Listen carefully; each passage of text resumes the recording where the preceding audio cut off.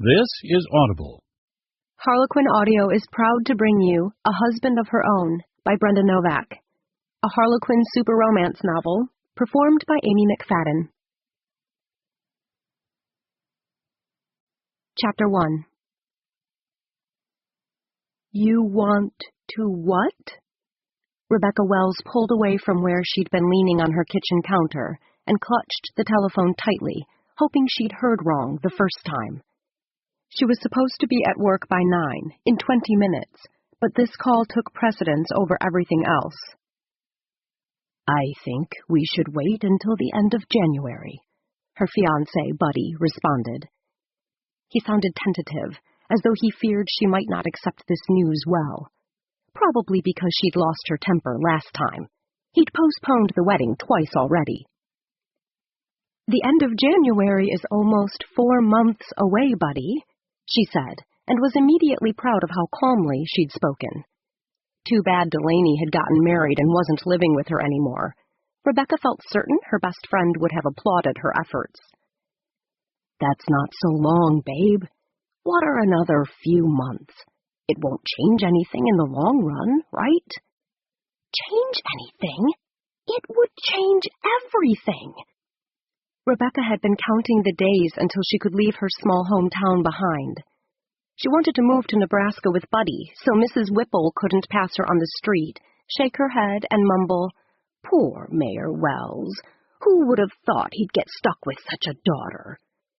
So Mrs. Reese couldn't frown disapprovingly as she sat in the beauty shop across from where Rebecca was working, recounting the occasion when Rebecca had purposely dyed her hair blue.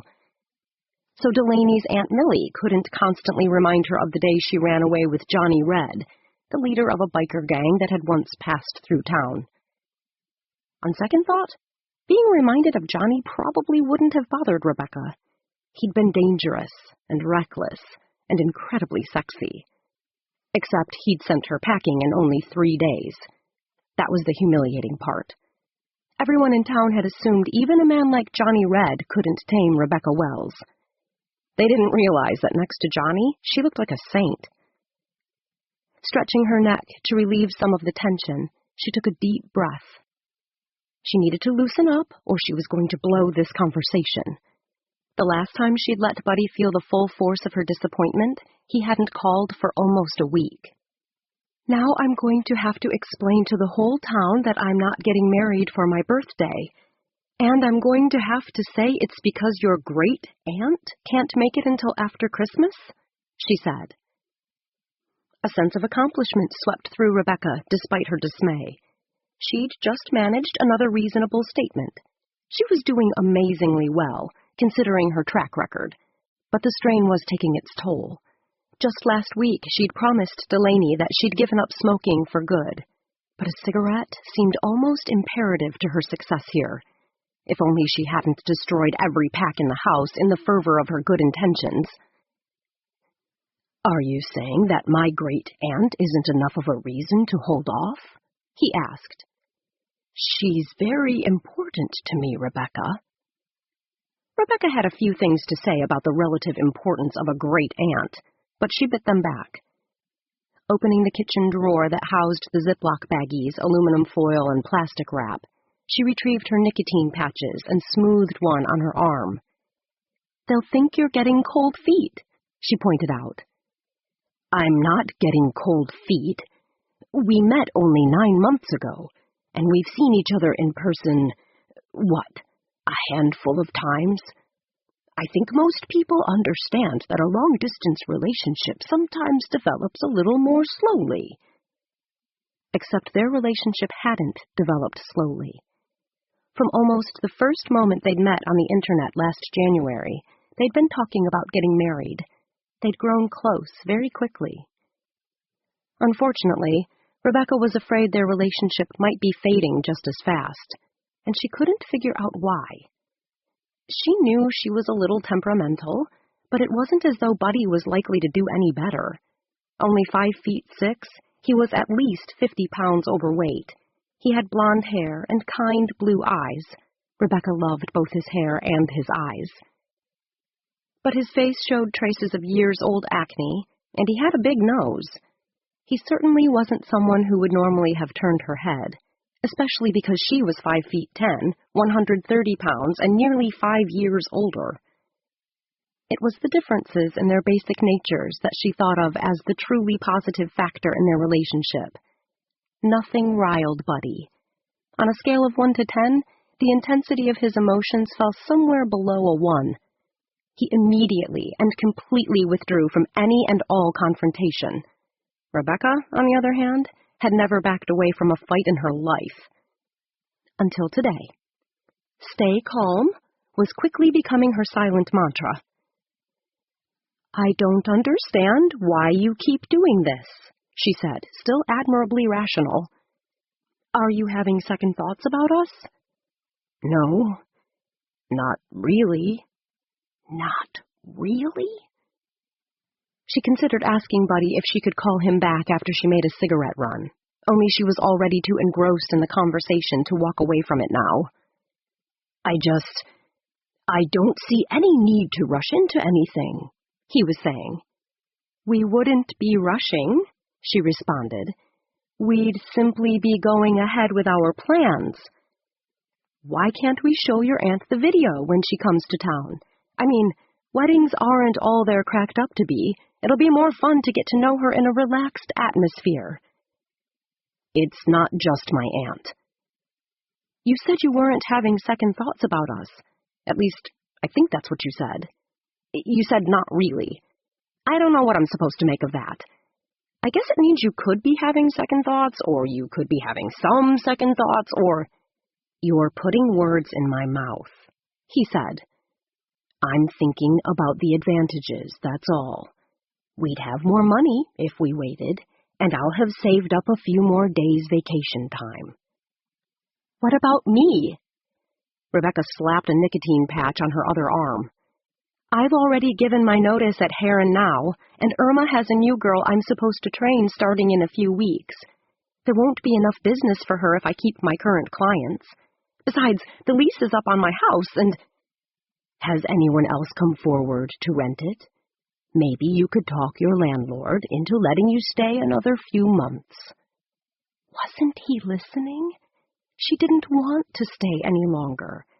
She didn't want to see the doubt in her father's eyes when she told him the wedding had been postponed a third time, and she sure as heck didn't want to share such news with her 3 perfect sisters, all of whom had husbands and families of their own.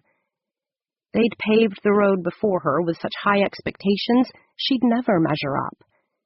And everyone down at the honky-tonk, the redneck bar that served as the center of Dundee's weekend entertainment, was already placing bets on whether there'd really be a wedding. She couldn't have the whole town laughing at her. Not again. The invitations are at the printer's, she said. She could feel the reassuring adhesive of both nicotine patches clinging to her skin, but somehow it wasn't the same as a smoke. You could probably catch them if you called right away, he replied. Maybe, maybe not. Maybe we should just forget about the wedding and elope. Elope? His voice had definitely gone a bit high, but Rebecca barreled on. Yeah, let's fly to Vegas and do it. Forget the cake and the flowers and the food. Forget the guests. My mother would kill me. Why?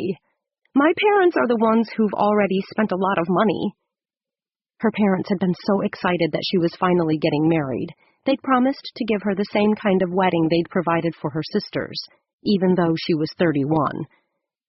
The vein in her father's forehead had momentarily appeared when she mentioned the cost of her dress, but her mother had quickly quelled whatever he was about to say with one of her magical warning glances. He'd nodded vacantly and walked away, and they hadn't discussed the expense of the wedding since. See, Buddy said, we can't elope. Your parents would be furious. Some things, like the food and hall and the photographer, we can still cancel. The rest I'll pay for myself, a little at a time. And the memory of having your father give you away and all that? I don't think my folks care whether or not I have a wedding. They just want me to be happy. That might be true, but I'm an only child, and my father died when I was 8.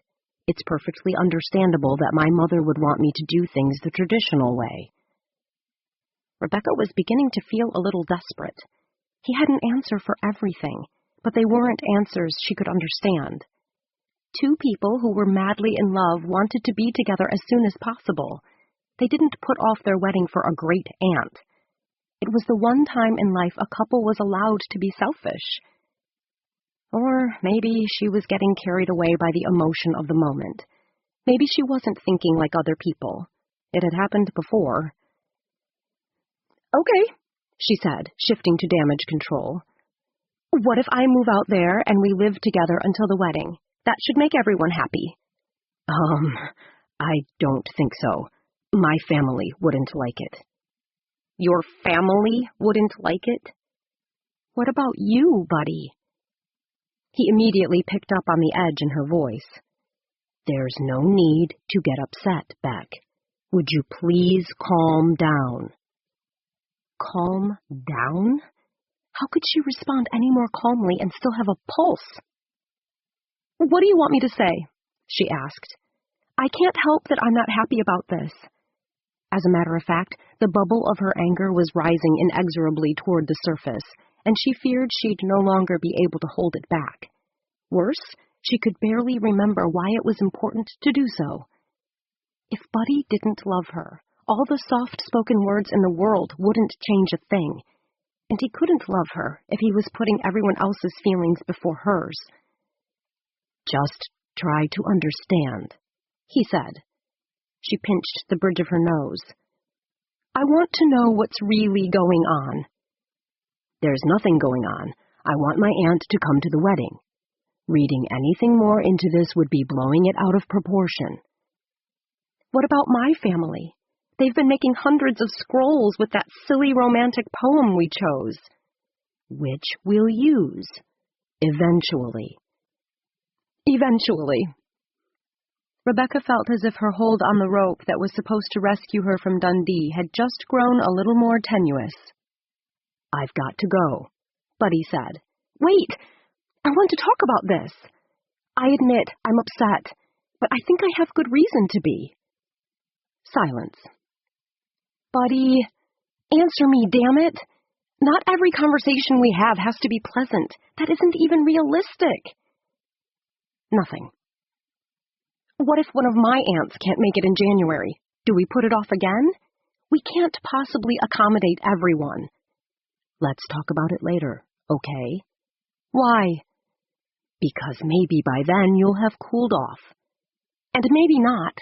Can't you work with me here? I'm disappointed and frustrated and I'd talk to you now if I thought it would help, but arguing won't solve anything," he said. "Come on, Beck. I'm just asking for a few more months. What's the rush?" He didn't get it, and Rebecca knew she couldn't explain it to him without dredging up her past, which she definitely didn't want to do. She was moving to Nebraska to start over.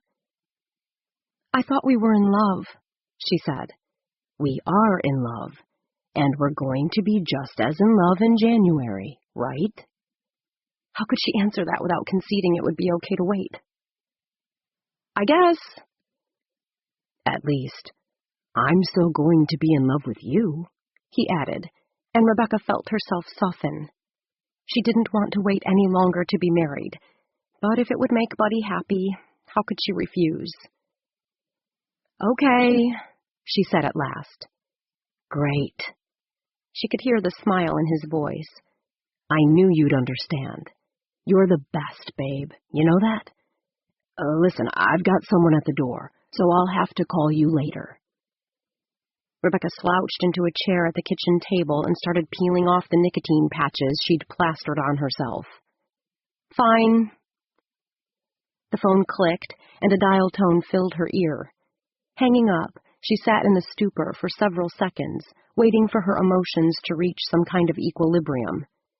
She'd behaved admirably. She'd succeeded in remaining calm and should be proud of herself for that.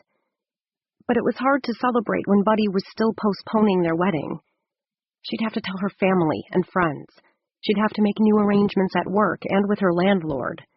She'd have to withstand all the snide remarks she was bound to receive at the honky-tonk. Propping her chin on her palm, she gazed dejectedly out the window at the front drive. Everything will be okay, she told herself. This wouldn't be the first time the whole town had snickered behind her back. Folks still told and retold the crazy things she'd done over the years, even though some stories went all the way back to her childhood. But she'd always managed to smile through the telling, and she'd keep on smiling. The trick, of course, was never to let anyone know how much it hurt. Chapter 2. Martha called earlier, said you wanted me to come over for dinner so you could talk to me about something, Rebecca said. Dropping her car keys on the counter, she plopped onto a stool in the middle of her parents' large white kitchen. Her mother, wearing a cherry print apron over her June cleaver dress, was busy chopping onions at the center island. A puzzled expression knotted her brows as she glanced up. "Who's Martha?" She grimaced as understanding dawned. "Oh, you mean Greta. There's a little Martha Stewart in all of us. Some of my sisters just have more than their share." "There's nothing wrong with being a good homemaker," her mother replied. "I would have agreed with you." Rebecca toyed with the fresh fruit that graced the bowl at her elbow. "But Greta lost me when she tried to make roses out of the ends of her toilet paper. Presentation isn't everything. Some things are meant to be functional. Next thing we know, she'll be trying to camouflage the commode." She took a bite out of an apple and was mildly surprised when her mother didn't insist she wait until after dinner. "So, what did you want to say to me?" Her mother scooped the onions she'd been chopping onto a plate. "I just wanted to tell you that I found some pretty candles I think will work well for the wedding. They're vanilla-scented." The way her mother's eyes settled on her, then shifted quickly to her task again, suggested she had more to say. But mention of the wedding was enough to make Rebecca uncomfortable. She'd called the printer in Boise this morning and managed to talk them into holding her order, but she hadn't mentioned the latest wrinkle in her love life to anyone closer to home. When her sister called earlier to set up dinner, she'd thought tonight might be a good time to talk to her parents, but her mother was preparing a lot of onions. Probably she wasn't the only one coming to dinner. "Can I help?" she asked. "Sure. Grab a bowl and start cutting up vegetables for a salad. Everything's in the bottom drawer of the refrigerator." "I may be less like Martha Stewart than your other daughters, but even I know where to find the veggies," Rebecca grumbled, crossing to the fridge and pulling out the romaine lettuce. "Who's coming tonight?" "Greta and the kids." "She told me she had a headache." "She called just before you came. She's feeling better." "And Randy?" "He has to work." With a population barely reaching 1,500, Dundee had only 2 full-time firemen. Randy, husband of the sister closest to Rebecca in age, was one of them. "I'll miss him," Rebecca said, making little effort to mask her sarcasm. Her mother arched a reprimanding eyebrow at her. "That's not a very nice tone to use regarding Randy. He's your brother-in-law." He'd also been sidekick to Josh Hill all through high school. But then her parents didn't understand her feelings toward Josh either. They'd worshipped him ever since his family moved in across the street 24 years ago. Especially her father. From the beginning, if Josh got into a brawl at school or skipped class to catch frogs in the nearby creek, her father would say, "He's all boy, isn't he?" And there was no mistaking the pride in his voice. In high school, if Josh was caught with his hand up Lula Jane's blouse or sticking his tongue down Betty Carlisle's throat behind the bleachers, her father wouldn't go on about the evils of promiscuity. He and Josh's father would dismiss it with a wink and a nudge, then slap Josh on the butt and tell him he played one hell of a football game. Maybe the double standard wouldn't have bothered Rebecca so much if her father hadn't wanted a son so desperately. But she knew, as the youngest, she'd been Doyle Wells's last hope for a boy, and he wasn't happy she'd failed him. The suspicion that he'd rather have the boy across the street than his youngest daughter had soon made Josh the bane of Rebecca's existence. She'd immediately set out to conquer and defeat, Or at least to prove that anything he could do, she could do better. If Josh climbed a tree, she climbed higher. Once she fell and broke her arm, and he had to run for help, but that didn't put an end to the rivalry that raged between them. Her humiliation only escalated it. If Josh hopped a fence or waded through the creek on his way to school, ruining his clothes, she proved she wasn't afraid to do the same. Though her father generally reacted with something far less than pride, she did have a few moments of glory. On Josh's 9th birthday, when he received his first two-wheeled bicycle, she challenged him to a race around the block and somehow managed to beat him. Her father was absolutely beaming when she crossed the finish line. His father was not. So much for the glory days, Rebecca thought as she immersed the lettuce in cold water and started ripping it into pieces. Sheer determination couldn't make up for Josh's advantage in size and strength forever, so Rebecca had been forced to find other areas in which to assert herself. If Josh ran for student body president, she ran against him, and lost. If Josh took debate, she challenged him on the other side of the argument, and, thanks to her sharp tongue, usually won. If Josh made honor roll, she tried for principal's list, and most semesters fell laughably short. Fortunately, life with Josh as part of the community eventually achieved a sort of precarious equilibrium. Once they graduated from high school, he went off to college in Utah, and she went to massage school in Iowa before changing her mind and going to beauty school instead. When they both returned to Dundee, they pretty much left each other alone. Until that hot August night a year ago last summer. What happened then, Rebecca couldn't explain. She didn't even want to think about it. She could only concede that Josh had come a long way since the age of 8. He was now 6'4" and 200 pounds of lean, hard muscle, which she knew because she'd had the pleasure of exploring nearly every inch of him. "Are you going to answer me?" her mother prodded. Rebecca's throat had gone dry at the memory of Josh's bare chest. "What was the question?" she asked, shoving his image from her mind. "I want to know why you don't like your brother-in-law." She shrugged. "I don't have to like him. I'm not the one who married him." Shaking water off the leaves, she tossed them into the bowl she'd removed from one of the glass-fronted cupboards. Like everything else, the sink, the counters, the appliances, and the tile floor, the cupboards were so white the reflection of the setting sun, streaming unchecked through large square windows running along the entire back of the house, nearly blinded her. The windows and the shiny new kitchen were the results of a recent renovation. The old kitchen had been avocado green and brown, a color scheme Rebecca hoped would never gain popularity again. Her mother scraped the onions into a frying pan and added a pat of butter. "But he's a great guy. What's not to like?" "Nothing. Forget it," Rebecca said. "Now that you've brought it up, I'd finally like to know." "The memories we have of each other from high school aren't the most pleasant. That's all." "What memories?" Most of them had far more to do with Josh Hill than Randy, but Randy had been constantly at Josh's elbow, which meant he was included. "We had a few run-ins," she said vaguely. "Because he was a friend of Josh Hill's?" Unfortunately, the conversation was drifting toward Josh, and she wasn't sure she could stop it. "Maybe." "So we're not really talking about Randy. We're talking about Joshua." "No, I'm not talking about Josh." "I never talk about Josh," Rebecca responded. Her mother found a spatula in the drawer and began stirring the sizzling onions. "Well, perhaps it's time you did," she said. "I've always wanted to get to the bottom of this feud between you two. We love Josh and his older brother. His parents are good friends of ours." Rebecca sighed. "I know, but it's too late to improve relations between Josh and me, so don't get it in your head to try.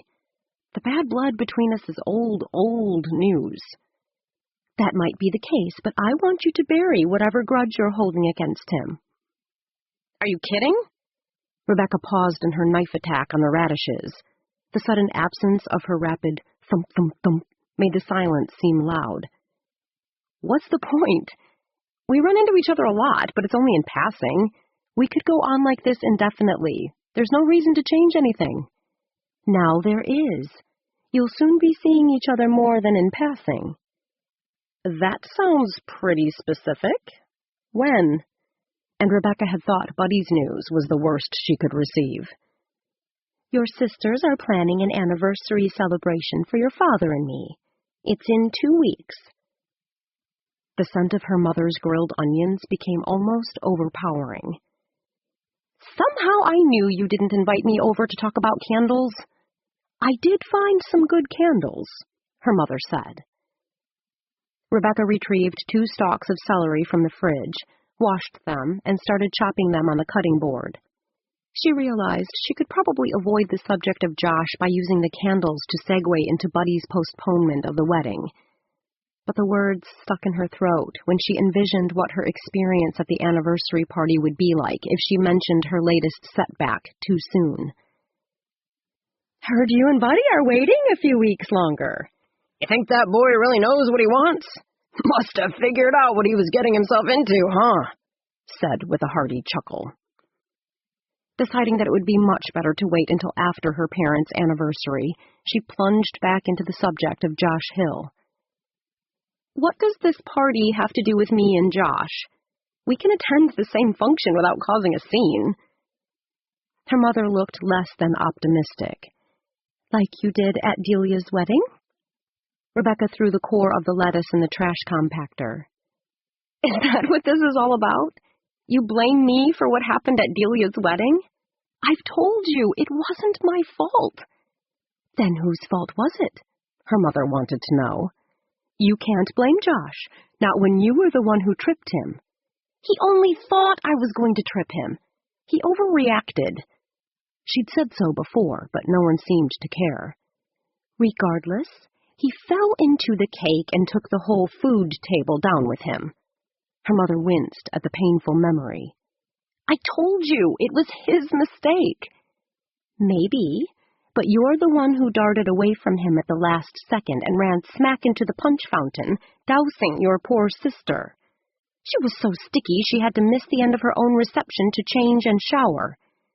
By the time she and Brad left on their honeymoon, her eyes were swollen, her nose was red from crying, and her hair and dress were ruined.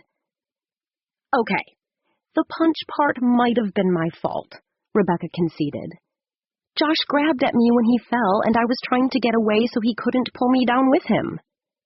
Better you fall in an undignified heap than the bride get sprayed with punch.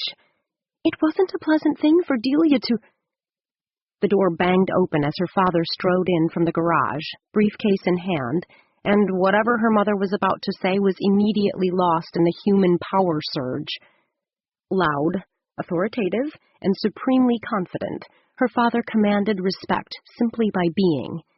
The fact that he'd been the mayor of Dundee since Rebecca was in high school, was well over 6 feet, and resembled Billy Graham certainly didn't hurt.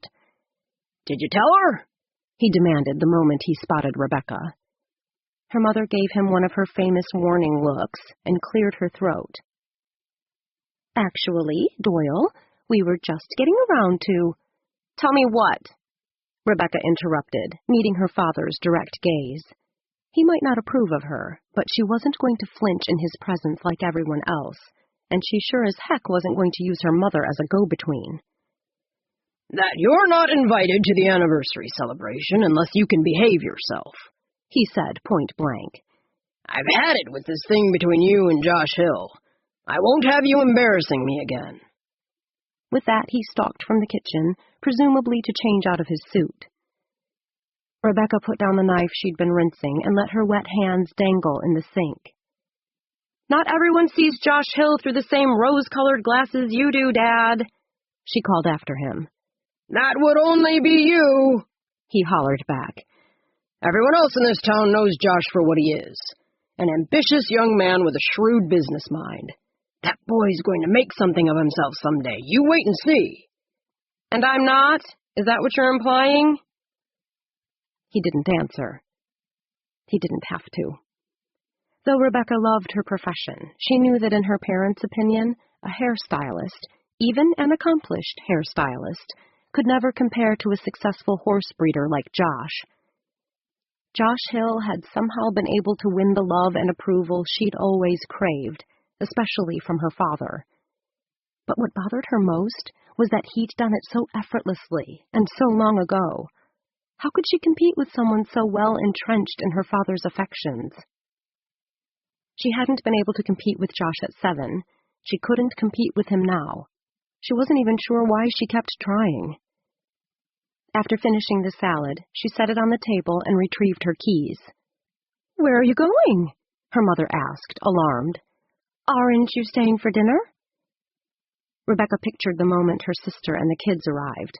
She pictured sitting across the table from her father. "No. Dad already took care of what you both wanted to say. Consider me warned," she said, and headed for the entry. "Rebecca," she paused. "He doesn't mean to sound so harsh, honey," her mother said softly. "Oh, he meant it all right," she said. Rebecca wasn't sure about a lot of things. Why Buddy kept putting off their wedding, why she'd gone home with Josh a year ago last summer, and how she'd even started dancing with him in the first place. Why she didn't really fit into her own family. But she knew her father had meant every word. Rebecca sat on her back steps as darkness fell and lit up a cigarette. She'd managed to get through yesterday without smoking, despite Buddy's call, but one visit to her parents' house, and poof, there went her resolve. What difference did it make anyway? She couldn't change her stripes. Even if she decided to become a nun, the good folks of Dundee would find something to criticize, her father chief among them. At least she'd come by her reputation honestly. She'd raised eyebrows in Dundee more times than she could count, and had certainly given Josh a run for his money in their younger days. She still remembered filling his locker with pincher bugs, spray painting "Josh sucks" on the sidewalk in front of his house, and telling everyone that his penis was a mere 3 inches long, without adding that she was going by information gleaned 10 years earlier in the classic "I'll show you mine if you show me yours."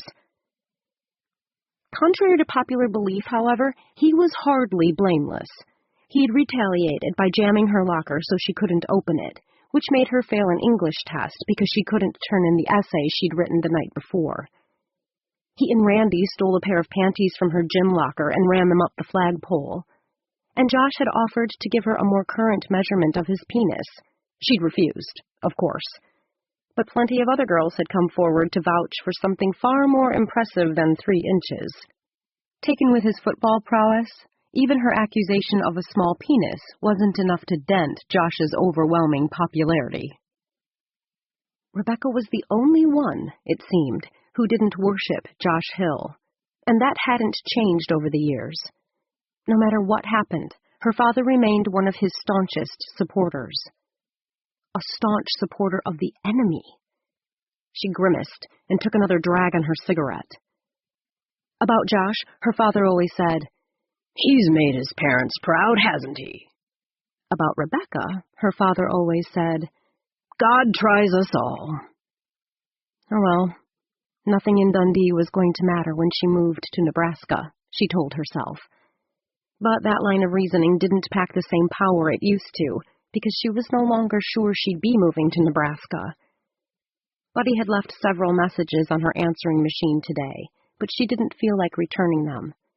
She felt like sitting on the steps, smoking one cigarette after another, watching the moths hover about her porch light. Autumn was here. The leaves were turning, the days growing shorter. Rebecca had always loved the crisp mountain air, and she wondered if Nebraska was very different. She'd only visited there once, the past spring. If she did move, she'd miss autumn in Idaho. And she'd miss Delaney. Picking up the cordless phone she'd carried outside with her, she dialed her best friend at the ranch where Delaney now lived with her husband, Connor Armstrong. "You're smoking again," Delaney said, almost as soon as she answered. Rebecca exhaled. "That's the first thing you got to say to me?" "You promised me you were going to quit for real this time." Rebecca moved her cigarette and watched the smoke curl up into the sky. Yeah, well, that was before I went over to my parents tonight. Be grateful I'm only smoking. Something happen at your folks? After another long drag, Rebecca stubbed out her cigarette, then stretched her legs. Nothing new. How's the pregnancy? The doctor says everything looks fine. Good. Hard to believe you're almost ready to pop. The past few months have gone fast. In fact, considering that Rebecca and Buddy had been engaged before Delaney even met Connor, time had streaked by. Delaney was starting a family.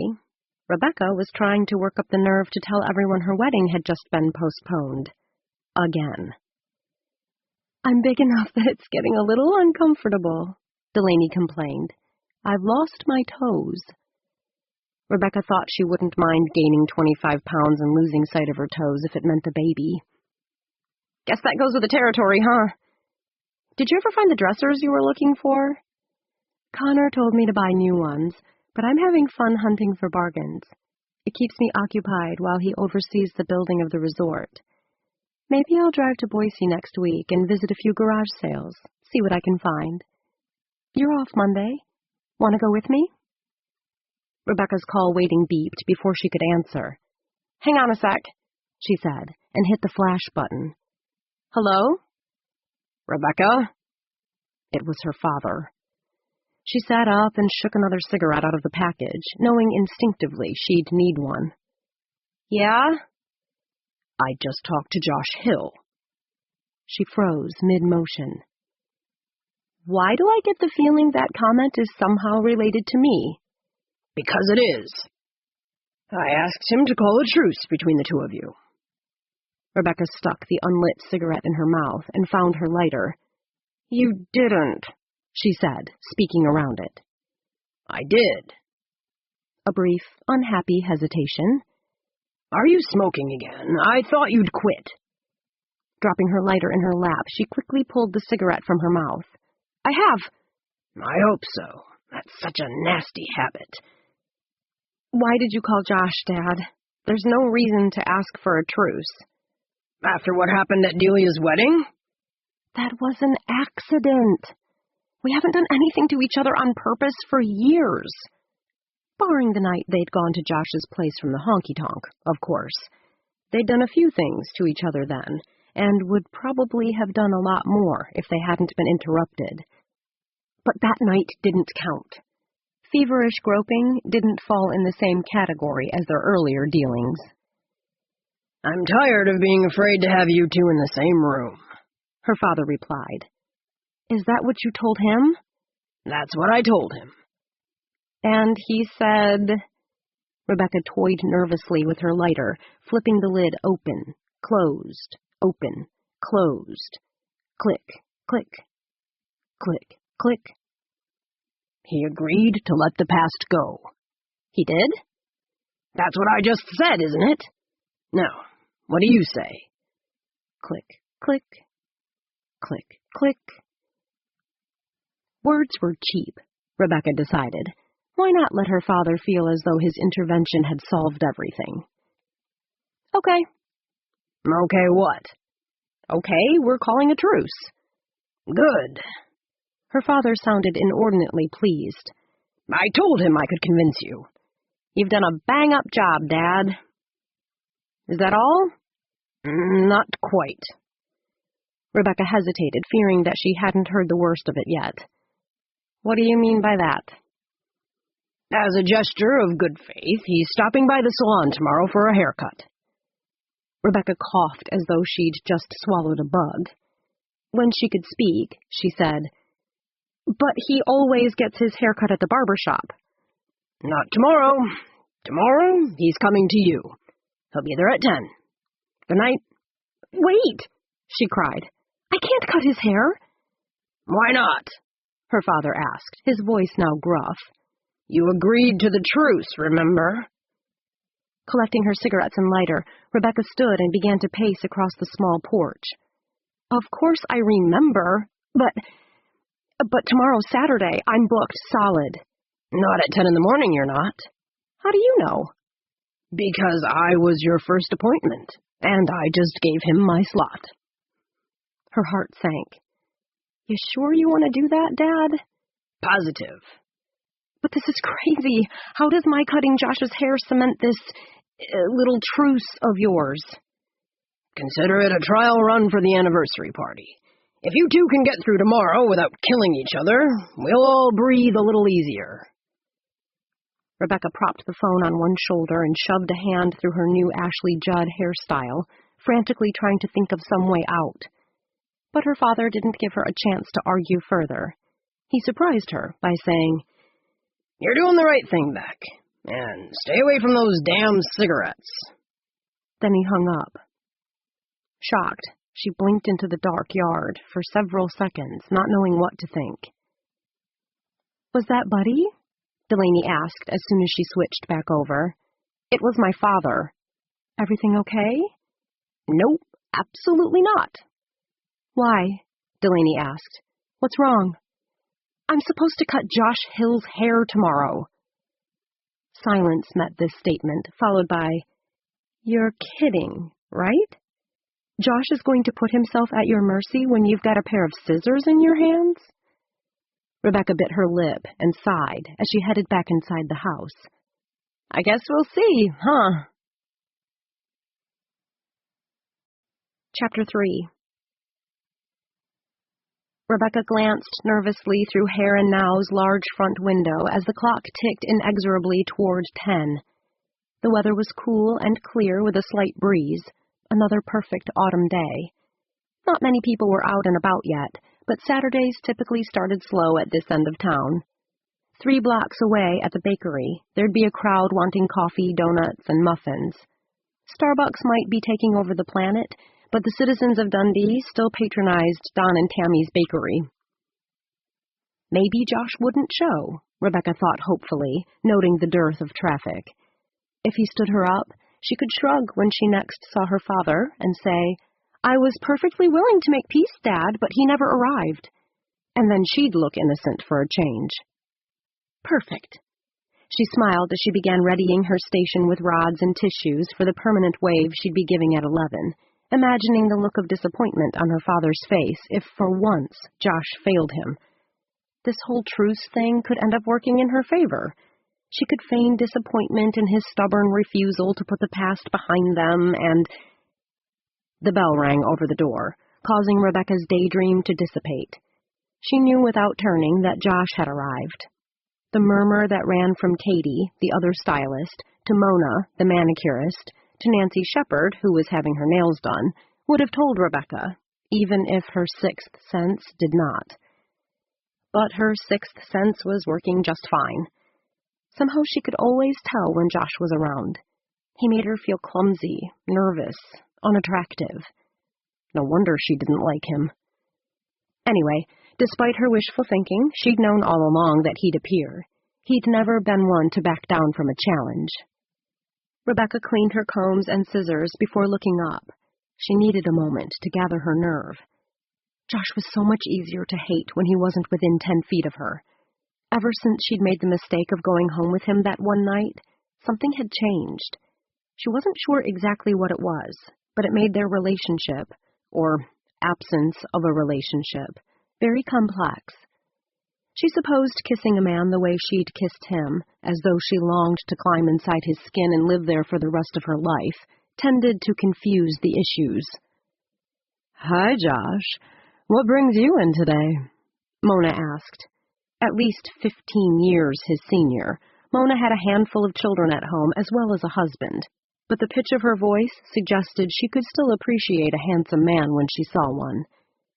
And Josh was definitely handsome. He had thick blonde hair that fell carelessly across his forehead, skin that tanned so easily he was golden brown before anyone else even thought of bringing out their summer clothes, and intelligent green eyes that sparkled with more than enough mischief to keep a woman guessing. Fortunately, Rebecca had long ago perfected her immunity to his rugged virility. She couldn't really explain her brief lapse that fateful August 16th, but she was still Rebecca Wells. Josh Hill was never going to get the best of her. I have an appointment this morning, he told Mona. You're Katie's first client? He's not my 10 o'clock, Katie said. Unless there's been some mix-up, I'm doing a perm for Mrs. Vanderwall. And Irma's not coming in today. She's off visiting her sister in Boise. From the corner of her eye, Rebecca saw Josh shove his hands in the pockets of his Wranglers. Actually, I'm here to see Rebecca. You're joking, right? Mona was chuckling as she spoke, as though he had to be joking. Everyone in town knew that putting her and Josh together was like putting a match to gasoline. Rebecca cleared her throat and faced them fully. If she waited any longer to acknowledge Josh's presence, he might realize she wasn't quite up to her usual self. "Josh, good to see you," she said, forcing a smile. He gave her that crooked grin of his, the one that showed his dimples, and immediately called her on the lie. "Are you sure?" "Hell no." "I'm trying to be positive," she said, clasping her hands in front of her because she suddenly didn't know where to put them. He settled his black felt cowboy hat further back on his head. "So this truce thing is for real?" "I guess," she said with a shrug. "Because I gotta tell you, that fiasco at your sister's wedding was..." He shook his head and let his breath go all at once. "I can't believe you'd even bring that up," Rebecca responded, bridling. "You made me take out the punch fountain." He cocked an eyebrow at her. "You're the one who tripped me in the first place." "I didn't even touch you." "Wait a second," Katie said. "That wedding was the most exciting thing this town has seen in the past 3 years. If you two call a truce, life's going to get pretty boring around here. Who will Rebecca have to fight with?" "She doesn't need me," Josh said. "She's always been her own worst enemy." Katie started to chuckle, but Rebecca gave her a look that said, "Shut up or pay later." Katie covered her mouth with one hand in an effort to hide her amusement. But Rebecca wasn't fooled. She would have said something to the effect that she wouldn't be around to entertain everyone much longer, except she felt a little unsure of that right now. And Mrs. Vanderwall entered the salon just then, offering the perfect distraction. "Your 10 o'clock is here," Rebecca said pointedly to Katie and narrowed her eyes at Mona long enough to remind her that she had a client too. As Mona finally bent over Nancy Shepherd's hands, Nancy said, "Don't look at me. I didn't say anything." And Rebecca turned back to Josh. "I should have known you'd make this difficult." His devil-may-care grin reappeared. "I thought that's how you liked things." "I don't like things difficult." "Yes, you do. The harder, the better." Rebecca was fairly certain he didn't mean what he'd said as a sexual innuendo, but his words still brought visions of August 16th. He'd been as aroused as she had, which was the only saving grace about the whole experience. She might have embarrassed herself by nearly sleeping with the enemy, but, if memory served, the attraction had been very mutual. "I'm not the one who rained on your parade," she said. "Excuse me?" "You moved in across the street from me." "That's what you hold against me?" he cried. "That I moved in across the street from you? How the hell was I supposed to help that? I was 8 years old, for crying out loud." She hadn't really meant what she'd said, of course. He hadn't ruined her life by moving in across the street. He'd ruined her life by being everything her father had ever wanted. But trying to explain that would sound equally ridiculous. She was 31. Her father's preference for Josh shouldn't bother her anymore. "Never mind," she said. "Are you planning on staying or what? Because you don't have to, you know. I'll just tell my father that you chickened out at the last minute. I'm sure he'll understand." "Chickened out?" he repeated. She smiled sweetly. "Isn't that what you'd call it?" "I'd call it an issue of trust. The thought of you standing over me with a sharp instrument strikes fear into my heart." "Oh, come on. You'd have to have a heart for that," she said, and thought she heard Mona snicker. Josh rubbed his chin as though she'd just delivered a nice left hook. "You certainly haven't changed much," he said sulkily. "You have good reason to worry," Mona muttered from where she was sitting at her station up front, filing Nancy's nails. "I bet $5 he won't stay," Nancy piped up. I'll put 10 on that, Katie said. What's the bet? Mrs. Vanderwall had been too busy trying to straighten her girdle so she could sit down to pay much attention to what was going on around her. At 80, her hearing wasn't what it used to be. Katie started to explain, but she only got part way before Mrs. Vanderwall waved her to silence. Never mind the rest. It doesn't matter. No one's a match for Rebecca. I'll put 20 on her getting the best of him. Rebecca wasn't flattered by this show of support. She wasn't that much of an ogre, was she? Sure, she'd lost her temper a few times in the past. Once she'd blackened Gilbert Tripp's eye when he backed into Delaney's car, but he'd deserved it. He'd tried to drive away before she and Delaney could get out of the Quick Mart, and when Rebecca finally chased him down, he'd blamed the accident on Delaney's parking. Their argument had quickly escalated, and the next thing Rebecca knew, well, she'd let one fly. But she didn't doubt Josh would have done the same. Forget it, she told him. I'm not out to get the best of you or anyone else. Just go down to the barber shop and buy yourself a haircut. Her voice had gone flat. She cleared her throat and tried to put more inflection in it. I'll tell my father you stopped by and everything went fine, okay? He stared at her for a long moment without speaking.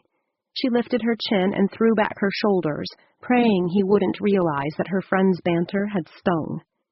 She was tired of being the bad guy, tired of being a laughingstock. But as long as she remained in Dundee, there was no escaping her reputation. Okay? She repeated when he didn't respond. He started to move. She thought he was going to swing around and head right back out onto the street. But he didn't. He strode across the salon, doffed his hat, and planted himself decisively in her chair. You've probably got a big day, he said. We'd better get busy. Rebecca blinked at him. She could have sworn he'd decided to stay for her sake, to silence the others. But that couldn't be. That would take intuition and an unusual degree of sensitivity, and this was Josh Hill, the testosterone king, the boy who wrote, "For a good time, call anyone but Rebecca Wells," on the bathroom wall at the A&W, starting a whole section of graffiti about her, none of which was very flattering. His staying probably had more to do with proving to everyone else in Heron now that they'd been foolish to bet against him. Why would anyone do that? He was the great Josh Hill. The others grumbled about being wrong, but finally returned to minding their own business. Rebecca nodded in acknowledgement. Fine. It shouldn't take long. Spine so rigid she was surprised it didn't creak when she moved. She draped her cape over his broad shoulders, covering his polo shirt and most of his blue jeans. As she fastened the collar, her fingers brushed his neck, and he swiveled to look up at her. She raised her hands to show him she held nothing sharp. Just fastening the cape, she said. I didn't think you were going to stab me, he grumbled. You jumped? What else would make him react that way? She'd barely touched him. In any case, she wasn't going to argue the point. She was too determined to get through this as quickly as possible. What would you like me to do for you? She asked. Do for me? He repeated, as though the question somehow surprised him. To your hair. Stepping on the lever, she lowered the chair as far as possible.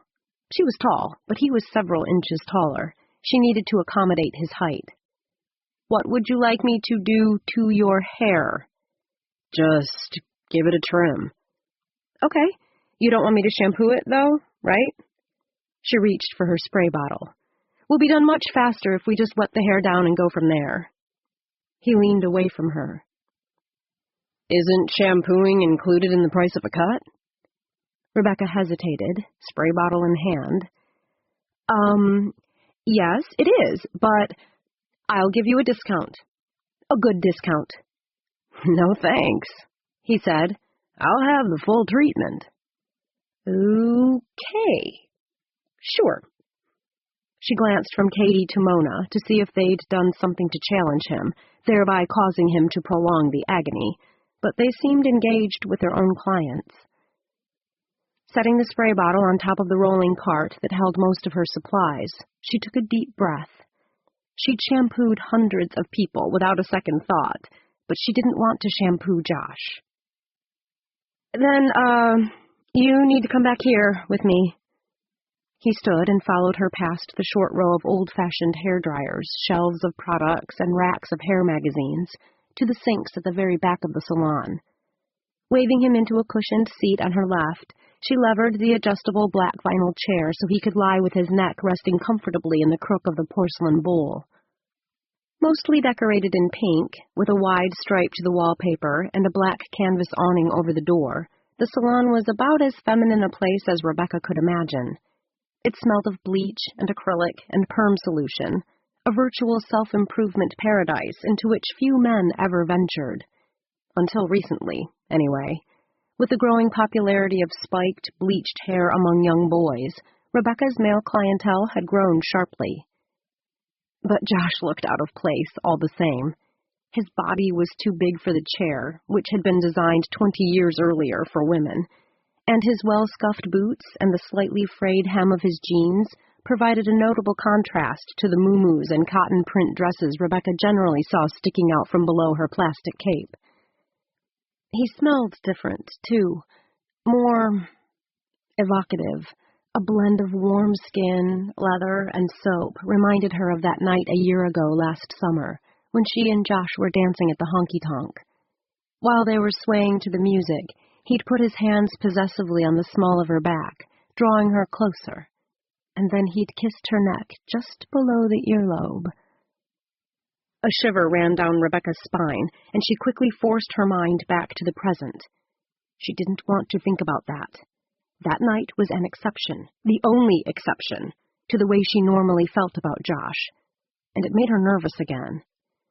"Remember when you taped up that Playboy centerfold inside my locker our senior year?" he asked out of nowhere. His comment took Rebecca off guard. She didn't know how to respond. If she said no, they'd both know she was lying. If she said yes, they'd be back on adversarial ground. "It was just a joke," she said, mumbling slightly, in hopes he wouldn't pursue the conversation.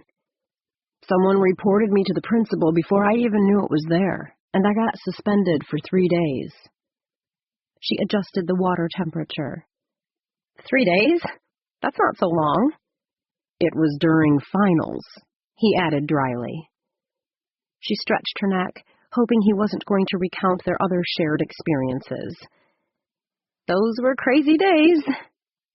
He made a face. That's all you have to say? What do you want, an apology? It was years ago.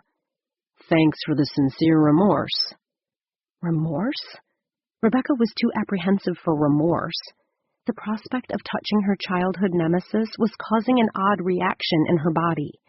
She was trying to convince herself it was revulsion, but sweaty palms and a racing heart weren't the most indicative symptoms.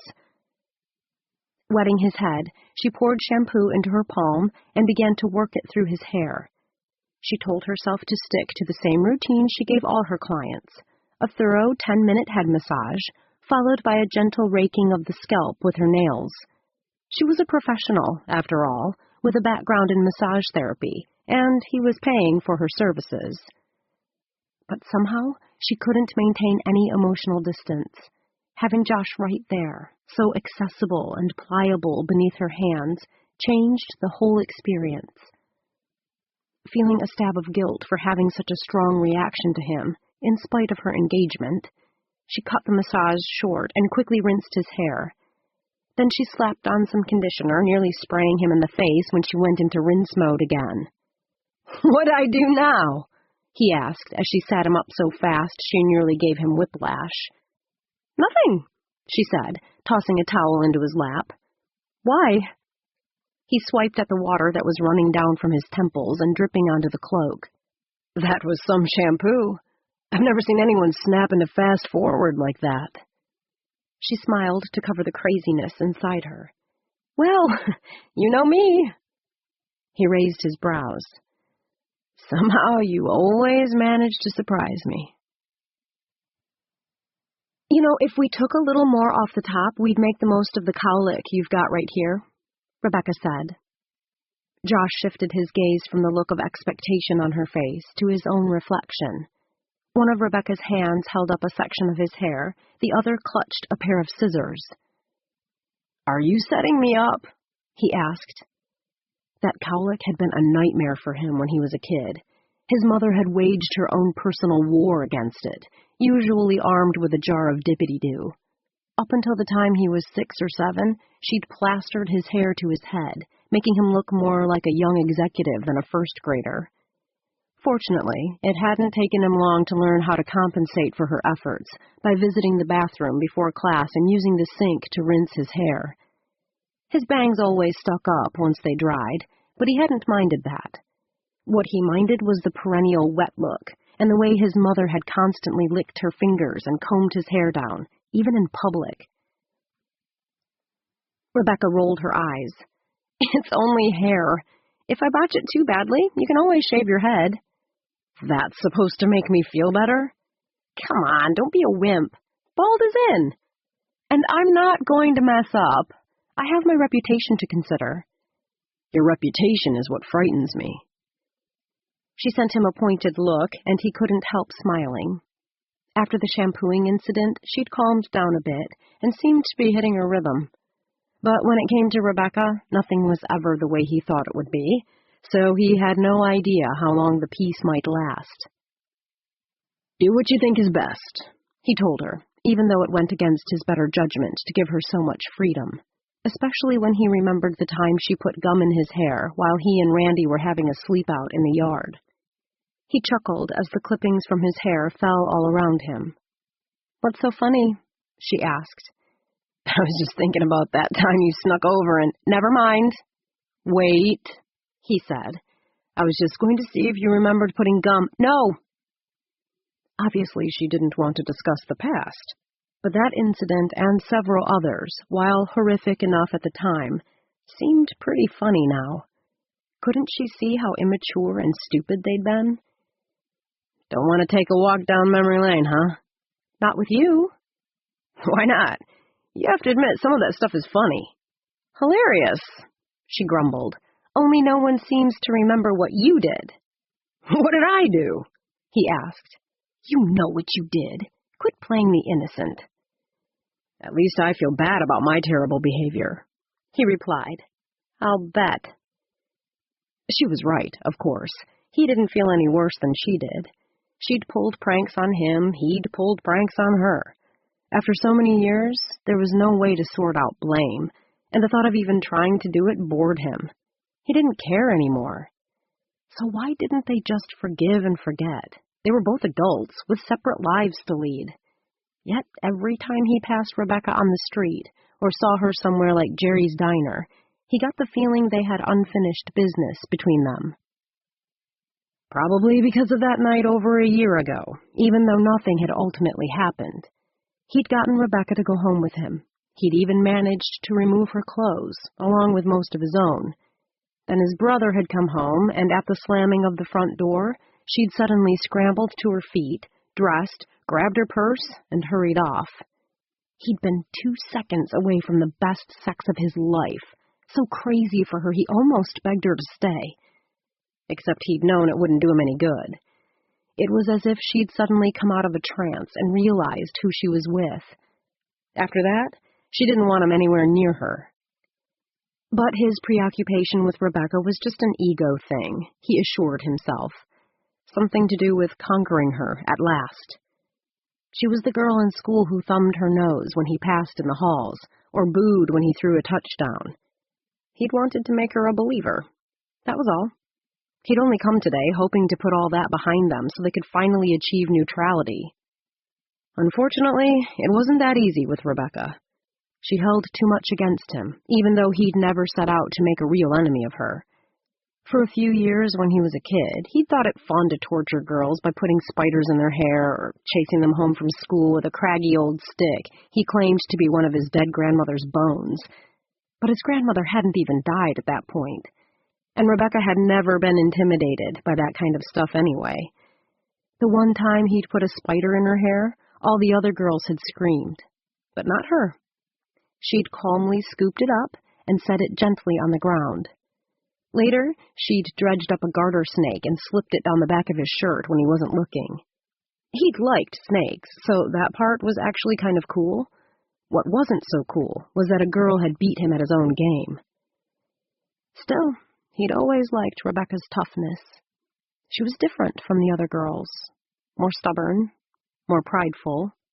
He'd never seen determination on a person's face like he'd so often seen on hers, usually when they were competing in some way. He knew how badly she hated to lose, but she'd never let him see her cry.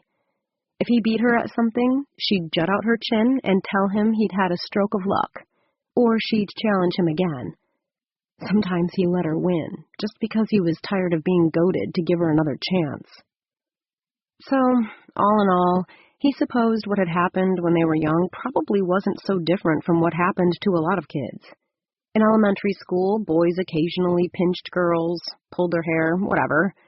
It was the cootie stage, and girls turned up their noses at boys, too. Rebecca just never forgave him as they grew older. There were times when he'd tried to seek her out, tried to win her over, but it made no difference at all. He remembered one time in particular, right before his first game as starting quarterback for the varsity football team. He was only a junior and had yet to prove to the town that his dad, who was the head coach, hadn't put him in because of the family connection. The senior who'd been planning to start that year was furious about losing his position. So were his folks.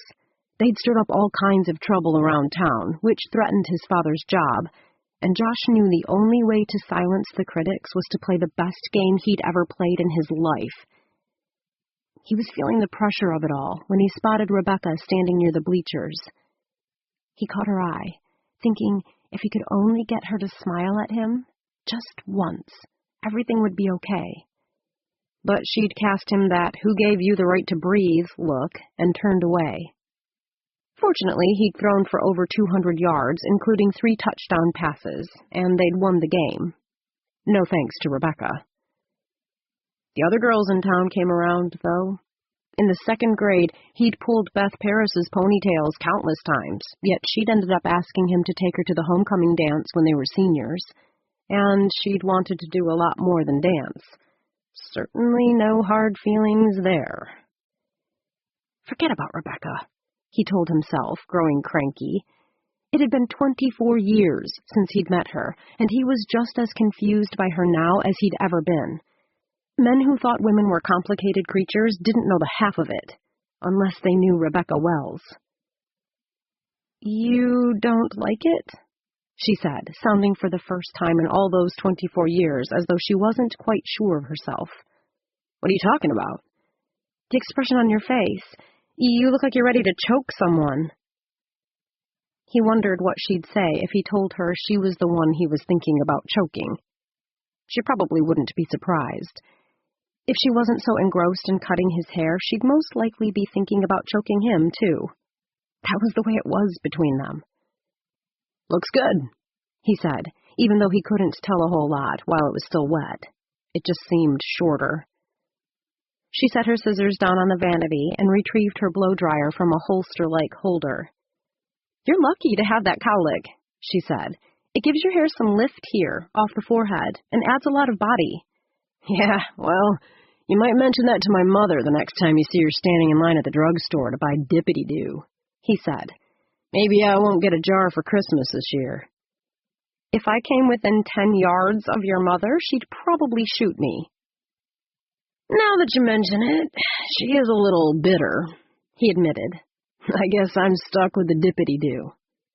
"If it depends on me, you are," she said, and switched on the blow-dryer.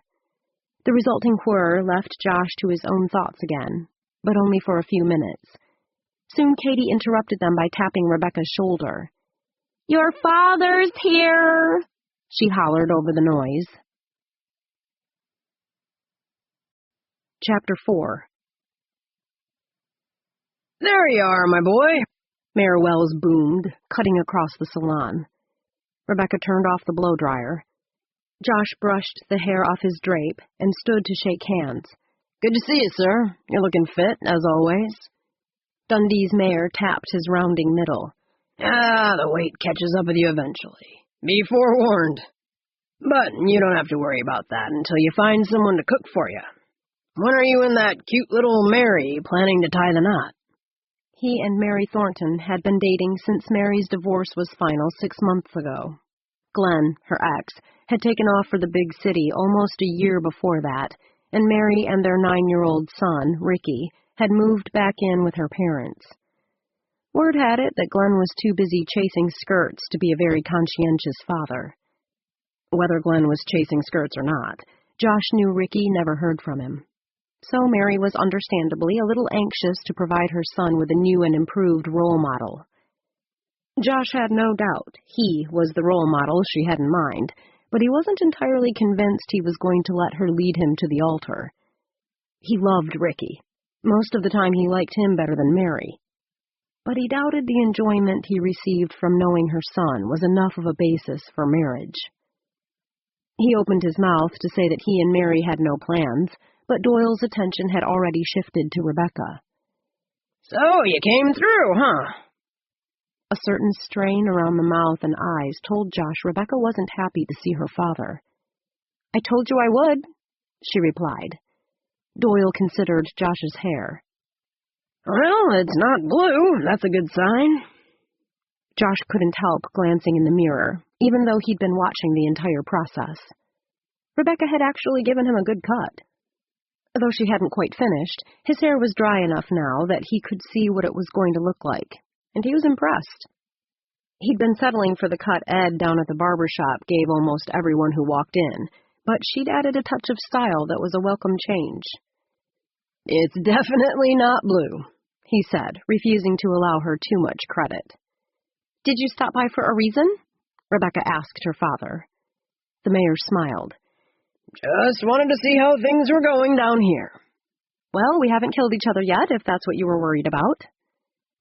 Doyle turned just enough to exclude Rebecca from the conversation. "I hear you and your brother have yourselves another $1 million stallion out at the ranch. That's 5 now, isn't it? Good for you.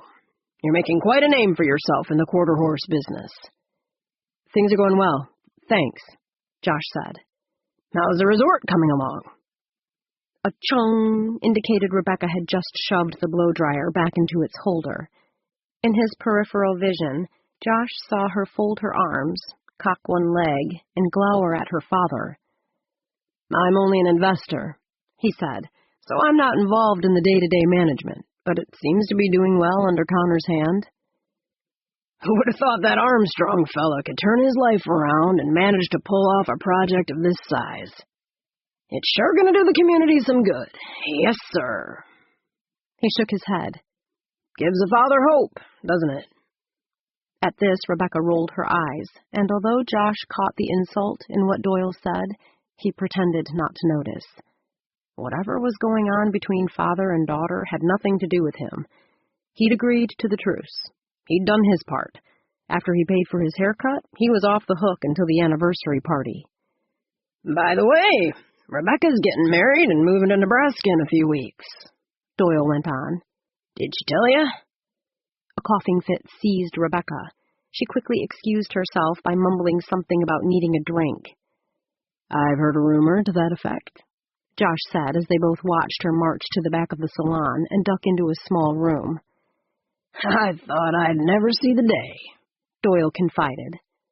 "She's an attractive woman," Josh said, oddly defensive, although he couldn't say why.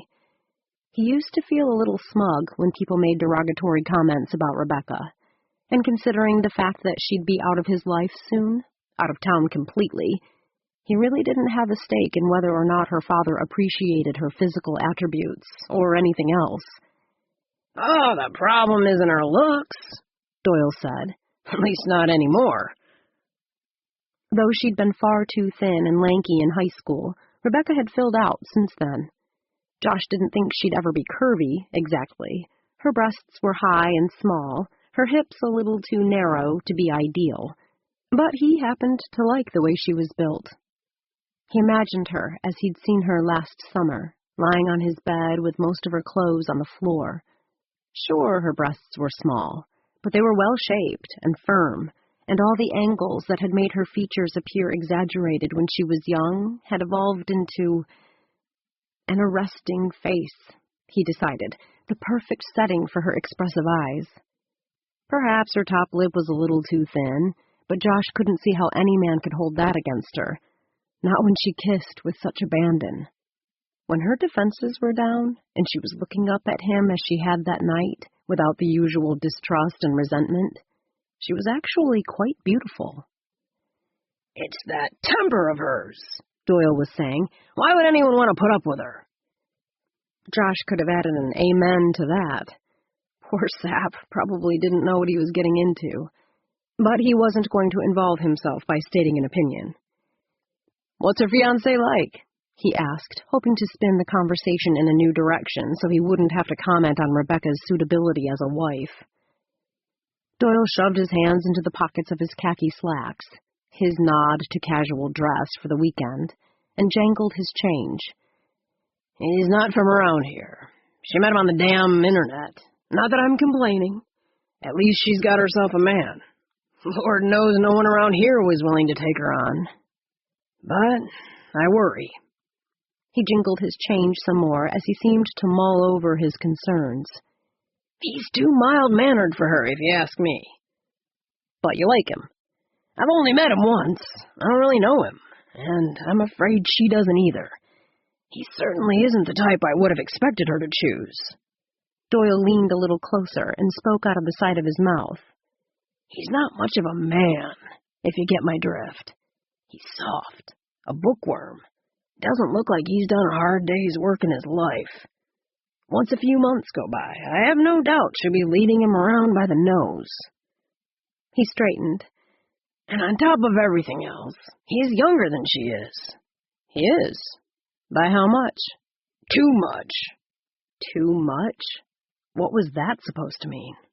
Curiosity prompted Josh to ask, but he overrode the impulse.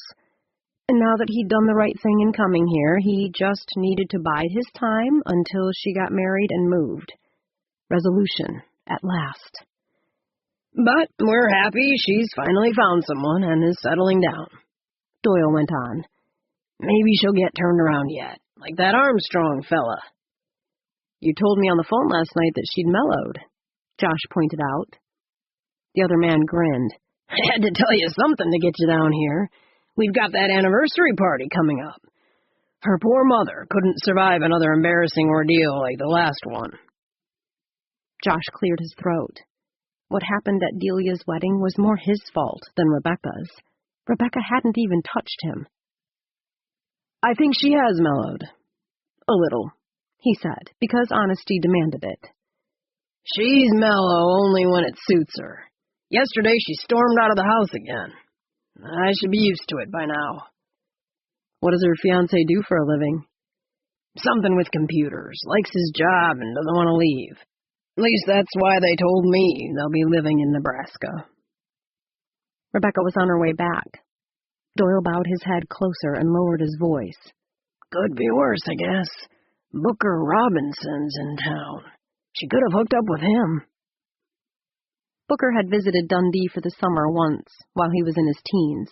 He'd come to stay with his grandmother Hatfield, or Hattie, as everyone called her, because his parents couldn't handle him, and he'd left quite an impression on everyone. As a typical red-blooded American boy, Josh had figured he knew how to cause trouble, but his version of raising hell was good, clean fun compared to Booker's. "Did you say Booker's back?" Rebecca asked. Doyle grimaced. "Now I've done it." "When did he get back?" "I don't know the exact day he rolled into town. Louise over at Finley's Grocery saw him when he came in last Tuesday." "And he's staying? For longer than a couple of weeks?" "He told Louise he's here to take care of Hattie now that her health is failing." Doyle nudged Josh. "More likely he's hoping for an inheritance." "He hasn't called me," Rebecca said, as though she wasn't really listening. "I'm sure he will," her father said. "If I know him, he'll be looking for a partner in crime. But if you talk to him, you might want to tell him that I'm having Chief Tom keep an eye on him. He won't get away with anything this time." "Would you give him a break, Dad?" Rebecca said, her patience obviously slipping. He's been gone for, 12 years? He was just a kid back then. I'm sure he's changed by now. Josh couldn't help noticing that her father's verbal jab had included Rebecca, what with the partner in crime reference, but she said nothing in her own defense. Had she become so used to belittling remarks that she didn't even bother to respond? He didn't want to think so. That threatened to pull him out of the neutral zone, and when it came to Rebecca, he wasn't about to abandon his central objective, to achieve peace, a sense of finality, and very limited future involvement. The truce between them was already tenuous. He definitely shouldn't overstep his bounds. She wouldn't thank him for becoming her defender. If I know Booker, he hasn't changed enough, Doyle replied. But I'll let you two finish up. Good to see you, Josh. If you ever get a chance, stop by City Hall and I'll take you to lunch. And don't forget the anniversary party. Thank you, Josh said. I won't. He and Rebecca watched her father go without saying anything. Josh had nothing to say. He didn't like Booker, didn't want Rebecca to connect with him any more than her father did. He didn't like the fact that she was marrying someone who sounded so ill-suited to her, and so young. More than anything, he didn't like the condescending way her father had just treated her. But there wasn't a damn thing he could say or do about any of it, because what happened in Rebecca's life was none of his business. Tossing a 20 on her vanity, he jammed his hat on his head. You don't want me to finish? She asked in surprise. It's fine the way it is, he said, and walked out. Tall, wiry, and slightly bow-legged, with a head of thick, dark hair that fell low on his brow, often shading his eyes, Booker T. Robinson hadn't changed much. He'd grown, of course, several inches from the look of him, and he'd filled out. But judging by the tattoos on his arms, the calluses and scars on his hands, and the long, jagged scar on the right side of his face, the years hadn't been kind to him. Even the clothes he wore, a plain black t-shirt with a front pocket and tattered blue jeans, added to his tough guy image. He was a rebel, all right. But Rebecca liked him, probably because he was one of the more honest people she'd met. At least he was generally honest with himself. He wasn't a pillar of the community. He probably never would be. But he didn't care what other people thought, and he didn't pretend to be something he wasn't. He cussed and smoked and sometimes drank to excess. He said what he wanted to say, and he offered no apologies or excuses. Rebecca had never been happier to see anyone in her life. She sank into the white wicker chair on his grandmother's porch, put her feet up on the railing, and felt at home in her own skin for the first time in months. I couldn't believe it when my father said you were in town. Why haven't you called me? She said. He handed her the cold beer he'd offered her when she first came to the door, and carried his own to the porch swing a few feet away. Popping the cap, he took a long drink and sat down before answering. I wasn't so sure you'd be excited to see me.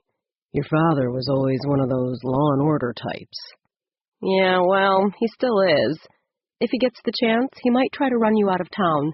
But don't take it personally, and don't let anything he does reflect on me. He chuckled. I see you two are still close. Rebecca remembered the way her father had treated her in the salon that morning, compared to the way he'd treated Josh. Stop by City Hall and I'll take you to lunch. And felt her temper rise. But she didn't want to talk about it. She'd been trying to forget Josh ever since shampooing his hair had felt like a sexual encounter. She took a sip of her beer. You ever marry? No. Kids? No. You? None so far. I am getting married, though. I just don't know when. That sounds promising. Who's the lucky guy? Name's Buddy. Lives in Nebraska. He nodded. What do you do for a living? She asked. Nothing, right now. This time the silence felt awkward, and Rebecca knew she'd treaded too close to something he wasn't willing to discuss. So she backed off. Haven't you been going stark raving mad out here with only your grandmother for company? Not yet. I only got in last weekend, and Granny's kept me busy fixing up the place. He gazed out over the meadow-like yard. It's prettier here than I remembered. The Hatfield property was pretty. Set away from Dundee, back in the mountains, it consisted of several wooded acres. The house, a simple white A-frame as old and charming as the one on Little House on the Prairie, had a wraparound porch with a hint of fancy woodwork at the windows and doors. A detached garage sat off to one side, at the end of a long drive, and a stone path led through the backyard, past a root cellar and a neatly tended vegetable garden, to the back porch. My dad said you've come to look after Hattie, Rebecca said. Does that mean you're staying for a while? He pulled a pack of cigarettes from his shirt pocket and lit one, then offered one to her. She almost grabbed it. She wanted to, but Josh didn't chew or smoke. In the bad habits department, as in all others, she didn't compare favorably to him, and she hated that. Figured it was the least I could do for all the years she spent trying to reclaim my soul from the devil, Booker said. He set the cigarettes on the arm of the swing, within easy reach, when she refused them. Fortunately, she's a lot better off than she let me believe. I think it was all a ruse to get me out here. But now that I'm here, he shrugged. I think I'll stick around. For a while, anyway. So, did she ever manage to reform you? Are you a better man? Rebecca shifted farther away so the smell of his smoking wouldn't tempt her beyond her endurance. I don't think I've changed a whole hell of a lot. But then, I'm getting the impression that neither of you. Even you? She cried. What does a girl have to do? He laughed outright. What are you talking about? I've been trying to change. I've been trying for years, but no one's even noticed, except maybe Delaney. If anything goes wrong, I still get the blame. When Josh Hill knocked over the food table at my sister's wedding, did anyone say, "That Josh Hill, you just can't invite him anywhere"? No! You know what they said? They said they should have expected something like that with me around. All I want is to live my life without the extra baggage, you know? I mean, I'm 31 years old. How long is it going to take for people to forget my past sins? Will I ever live them down? Why would you want to? He asked. He wasn't getting it. Of course he wouldn't. He was Booker Robinson, and to him a bad reputation was a mighty fine thing to have. He'd worked hard to establish his own. Forget it, she grumbled. You don't understand. Yes, I do. What? She leaned forward. What do you understand? That they're getting the best of you. Who? The critics. They're not critics. They're my friends, my family. He tipped his bottle at her. That doesn't mean they're not critics, babe. Why don't you tell them to go to hell? Oh, great solution, she said. Thanks. He finished his cigarette, dropped it on the porch floor, and ground it out. You are what you are. You can't apologize for that. They fell silent while they drank their beer and watched the sunset. Whatever happened to Delaney? He asked when it was almost dark, his body a mere shadow in the swing. She's still around? She's pregnant. Married? Rebecca folded her arms and leaned back. Yeah, she married Clive's grandson, Connor Armstrong. Who's Clive? He's the old guy who owned the Running Y Ranch. Connor owns it now. He's in the process of building a big resort and golf course. No shit. Delaney's rich, then? He asked. Not yet, but if everything goes the way it should, she will be. So will Josh and Mike Hill. From what Delaney has told me, they've invested quite a bundle in the project. Josh again, huh? His name seems to come up quite often with you. Not really. You just caught me on a bad day. From what I remember, he was a pretty decent football player. He ever go pro? No. He played for the University of Utah for a few years, but once he got his degree, he returned home. His brother was already out of school and wanted to partner up, buy some land, and start a breeding business. And that's what they did? That's what they did. What kind of degree did Josh get? I think they both majored in animal husbandry. Booker hooked an arm over the swing and scowled. What the hell is that? It's the degree most everyone around here gets, Rebecca said. Not that I know a whole lot about it. I went to massage school, realized I couldn't make a living doing massage, at least in these parts, then went to beauty school. I've never seen the inside of a university. That makes two of us. Did you know Josh very well? She asked. No. Rebecca couldn't see for sure, but she thought Booker was frowning. His voice, when he spoke, confirmed it. I never much liked him, though, he said. Rebecca laughed. Neither have I. So what are you doing later? Want to head over to the honky-tonk? Chapter 5. Why would I want to see Booker Robinson? Delaney asked. Rebecca propped the telephone against her shoulder and turned sideways to contemplate her reflection in the mirror behind her bedroom door. She wanted to look good tonight. She needed to look good. After the past few days, it was time for an emotional comeback. Because he's an old friend. He's not an old friend of mine. Rebecca rotated to the back, checking her behind. Did her butt look big in these jeans? Maybe she should go for the tight black slacks, the one that rode low on her hips and showed the tattoo she'd gotten to mark her 30th birthday.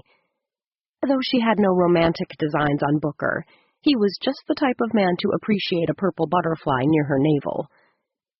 He's been gone 12 years. He might have changed, she said. You saw him today. Has he? She peeled off the jeans and wiggled into the black slacks. No, not a bit.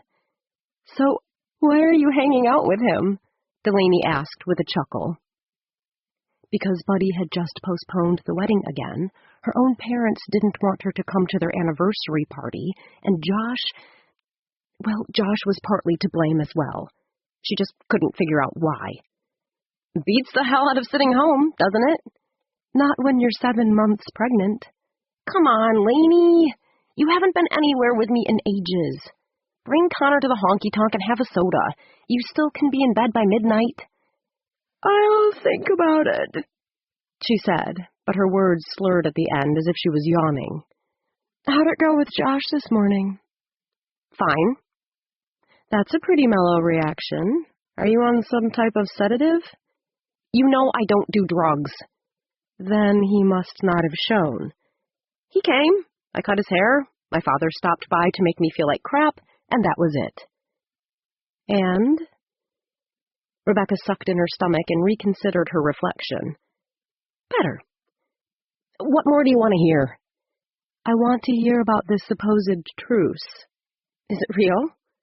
Who knows? If you ask me, the only thing that's changed is Josh's haircut.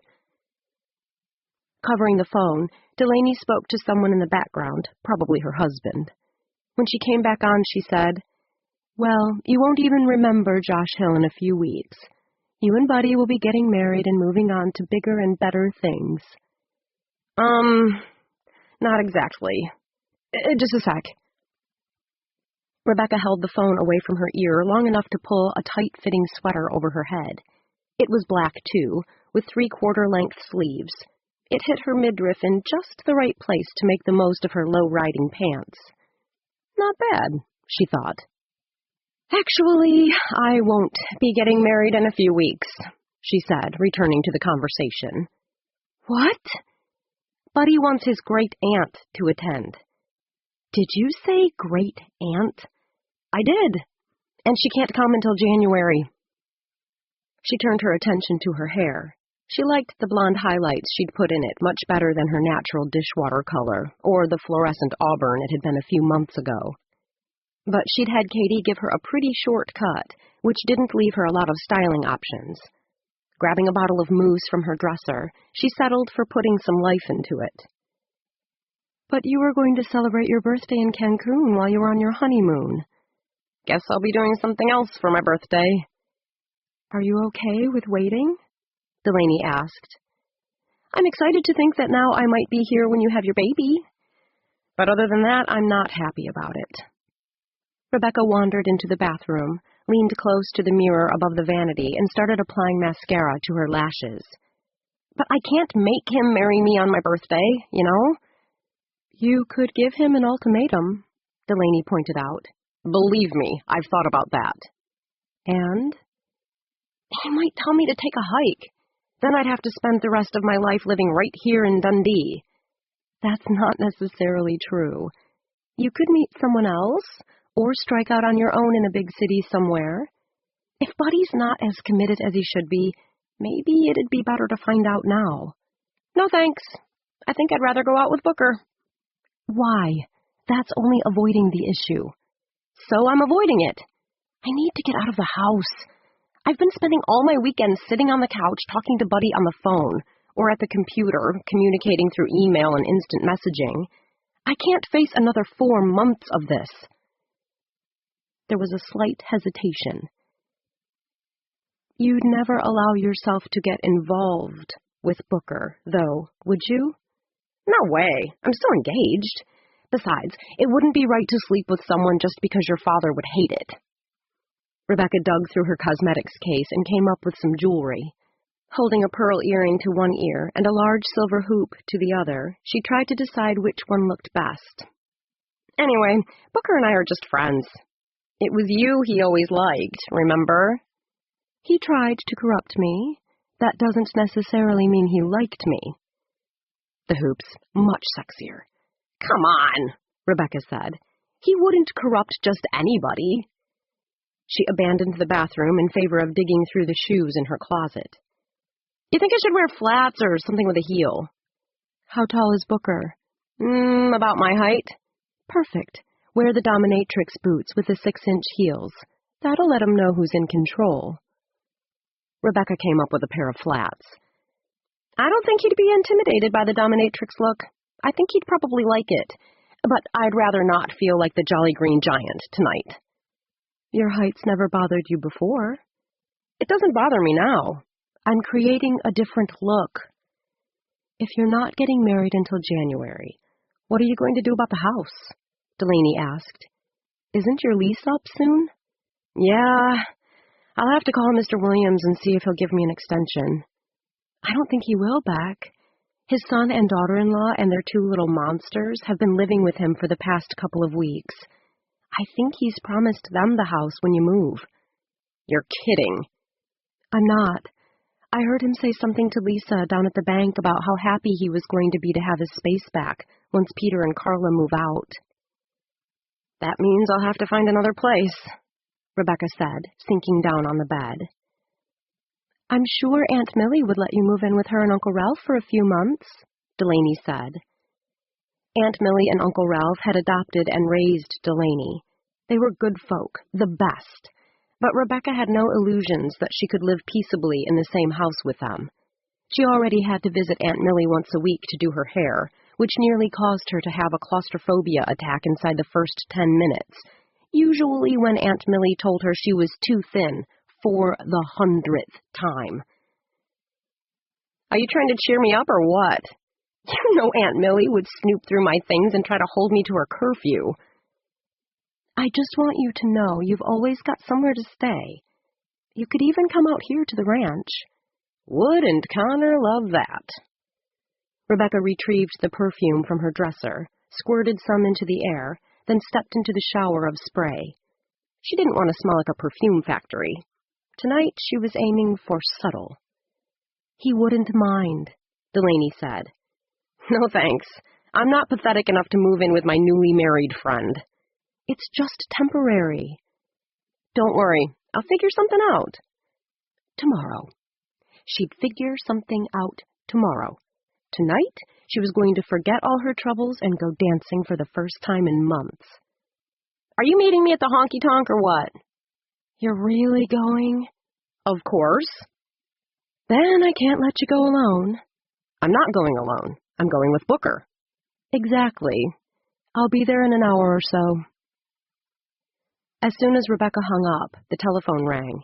She eyed it with distrust. Ignoring a ringing phone went against her basic nature. She had sort of a no-run, no-hide policy. Anything less smacked of cowardice. But she didn't want to talk to Buddy or her father or one of her perfect sisters. Not right now. Tonight, she was feeling good and going out. She managed to keep herself from picking up, but hurried into the kitchen to adjust the volume on the answering machine. She breathed a sigh of relief that she'd used some restraint when she heard Buddy's voice. "Beck, where are you?" "Are you mad at me?" "What's wrong? I haven't heard from you. I thought we worked everything out, so what's with the silent treatment?" "If you're that upset about the wedding, maybe we could move it up a couple of weeks. I'll talk to my aunt. Give me a call." "Okay." Beep. Click. "A couple of weeks?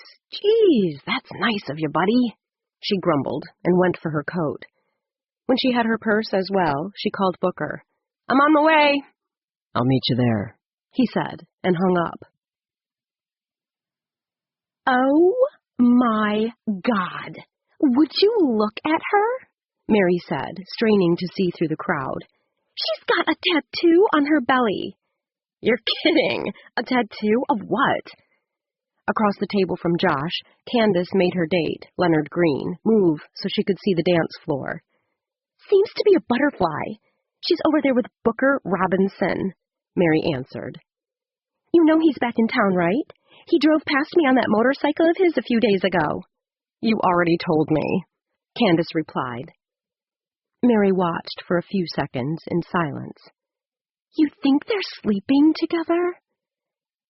Josh had been trying to ignore the conversation, just like he'd been trying to ignore Rebecca ever since he'd arrived at the honky-tonk. But he couldn't hold his tongue any longer. "No," he said flatly. "She's not." "How do you know?" Mary asked, her tone eager.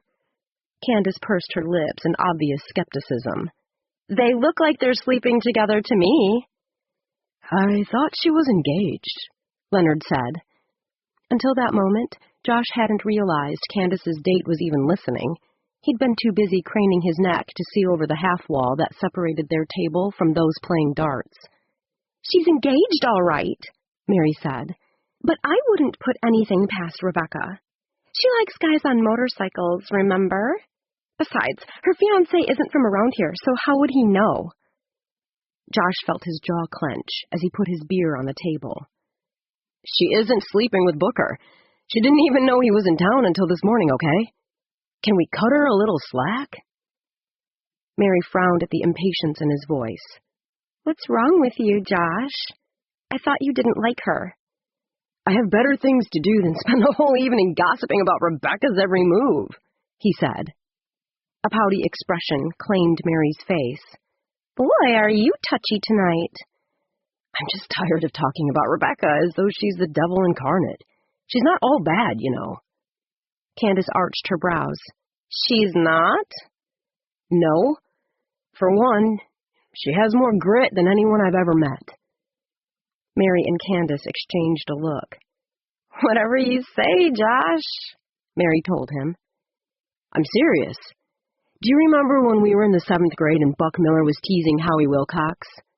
"Candace and I weren't in junior high then." "I was," Leonard said, turning back to the table as the game of darts he'd been watching broke up and the participants sauntered over to the bar. "Buck was always teasing Howie." "He was always picking on someone," Josh said. "And this day, we had to run the mile for phys ed. Poor Howie was so overweight he could barely walk a mile, let alone run one. And Buck was all over him about it, saying the only person he knew with more rolls was the Michelin tire man. Crap like that." Leonard nodded. "I remember." Josh focused on Mary and Candace. "Rebecca heard what Buck was saying to Howie and decided she'd had enough. She threw down her books, marched up to Buck, and told him to keep his big fat mouth shut or she was going to shut it for him." "She did?" Candace said. "Buck was one of the strongest kids in school." "He went through puberty in the 6th grade, but she didn't care," Josh said. "She told him he'd better quit teasing Howie or she'd make him pay." Mary pulled her chair closer to the table. "What did he do?" "Started shoving her, telling her to mind her own business before he taught her how. And she shoved him right back. Pretty soon they started swinging at each other, and all the kids gathered around. Mary laughed. You've got to be kidding. Did she come out of it okay? No. Josh took another drink of his beer. She got her ass kicked. For Fat Howie. Why? Candace wanted to know. Were they friends? Not that I know of. Fat Howie didn't have any friends. Why didn't she try to get away when she could see that Buck had the best of her? Leonard asked. All she had to do was go crying for the principal. Rebecca wouldn't give up. She just kept swinging. Josh shook his head. Damnedest thing I ever saw. How did it end? Mary asked. The yard duty finally came and broke it up. Did Buck get suspended? They both did.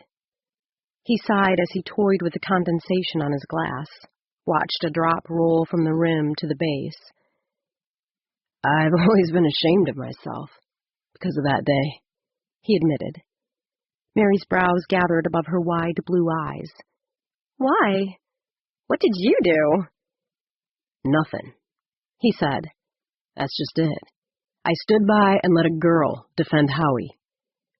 No one else jumped in, Leonard said. We were only 12, just out of grade school, and pretty surprised by the whole thing. Josh had been more than surprised. He'd been shocked. And even though he remembered it in slow motion, it had actually happened very fast.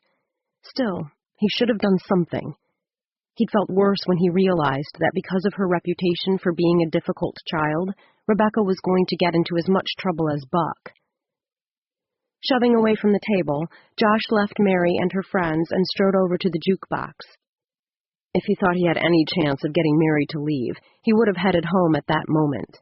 But she loved hanging out at the honky-tonk, socializing with all her old friends, and generally insisted they stay until well after midnight. Sometimes he wondered if she realized they weren't in high school anymore. He stared down at the songs listed on the jukebox, forcing himself to focus on the titles in an effort to block out the mental picture of how Rebecca had looked after she fought Buck.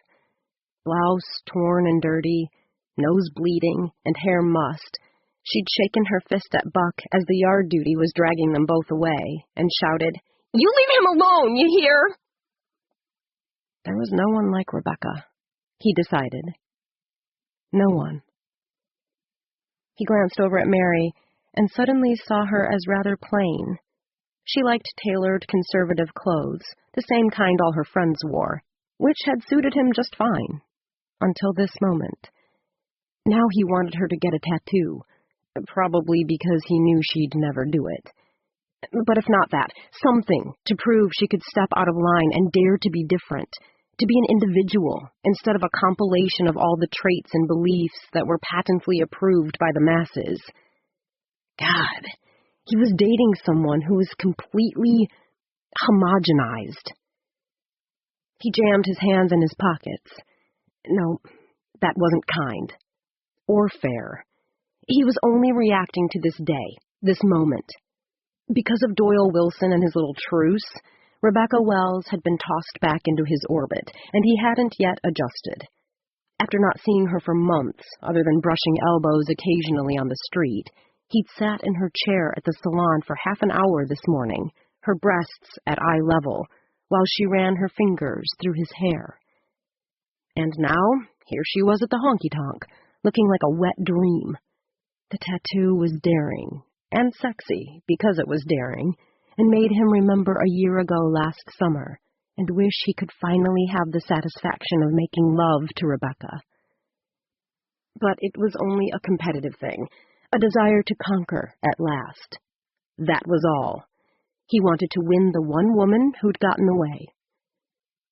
Mary was petite and attractive and nice and a good parent to Ricky, although, like tonight, her mother often took care of him. He was a lucky man to have Mary, Josh reminded himself. He knew at least a dozen other guys who would gladly take his place.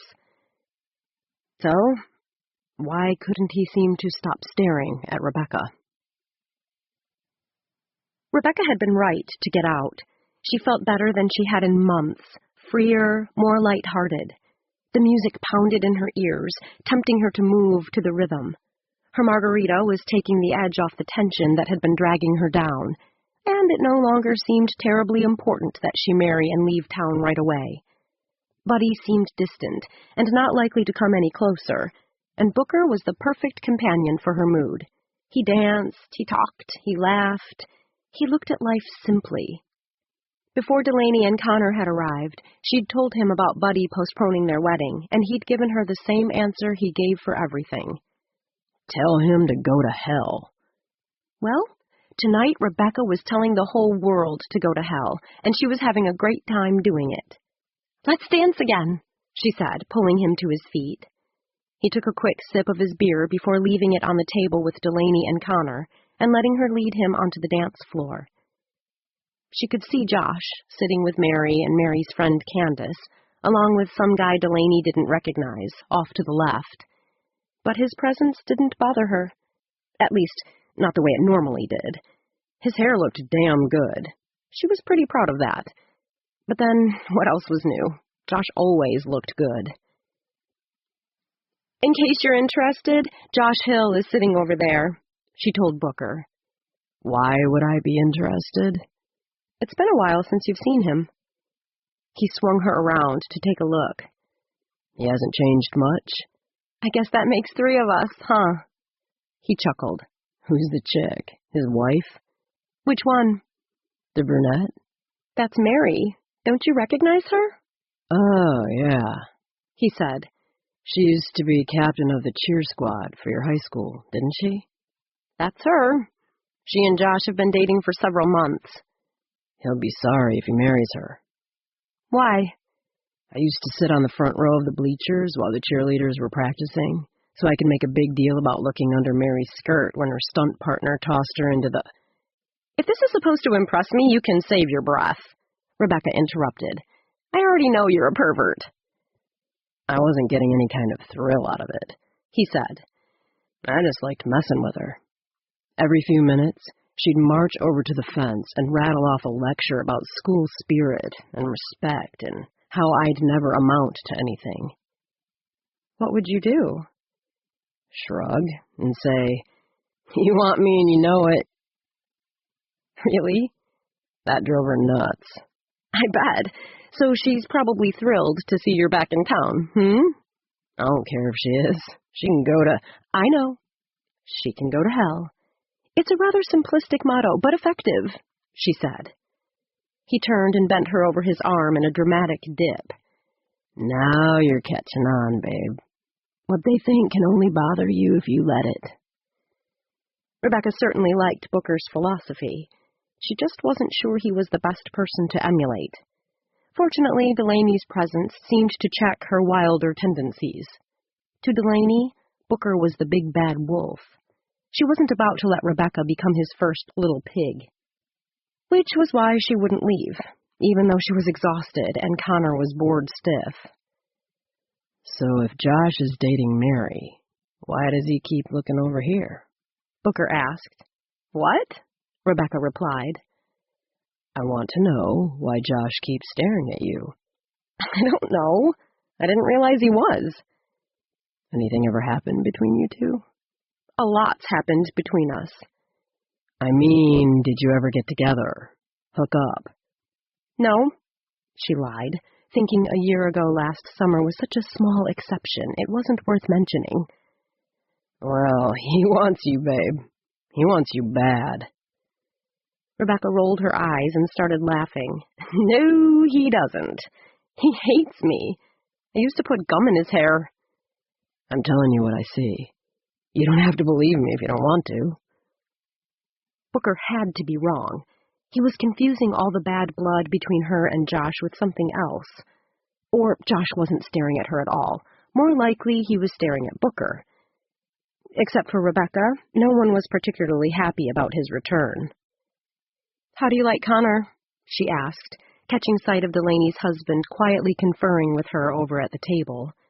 He was probably begging her to give up her vigil and go home, and, in a way, Rebecca wished she would. Having Delaney there grounded her, and she appreciated that. It was the whole reason she'd taken the precaution of inviting her.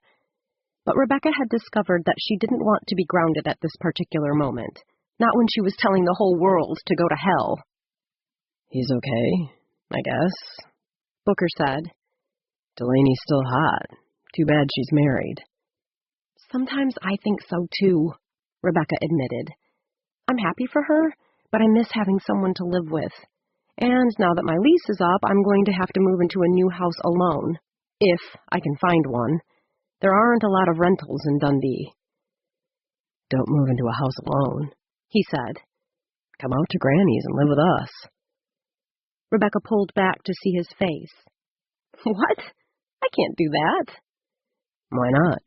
There's plenty of room, and Granny would love it because she'd have another pair of hands she could put to work. Doing what? Weeding the garden, washing her old Buick, making a meal or two. I wouldn't mind helping, Rebecca said. I think it'd be fun to be around people again. It's been me and my phone for the past 5 months. I'll talk to Granny and give you a call. Great. Rebecca smiled at finding a possible solution. The Hatfield place seemed like the perfect stopgap. Maybe her luck had changed. Or maybe, she looked up at Booker, maybe she was selling her soul to the devil for a roof over her head. Chapter 6. Today was a day for change. Rebecca could feel it. Booker had called to tell her Granny Hatfield had no problem with her moving in, so she had a new place to live. Provided she performed a short list of chores each day, Hattie wasn't even going to charge her rent. Her current landlord had agreed to let her out of her lease so she could move right away. Actually, he'd practically wept in relief that his son, daughter-in-law, and grandkids would now be able to have their own place. And Rebecca had gone the entire day yesterday without a cigarette. Surely she was making great strides toward solving the problems in her life. Now she just needed to pack and borrow a truck. Booker had offered to help using Hattie's Buick, but if they had only the Buick and her Firebird, they'd make a dozen trips, at least, and still have no way of getting her furniture into storage. Rebecca was contemplating whose truck to borrow when the phone rang. She thought it was probably Buddy, but instead of hesitating, she snatched up the receiver because she no longer felt any need to avoid his calls. She could be positive and cheerful because she was feeling positive and cheerful. No man would be afraid to marry her if he talked to her right now. "Hello," she said brightly. "Becky?" A little of Rebecca's exuberance faded. It was her sister. "Hi, Greta." "Mom wanted me to call and see if you can come to dinner today." "Why doesn't she ever invite me herself?" "It's nothing personal, Beck. I just phoned her to share a great souffle recipe, and she mentioned that it'd be nice to get the whole family together this afternoon to finish making plans for your wedding. I told her I'd follow up on it." So much for making great strides toward solving the problems in her life. There were still 2 weeks until the anniversary party. 2 weeks during which she had to keep her plans a secret. In addition to that, she knew her family wasn't going to be happy about her moving in with Booker, even if it was only temporary. And depending on how badly her sister annoyed her, she doubted she'd get through this conversation without a cigarette. I don't know. I'm pretty busy today, Greta." "Why? What are you doing?" "I thought I'd move a few things into storage." "It's Sunday, and you have the day off tomorrow. Can't you do the storage thing later? We really need to finalize a few details if we're going to pull this wedding off in 6 weeks, Beck. I've worked too hard to let anything slip through the cracks." Rebecca heard the accusation in her sister's voice. After everything I've done for you, you'd have the nerve to refuse me? And felt trapped. She hadn't asked Greta to do anything special for her wedding. She'd wanted to keep it simple, and she'd said so from the beginning. But Greta was a stay-at-home mom with 3 small boys, and Rebecca suspected her older sister was a little bored. She'd embraced this event as though she was Jennifer Lopez in The Wedding Planner.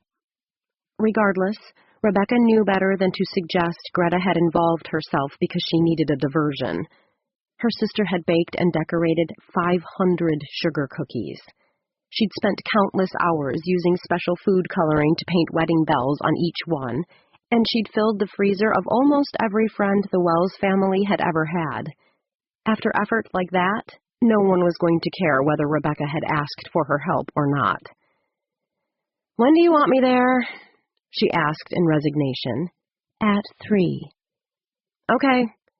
Can I borrow Randy's truck later tonight, then?" "Sure. We picked up the wedding arch from the porter's house yesterday, and we're delivering it to Mom and Dad's tonight, so it'll be there in the living room for the anniversary party. Once we get it unloaded, you can take the truck." "Thanks. Is there anything I can do for Mom and Dad's big celebration?" "Let's see. The house is basically ready. I'm having the food catered, except for a few extra dishes I'm making myself. Mom's made out the guest list, and Delia and Hillary have already created the invitations using a program I found at the computer store in Boise. It's amazing what you can do with a home printer these days, isn't it? So I think we're fine. Unless you don't know how to do calligraphy, do you?" "If you mean that fancy scroll-like writing, no." "It's not that difficult, Beck." Rebecca could feel her sister's irritation through the phone. "I thought you were just marveling at the modern miracle of desktop publishing." "I think addressing them by hand will add a personal touch." "Why don't I take charge of cleaning up after the party?" Rebecca asked before her sister could suggest she sign up for a class in calligraphy. "Perfect," Greta said, which was probably what she'd been hoping for all along, and hung up. Rebecca waited for a dial tone, then called her fiancé. "There you are," he said the moment he heard her voice. "What's going on? Are you mad at me?" "Of course not." She was making such progress with patience. "Then why haven't I heard from you?" "I was super busy at work yesterday." "And last night?" "An old friend's moved back to town. We went out for a drink." "Oh." A pause. "So, everything's okay between us?" "Of course." "Great. You had me worried. What are you doing today?" "Packing. I've found another house." "You're moving?" "I have to. I couldn't extend my lease." "But you still have another 6 weeks before your lease ends." "This other place will be a lot cheaper." "And your current landlord doesn't mind?" "Good for you. See? Postponing the wedding might turn out to be the best thing for both of us." Rebecca hardly considered $2,000 worth the wait, considering the abuse she was going to suffer when she told her family those cookies of Greta's would have to remain in the freezer for an extra 2.5 months. "I'm thrilled it's turning out so well," she said. Fortunately, he missed the slightly sarcastic tone to her voice. "We'll be set up, babe." "Life is good." "I miss you." "Miss you too." "I still have the plane ticket I bought for the wedding, so we'll get to see each other soon." "My mother and father are having an anniversary party in a couple of weeks. Can you change your flight and come for that?" she asked. "Maybe. Let's see about the cost. We wouldn't want to waste any of what you're saving in rent." As far as Rebecca was concerned, her moving early meant they'd have money to burn. But then, she was impulsive. Impulsive people weren't typically big savers, which was just another of the many reasons Buddy would be good for her. He was so level-headed. "Let me know what you find out," she said. "Are you in a hurry to get off the phone?" "I promised myself I'd start a workout regimen today. I was about to go jogging." "You? Jogging?" "You say that as though you can't imagine it." "Because I can't. Why bother? You're already skinny, and you smoke. What good's it going to do?" "I don't smoke anymore," she said, thinking positively. "And I want to tone up." "Something wrong with that?" No, it's just... A brief silence. You don't have to do it for me. Rebecca couldn't say why she suddenly felt the desire to get in shape, but she was pretty confident Buddy wasn't part of the equation. It worried her, now that he'd pointed it out. The last time she'd shown any interest in diet and exercise had been right after her night with Josh Hill. A funny coincidence, considering he was now front and center in her life again. I appreciate that, she said. I love you just the way you are. Which was why she'd had to wait 2 days since their last conversation before she could safely call him back. Have you ever thought about giving up cigarettes and losing some weight? She asked. Not really. I've never been the athletic type. But you've known that from the beginning, he added, a defensive note in his voice. Rebecca ignored his slight bristling. She wasn't trying to make him feel bad. She wasn't even trying to get him to lose weight. She was trying to understand why he didn't feel he needed to change something that was obviously less than ideal. So you're saying I am what I am? He seemed to clue into the fact that she wasn't belittling him. I guess. Why? A friend of mine said the same thing about himself last night. So? He's sort of a thug. And? I like the concept. Take me or leave me is right up my alley. But on the other hand... Yes? It sounds like a cop-out. Rebecca, what are you talking about? No more smoking? Workout regimens? Take me or leave me?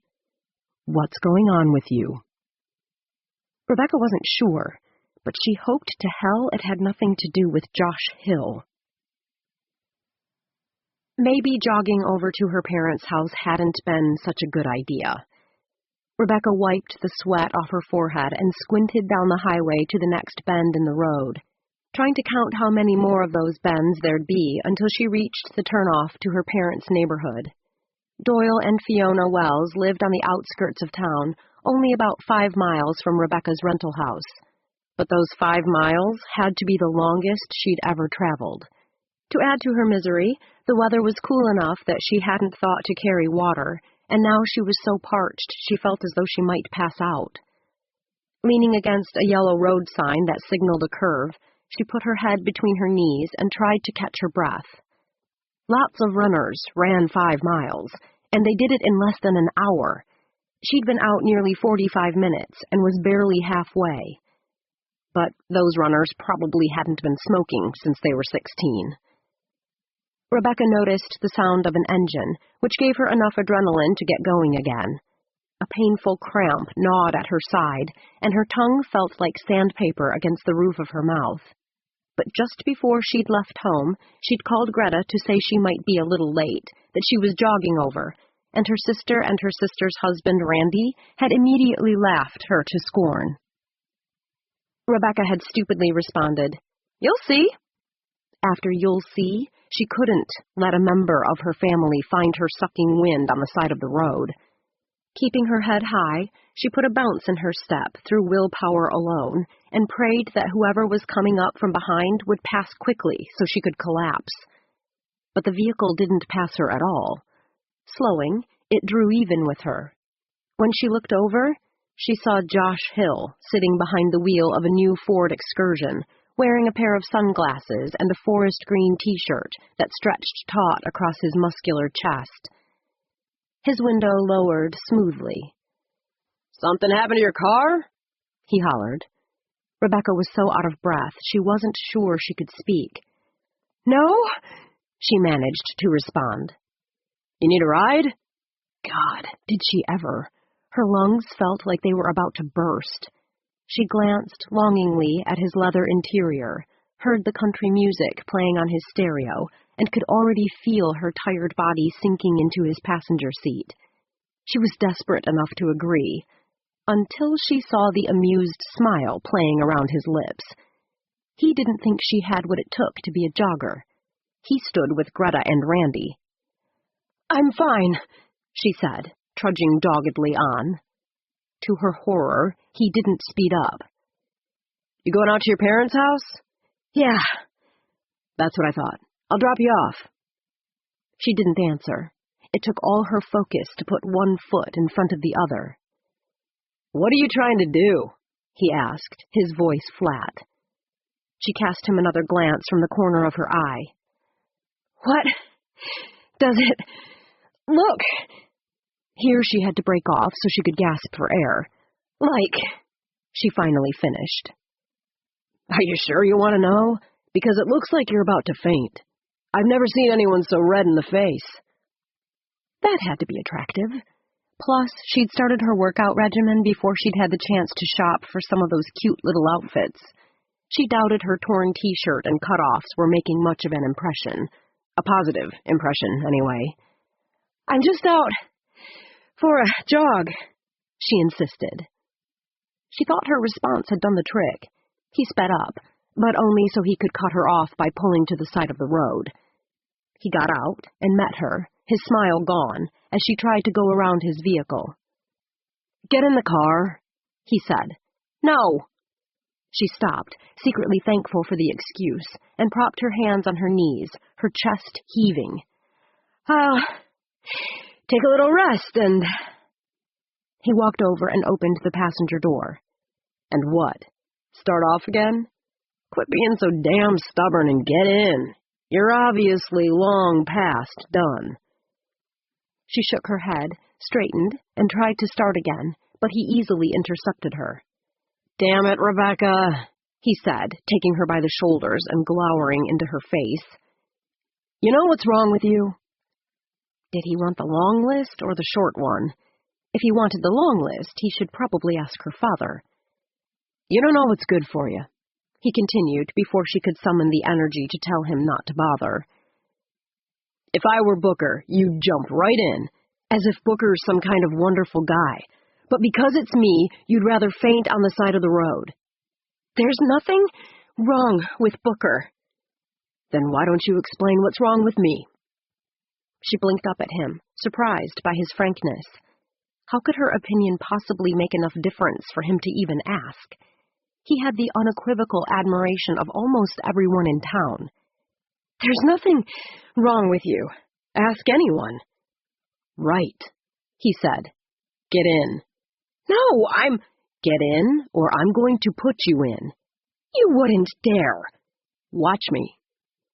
Sweeping her into his arms, he strode to the truck and deposited her in the passenger seat, with such quick, powerful movements, she knew better than to struggle. He'd made up his mind he was getting her that far, and she had no strength with which to fight him. She could have gotten out again, though. He couldn't force her to stay inside once he walked away. Except that her legs felt like rubber, and she was afraid she'd fall on her face. She caught a whiff of his cologne as he climbed into the driver's seat, and feared she smelled like a locker room.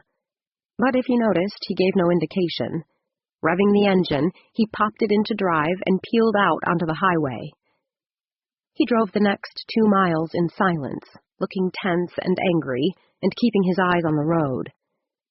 By the time Rebecca's heart rate had slowed enough to speak normally, he was making the turn into their old neighborhood. "You want to explain your little burst of temper back there?" she asked. He scowled and jammed a hand through his hair. "I don't think I could if I tried." He dropped her off at her parents' house without saying another word.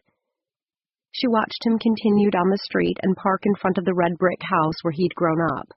When he got out, he stared at her for a few seconds, then shook his head and went inside. And people told her she was temperamental, Rebecca thought. "You look like hell," Greta said as soon as Rebecca entered the house. Rebecca heard Randy chuckle from where he was sitting in the living room, reading the paper. "Shut up, Randy, or I'll invite another 100 people to my wedding. Then you'll be helping Greta bake cookies for the next 3 weeks," she said as she went to the fridge for a much-needed drink. "If Buddy gets to know you very well, there won't be a wedding," he retorted. Greta tried to hide her smile, but Rebecca caught it anyway, and was glad someone seemed entertained by her and Randy's constant barbs. They generally didn't take each other too seriously, but sometimes they got carried away. which was what her mother was constantly trying to avoid by saying, "Come on, you two." "Could we have some peace in this household for a change?" Fiona said today, as she put some garlic bread in the oven next to what looked like a pan of lasagna. Rebecca guzzled a big glass of cranberry juice, feeling as though she might die in relief. "Talk to Randy," she said. "Or better yet, ask him to go visit his old pal Josh. He's down at his parents' house. I'm sure he'd love to have Randy over to spend the entire afternoon." "Nice try," Randy said. Rebecca poured herself some more juice. "Next time I see Josh, I'll have to tell him you weren't interested in his invitation." Doyle ducked through the French doors that opened to the patio. "Thought I'd better turn those sprinklers off," he said to no one in particular. "We don't want it muddy back there, or we'll have a mess when we try to move that wedding arch inside. These doors are probably the only way in for something that big." "Where are Delia and everyone else?" Rebecca asked, taking a chair at the kitchen table as far away from Randy as she could manage in the open kitchen dining area family room. "Delia and Brad took the kids to Boise for the weekend to see his parents," her mother answered. "And little Joey has the flu, so Hillary and Carrie won't be coming." "What about the girls? They're not dropping Tasha and Sydney off?" "I told them not to," Greta piped up. "They could be carrying whatever Joey's got, and I don't want my three to be up all night tossing their cookies." "Would that be so bad?" Rebecca asked. "You could always make cold compresses that look like bunnies, or freeze Pepto-Bismol and cut it into shapes." "Cute," Greta said. "So, it's just us?" Rebecca had been counting on the noise and constant confusion created by her nieces and nephews to offer some distraction while she slogged through whatever discussion Greta wanted to have about the wedding. But even Greta's boys were completely entertained by the Sony PlayStation Grandpa and Grandma had bought a few weeks ago. "It's just us," Randy said, "which was perfect until you arrived." "Randy?" Fiona warned. "Oh, boy. How are we going to get the wedding arch into the house?" Greta interrupted. Fiona's constant admonishments were mere background noise after so many years. "We need more hands than yours and Randy's, Dad." "Especially when Randy's about as good as a little girl," Rebecca added. "Rebecca, that's enough." It was her father this time, so Rebecca closed her mouth and her eyes and attempted to enjoy her respite from not having to move. "Nice jogging outfit," Randy said.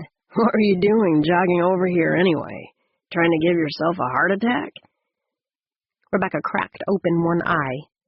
"Being a couch potato yourself, I know this is probably a foreign concept to you, but it's called health and fitness." His newspaper rattled as he turned the page. "That's pretty funny, considering you smoke like a chimney." "I don't smoke anymore." "You don't?" her mother said, setting the timer for the bread. "Good for you, Beck." "Smoking's a filthy habit," her father muttered. Rebecca tossed the hand towel she'd been using as a cool compress into the sink. "Thanks for the encouragement, Dad." "Let's get that wedding arch unloaded," he said, ignoring her. Rebecca didn't think she could get up without a winch. "We can't. There's only you, me, and Randy, and we need more hands than that." "We wouldn't want Greta to break a nail. She might decide to sculpt something out of it." Greta's jaw dropped. "Ow! Leave me out of your little spats, okay? What's gotten into you today?" It wasn't what had gotten into her. It was who. She was still trying to figure out what had happened with Josh Hill. Why had he been so upset? Because she didn't want to ride with him? What was it to him if she fainted by the side of the road? "I wasn't joking about Josh being at his parents' house. I ran into him earlier," she said, as if that was explanation enough for her bad mood. Unfortunately, it was the wrong excuse to use today. "That shouldn't make any difference," Doyle said. "You two called a truce, remember?" "Yeah, well, talk to Josh," Rebecca grumbled. "I think he must have forgotten about that." Her father shifted onto the balls of his feet. Damned if he did. You go down there and tell him we need his help unloading this wedding arch. Rebecca jerked upright. Randy's his best friend. Have him go. Her father gave her the look, the one that indicated he meant business. I asked you. He admitted to me just yesterday that his mother doesn't like me, Rebecca said. After all the trouble you and Josh had growing up, can you blame her? Considering you still like him? Yes. Go on over there, her father said. I want to get that arch off the truck before the neighborhood kids start climbing on it. The last thing we need is for someone to get hurt. If I go down to Josh's parents' house, I have a good chance of being hurt, she argued. Don't worry. I'll make you a butterfly bandage, Greta said sweetly. Rebecca rolled her eyes. Good one, Greta. Now I know why you want to stay out of the line of fire. You're only packing a pellet gun. Hurry, her father said, cutting off any rejoinder Greta might have made. Let's get this over with. If I do this, can we have our little wedding meeting during dinner instead of after? Rebecca asked. Why? Greta wanted to know. Because I have to move some things into storage, remember? Okay. You go get Josh, and we'll keep the meeting short. Fine. She turned to her mother. I need to change my shirt. Can I borrow something? Chapter 7. After her exuberant attempt to get fit in one day, Rebecca could barely walk, and she'd seen all of Josh Hill she wanted to see. But if fetching him meant she could go home, move her furniture into storage, and shower that much sooner, she was determined to do what had to be done. Her family, except her mother, who stayed to watch over dinner, spilled out of the house behind her and milled around Randy's Chevy pickup as she hobbled down the street. She could feel her brother-in-law's interest, knew he was laughing at her, and wished she had the energy to turn and flip him off. But, in her bid for self-improvement, she was currently stifling such tendencies. And her father was standing right there, which helped a great deal with the old self-control. She doubted Doyle would buy the I am what I am routine. The one thing she didn't want was to start him off on another of his what's this world coming to tirades. Josh's house had once looked huge, or at least daunting. Rebecca recalled sneaking over there as a child, her heart pounding with the anticipation of whatever mischief she was planning. She also remembered being caught a time or two by the formidable Mrs. Hill. Those memories loomed large in her mind. But Josh's mother had to be in her early 60s, Rebecca reminded herself. Surely, even gimpy, she could outrun her by now. Rebecca! Get Mike, too, if he's there, her father called. Rebecca threw a glance over her shoulder and nodded in acknowledgement. Randy was standing at the curb. He taunted her with a grin and a wave, so she threw back her shoulders and marched, as best she could, through the Wells' neatly tended yard, past an American flag, up the 2 steps of the green porch, and right to the front door. Staring at a beautiful autumn wreath hanging at eye level, Rebecca punched the doorbell. Josh's father answered a moment later. Well, if it isn't the little girl from down the street. We haven't seen you around our place for a few years. Thank God, he added under his breath, as though he thought she wouldn't be able to hear him. Rebecca raised her chin. My father was wondering if Josh and Mike might be willing to help us lift something from the back of Randy's truck. Larry Hill poked his head out of the house and looked down the street as though confirming what she'd said. Her father waved. He waved back. Mike's out of town on business for the weekend, he said, but I'll help, and I'll get Josh. Who is it? Mrs. Hill asked, coming up behind her husband as he moved away and left the door ajar. Rebecca heard Larry say her name. Well, for heaven's sake, don't leave her unattended. You never know what she might do, she snapped and promptly appeared in the doorway. Rebecca cleared her throat and attempted polite conversation. Hello, Mrs. Hill. The weather's sure been beautiful this fall, hasn't it? What happened to you? she responded, eyeing the dirt on Rebecca's sweat-streaked legs. "You look like hell." Rebecca again. Josh couldn't believe it. After several years of relative tranquility, she'd burst back into his life, and now she seemed to be around every corner. He and his father followed her down to her parents' house without speaking. Josh determined to remain more aloof during this encounter.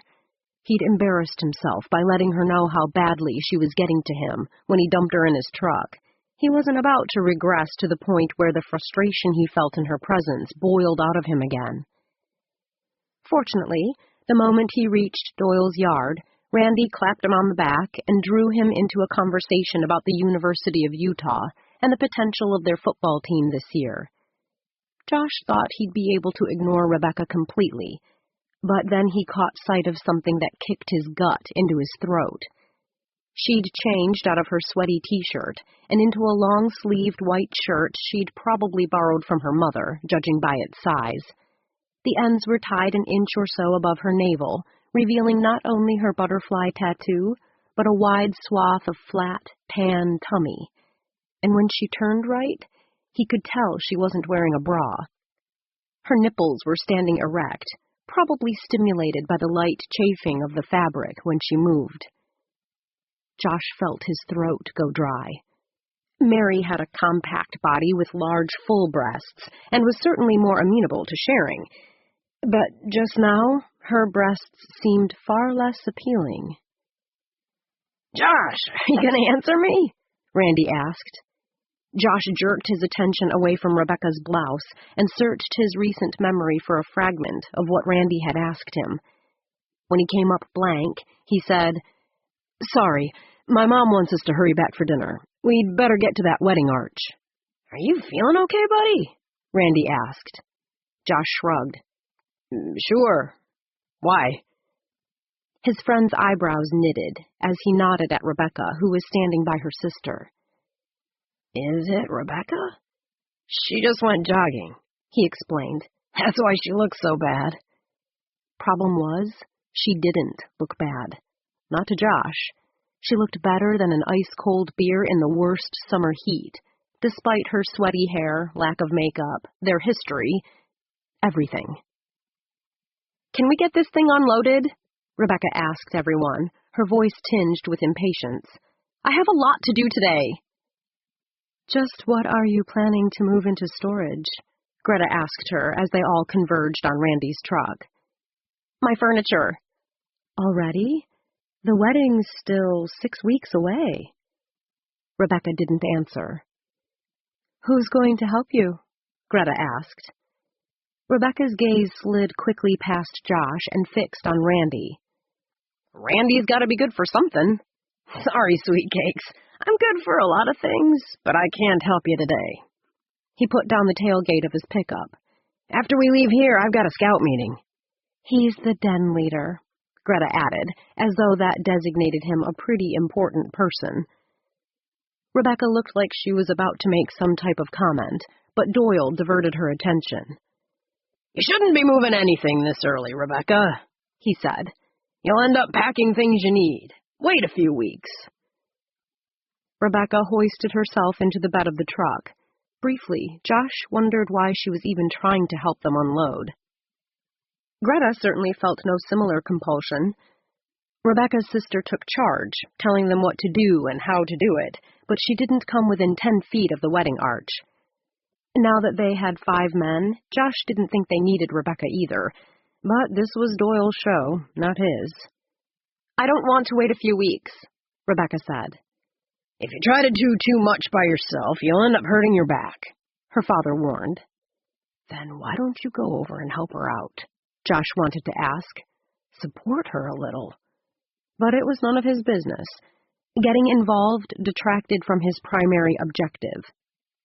So did that blouse Rebecca was wearing, but there were some things that couldn't be helped. "I'll only lift the light stuff," Rebecca said.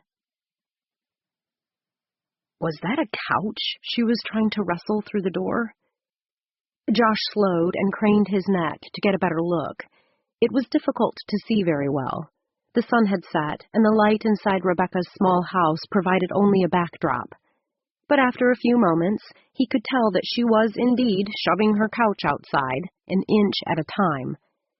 What she planned to do once she got it on the sagging porch, he had no idea, because there wasn't any way she could load it into the truck waiting in her drive, at least not by herself. With a sigh of resignation, he parked in front and cut the engine. He'd come by her place in spite of the many times he'd told himself he wasn't going to, and now that he knew she needed him as much as he'd suspected she might, he wouldn't be able to talk himself into going home until he'd moved the heavy stuff. Climbing out of his excursion, he slammed the door and started up the walk. "Hang on," he said. "I'll get this end." She hadn't changed clothes since she'd left her parents' house, which wasn't a good thing. That blouse, or rather the strip of bare skin beneath it, tended to make him forget some pretty important realities. First, that she was engaged. Second, that she was trouble with a capital T. Third, that he sort of had a girlfriend, though there'd been no promises spoken between them. And last but not least, that Rebecca had made it abundantly clear she'd never found him appealing. "What are you doing here?" she asked, blinking at him as though he'd just beamed down from another planet. "I was on my way home. Thought maybe you could use a hand." She arched a skeptical brow. "You came over to help me?" "Isn't that what people typically do once they've decided to be friends?" "Calling a truce doesn't make us friends," she said. "So, would it be so bad," he asked, "if we became friends?" She propped a knee on the arm of the couch, which was mostly out of the house, and leaned against the open doorway. "We're not really cut out for friendship." "Who said?" "You're a Scorpio." "Your birthday's the day after mine. Doesn't that make you a Scorpio, too?" "Exactly. Scorpio is an extreme sign. We're all-or-nothing people, far too intense to ever get along." "I didn't know you were into astrology." "I'm not, but I know that much." "We can get along," he said. "We've just never tried." "We lived across the street from each other for years." "We don't live across the street from each other anymore. Maybe that was the problem. Maybe now it'll be easier." "Somehow I don't think so." "Why not?" "I don't think friends force friends into their cars, for one," she said. "They do if it's in the friend's best interest, right? If one friend's drunk, or, as in your case, if she's about to pass out." "I wasn't about to pass out." He smiled at her denial. She pulled on her tied shirt tails in what seemed to be a self-conscious movement. "Besides, we don't even like each other." "Yes, we do." Circling the couch, he purposefully invaded her space. He wondered if she'd retreat inside, maybe even tell him to get off her property. But he should have known better. Rebecca Wells didn't back away from anything. She stayed right where she was and watched him with a certain wariness in her eyes. "Are you sure?" she asked. He nodded. "Positive." "You did trust me to cut your hair," she said, nibbling on her bottom lip. "Maybe we could give friendship a trial run, but I think we should define the term." He leaned against the same door jamb she was leaning against, just inches away. "Okay, define it." Her eyes flicked downward, as though noting this further encroachment, but she still didn't move. "First and foremost, it doesn't mean that we ever have to hang out together." "So we're not close friends." "Right." She stood up straight, a subtle move to ease away without appearing to be the first to withdraw. "Second, we agree to forget our past sins." "Hallelujah. Now we're making progress," he said, "especially since I'm not really sure what my past sins are, at least the ones you can't forgive." She glossed over his words by continuing. "And third, whether or not we've become friends is nobody's business but our own. We say nothing about each other to anyone. There's plenty of talk in this town as it is." Done. He folded his arms. Anything else? She frowned at his arms, now almost brushing her breasts. Not that I can think of. Well, if it makes you feel better, I won't ask you to sign in blood. We can amend the arrangement as we go. She nodded as though she should have thought of that herself. Then it's a deal. He reached out to shake on it and knew he'd made a mistake as soon as she slipped her hand in his. Her touch had the same effect on him as her bare midriff. It immediately brought him back to that night a year ago last summer. Isn't it getting a little chilly for that outfit? He asked, immediately pulling away and putting some distance between them. She glanced down as though she'd forgotten what she had on. It's cooling off, but there's no point in dirtying another set of clothes. I want to move a few things before I shower. Her rationale made sense, but as far as Josh was concerned, she couldn't change soon enough. A pair of flannel pajamas might help remind him of the limitations of their new friendship. But if he knew Rebecca, she'd never settle for sleepwear half as bland as he needed it to be. The night he'd taken her home from the honky-tonk, she'd been wearing a sexy white thong and matching lace bra that had looked beautiful against her smooth, tan skin. Maybe if she'd give him just one night, he could get her out of his system. But he doubted their fledgling relationship could survive a fling. Besides, he'd have to break it off with Mary first, and Rebecca was engaged anyway. So what made you drop by? She asked. Josh thought about what had happened when Doyle came to the salon and decided to test out a theory that had been forming in his mind. Your father wanted me to see if you needed a hand. Her eyes widened. Really? The hope in her voice made Josh wish her father had asked him to check on her. He would have felt a lot better toward Doyle Wells if that had been the case. Yeah, he thought it would be nice. He lied. She smiled as though he'd just given her a wonderful gift, and the fact that such small proof of fatherly concern could elicit that kind of reaction from jaded Rebecca Wells pricked Josh's heart. Despite the eye-rolling and resentment and arguing between them, Rebecca loved her father much more than she ever let on. He wondered if Doyle Wells knew how she felt, and doubted it. He was too busy complaining about all the trouble she caused him. Well, it's a good thing he didn't come himself, she said as they bent to lift the couch. He'd want to know why I'm moving all this stuff. Why are you moving all this stuff? Josh asked as they started across the small yard with the couch. You're not getting married for another 6 weeks. Yeah, but... She shrugged. It's better to be prepared. By moving your furniture outside? What were you going to do once you got it out here? Booker's stopping by later. I was planning to have him help me load it. Josh felt a rush of intense dislike. Oh. How does your fiancé feel about you hanging out with Booker? He asked as they loaded the couch onto the truck. He knows we're only friends. Anyway, Buddy's not the jealous type. Josh had never been the jealous type either, yet he hated the memory of Booker dancing with Rebecca the way he'd danced with her last night, hated the thought of him coming over here so late. As if that made any sense. He was supposed to be jealous over Mary, not a woman who was engaged to someone else. What's next? The kitchen table, I guess, but first I need to get out some blankets we can use as padding. The inside of Rebecca's house was certainly different than Josh had expected. Because she came off as rather unconcerned about domestic things, he'd assumed her place would be messy. But it wasn't. There was no clutter, no dusty corners or blinds, no dirty dishes in the sink, no crumbs on the counters or floors. Even the dish rag had been folded neatly across the faucet. Some of the furniture was obviously old and mismatched, but there was evidence of creativity. An antique icebox that doubled as a sideboard, a tile mosaic that hung above it, a braided rug beneath the kitchen table.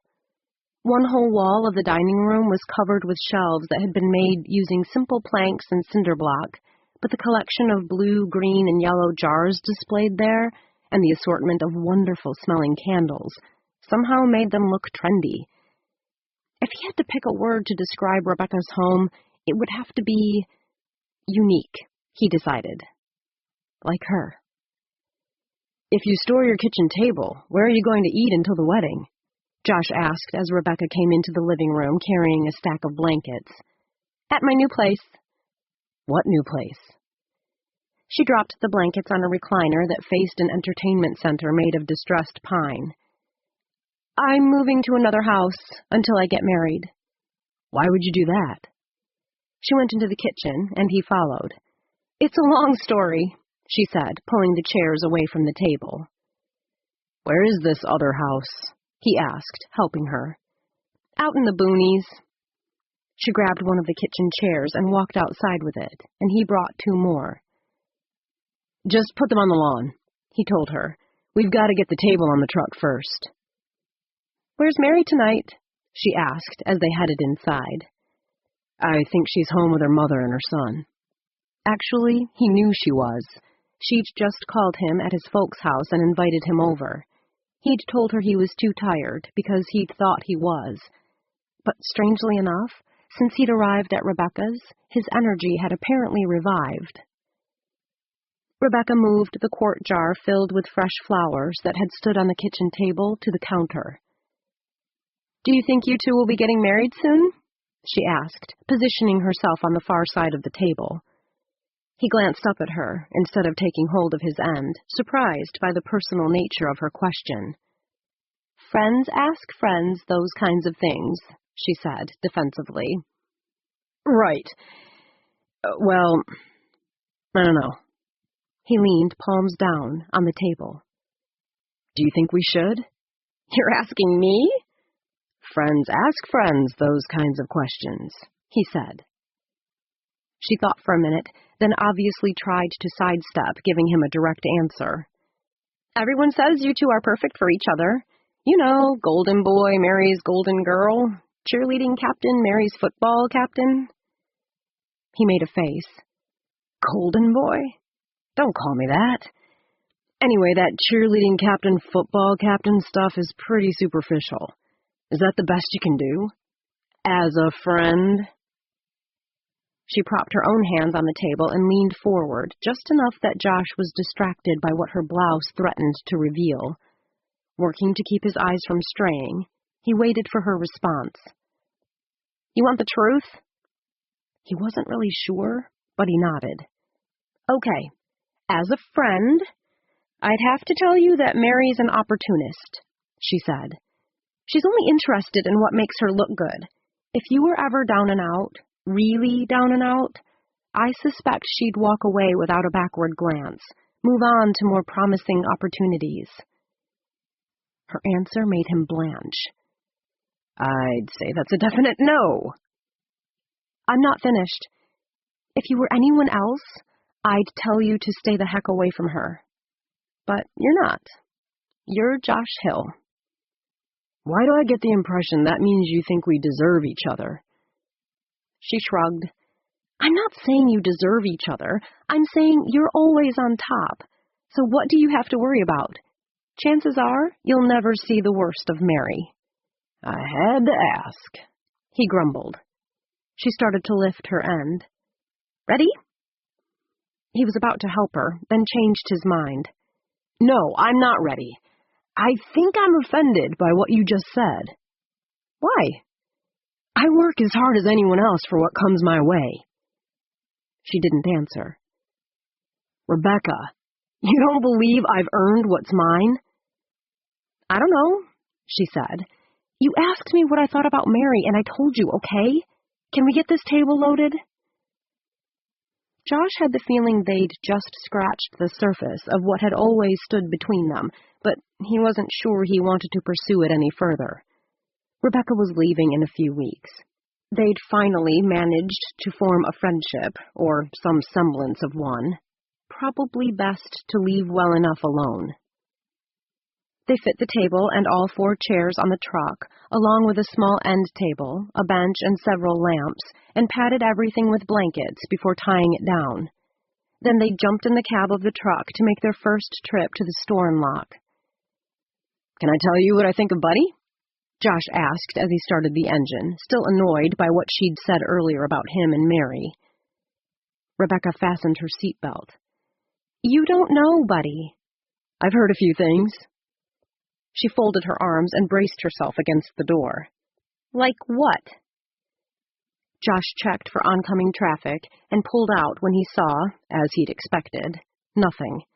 Rebecca lived on a short street that dead-ended into a trailer park, not exactly a high-traffic area. That he's too young for you? Who told you that? My dad?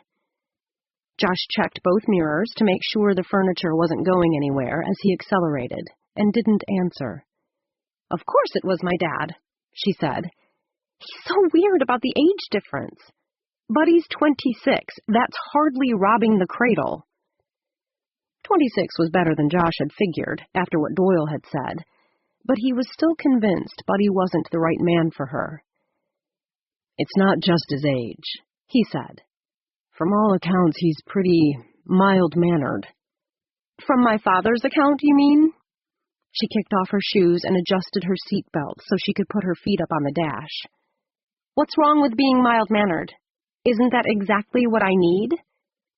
He turned onto Main Street. No. How do you know? Because you need someone who understands your nature, someone who can fulfill you without giving you too much rope on one hand, or breaking your spirit on the other. I'm not one of your horses, Josh. The concept is the same. You won't be able to respect Buddy if he doesn't stand up to you. You don't know that he won't stand up to me.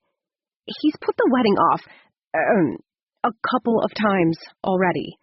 I certainly wasn't happy about that. He isn't corralled yet. Horses again? He ignored her in favor of making his point. It'll be different once he feels he's committed. And you know all this because... I know you. She gave him an incredulous look. We weren't even friends until an hour ago. He slung an arm over the steering wheel. You asked me what I thought. No, I didn't, she said. You just wanted to tell me. What do you see in him anyway? Besides the fact that he's going to take me 500 miles away from here? She asked, twirling a section of hair around her finger. Yeah, besides that. Her hand dropped into her lap, and she turned to stare out the window. He could barely hear her when she spoke.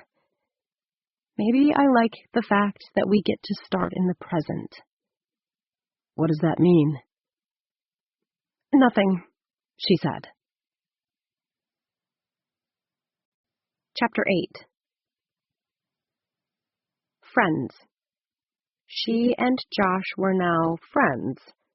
He was actually sitting in her living room on the only chair she had left, a recliner that belonged to Delaney and had to go out to the ranch, waiting for her to make him something to eat in exchange for all his hard work. Booker had canceled a few hours earlier when he found out she already had help, which left her and Josh to move everything into the little cubicle she'd rented from the store and lock at the far end of town. Now it was after midnight, and they were finished, but they were both hungry and exhausted. How about some macaroni and cheese? Rebecca called from her small kitchen. Is that all you've got? He asked, hardly exuberant. Unless you want cold cereal. My mother sent home some garlic bread I can warm in the oven, if that helps. Sounds good, he said. She could hear him flipping through the channels on her television. Rebecca had decided to leave the TV for last, knowing she could always fit it in the passenger seat of her car. She wanted to finish moving tomorrow because she had the day off, but the house was too quiet to go without television for even 24 hours. Who'll be around to help you tomorrow? He asked. I'm sure Randy will come by. I've got his truck. Is all your other stuff going with you to your new place? No, my new place is furnished. Once I get packed, a lot of boxes will have to go into storage. All the kitchen stuff and my summer clothes. Which reminds me, I need that key I gave you to my storage unit. I left it in my ashtray when I took that last load of small stuff you didn't want rolling around in the back of Randy's truck. I'll give it to you when I leave. What if you forget? You've got another one, haven't you? Yeah, but that isn't any reason to lose my duplicate. I'm tired, and it's not going anywhere. Anyway, she continued, I can handle the boxes. Randy will only need to help me with my bedroom furniture. Good thing we've only just become friends, he said. If we were old friends, I'd have to come back. Good thing was right, Rebecca thought. Despite their agreement, she wasn't sure she wanted to be even casual friends with Josh Hill. He unsettled her, made her think about possibilities she was better off not thinking about. Possibilities that weren't very reassuring for someone who was engaged. But she had to admit, he'd been a godsend tonight. As she started cooking, he settled on a movie that sounded a lot like Terminator. He'd offered to help her in the kitchen, but she'd declined. She felt indebted after all the work he'd done and hoped to relieve at least some of that sense of obligation. She certainly couldn't walk around town feeling beholden to Josh Hill. It wasn't natural. The macaroni and cheese took Rebecca longer than she'd thought it would. By the time she'd boiled the noodles, added the Velveeta, brown sugar, milk, and seasonings, and taken the garlic bread from the oven, 20 minutes had disappeared. Josh hadn't spoken for a while, but she could hear Arnold Schwarzenegger's relentless pursuit of Linda Hamilton. Soon she and Josh would eat. She'd thank him, and that'd be the end of entertaining him. As before, they'd occasionally pass on the street, nod, and that would be that. Dinner's ready, she said, setting everything on the counter that separated the dining area from the kitchen, since she no longer had a table. He didn't respond, so she filled a plate and carried it over. She figured there wasn't any need to make him move. He already had the only seat in the house. Josh? Again, no response. Rebecca leaned closer so she could see his face in the flickering light of the television. Sure enough, his eyes were closed. He'd fallen asleep. Josh! She shook his arm. Are you still hungry? Do you want to eat? His eyes fluttered open and he mumbled something unintelligible, then dropped off again. Now what? She couldn't let him sleep in Delaney's recliner. His truck was parked in front of her house. If he stayed, it would be all over town in the morning that they'd had an affair. Maybe her father deserved that for pushing them together, but she didn't think Buddy would be especially happy about it.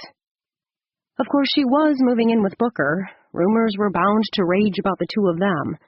But Buddy was the reason she'd had to come up with other living arrangements in the first place, which made it okay.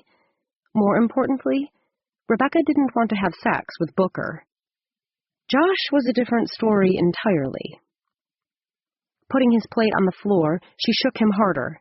Josh! You'd better wake up. You wouldn't want Mary thinking you spent the night with me, would you? Stop it, he growled and knocked her hands away. She doubted he even knew who she was, but she definitely got the point that he didn't want to be bothered. Well, damn, she said. What am I going to do now? She stepped back and stared at him for another few seconds before coming to a decision. She'd just move his truck. She'd seen him drop his keys on the counter earlier, when they were struggling to drag Delaney's old bed outside. She might not be able to remove him from her living room, but she could certainly remove his truck from in front of her house. Problem solved. Until morning. She wasn't sure what it would feel like to face Josh Hill upon waking, but she was too tired to deal with that prospect right now. Maybe she'd wake up and he'd be gone, provided he was smart enough to figure out she'd moved his truck and that it hadn't been stolen.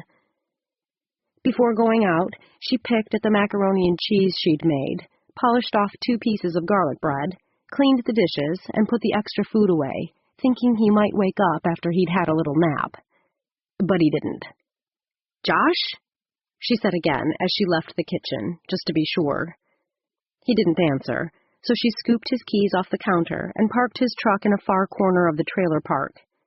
He was still sleeping like the dead when she returned. Taking one of the blankets from her bed, she threw it over him and turned off the television. Then she showered, towel-dried her hair, pulled on a big t-shirt, and fell into bed. She'd poisoned him. That had to be it, Josh thought. He'd never felt sicker in his life, even that time she'd duped him with the laxative. Chills racked his entire body. He could hardly open his eyes for the pain lancing through his head, and nausea roiled in his stomach. She must have put something in his food again, but he didn't remember eating anything before falling asleep. Rebecca? He called. No answer. The house was completely dark. She'd been kind enough to provide him with a quilt, but it wasn't nearly enough to keep him warm. Not right now. He longed for some Tylenol, a hot water bottle, a big feather comforter, and his own bed. He had to get home. Except he didn't think he was capable of driving. Forcing himself up and out of the recliner, he stumbled around the unfamiliar living room, searching for his keys. He could have sworn he'd left them on the counter, but he patted the top of it for a full 5 minutes without finding anything. Finally, he sought a switch on the wall and flooded the room with light. He winced against the sudden brightness and put his head down so he wouldn't pass out from dizziness. When he could look up, he found his keys next to the telephone. Dragging them off the counter, he used the wall to keep himself upright until he could stumble to the front door. But when he gazed outside, he could only stare in silent wonder. The road was empty. His truck was gone. Damn it, Rebecca, he muttered, sliding down the wall. He didn't have the energy to shut the door, even though the air was far colder outside than in. He was shivering uncontrollably by the time he heard some noise coming from the back of the house. "Josh?" Rebecca asked, standing in the hallway, blinking. It looked as though she wasn't wearing anything except an oversized t-shirt, but she could have been standing there stark naked. He was too sick to care. "What are you doing?" she asked when her eyes adjusted and she saw him sitting on the floor. "Why is the door open?" My truck's gone. No, I just moved it. It's at the trailer park. Is something else wrong? Tell me you didn't do this to me, he said. She hurried forward and shut the door. What do you mean? I didn't do anything. I'm sick. In what way? It took a moment to catch his breath. Chills. Aches. My head feels like it's going to explode. And you might want to bring me a pan. Oh, it's just the flu, she said. My nephew has it right now. Just the flu? He mumbled. You gotta take me home. I can't take you home when you're this sick. Your dad said your brother's out of town. There won't be anyone to look after you. Then... He tried to think of a good alternative. I guess you can take me to my parents' house. I can't do that either, she said. They're going to think what you did, that I did this to you. And even if I'm able to convince them I'm not to blame, they're going to wonder why you were with me in the middle of the night. It's nearly 3 o'clock. Despite the flu, what she said made sense. His mother wouldn't be particularly happy to think he'd been spending the night with Rebecca. Come to think of it, neither would Mary. Here, she said. I know what to do. We'll get you fixed up. Josh thought it was a sad day when he had to rely on Rebecca Wells to take care of him. That's okay. I'm not sure I trust you that much. Oh, quit being such a baby, she said, scowling at him. I promise you'll like what I'm going to do. 2 days earlier, before the truce, he would have made it out of her house if he'd had to crawl. But he didn't want to miss anything he might like, especially since she seemed so definite about it. And she'd done a good job on his hair. Just get me warm, he said. I can do better than that. Come on. She was next to him then, helping him stand, and the softness and warmth of her body felt so good, he wasn't sure he'd be able to let her go. She guided him through the living room, down a short hall, and into her bedroom, which was the only room he hadn't visited while they were moving her furniture. The blinds were pulled, so he could scarcely see it even now, but he thought he could identify the outline of a double bed, a nightstand, a dresser, and something low and square. A steamer trunk? Off to one side. He couldn't tell whether the room was decorated in the same offbeat way as the rest of the house, but he knew one thing. It smelled like heaven. First, let's get your boots off, she said as he sank gratefully onto her bed. She bent down and removed his boots. He heard them clunk against the wall as she tossed them out of the way. Then she pulled off his shirt. Okay, now take off your jeans and crawl under the covers, she said. He stared up at her. Take off my jeans? You're kidding, right? Do you want to feel better or not? She left the room, obviously bent on some errand, and he tried to think clearly enough to decide what to do. He already felt pretty vulnerable. He wasn't sure he wanted to make himself any more vulnerable by sacrificing what remained of his clothes. You haven't moved, she said when she came back into the room carrying a pan in one hand and a glass of water in the other. I think I'm better off with my pants on. Just in case. In case of what? She asked. In case you're going to throw them outside and leave me to find my way home. She smiled. Would I do something like that? There was definitely a time when you would have done exactly that. She handed him a couple of Tylenol and put the pan within easy reach. Then, play it safe, she said. He wasn't sure he'd be able to keep the pills down, but he swallowed them anyway and curled up on the bed. You got a hot water bottle? Here, cover up at least, she said, helping him get beneath the blankets. I've got a heating pad and a few other things. Just wait, okay? She lit a couple of candles on the nightstand, and he recognized the slightly floral scent as the one that had been lingering in her room. Then she turned on some low, wordless music and went to her closet. A few minutes later, he heard her by the bed again and opened his eyes to see her rummaging through a square case. She withdrew what looked like a big bottle of hand lotion, wrapped the heating pad around it, and plugged the cord in at the wall. I thought that heating pad was for me, he complained, shivering. You'll be warm in a minute. He tried to be patient. The candles, the music, and the heating pad promised good things. What are you doing? I'm going to give you a massage. It'll help your body rid itself of the toxins that are making you sick, and ease the aching in your muscles.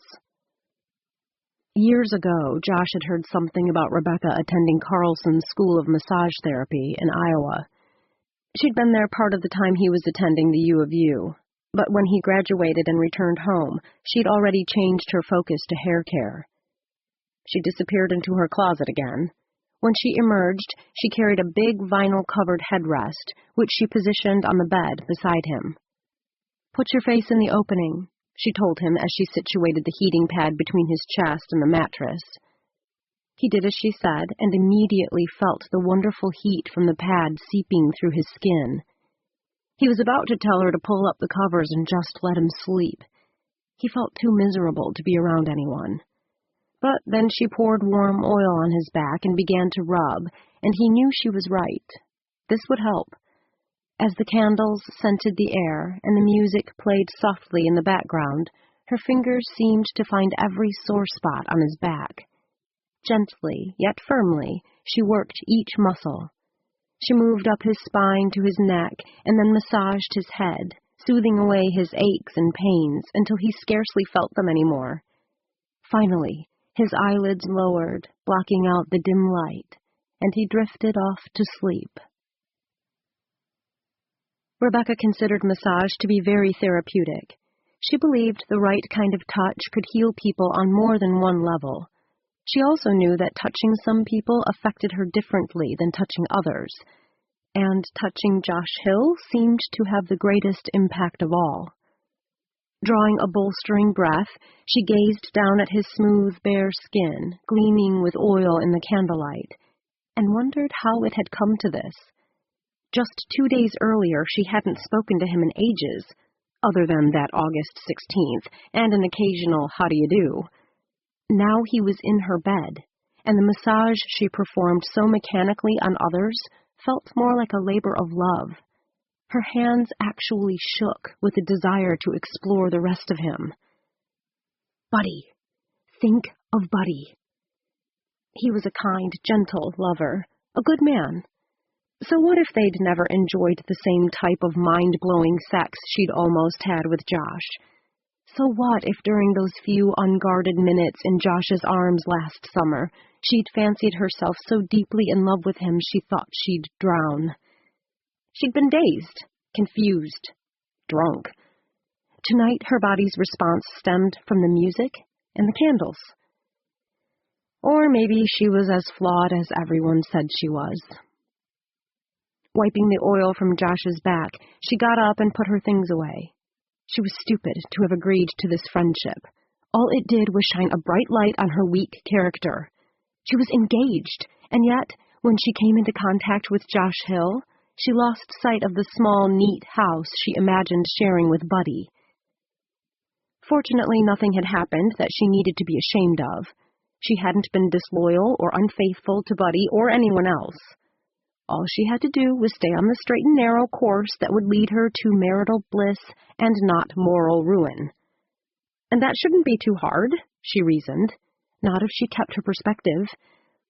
If Josh wanted her at all, he wanted her for only one thing. It wasn't as though he could ever fall in love with her or marry her, as Buddy was willing to do.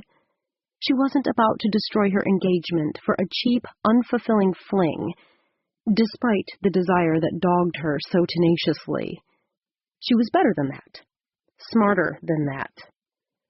In the morning, she'd tell Josh that she didn't want anything more to do with him, that he was to leave her alone beginning immediately. "Rebecca," he murmured. She froze at the entrance to her closet. "I'm sorry I didn't trust you," he said. "I should have taken off my pants." Rebecca's shoulders slumped as she dragged a blanket out to the living room. Cutting him off wasn't going to be easy. As much as she wanted to believe that what she felt for him was strictly a physical response, the one he inspired in most women, she knew she was starting to really like Josh Hill. "I don't want to be friends anymore," Rebecca announced as soon as Josh stumbled out of her bedroom the next morning. She'd been up for several hours already, scrounging boxes from various businesses in town and packing. She'd just finished telling herself that she was going to wait for the right time to spring her change of heart on Josh. But there didn't seem to be a good time to wreck a friendship. And when her first glimpse of him made her heart pound and her body grow warm, even when he was looking sleepy and unshaven, she knew sooner was better than later. "What?" Obviously not quite coherent yet, he scratched his head and glanced around as though trying to find his bearings. "I said I don't want to be friends with you anymore." He was still wearing only his blue jeans, which were zipped but not buttoned. Yawning, he walked toward her. "Was it just last night we loaded up all your furniture?" he asked, sprawling on the floor a few feet from where she was packing dishes. "It seems like eons ago. What time is it?" "Nearly noon." "Did you hear me?" she asked. He propped himself up on his hands. "Yeah, I heard you. You don't want to be my friend. I assumed you were joking, of course." She gathered what she could of her remaining nerve. "Well, I wasn't." He met this statement with several seconds of wary silence. "I don't understand," he said finally. Rebecca wrapped newspaper around a plate and put it in with the other dishes she'd already packed. "It's simple. I want to call off the deal we made last night." His eyebrows shot up. "Why?" "Because I don't like the change, that's why. I don't want your help moving. I don't want your truck in front of my house. I don't want you spending the night." She hesitated. "How are you feeling? Can I get you a glass of juice?" He shook his head. "You don't want to be my friend, and how am I feeling? God, you're confusing. What did I miss between last night and this morning? I'm sorry I got sick while I was here, if that's what has your panties in a bunch." "It has nothing to do with you getting sick. I just want things to go back to the way they were." "What's so appealing about being enemies?" "Nothing. It's just more appealing than being friends." "That doesn't make any sense." She kept packing so she wouldn't have to look at him. "It does to me. We made a mistake trying to turn our relationship into something it can't be." He sat up and crossed his legs. "Do you mind telling me how I'm supposed to react here? Because I'm at a complete loss. I've never had anyone decide they don't want to be my friend anymore, at least not out of the clear blue, and without a reason." Can't we just pretend the past 2 days never happened? She asked. Then you can say goodbye and go, and after another hour or two I can pat myself on the back for doing the right thing. How can you say that's the right thing? You're being mean to me. I'm engaged. I know that, but we're only friends. We haven't done anything wrong. I mean, there was last summer, which was... He let his breath go all at once. Crazy good, I'll admit, but that was before Buddy and you... I don't want to talk about it, she interrupted, taping up the box she'd filled. He sat without moving and watched her search for the marker she'd been using to label everything, and Rebecca thought if he didn't leave soon, the butterflies in her stomach might make her lose the donut she'd had for breakfast. Well, she said, you really want me to leave? She swallowed hard, wondering why, if this was the right thing to do, it was hurting like some kind of breakup. Yes. He stood. Then come over here and tell me that. She looked up at him from where she knelt by the box on which she was writing kitchen. You've got the flu. I wouldn't want to catch it. I'm better now. You can't be completely better. I'm mostly better. Come here. Why? Because I've never seen you scared of anything in your life. But I think you're scared of me. I'm not scared of you, she said, capping the marker. That's silly. Why would I be scared of you? That's what I want to find out. She rose, dusted off her low-cut jeans and cap-sleeved t-shirt, and moved closer, telling herself she'd stare him in the eye without flinching and repeat everything she'd just said. Then maybe he'd believe her. She wasn't going to be anything less than what Buddy deserved her to be, wasn't going to settle for I am what I am. She wanted to be so much more. She stopped a few feet away from him. Is that the best you can do? He taunted. You borrowed my toothbrush, she accused, catching the scent of toothpaste on his breath. When did you do that? I woke up this morning while you were gone. So you helped yourself to my toothbrush? I had to. I'm a real clean freak when it comes to teeth. Good for you. But that's sort of a personal thing to do, don't you think? I think you're stalling. She stepped closer, determined not to let him know how deeply he affected her. When they stood only a foot apart, she stared into his eyes, the gray-green eyes that had always tormented her in some strange way, and felt the strongest magnetic pull she'd ever experienced. She'd moved too close to the sun. It was going to pull her in and burn her up, or simply cause her to instantaneously combust.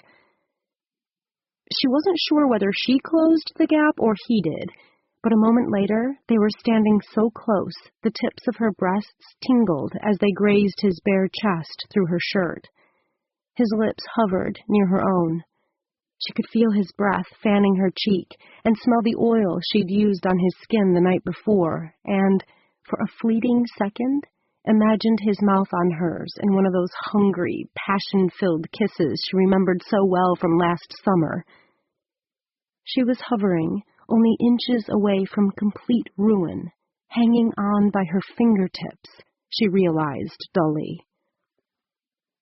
And then, everything that hung in the balance, her self-respect, her engagement, her escape from Dundee, her refusal to become another of Josh's conquests, suddenly came into sharp focus, and she jumped back.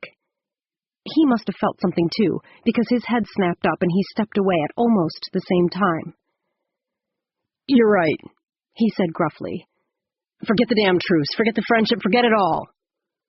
Grabbing his boots and his keys, he left without even bothering to pick up his shirt. Chapter 9. Sitting on the floor, her face buried in her hands while she tried to make some sense out of what had just happened, Rebecca didn't realize that Randy had entered the house until he spoke. Tell me that wasn't my best friend I just passed on the street, he said, standing in the open doorway. She jerked her head up. Her brother-in-law's company was the last thing she needed right now.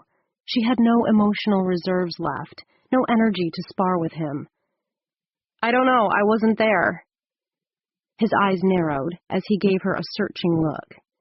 He was tall, blonde, and driving like a bat out of hell, and he didn't seem to be wearing clothes. That ring any bells? No. Rebecca, he didn't even recognize me. Only a man who just encountered you could be that crazed. Rebecca counted silently to 10 and found her feet. Randy, I don't want to argue with you today. Maybe Josh has a new girlfriend. Maybe she lives at the trailer park. How should I know? Come on. The only women in that trailer park have a house full of kids or they're over 70. What did you do to him? I didn't do anything to him. She waved a hand at the boxes and newspapers and tape. Can't you see I'm working here? I'm trying to get moved. Are you going to help me or not? He didn't look completely convinced, but Rebecca could see him wavering. Randy, I'm fully dressed. I'm obviously in the middle of packing, and I'm engaged. Can't you cut me a little slack? Finally, he nodded. Yeah, you want to get married too badly to screw it up. You wouldn't get involved with another guy right now. Try never, she said. Okay, I'm with you. So, where does everything go? This box here needs to... A rap on the open door caught both their attention. Hey, babe, Booker said, sauntering inside. You still moving in with me today? Randy straightened, instead of picking up the box he'd been about to lift, and his eyes went immediately to her. You were saying? He muttered. Rebecca felt her stomach drop. Your timing is impeccable, she told Booker. Hey, guess what I just heard? You're gonna love this one. Startled by his brother's intrusion into the otherwise quiet stable, Josh jumped up and accidentally knocked over the bucket he'd been sitting on while brushing She's a Beaut. What'd you hear? He asked, kicking it out of the way. The mare stomped and nickered at the disturbance. Whoa, girl, it's okay, Josh murmured, stroking the mare's neck. Mike, older by 3 years, paused at the front of the stall to lean on the gate. Rebecca Wells is moving in with Booker Robinson. What?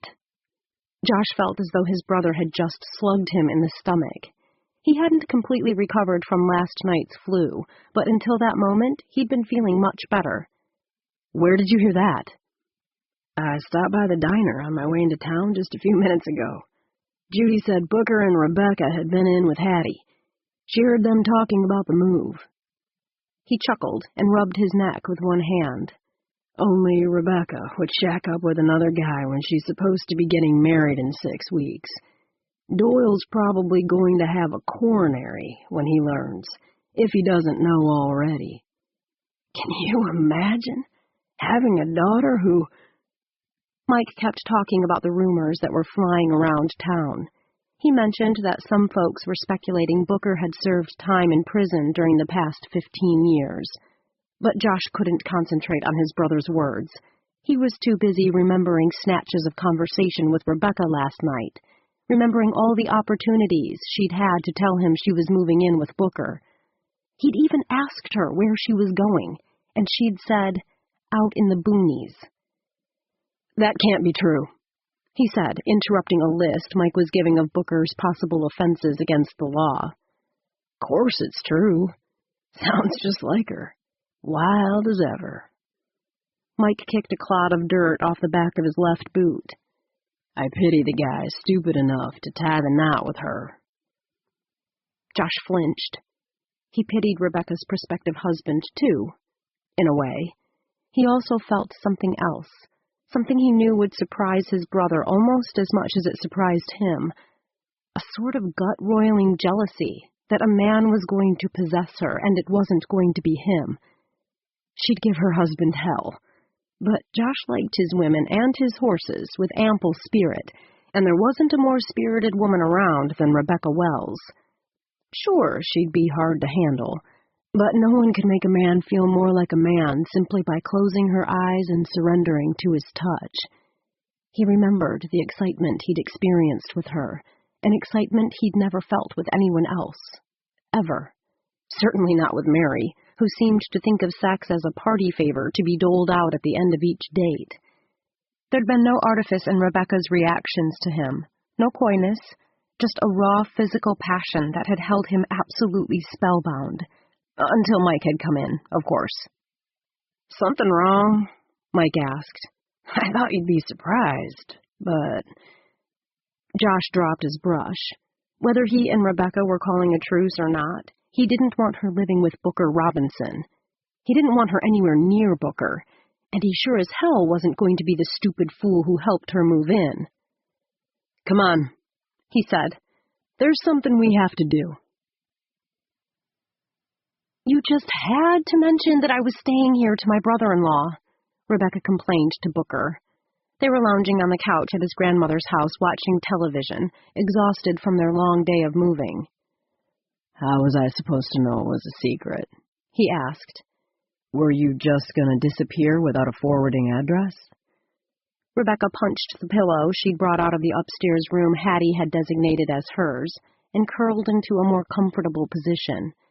She hadn't yet unpacked the clothing she'd carted over in a suitcase, but everything else was where it should be. Only a few things remained at her old place, her telephone and answering machine, her television, which she was planning to put in her bedroom, and some plants. She needed to pick them up tonight and do some last-minute cleaning so she could get her deposit back. But with all the progress she'd made in only 2 days, she figured she could allow herself a few minutes to rest. It wasn't a secret exactly, she said. I was going to tell them in a couple of days. I saved you the trouble, he said with a shrug. She rolled her eyes. Thanks. Your grandmother said my father's called 4 times already. If you talk to him, he might quit calling. Rebecca wasn't ready to talk to her father. She'd had enough distressing encounters today. First Josh, then Randy. Did Buddy get a hold of you? Booker asked. I've talked to him a couple of times this afternoon. Why? He called here a little while ago. Seemed surprised to find I had such a deep voice. He didn't seem upset when I talked to him. Booker fiddled with the remote, surfing channels. Did you tell him I'm gay or something? I didn't lie to him. He wasn't pleased that we'll be living together, but he handled it just fine. What's just fine?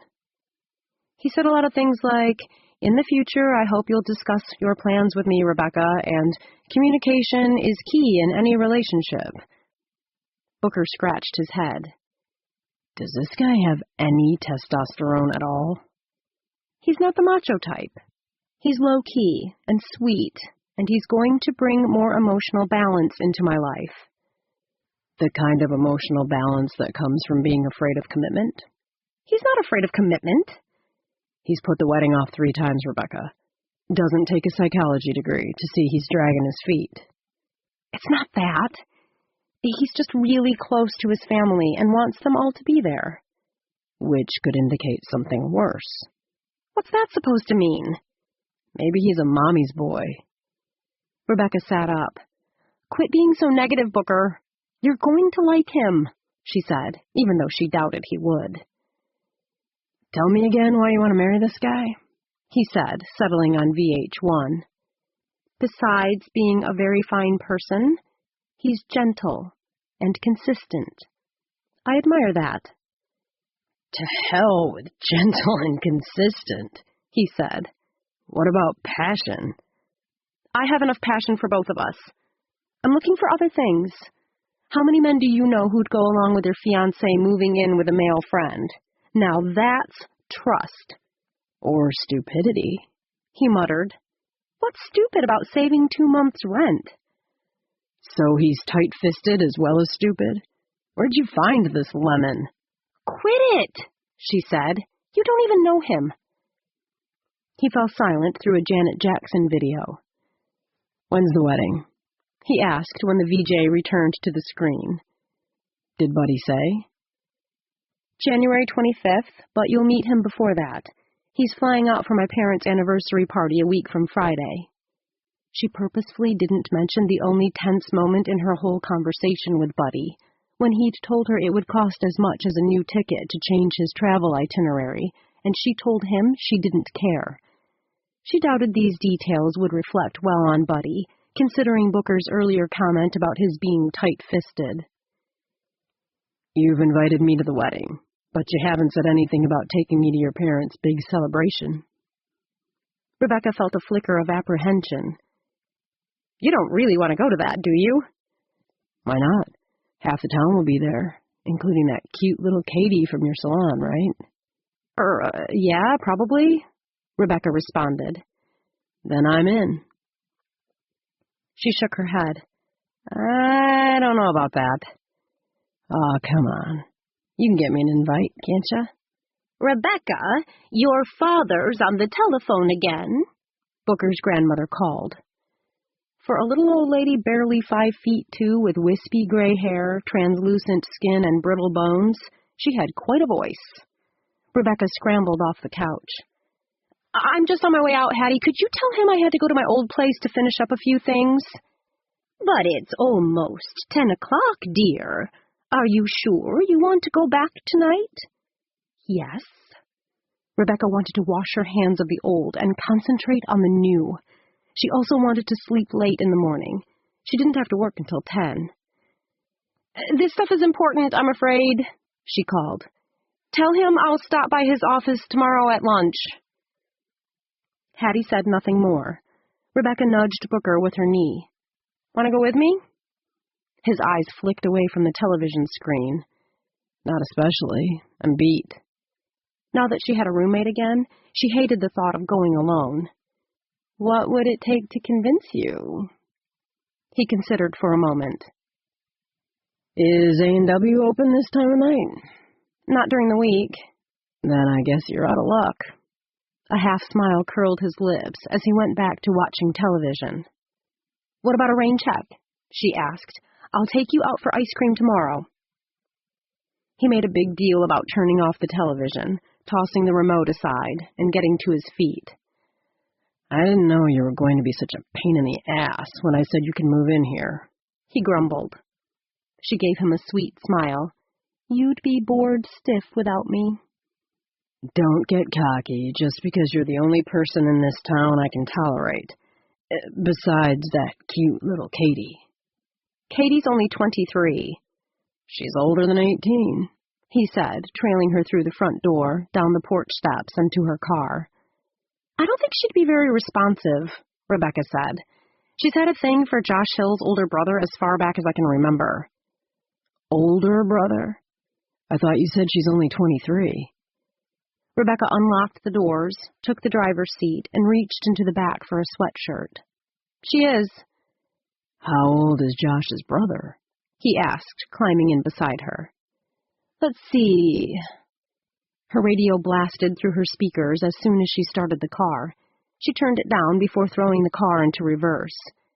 He was a senior when Josh was a sophomore and I was a freshman, so he's got to be 36. If they didn't go to school together, how'd she get to know him? Her family owns Don and Tammy's bakery. Tammy is Josh's mother's best friend. 13-year age difference. She must like father figures, he said. I can be a father figure. Rebecca couldn't help laughing. Good luck. They spent the next 15 minutes fighting over which radio station to listen to, country western or acid rock. Booker was still trying to find something suitably repulsive when Rebecca pulled into the drive of her old rental house and cut the engine. I don't believe it, she murmured, staring at her yard in astonishment. Now this is music, Booker said, as loud screeching guitars and someone screaming into a microphone made the whole car vibrate. My key! I should have insisted he give back my key. What are you talking about? He finally looked up, then blinked in surprise. What's all this? My furniture, she said numbly. Everything Josh helped me move into storage. He had the duplicate key to my unit. He must have gone in there and brought everything back.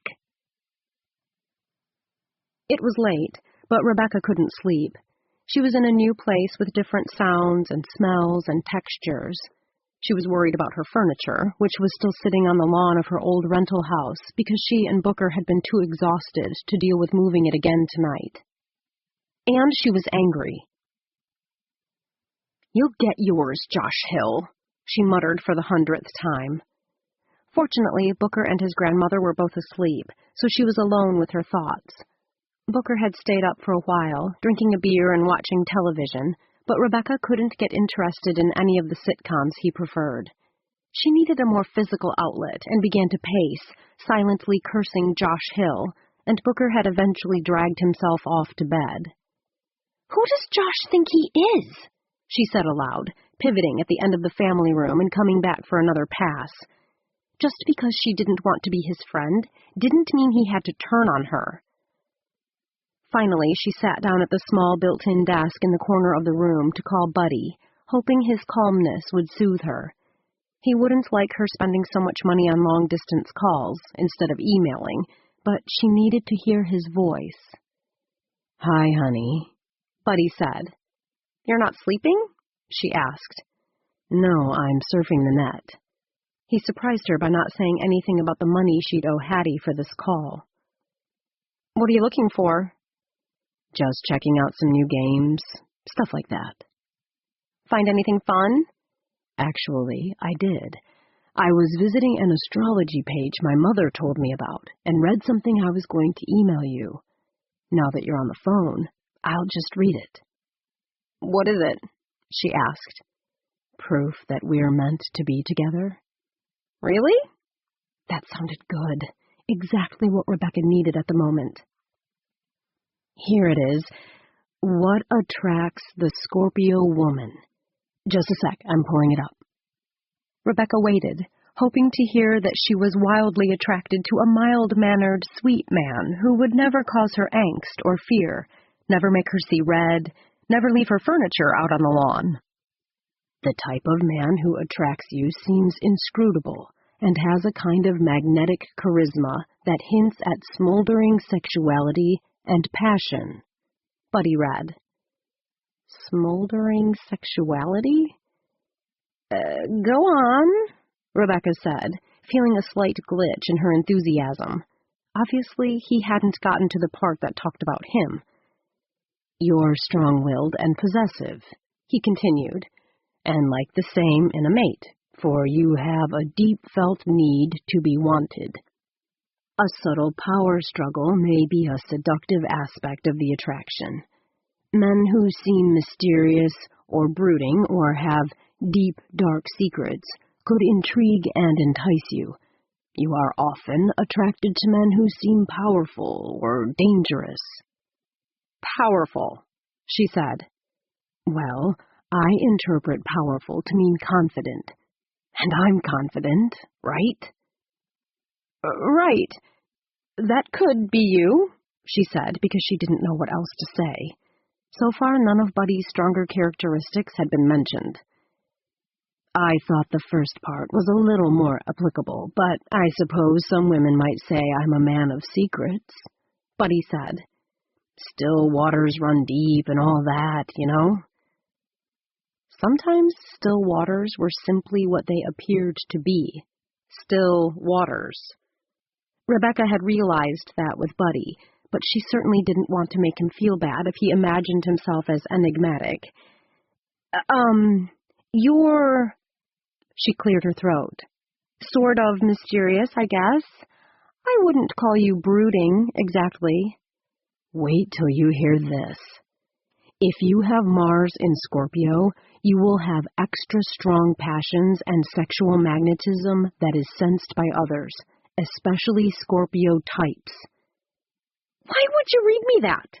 She said, her voice slightly shrill. You're not a Scorpio. Rebecca wasn't sure whether she had Mars in Scorpio or not, but Josh Hill was the only male Scorpio she knew. Not that she'd ever share that information with Buddy. Her fiancé wasn't the type to understand illicit attraction, or lifelong feuds. And she was definitely leaving her past behind when she moved to Nebraska. You interrupted before I got to the good part, he said. This is the good part. You are the ultimate seductress and may be especially aroused by the raw sexual energy of a passionate man. Rebecca sat staring at nothing. Had she called the right number? Was this Josh and not Buddy playing some kind of cruel joke? Hello? Rebecca? I'm here. What do you think of that? You're a seductress. And you're the man with the raw sexual energy? Of course. Then why had she conjured up Josh's face when Buddy was spouting that silly horoscope? After a reading like that, the extra money we're spending for me to come for your party should be money well spent, huh? Rebecca took a deep breath and tried to gain some perspective. It was just a horoscope. It didn't mean anything. I'm looking forward to seeing you, Buddy, she said numbly. But I'm exhausted. I'd better talk to you tomorrow. Goodbye, my little seductress. She shook her head and hung up. Whatever had possessed Buddy to read her that? Didn't he know there probably wasn't a woman on Earth who'd classify him as sexually intense, as dark and brooding? He had plenty of strengths. He was going to make a great husband, but sexual intensity wasn't one of those strengths. Neither were any of the other things he'd read her. It was Josh's fault. If he hadn't gotten sick last night and made her feel obligated to give him that massage, she wouldn't be picturing him at every mention of sexual desire. Grabbing the telephone book, she looked up his number at the ranch he owned with his brother. She didn't appreciate what he'd done to her furniture, and she wanted to let him know it. The phone rang 12 times before someone answered, but Rebecca knew it was Josh and not Mike. She recognized the voice. Hello? She opened her mouth to say something about the furniture, but what was really on her mind was that stupid horoscope. If you have Mars in Scorpio, you will have extra strong passions and sexual magnetism that is sensed by others, especially Scorpio types. Oh. Is anyone there? Rebecca hesitated. Even sleepy, Josh sounded sexy. The slight rasp to his voice seemed to spiral through her, making her long to close her eyes and just listen to him talk. But she wouldn't give in to his appeal. No way in hell. You have no sexual energy, she blurted. None. You're not strong-willed or possessive. Well, maybe you are strong-willed and possessive, but you are not seductive and you do not entice me. As a matter of fact. Rebecca? What? I don't know about any of that other stuff, but I have plenty of sexual energy, he said. Anytime you want to let that fiancé of yours off the hook and find out how much, come on over. Anger and frustration combined to make her clench her fists. I wouldn't sleep with you if you were the last man on Earth, she cried, and hung up. Who's that? Mike said, coming to stand in the doorway of Josh's room, his hair sticking up on one side. Josh chuckled and set the phone back on its cradle. Just Rebecca, thanking us for helping her move. Chapter 10. City Hall sat on a large, shady lot next to the post office, only a block away from the salon. Rebecca finished her 11 o'clock color for Mrs. Dobbins, told Katie she was going out to grab a sandwich, and walked to her father's office, frowning at the sky. Dark clouds were forming overhead, and the wind was picking up, which concerned her. She and Booker wouldn't be able to move her furniture inside until after she got off work. But the people from the trailer park at the end of the street would probably have carted it all away by then, so she wasn't sure why she was bothering to worry about rain. Josh Hill. Rebecca felt her mood darken. To think she'd even considered becoming his friend. Ignoring the elevator in the lobby, she took the stairs to the second floor and slipped through the double doors of the mayor's office. Ruth, the receptionist, immediately glanced up from behind the tall mahogany desk that shielded most of her bird-like body. Your father will be available in a moment, Rebecca, she said stiffly. If he's busy, I can come back later. Ruth shoved her glasses higher up on her nose. No, I think he'd rather you waited. Somehow Rebecca had known Ruth would say that. Sinking into one of the 4 burgundy-upholstered chairs arranged around a small coffee table, she selected a women's magazine from the pile at her disposal and started thumbing through it. She noticed right away that it featured a horoscope, but she purposely flipped past it. She'd heard enough about her zodiac sign. She was marrying Buddy whether he had strong passions or not. She read the latest Hollywood gossip, pulled out a perfume sample and rubbed it on her arm, lightly floral, pretty, and studied the hairstyles. Then she came across an article titled, Long-Distance Relationships, How to Make Them Work. The phone rang. Rebecca looked up as Ruth answered, heard her say, "Of course, Mr. Ballow. I'll put you right through," and figured it might be a while before her father was free. So she settled back to read. The article talked about the growing incidence of divorce and cited the internet as one of the possible causes. People were meeting and marrying without really knowing each other, it said. But she knew Buddy. They'd been engaged for several months, and while they hadn't spent much time in each other's presence, they'd certainly communicated a lot over the phone and through email. Still, Rebecca bit her lip and glared at the discouragingly high divorce rate. She'd been so intently focused on getting married and moving away, she'd never thought much about what might happen if her marriage to Buddy failed. She'd always told herself they'd make it work somehow. What if she was wrong? What if his mother drove her crazy and he always took his mother's side? Or he clung more tightly to $1 than she could tolerate? She'd seen suggestions that they were significantly different in such areas, but that didn't necessarily mean these differences would ever develop into serious marital problems. A compatibility quiz followed the article, but after last night, Rebecca was almost afraid to take it. How dependable could it be? What if it told her she and Buddy were incompatible and steered her toward someone tall and blonde and confident, someone with enough sexual energy to light up the entire East Coast? The door of her father's office opened, and he stepped out. Rebecca quickly set the magazine aside. She and Buddy didn't need a compatibility test. She already knew they were perfect for each other. "Come on in," he said, and moved out of the way so she could pass him. Ruth studied them over the rim of her glasses, probably as surprised by the formal note in his voice as Rebecca was. But she didn't say anything. Rebecca followed her father inside, and he shut the door before crossing to his desk. "Have a seat." She glanced at her watch, wishing now that she hadn't waited for him. His strange calm didn't bode well. It promised to make her regret coming here. She should have gone to lunch instead.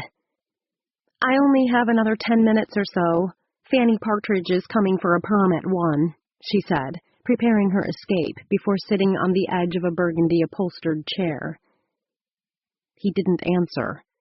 He claimed his tufted leather chair behind his desk, steepled his fingers, and stared at her. She waited for whatever it was he had to say, feeling uncomfortable beneath his unswerving gaze. "What?" she finally said. "You're an adult now, Rebecca." His voice was still surprisingly calm. "I can no longer tell you what to do." "I realize that," she said. She thought he'd taken a little long to arrive at that conclusion, however. "But I can tell you that getting involved with Booker Robinson is a mistake." "Booker and I are only friends, Dad." "He's a bad seed. He's always been a bad seed." Rebecca tucked her hair behind her ears and wondered if the perfume she'd put on in the lobby was making her sick. It suddenly seemed cloying, overpowering. "Not to worry. I'm getting married soon." "Does Buddy know about your new living arrangement?" "Of course." "And he's okay with what you're doing?" "Yes, it's only temporary." Her father rolled away from his desk and stood, placing one hand against the large window that flooded his office with sunlight. He looked out, presumably at the carefully manicured grounds below. "I tell you, Rebecca, you've just about been the death of me. I don't know how much more I can take." She made no comment. It's always something, isn't it? He went on. Your sisters were easy to raise. Even the other kids on the street, Josh and his brother, have turned out to be responsible, dependable adults. He sighed and shook his head. I don't know where we went wrong with you. We certainly tried to teach you the right things.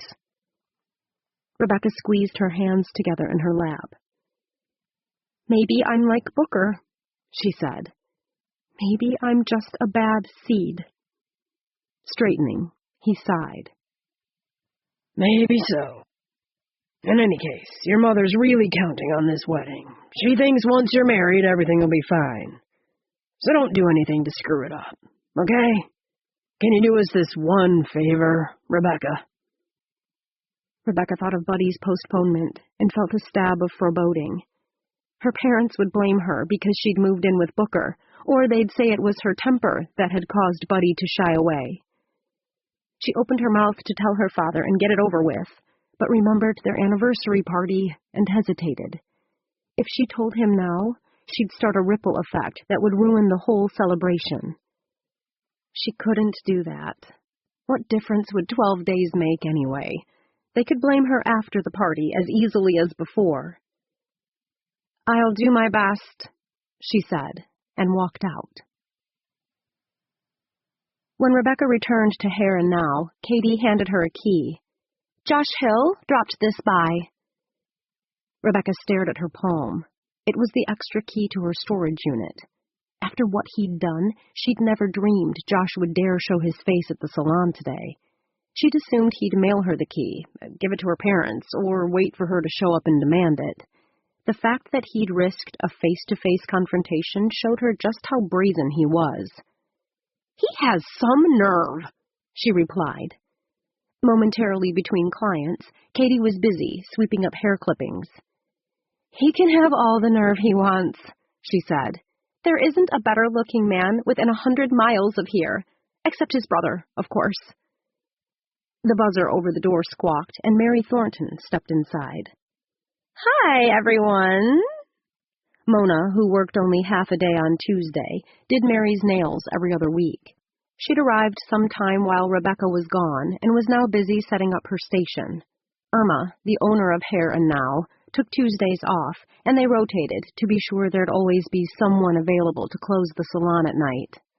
Hi, Mary, I'm almost ready, Mona said. Come on over and have a seat. We were just talking about your boyfriend, Katie volunteered.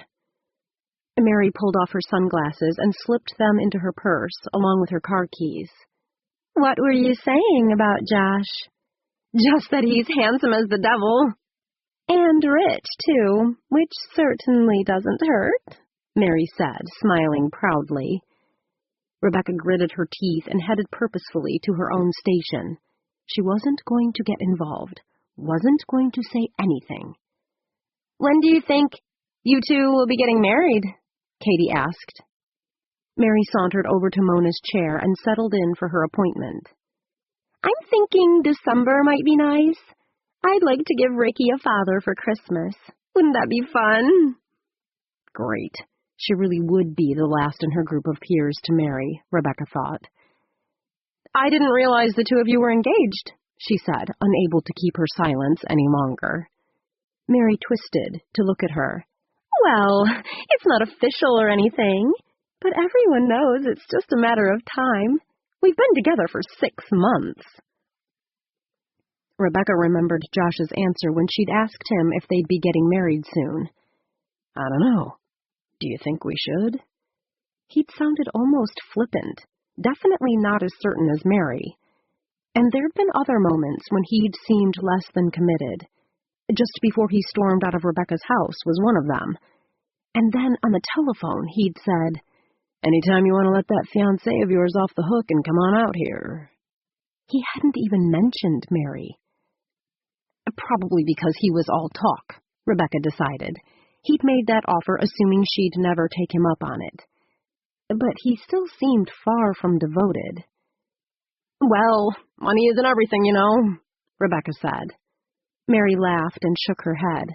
Only you would say something like that. Everyone else knows Josh has it all. Rebecca knew it too. She'd heard it her whole life, most often from her own father.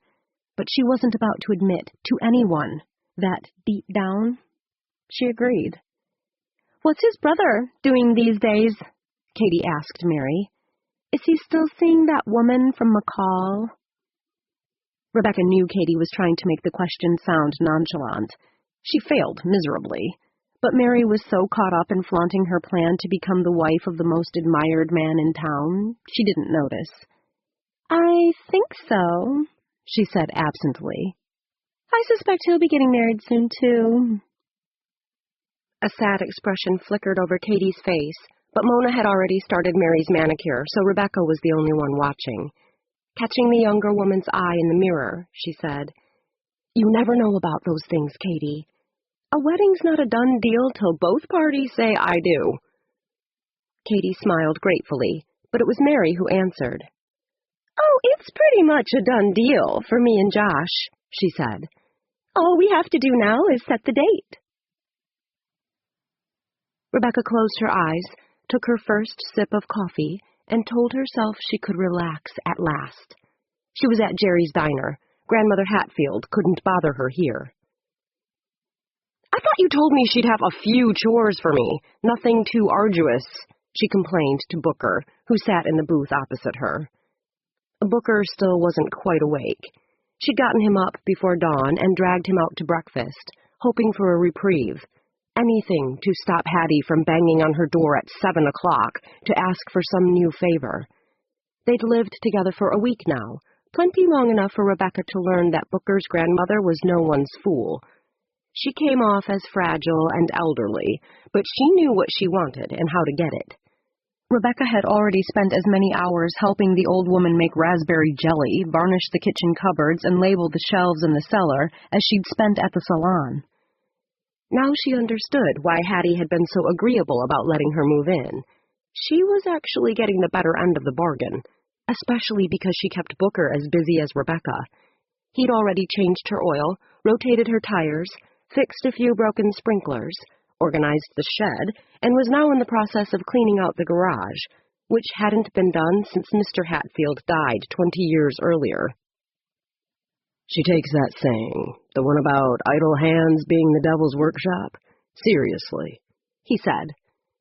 He rested one arm over the back of the booth, letting his black leather jacket gape open to reveal the white T-shirt beneath. "No kidding," Rebecca grumbled. "So how did you manage to get into so much trouble when you were a kid?" Judy delivered his breakfast, a big plate of eggs, bacon, hash browns, and pancakes, and he started right in. "Like any other self-respecting punk," he said between bites. "I'd sneak out." "Sort of like we're doing now?" He poured ketchup over his hash browns, then added half a bottle of Tabasco sauce. "Exactly, babe. You learn fast. But don't worry, Granny'll chill out once she feels caught up." Rebecca suspected Hattie would never feel caught up. She was the kind who believed in spring cleaning all year round. Rebecca had never met such a clean freak in her life, and she'd always thought she and her own mother were pretty scrupulous in that area. But she didn't want to disabuse Booker of his pleasant illusions. With her luck, he'd bail out and leave town, and she'd be left alone with Hattie until her wedding in January. "I used to look forward to my day off," she said, stirring another packet of Sweet and Low into her coffee. "I used to sleep in and do laundry and go grocery shopping and—" She dropped her spoon. "Oh, God," she said. "Can my luck get any worse?" "What are you talking about?" Booker wanted to know. "Don't turn around now, but Josh Hill just walked in."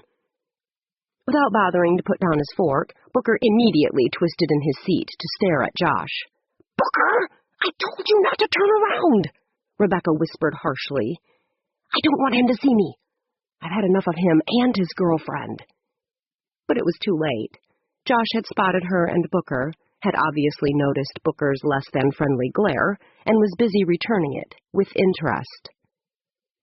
"Hi, Josh, just one today," Rebecca heard Peggy, the other waitress, say. "Two," he said, but he didn't break eye contact with Booker. Just ignore him and eat your food, Rebecca muttered. Booker listened about as well as he had the first time. He smiled, rather malevolently, at Josh as the hostess began to lead him to a table. With Booker working so hard to attract Josh's attention, Rebecca couldn't exactly cower in her seat and hope to go unnoticed. Folding her arms, she lifted her chin and watched her nemesis draw closer. As she should have expected, he recognized the challenge in her eyes, or maybe it was Booker's glare that did the trick, because he stopped as soon as he reached their table. With a tip of his black cowboy hat, he even had the audacity to flash her that crooked grin of his, the one that showed the dimple in his right cheek. As though he hadn't left her furniture sitting out unprotected on the lawn. It had taken her and Booker 2 evenings to put it all back. "How'd the move go?" he asked. "Great, thanks to my friend Booker." Spine rigid, Rebecca forced a taunting smile of her own, irritated that the sight of Josh always seemed to kick up her pulse. But it had been that way for so long, she doubted it was likely to change. Another reason she was glad to be leaving Dundee. "You get your key?" he asked. "Katie gave it to me." "Your table's the one over there," Peggy said, briefly interrupting to point Josh in the right direction. Josh nodded to acknowledge her words, and she hurried off to take care of the customers still crowding the entrance. "Well, next time you want to wake me up at night, don't bother calling, Rebecca. Just come on out," he said. Then he winked at her, grinned at Booker, and took his seat in the booth across the aisle. "What was that all about?" Booker asked. "Nothing. Josh has some sort of problem, but I don't know what it is." Booker downed one piece of bacon, and then the other. "I already told you what it is." "What?" "He wants you." "He left my furniture on the lawn." "So?" "You have an amazingly simplistic view of life," she said. "You've mentioned that." "I suppose you think I should tell him to go to hell." "That's exactly what I think." For once, Rebecca tended to agree, but she wasn't about to say anything right now. Mary Thornton had arrived and was giving them a condescending smile as she passed their table on her way to join Josh. "Too bad she's so uptight," Booker said, shaking his head and staring after her. "She's got a nice ass." Judy brought them their check, and Rebecca quickly threw down her credit card. Suddenly, Hattie's house didn't seem like such a bad place to be. Canning pickle relish was certainly preferable to watching Josh and Mary eat. "I really don't want to hear about Mary's ass," she said once the waitress moved away. "Okay." He shoveled another mouthful of food into his mouth. "Can we talk about Katie's?" Rebecca arched an eyebrow at him. "To think I once had a place of my own." "Did you get me a ticket to your parents' big bash yet?" he asked after swallowing. "I can't begin to imagine why you'd want to come. You know my father hates you. He's told the chief of police to keep an eye on you." "Barney Fife can follow me around all he wants. He'll get damn bored after a while, though. It's not that exciting watching me clean out the garage." Rebecca laughed in spite of herself. Regardless of what others said about Booker, she found him rather endearing. "I'll call my father when we get home. The worst he can say is no." "That's the attitude," he said. "You want the rest of my pancakes?" "No." Rebecca tried to keep her attention on Booker and her own coffee, but she couldn't help listening for Josh's voice. "What would you like?" she heard him ask Mary. "I'll have whatever you're having," Mary responded, and Rebecca ground her teeth. Couldn't that woman have an opinion of her own? She glanced back at the two of them, curious to see the expression on Josh's face, but his menu was in the way. All she could see was the adoration in Mary's eyes, the solicitous hand on his arm, and thought she might be sick. Let Josh marry Dundee High's old cheerleading captain and have a passel of brats as empty-headed as their mother. Rebecca was getting out of town anyway. "Rebecca." She turned back to Booker. "You want to tell me what suddenly has you so preoccupied?" "Nothing," she said, fiddling with the sugar substitute because she could no longer meet his eyes. "I'm just ready to go." He said nothing for a moment. When she thought it was safe, she looked up, but he was still watching her closely. "You're scaring me, babe," he said. She took a sip of her coffee, even though it had grown far too cold. What's that supposed to mean? He leaned closer. "For a minute there, I thought you wanted Josh Hill right back." "No way," she said. "That's crazy." He chuckled and didn't pursue the subject, but she knew he didn't believe her for a minute. And she couldn't blame him. Lying on her bed, feet dangling over the side, Rebecca stared at the message Hattie had handed her as she came in. "Buddy can't make it next week. Something came up. Says not to worry about the airfare, though. He never purchased his plane ticket. Give him a call." Rebecca crumpled the paper and tossed it at the waste paper basket in the corner of her room, then rolled onto her back to stare at the ceiling. Damn! How could Buddy miss her parents' anniversary party? She'd told him how important it was to her, how badly she needed to see him. Shortly after the party, she'd have to announce that he'd postponed the wedding. In order to avoid the inevitable skepticism, she needed Buddy to smile and hug her and let everyone know that he still wanted her. If he didn't show up, all the murmuring and knowing glances were going to be much worse. And now that Josh was apparently on the verge of getting engaged, and Delaney was so close to the end of her pregnancy, Rebecca felt like the whole world was passing her by, while Hattie took full advantage of her free labor. She could easily imagine standing in the kitchen labeling jars of dill pickles when she was 55. "Rebecca?" Hattie called up the stairs. "Rebecca, would you mind coming down here for a minute? I want you to run to the grocery store for a few things, dear. It won't take long." Rebecca plugged her ears in an effort to shut out the sound of her name on Hattie's lips. It was 8 o'clock on Monday night, the very end of her day off, and she'd still had no time to herself. "Back. I can go," Booker called. He'd been outside most of the day, ever since they'd returned from Jerry's diner, trying to chop down a dead tree at the edge of the property. Hattie was determined that he turn it into firewood, but it was really a job for one of those tree services with big equipment. Rebecca knew he had to be twice as tired as she was, so she dragged herself off the bed. "No, I'll go, Booker," she hollered. "I'm coming."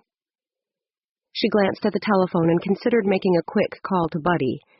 She wanted to tell him that he simply had to come.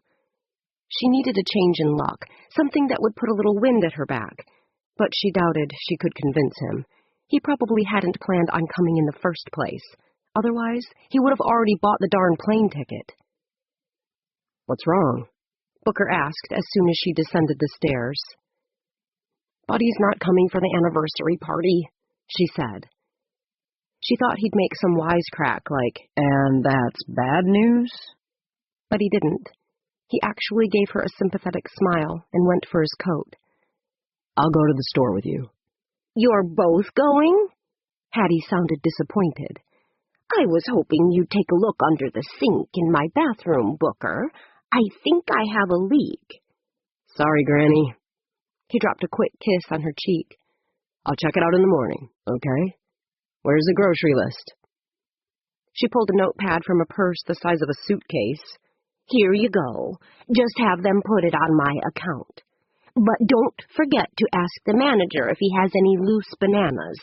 They sell them a lot cheaper that way, you know. Only they don't put them on the table. You have to ask, and they bring them out from the back. That's how you get the deal. And pick me up one of those flyers that says what's going to be on sale next week. I'm hoping it'll be pot roast. They haven't had a sale on pot roast for a long time, and I'd really like one." "How much could you save by waiting?" Rebecca asked. "As much as $3, Hattie reported proudly. Rebecca didn't get it. $3? Was it worth $3 to wait week after week, month after month, for a sale on pot roast? "Do you think Buddy will expect me to follow those sale flyers as closely as your grandmother does?" she asked Booker as they walked out to the car. "Do you think he'll expect me to ask the manager for loose bananas?" Booker shrugged. Depends. Did he say why he's not coming for the party? Something cropped up at work. So it wasn't because of the plane fare. Rebecca thought the plane fare might have been part of it, which was probably why she was so irritated with Hattie for trying to save a couple of bucks on pot roast. Suddenly, everyone in the world seemed cheap. I don't know, he never did buy his ticket, even though I made it crystal clear I wanted him to come. Doesn't say a lot for his intent, Booker said. She nodded. Neither did a third postponement of their wedding. Booker grabbed her purse and the shopping list and headed back inside. What are you doing? She asked. We're not buying groceries tonight. He jerked his head in the direction of his motorcycle. We're going for a ride on my bike. What about your grandma? She'll get her loose bananas in the morning. Chapter 11. Rebecca had intended to call and ask her father if she could bring Booker to the anniversary party. She'd meant to do it a week ago, but since their meeting in his office, she hadn't heard from him or anyone else in her family, except Greta, who'd phoned to try to talk her into changing the color scheme of her wedding from periwinkle and turquoise back, they're just so unusual, to something more classic and timeless. Ivory and green would be perfect, don't you think? In addition to a general lack of contact, Rebecca had been busy, what with Hattie lining up project after project, and, if she was being perfectly honest, she'd have to admit there was never a good time to approach her father about something he wasn't going to like. So she'd procrastinated, and now it was too late. She parked her Firebird behind a large black pickup and saw so many cars lining the street she almost lost her nerve. She'd known it wouldn't be wise to bring Booker along under any circumstances, but without express permission? Still, she couldn't see how his presence would hurt anything. What was one more among so many? She couldn't tell him he wasn't welcome, not after he'd been so good to her. It was Booker who'd given her a place to stay. Booker who'd helped her move. Booker who'd been there for her when Buddy let her down. Besides, Rebecca knew what it was like to bear the brunt of everyone's disapproval. She wasn't about to distance herself from Booker just because the other folks in Dundee found him unacceptable. Booker was her friend, and she was going to stand behind him. She just wished standing behind him didn't have such potential for causing a scene. "Would you mind carrying the salad?" she asked, getting out of the car. "No problem," he said. Greta hadn't asked Rebecca to bring any food, but she'd whipped up a chicken salad from a recipe she'd seen in a magazine, as sort of a peace offering. Maybe if Booker was busy finding a place for the salad when they first arrived, he'd be too preoccupied to hear anyone gasp. She opened the trunk. He removed the large bowl of salad, and she retrieved the gift she'd brought her parents, a hammock for their back porch she thought they might enjoy next summer. "If we don't like it, we don't have to stay," she said, preparing him, and herself, just in case. "I need to put in an appearance, that's all." He shrugged. "Whatever." Whatever? She wished he'd seemed that nonchalant about the party before they'd left home. Maybe she wouldn't have been so quick to let him come. "What's wrong?" he asked when she hesitated. She considered telling him he might not be welcome, then decided against it. Certainly her family would treat him graciously. They might disown her after the party, but they'd never make themselves look bad by mistreating a guest, especially one who might be eligible to vote in the next election. At least he'd cleaned up for the party. He'd shaved, which was something he didn't bother to do every day. He'd also changed into a pair of khaki pants and a polo shirt that almost made up for his rough edges. Straightening her own lightweight sweater to conceal her tattoo, which would embarrass her father if she revealed it in public, she dusted off her black slacks and pressed forward. Her father didn't like some of her more trendy clothes, the hip huggers, the 6-inch heels, the midriffs, and animal prints, but she'd dressed in an admirably conservative fashion tonight. She looked almost like one of her sisters, she had food, and she had a gift. So what if she also had an uninvited guest? The weather was chilly, and the smell of ham drifted clear into the street. A live band played Boogie Woogie Bugle Boy somewhere in the house. Judging by the voices babbling just beyond the front door of her parents' home, everyone seemed to be having a good time. So when Rebecca and Booker stepped inside, she hoped it was only her imagination that a hush fell over the crowd. Slowly, everyone turned to stare, including her own family. Her mother held a hand to her heart, her sisters covered their mouths, and her father went so red in the face he looked like Elmer Fudd in a Bugs Bunny cartoon. A few people, like Mary Thornton, started whispering, while others, like Josh's parents, chuckled outright. Rebecca realized immediately that bringing Booker was a bigger mistake than she'd thought, but she'd already committed herself and had no choice except to soldier on. Upping the wattage of her smile, she slipped an arm through his, wishing they'd waited until later to appear, closer to the time she expected Delaney and Connor, so they'd at least have an ally. "Why don't we put the chicken salad in the kitchen?" she said, as if 50 pairs of eyes weren't riveted on them like magnets to steel. Booker looked from her to the stunned crowd and back again.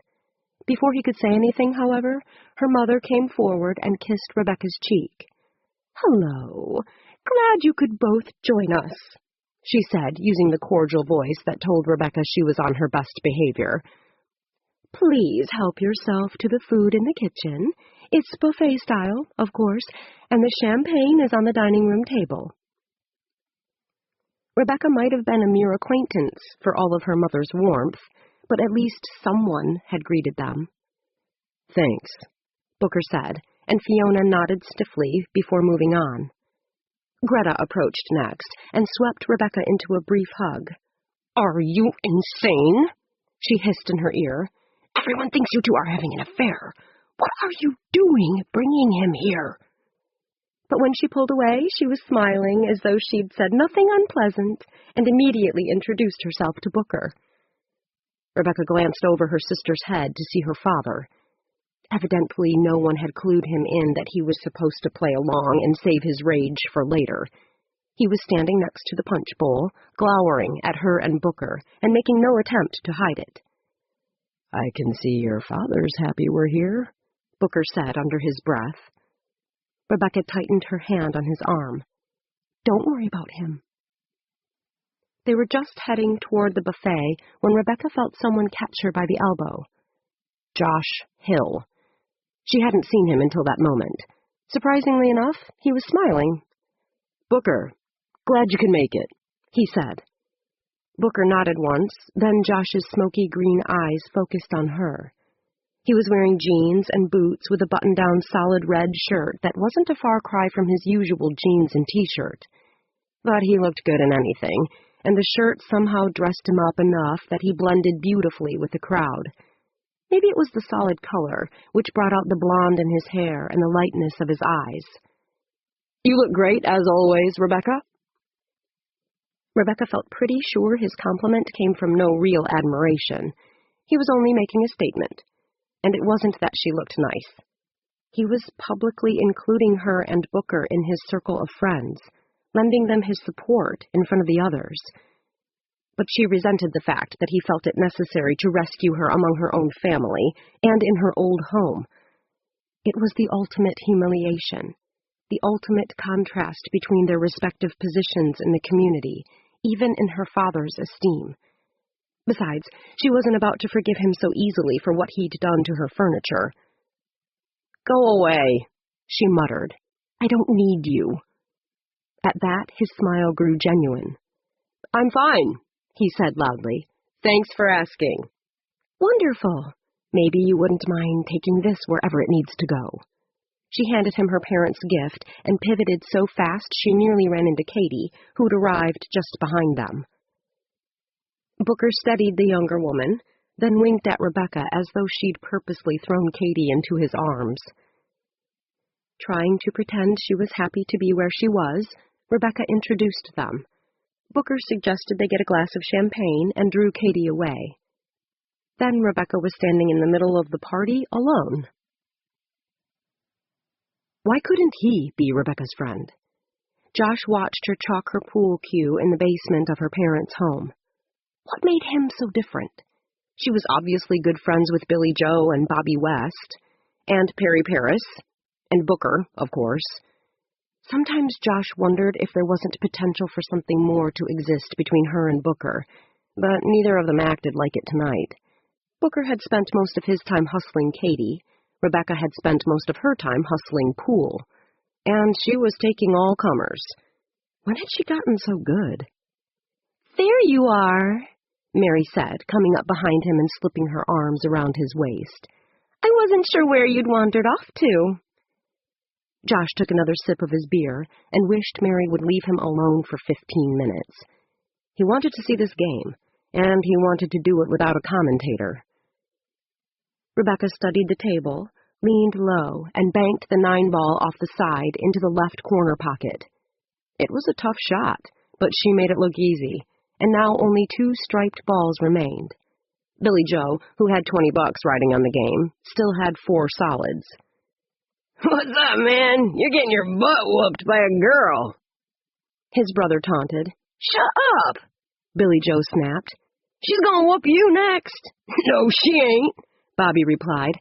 "I got $50, says I'm gonna take her." "You getting the itch to play?" Mary asked, her fingers moving in irritatingly small circles on his abdomen. "Yeah." "You're not thinking about playing Rebecca, though, are you?" "Actually, I am." Stepping away from her, he put his quarter on the side of the table behind Bobby West's to save his place in line. He hadn't played Rebecca since they were in high school. It used to be that he could beat her easily enough, but she'd obviously improved a great deal, and these days he played only occasionally. If Rebecca saw that he was there, she gave no indication. He hadn't been able to get her to acknowledge him since she'd shoved that damn gift in his face and walked away. "We could stop by the honky-tonk and play a game if you'd rather," Mary offered, slipping her arms around him again. "Then we could go on over to your place." He heard the innuendo in her voice, but for some reason the thought of winding up at his place with Mary didn't tempt him tonight, at least not as much as playing pool with Rebecca. He missed the challenge she provided, wondered if he could still best her. "Not right now," he said, intent on the game. "It'll be my turn soon." Billy Joe scratched and had to bring out another ball. Rebecca sank one of the 2 remaining stripes, and Billy Joe knocked down 2 solids before Rebecca made her last shot. But she missed the 8-ball. Billy Joe missed the 5, and it was Rebecca's turn with another chance at the 8. She studied the angles, took the shot, and smiled as the 8-ball fell neatly into the side pocket. "Darn," Billy Joe said, shaking his head. "You beat me every time." Rebecca laughed and pocketed the money. "You think your brother can do any better?" "You bet I can, honey," Bobby said, and racked the balls. When he took his brother's cue stick, Rebecca told him he could break. Balls scattered everywhere from the power of his shot, but amazingly, nothing fell. Rebecca ended up with stripes again.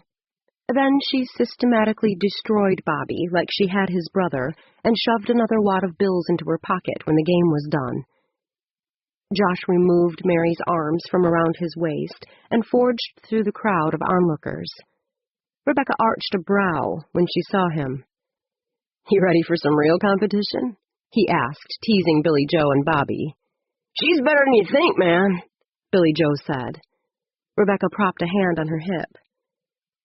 "How much?" she asked him. Josh considered what he had in his pocket. $100, says I'll win." "Make that 200, and you've got a game." "Whoo-wee! She's feeling it tonight," Billy Joe cut in, putting another quarter on the table. "Maybe it's time to humble her," Josh said, but he knew, even if he won, there was no humbling Rebecca Wells. "Talking trash already?" she asked. $200. He grinned. "Ladies first." Rebecca sank 2 solids, but missed the 3rd.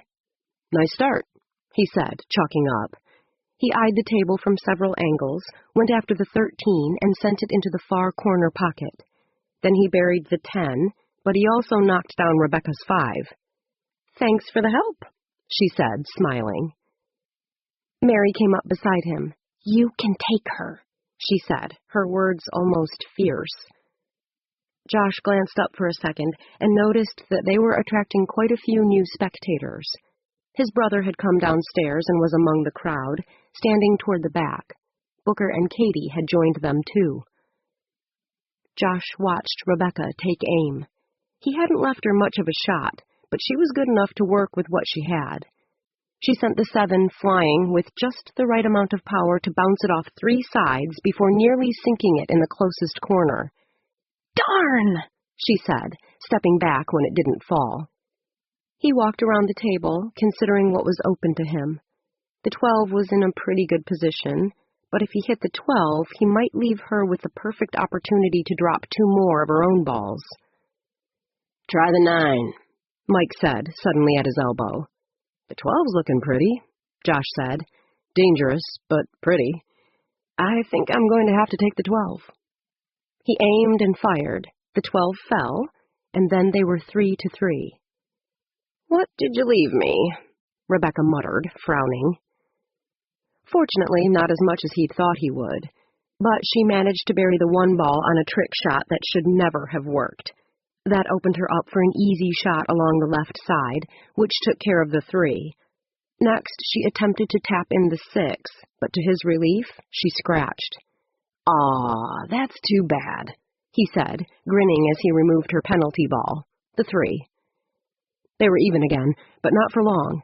He placed the white ball in front of the 14 and pointed to the left corner pocket. "It's going there," he said, and, a solid click later, proved himself right. At that point, Booker stepped up and whispered something to Rebecca. Josh tried not to be annoyed by this evidence of their mutual esteem, but the fact that he'd lost his friend status so quickly, while Booker seemed to be hanging on to his, rankled. What did he have that Josh didn't? A few tattoos, maybe. As Rebecca moved past him, he caught a subtle whiff of her perfume, reminding him of that night she'd massaged him at her house. He'd smelled the same scent on her sheets and pillows. It was mingled with the whole experience, the candles, the warm oil, Rebecca's hands sliding over his body. He'd thought a lot about that night. He'd thought even more about the next morning, when they'd stood so close he could have licked her lips without moving.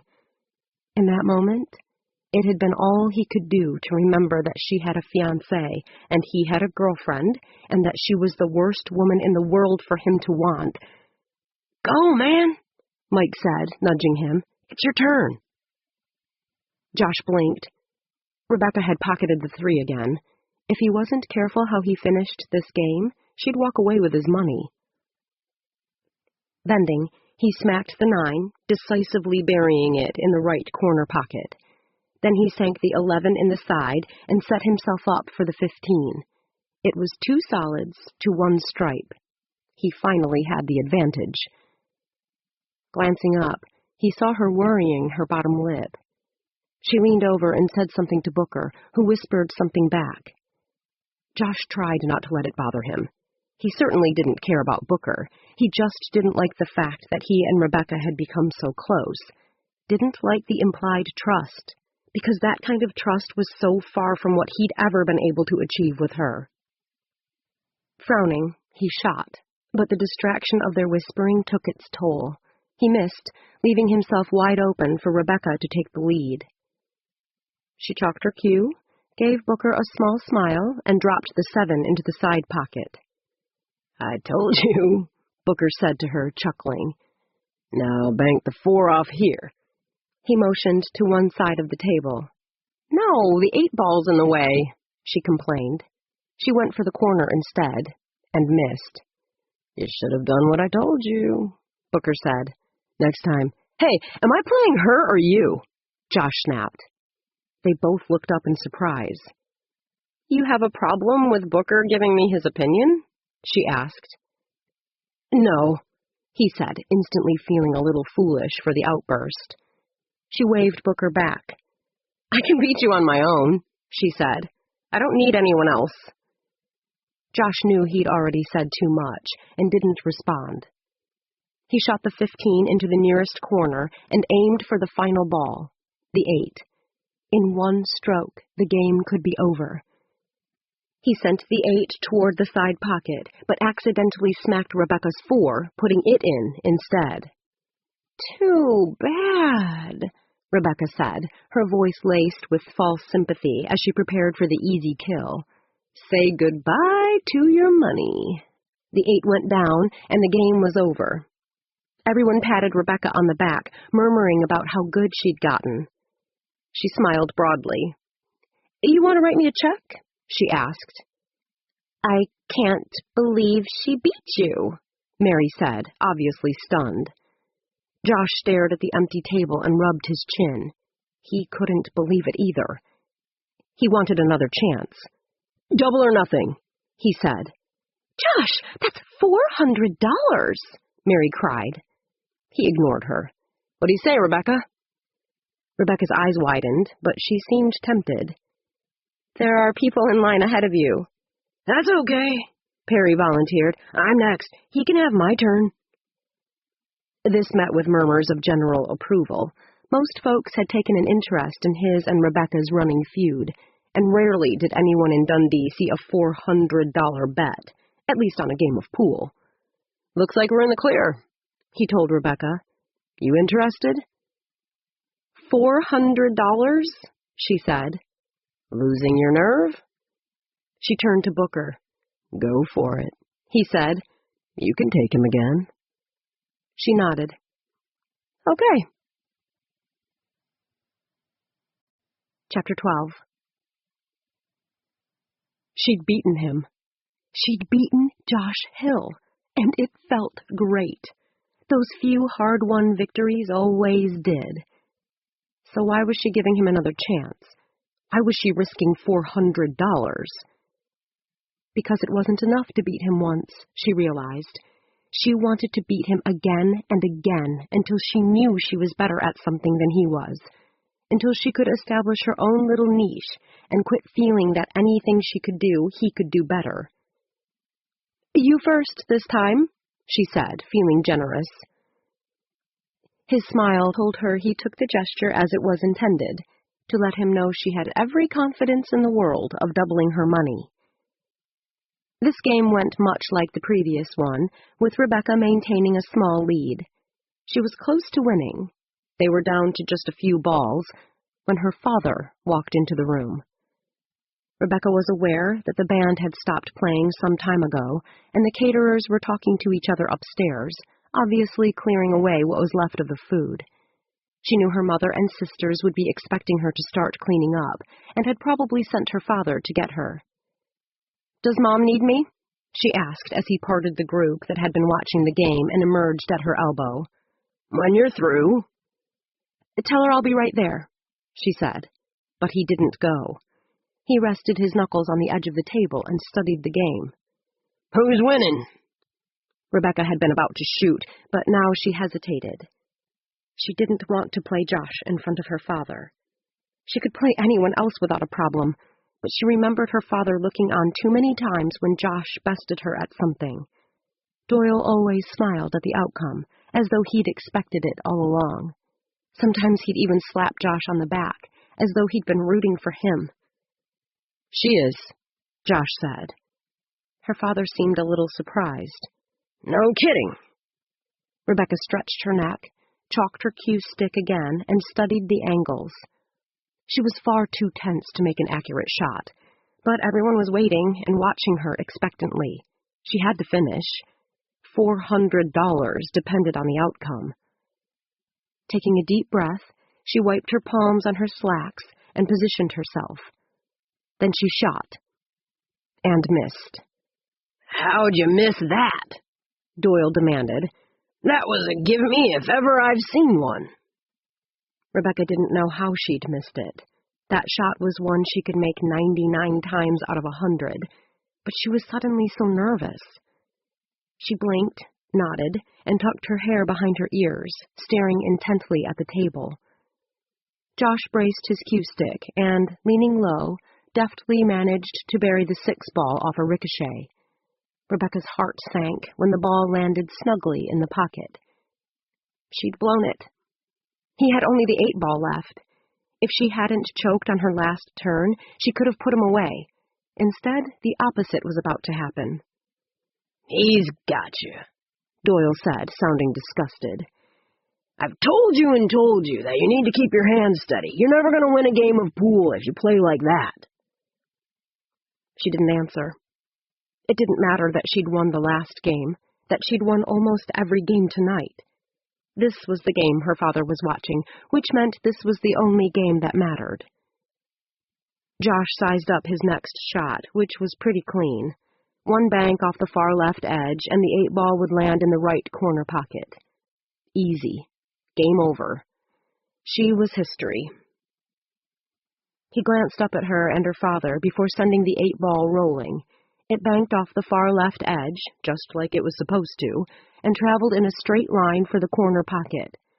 Rebecca was so sure it was going to drop, she almost set her stick down and started getting out her money. But it didn't. It slowed and came to a stop at the very edge of the pocket. Mary groaned, and Billy Joe murmured, I thought he had her. Geez, that was close. It was close, but not close enough. She had a reprieve. Booker caught her eye and smiled. Now's your chance, his look said. You can do it. Giving him a slight nod, she sent her stripe flying decisively into the side pocket. Now only the 8-ball remained for her, too, and it was already hovering an inch from where she needed it to go. Telling herself to forget that her father was watching, to forget he was even there, she tapped the white ball so that it barely kissed the 8. The 8 slipped over the edge, making a satisfying thunk, and the game was over. I won, she said, feeling a rush of relief and hope as she looked to her father. I just beat Josh. Yeah, well, your mother needs you, he said, and walked off. Can you believe Rebecca brought Booker to her parents' anniversary party? Mary asked as Josh drove her home from the party. Mary had been talking non-stop since they'd gotten into his excursion. He'd only been half listening, for the most part. He wasn't interested in a recap of the compliments she'd received on her new jacket. But he heard her mention Booker and Rebecca. They're friends, he said. Mary adjusted her seatbelt. Friends and lovers, probably. Josh scowled. Would you give up on that? Booker was hitting on Katie all night. I hardly think he and Rebecca are lovers. She turned to face him, using the door as her backrest. You never know. Rebecca strikes me as a little kinky. She might like a menage a trois once in a while. I don't think so, he said sharply. Josh suspected her sexual experience fell far short of her reputation. Some of the things he'd said in the past were probably to blame for why people like Mary considered Rebecca kinky, and he hadn't had a damn clue about her sex life when he'd made those statements. It was just part of the smear campaign they'd waged against each other. She ran away with that biker, Mary pointed out. Josh stopped for a light. Johnny Red. Even a Hell's Angel hadn't been able to handle Rebecca. Strong evidence that Josh was lucky she didn't seem as drawn to him as he sometimes was to her. But logic and evidence didn't always help. Not at moments like that one in her house. So she had a fling, he said, starting through the intersection as the light turned green. I think most of us are guilty of poor judgment on occasion. Poor judgment on occasion? What do you call moving in with Booker when she's engaged to another man?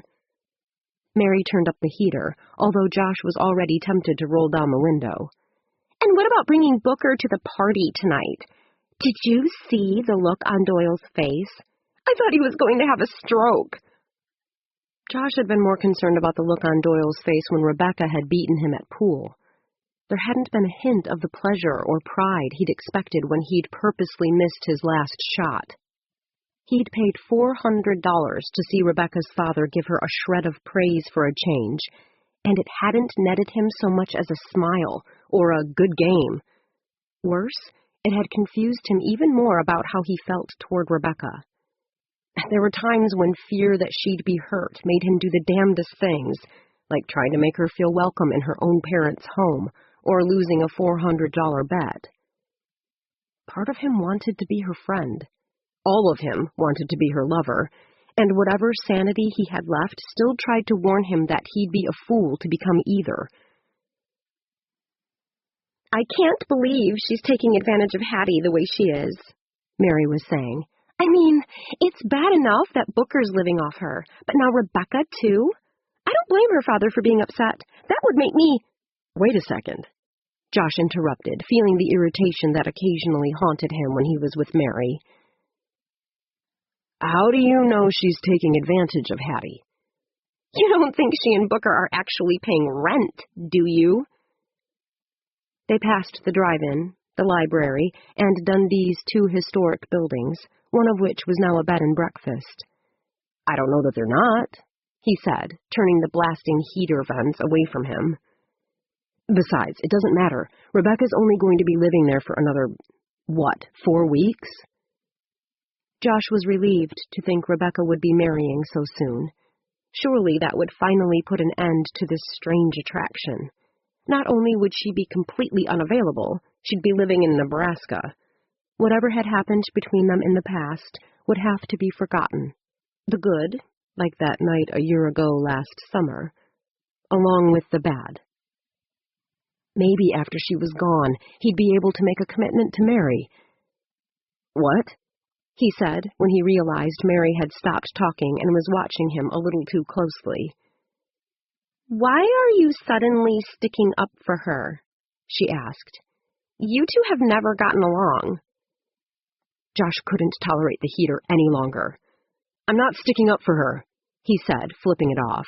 I just don't think what's going on in her life is any of our business, okay? She gets enough of that kind of thing already. Then I guess you don't want to hear what I learned tonight at the party, Mary said. He drove into Mary's neighborhood and pulled up in front of her parents' house, where she'd been living since the divorce. Not if it's more conjecture about Rebecca's sex life, he said. It's not. It's about her wedding. After the way he'd criticized Mary's gossiping, he could hardly show interest, but she definitely had him with that statement. I don't want to know, he lied. Fine. She leaned over and kissed him before getting out of the truck. Night. Night. He felt a welcome rush of cold air as she stepped out. He could finally breathe again. Call me later, she said. I'll call you tomorrow. He rolled down his window and drove away. But he made it only to the edge of town before using his cell to phone her. Okay, what about Rebecca's wedding? He asked as soon as she answered. I thought you didn't want to gossip, she said, sounding smug. You've piqued my curiosity. She laughed, prolonging the suspense. It's been postponed again. Oh, boy. How do you know? Candace heard Delaney talking to Connor about it tonight while they were dancing. Why? Because she was dancing right next to them. Josh sighed impatiently. No, why has the wedding been postponed? I don't know, she said. From what Candace could gather, what's going on is pretty hush-hush. Delaney said something about Rebecca waiting until after the party to tell her parents. He remembered what Doyle had told him in the hair salon and knew Rebecca's father wouldn't be happy about this turn of events. He saw Buddy as Rebecca's only wedding ticket, his release from further obligation to his difficult 4th daughter. When's the new date? He asked, wondering how much longer he'd have to deal with running into Rebecca everywhere he went. Candace didn't say. She paused. You want to come back here? Watch a movie? Not tonight, he said. I'm pretty tired. Tomorrow, then? Okay. He hung up, and, suddenly feeling a chill, rolled up his window. What was going on with Rebecca's engagement? 3 postponements? Didn't Buddy want to marry her? Maybe her fiancé had figured out what everyone in Dundee already knew, that he'd never be able to handle her on a full-time basis. Doyle said Buddy was too mild-mannered for Rebecca. Maybe he'd seen something in her that had tipped him off. But Buddy had to marry Rebecca. Josh needed him to make their marriage final so he could move on with his own life. And he needed him to do it as soon as possible, before Josh lost all perspective and did the absolute worst thing he could do and started dating her himself. Picking up his cell, he called Katie Rogers. "It's Josh," he said. His mother was close to Katie's mom and used to babysit Katie after school. She was a little like a kid sister to him, but he didn't call her often, and he knew his request was going to sound pretty strange. "Hi, Josh. What's up?" she said. "Is there any chance you could get me Buddy's phone number?" he asked. "Buddy's?" "Rebecca's fiancé?" "Mona and I have both taken messages for Rebecca at the salon. I'm sure it's on the duplicate copy of the message pad. Why?" He slowed and pulled off the road. "Do you have a key to the salon?" "Yeah, we all have a key. We take turns opening. What's up?" "Nothing. Would you mind meeting me there?" "Right now?" He flipped on the overhead and glanced at his watch. It was almost midnight.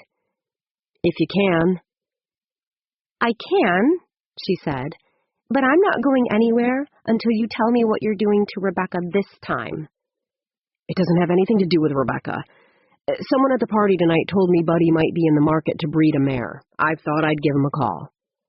"Oh, okay." She seemed slightly disappointed that there wasn't more fun in what he was doing. "I can be there in 5 minutes, she said. "Where are you?" His tires ground on the gravel at the side of the road as he turned around. "It'll take me 10, but I'm on my way." "You are who?" Buddy said, sounding groggy, even though it was nearly noon. "Josh Hill. Rebecca might have mentioned me," Josh said, standing inside the door of his largest stable and propping the telephone against his ear with one shoulder so he could remove his leather gloves. He usually took things easier on Sunday, but he'd already been working for 6 hours, trying to get the place ready for the mares that would start arriving in November. And he'd been tempted to call Buddy since dawn, but he knew not everyone kept the same kind of hours he did, so he'd made himself wait. Obviously, he hadn't waited long enough. "I don't think so," Buddy said.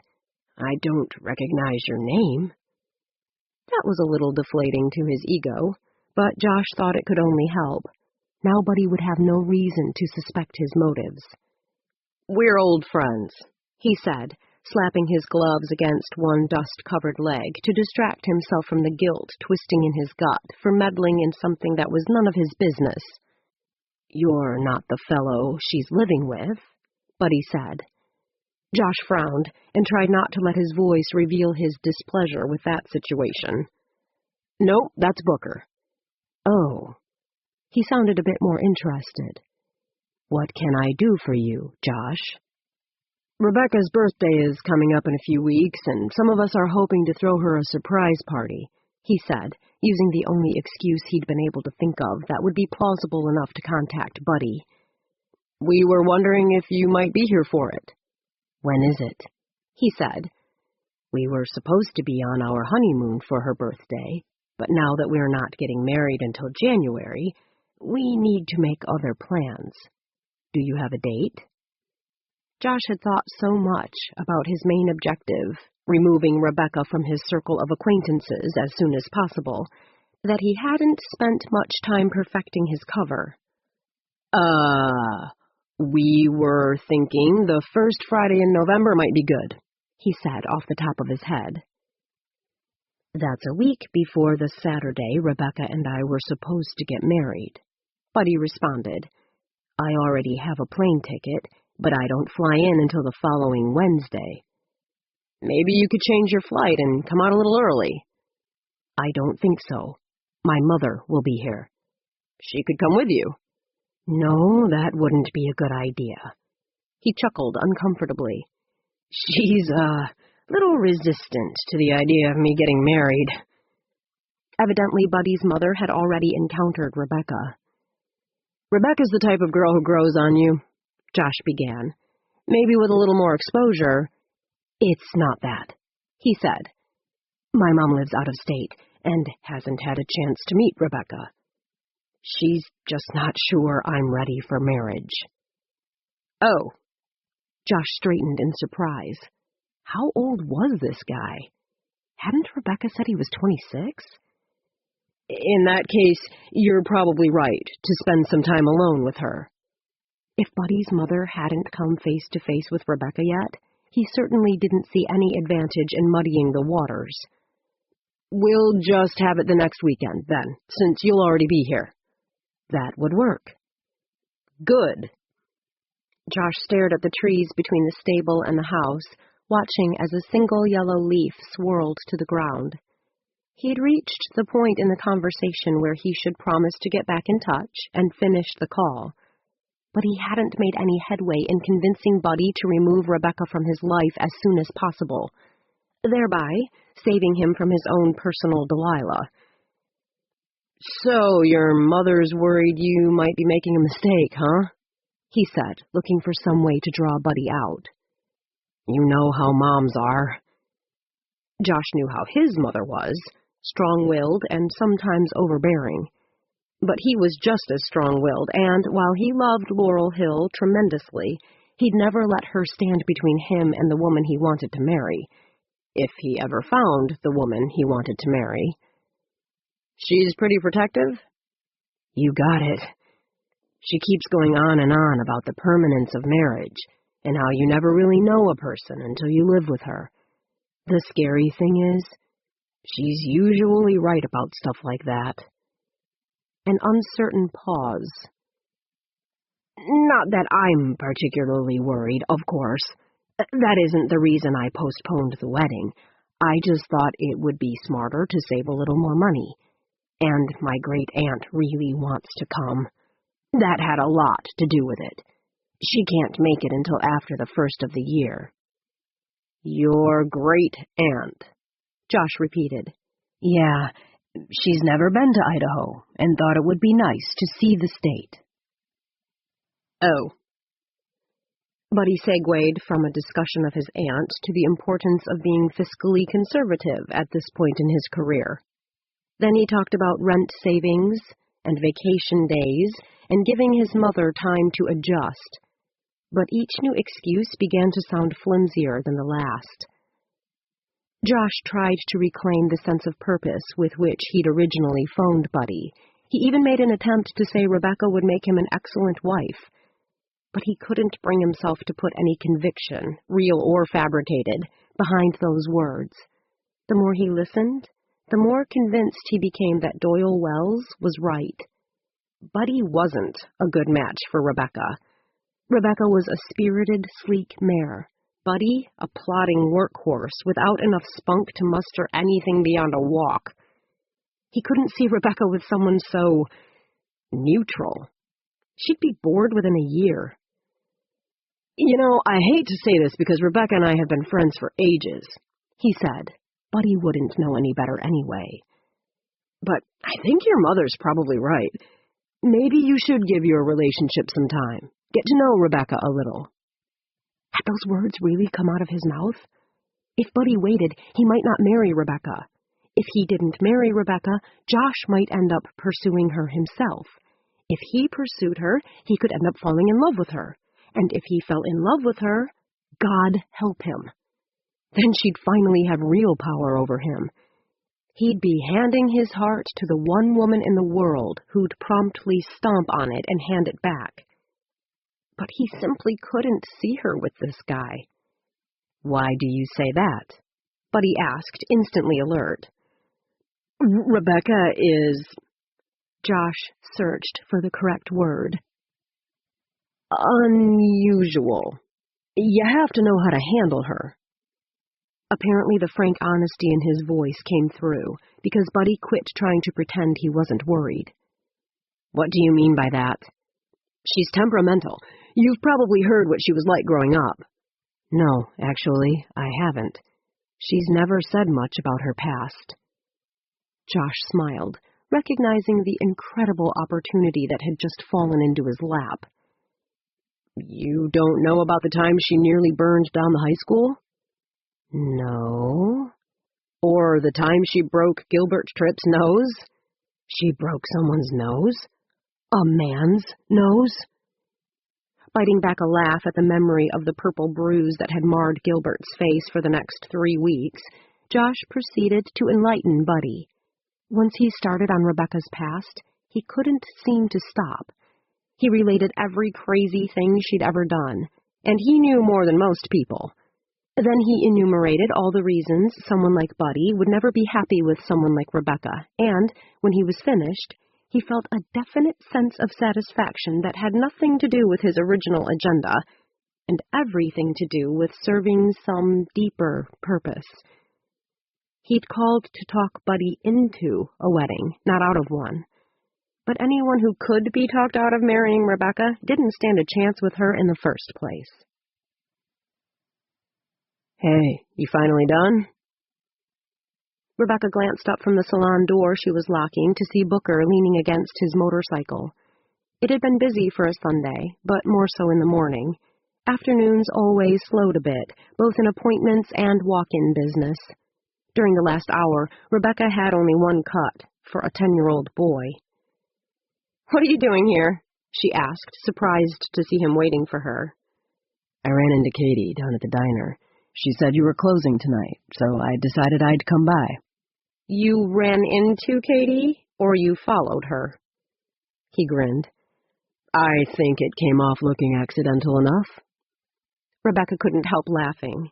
"She interested in going out with you?" "Of course not. But then she doesn't know me very well." "That's the spirit." She selected the key to her Firebird.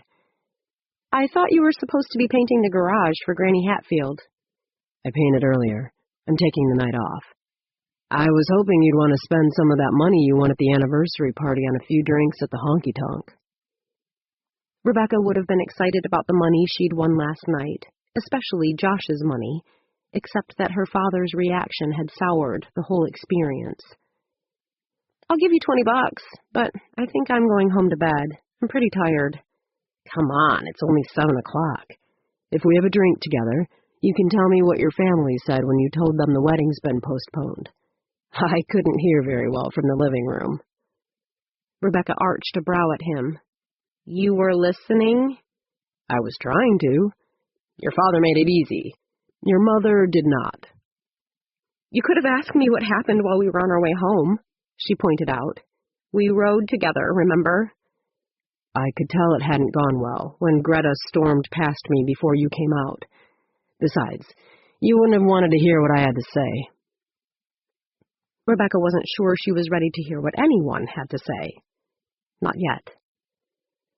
"Word will have spread to the honky-tonk about the wedding," she said, considering her options. "I think I'll give it another week before I face everyone there." "No one cares about the postponement, babe." That might be, but she still ran the risk of running into Josh, and she wasn't about to take that chance. She might have beaten him at pool last night, but it was only a game. She felt foolish for having cared so much. The money was nice, of course, but 1 or 2 games of pool were never going to change anything. Her father still had a way of making her feel inferior to Josh, to almost everyone. "No thanks, I'm going home," she said. "That's boring," he complained. "For you, maybe."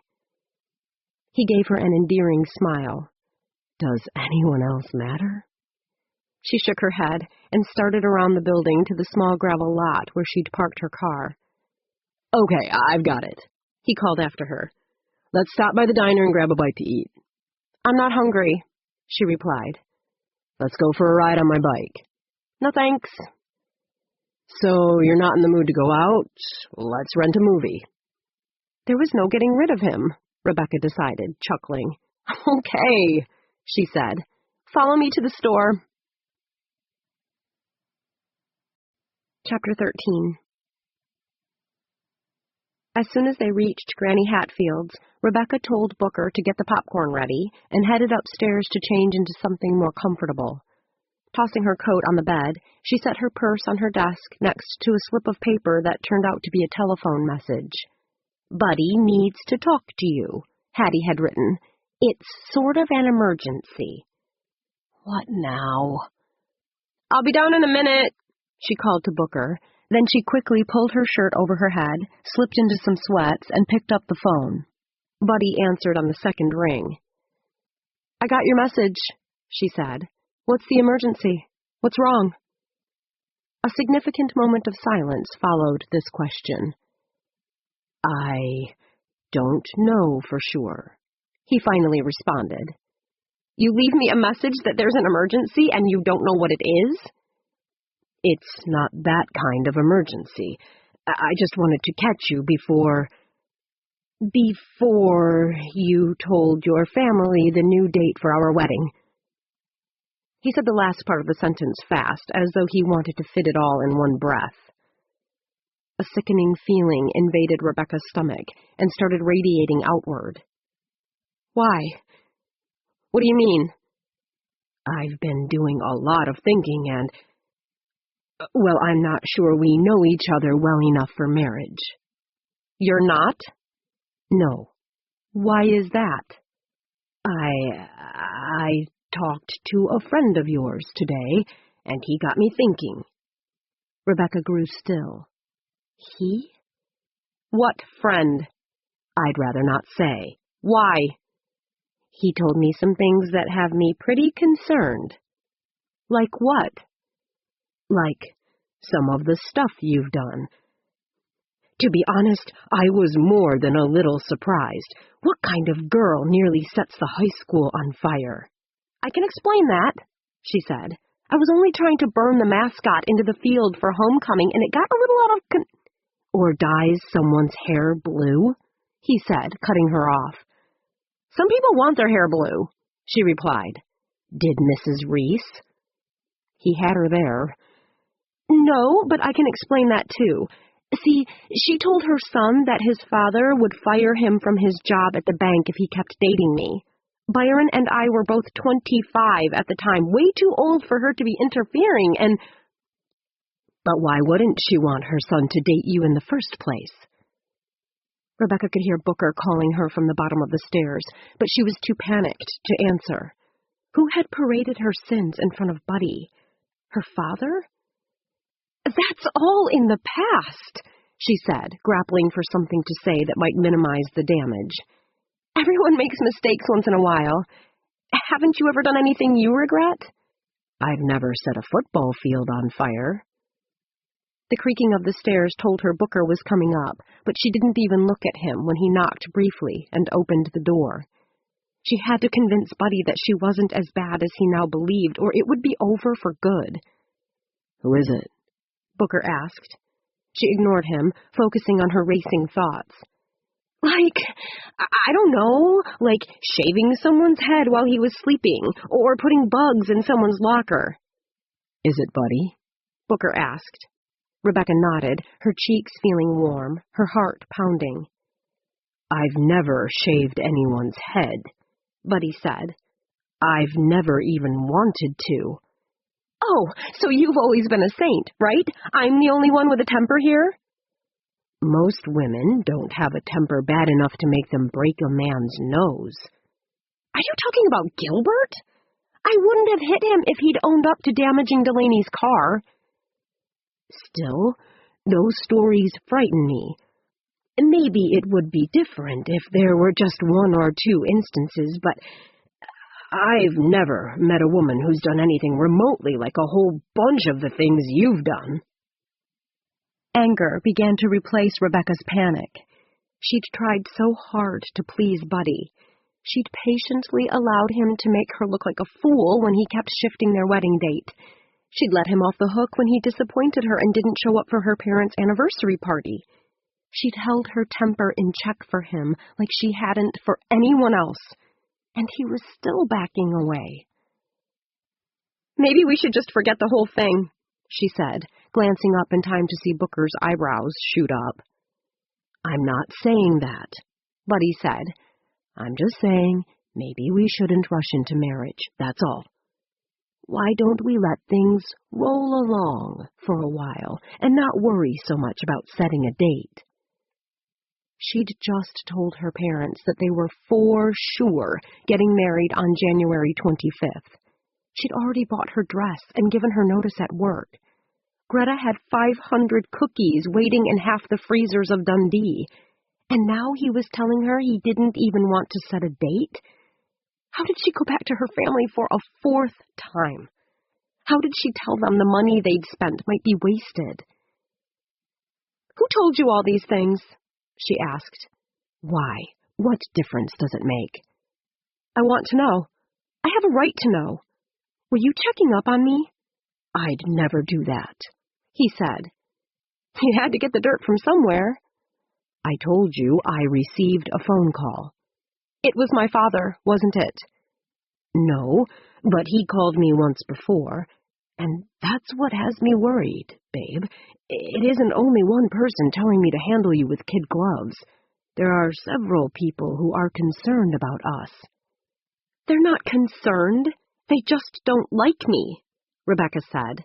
"Don't you have any enemies?" "We're not talking about enemies. We're talking about your own father." "He's the worst of the bunch," she said. "He's been angry ever since I was born." "Why would he be?" "Because I was the last of 4 girls. When I arrived, he knew he wasn't getting a boy." "That's crazy." "Exactly. What kind of man holds his daughter responsible for not having a penis?" "Rebecca, whether you believe it or not, your father loves you," Buddy insisted. Rebecca remembered Doyle turning away when she'd won the game last night. "Is that why he always mutters, 'God have mercy,' whenever I'm around? Because he loves me?" she asked. "I don't know why he says what he says. I don't really know him.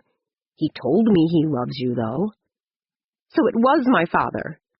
"No, it wasn't. Not this time." "Who then?" "I don't want to say," Buddy responded. "He seemed to have my best interests at heart." "What?" she nearly shouted. "Why would a complete stranger have your best interests at heart?" "Maybe he's a nice guy." "Or maybe he wants to start trouble. Ever think of that?" "He warned me about you. He said you need a strong hand and not to give you too much rain. But he also said if we got married, I'd better not break your spirit or I'll have to answer to him." Too much rain? Break her spirit? It sounded as though Buddy's caller was talking about a... Suddenly Rebecca knew exactly who had phoned him. "Josh Hill! It was Josh who told you all those terrible things, wasn't it? He's the one who called you." Silence. Then he said, "Beck, I don't want to get anyone in trouble. Look." "Just tell me the truth," she said, and to Booker, "Who else besides Delaney knows so much about me?" Booker rubbed the stubble on his chin. "Makes sense to me." "He probably didn't like losing all that money in front of everyone last night," Rebecca muttered. "I don't think it's about the money," Booker started to say, but she turned her attention back to the phone. "Is it him?" she demanded. "Is it Josh Hill?" Buddy's lack of denial confirmed her suspicion. "He says he's a good friend and that he means well." Rebecca set her jaw, her body now filling with resolve. "I'll talk to you later," she said. "There's something I have to do." "Wait, Rebecca." She hung up, grabbed her coat and keys, and tried to brush past Booker. "Where are you going?" he asked. "To Josh Hill's house." "That can't be good," he said. "I'd better go with you." "So, what are you going to do?" Booker asked as they sat in her Firebird across the road from Josh's ranch. Rebecca considered Josh's large, rustic, 2-story, cabin-like house with the hammock hanging on the front porch. Then she studied the circular drive, the split-rail fence enclosing the property, and the row of shade trees along the right side, and felt her resentment grow. Of course, Josh's ranch would be a cut above everyone else's. Trucks and SUVs clogged the drive, along with a small tractor, and several horse trailers and quad runners sat lined up on one side of the road that led around back. Brand new stables and corrals had been built behind the house for the mares Josh and his brother owned, and the studs, a couple of which had cost over $1 million. Josh and Mike ran a lucrative business. They'd achieved a level of success Rebecca could only imagine. Even if she and Buddy eventually got married, she doubted they'd ever be rich. But she hadn't asked for rich. She'd asked only for a fresh start with a simple man who loved her.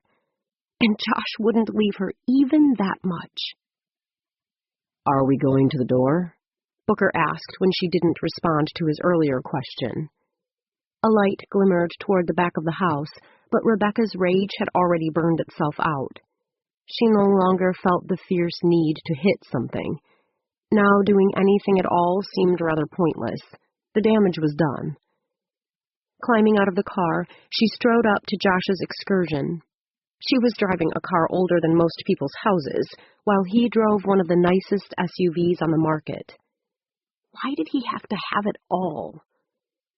She heard the crunch of footsteps on gravel as Booker came up behind her. "Are you ever going to say anything?" he asked. "These SUVs cost $35,000, she responded. He glanced at the maroon excursion. "They're nice?" "Everything Josh has is nice." Rebecca opened the door and sat in the passenger seat, letting her legs dangle out the side. She wasn't surprised to find the vehicle unlocked. There wasn't any crime in Dundee to speak of, especially out in the hills where the next property was 5 or more miles away. The inside of the SUV smelled of leather and armorall, and Josh.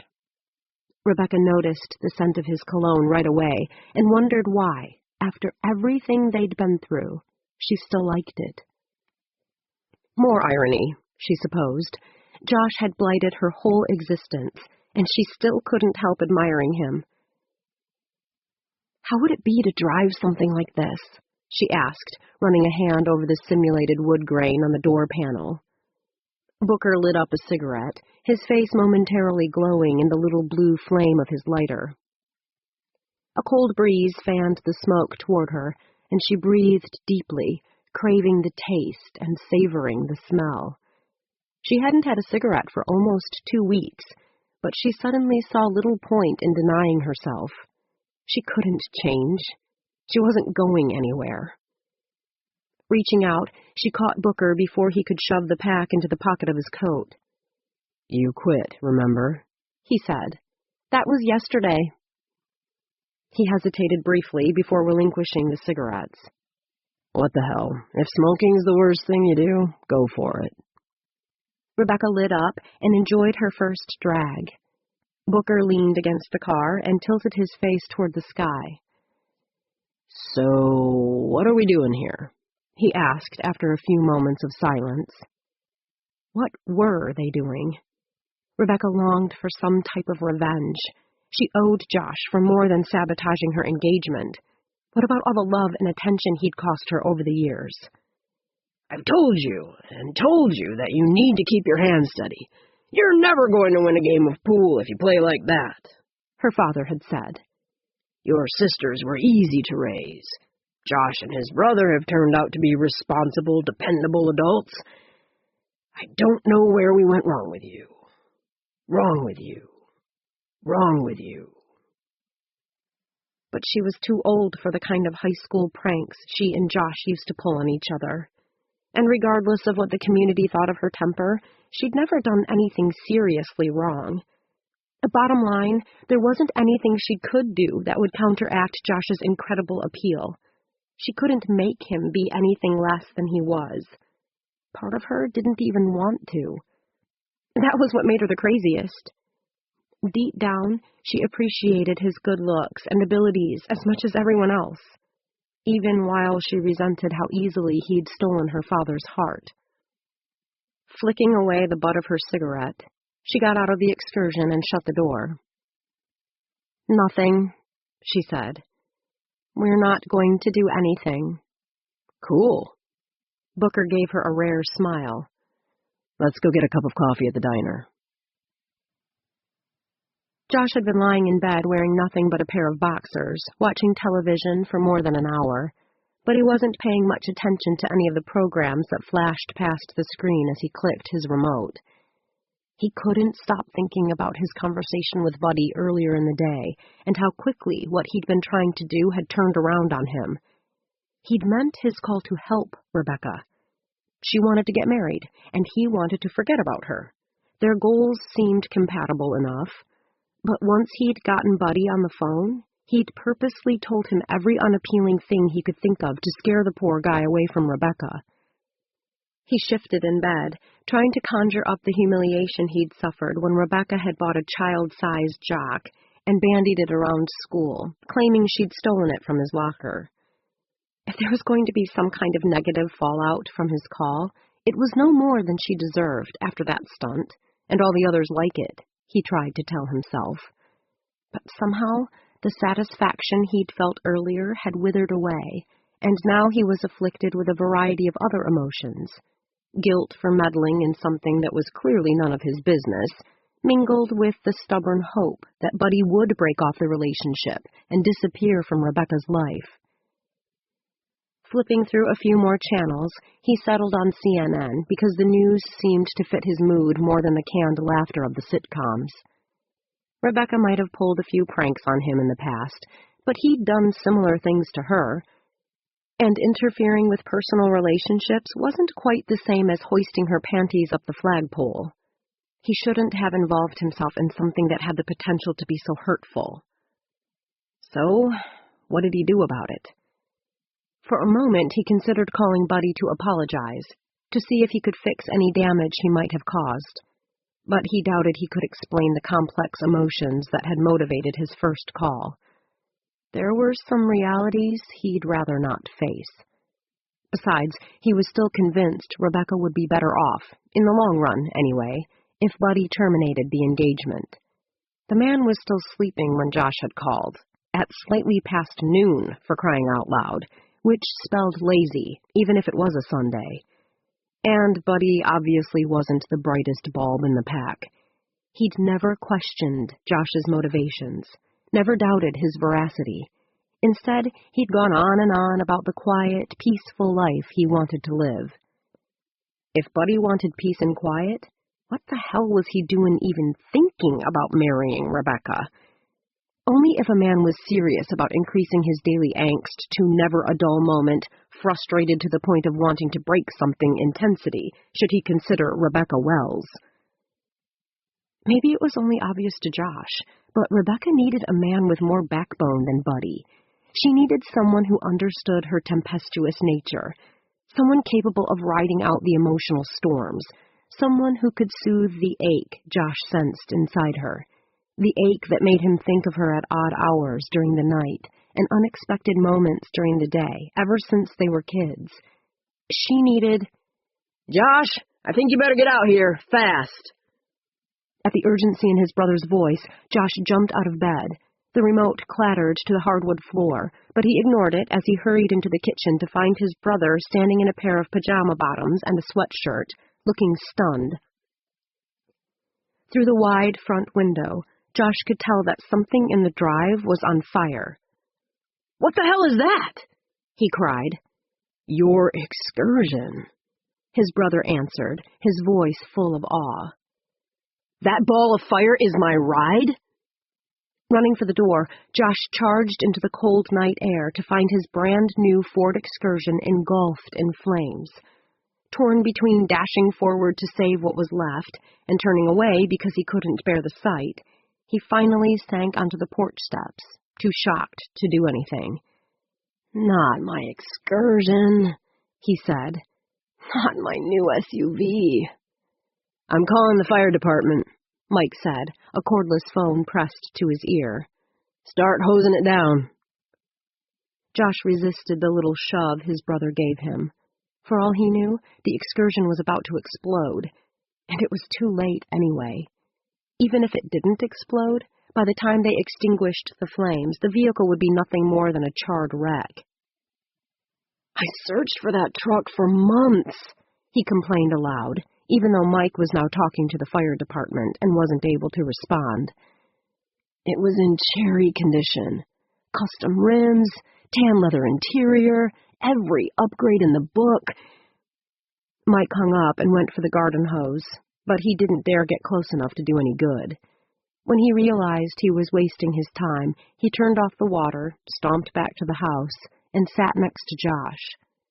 Together they stared in silent wonder at the fiery spectacle. "Think it was kids?" Mike asked at last. They could hear the shrill siren of a fire truck in the distance.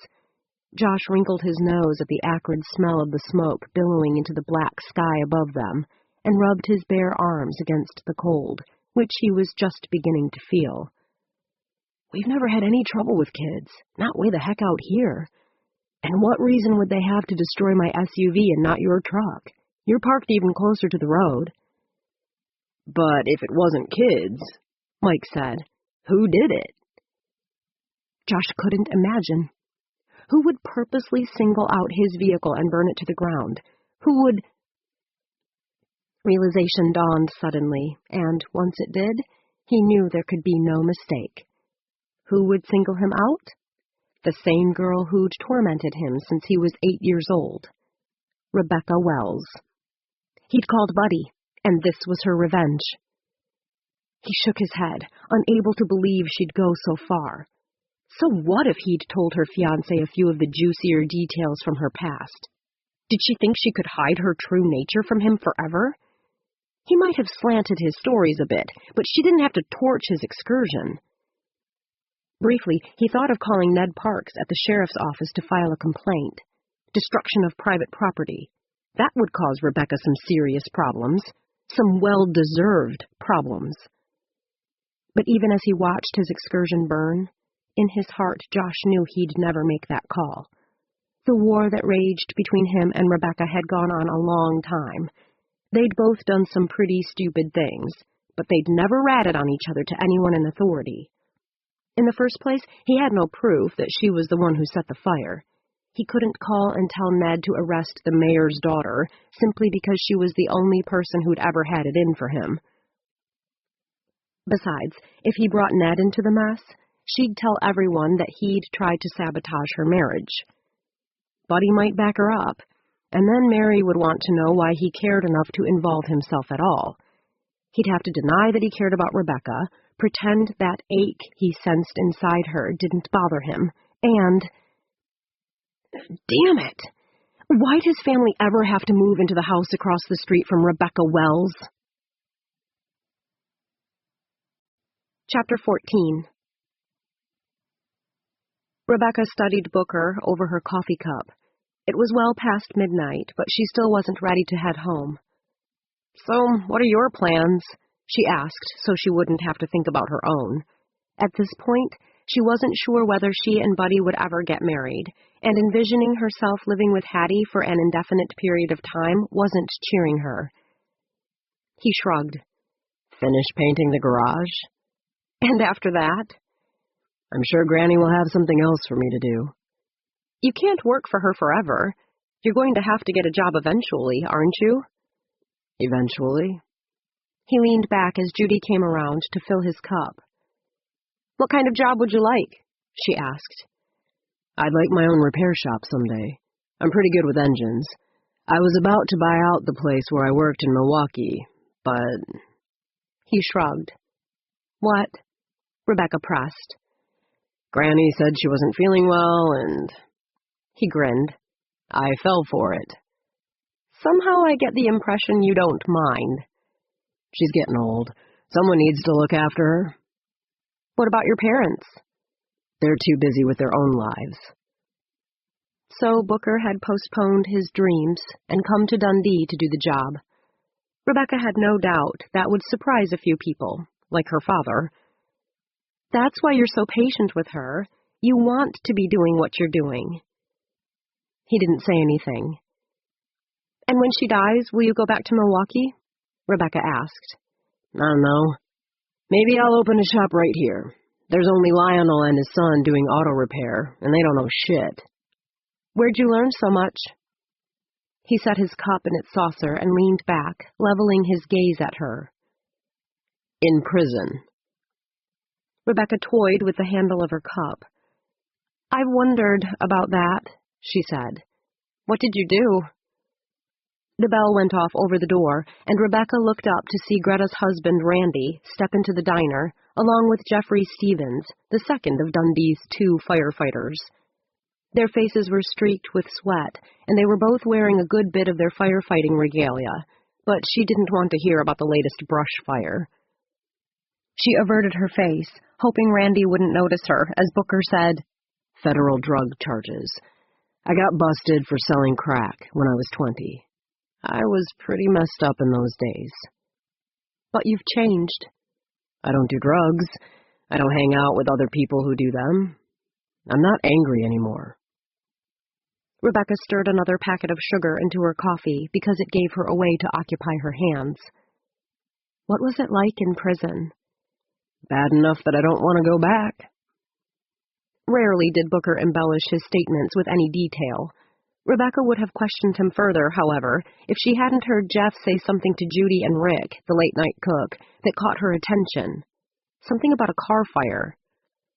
"That thing is toast, man. You should see it," Randy said, sitting at the bar in front of the cooler that contained the pies the owner of the restaurant made daily. "No one's going to be driving that charred heap," Jeff concurred. "Does Josh know what happened?" Judy wanted to know. "He knows his excursion's destroyed. He doesn't know how it happened, though. A vehicle doesn't just burst into flames for no reason," the cook said. "What vehicle?" Rebecca asked, forgetting that she didn't want Randy to notice her. Her brother-in-law swiveled to face her. His expression turned to a glower when he saw Booker with her, but he answered. "Josh Hill's excursion just burned to cinders." Rebecca felt a chill go down her spine. The same vehicle she'd been sitting in only a couple of hours earlier? The same vehicle she'd been smoking in? "How'd the fire get started?" she asked, scarcely able to breathe. Randy shrugged. "Don't know. There was a gas can in the back. Josh had just filled it for the quad runners and forgotten to take it out. We think that had something to do with it." "So you're saying the excursion, what, spontaneously combusted?" she asked, her voice sounding reedy, even to her own ears. "Not in this cool weather," Jeff said, his voice as skeptical as his words. "It would have taken a spark of some kind." Rebecca tried to recall what she'd done with the butt of her cigarette. She'd been sitting in the truck smoking, talking to Booker. They'd decided they were wasting their time, and she'd flicked her cigarette away. But it had fallen on the damp ground, hadn't it? She couldn't remember. She'd been so preoccupied with what Buddy had said and what Josh had done to make Buddy say what he'd said, and what she was or wasn't going to do in response, that she hadn't been paying attention. Maybe she'd flicked the butt into his excursion by accident. Or maybe she hadn't done it by accident at all. Maybe her subconscious had wanted to destroy Josh's fancy SUV. The bad seed stuff her father had mentioned echoed in Rebecca's mind. It was too much of a coincidence that she'd been smoking in Josh's truck the same night it burst into flame, wasn't it? Had she provided the spark? Oh, God! She opened her mouth to ask if a cigarette butt could have started the fire, but Booker interrupted her by squeezing her hand. "We're sorry to hear that," he said to Randy and Jeff, taking over the conversation. "But Rebecca and I better get going. It's late, and we've already been here for ages. Isn't that right, Judy?" "Huh?" the middle-aged waitress said, her mind still obviously immersed in the shocking news about Josh's excursion. "We're ready for the check," Booker replied. "Oh, yeah." She walked over and slapped their ticket on the table. Booker tossed a $5 on top of it before pulling Rebecca from the booth. "Are you thinking what I'm thinking?" she murmured as they made their way to her car. "No," Booker said. "I'm not." But she knew he was. She knew it from the tenseness of his body, the soberness of his eyes. "What am I going to do?" she asked after he put her in the passenger side of her car and took the driver's seat himself. "Nothing." "I have to do something." He started the engine. "No, you don't. Considering the past, there isn't a snowball's chance in hell anyone will believe what happened was an accident. How are you planning to explain what you were doing at his house? And I'm an ex-con. I can't exactly lend you credibility, so we're not going to say anything. Josh's insurance will replace his ride, and that'll be the end of it. Okay? But what if it was my fault? If, he said. And that was when Rebecca knew for sure. She'd burned Josh's new excursion to the ground. Rebecca's heart echoed the thumping of her hand on Delaney's door. Lainey, it's me! Open up! She called, shivering. When she and Booker had arrived at Granny Hatfield's, she'd gone inside and tried to sleep, but she'd only tossed restlessly in her bed. When the emotions swirling inside her refused to settle down after an hour, she'd pulled on a pair of jeans and a sweater and headed out, hoping to speak to the one person who'd always been able to make sense of the world. Delaney. The porch light snapped on, and Rebecca stepped back. Finally, thank goodness. But she wasn't very pleased when she saw Connor's sleepy face through the crack in the door instead of Delaney's. Rebecca? He asked. Are you okay? Rebecca rubbed her palms on her jeans, suddenly resenting Connor as much as she resented all the other changes life had brought over the past year. Now that Delaney was married, she was mostly unavailable. Buddy had postponed their wedding, indefinitely, this time. Her next closest friend was an ex-con, and she was living with Hattie, for God's sake. Could things get any worse? Yeah, she said. Sorry to wake you, but I really need to talk to Delaney. Rebecca? Delaney gently pushed Connor out of the way and opened the door wider. What's going on? Rebecca glanced uncomfortably at Connor. She shouldn't have come. Connor was obviously disgruntled at the disturbance, and, being so close to the end of her pregnancy, Delaney needed her sleep. Never mind, I shouldn't have bothered you. I'll call you in the morning. She turned to go, but Delaney grabbed her arm. No, come in. I'm worried about you. Rebecca let herself be dragged inside and breathed a little easier when Delaney insisted Connor go back to bed. I can take care of this, she said. You get some sleep.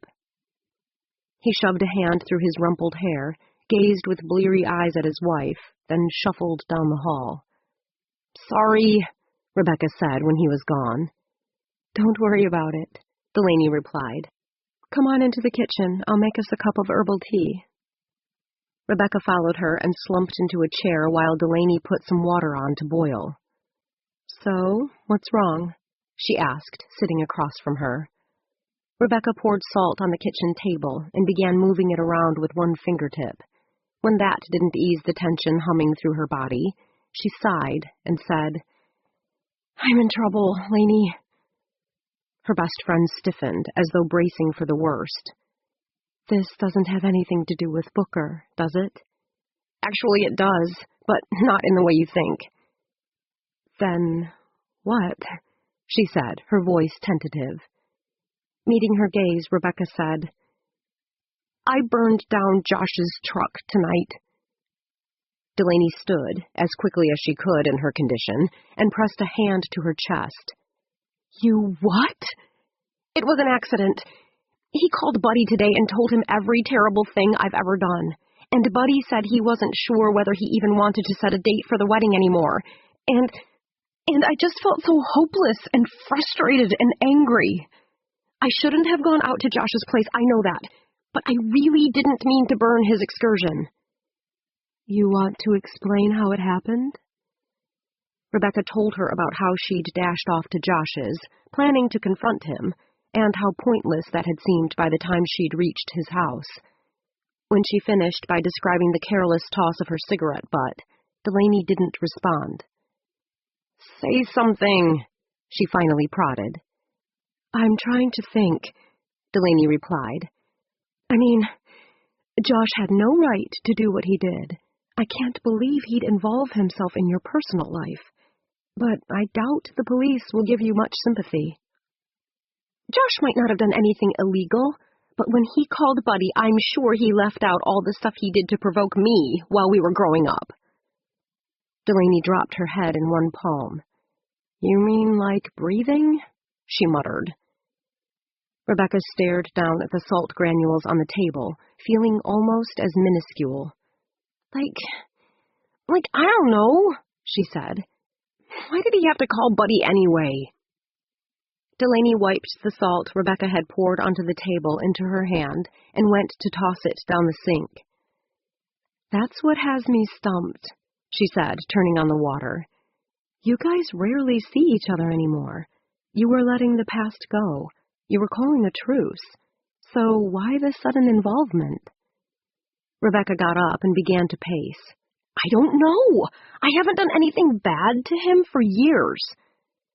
The last time was when we stole his truck and stranded him and Cindy at the old skinny dipping spot. Remember? Delaney said.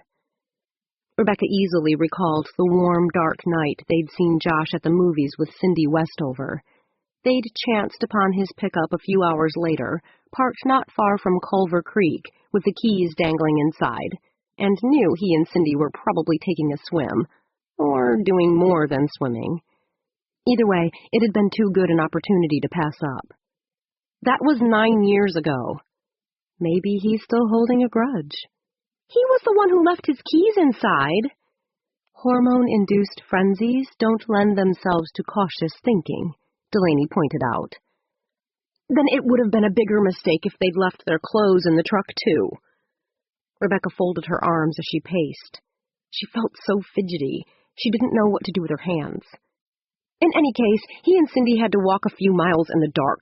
So what? It wasn't even cold out.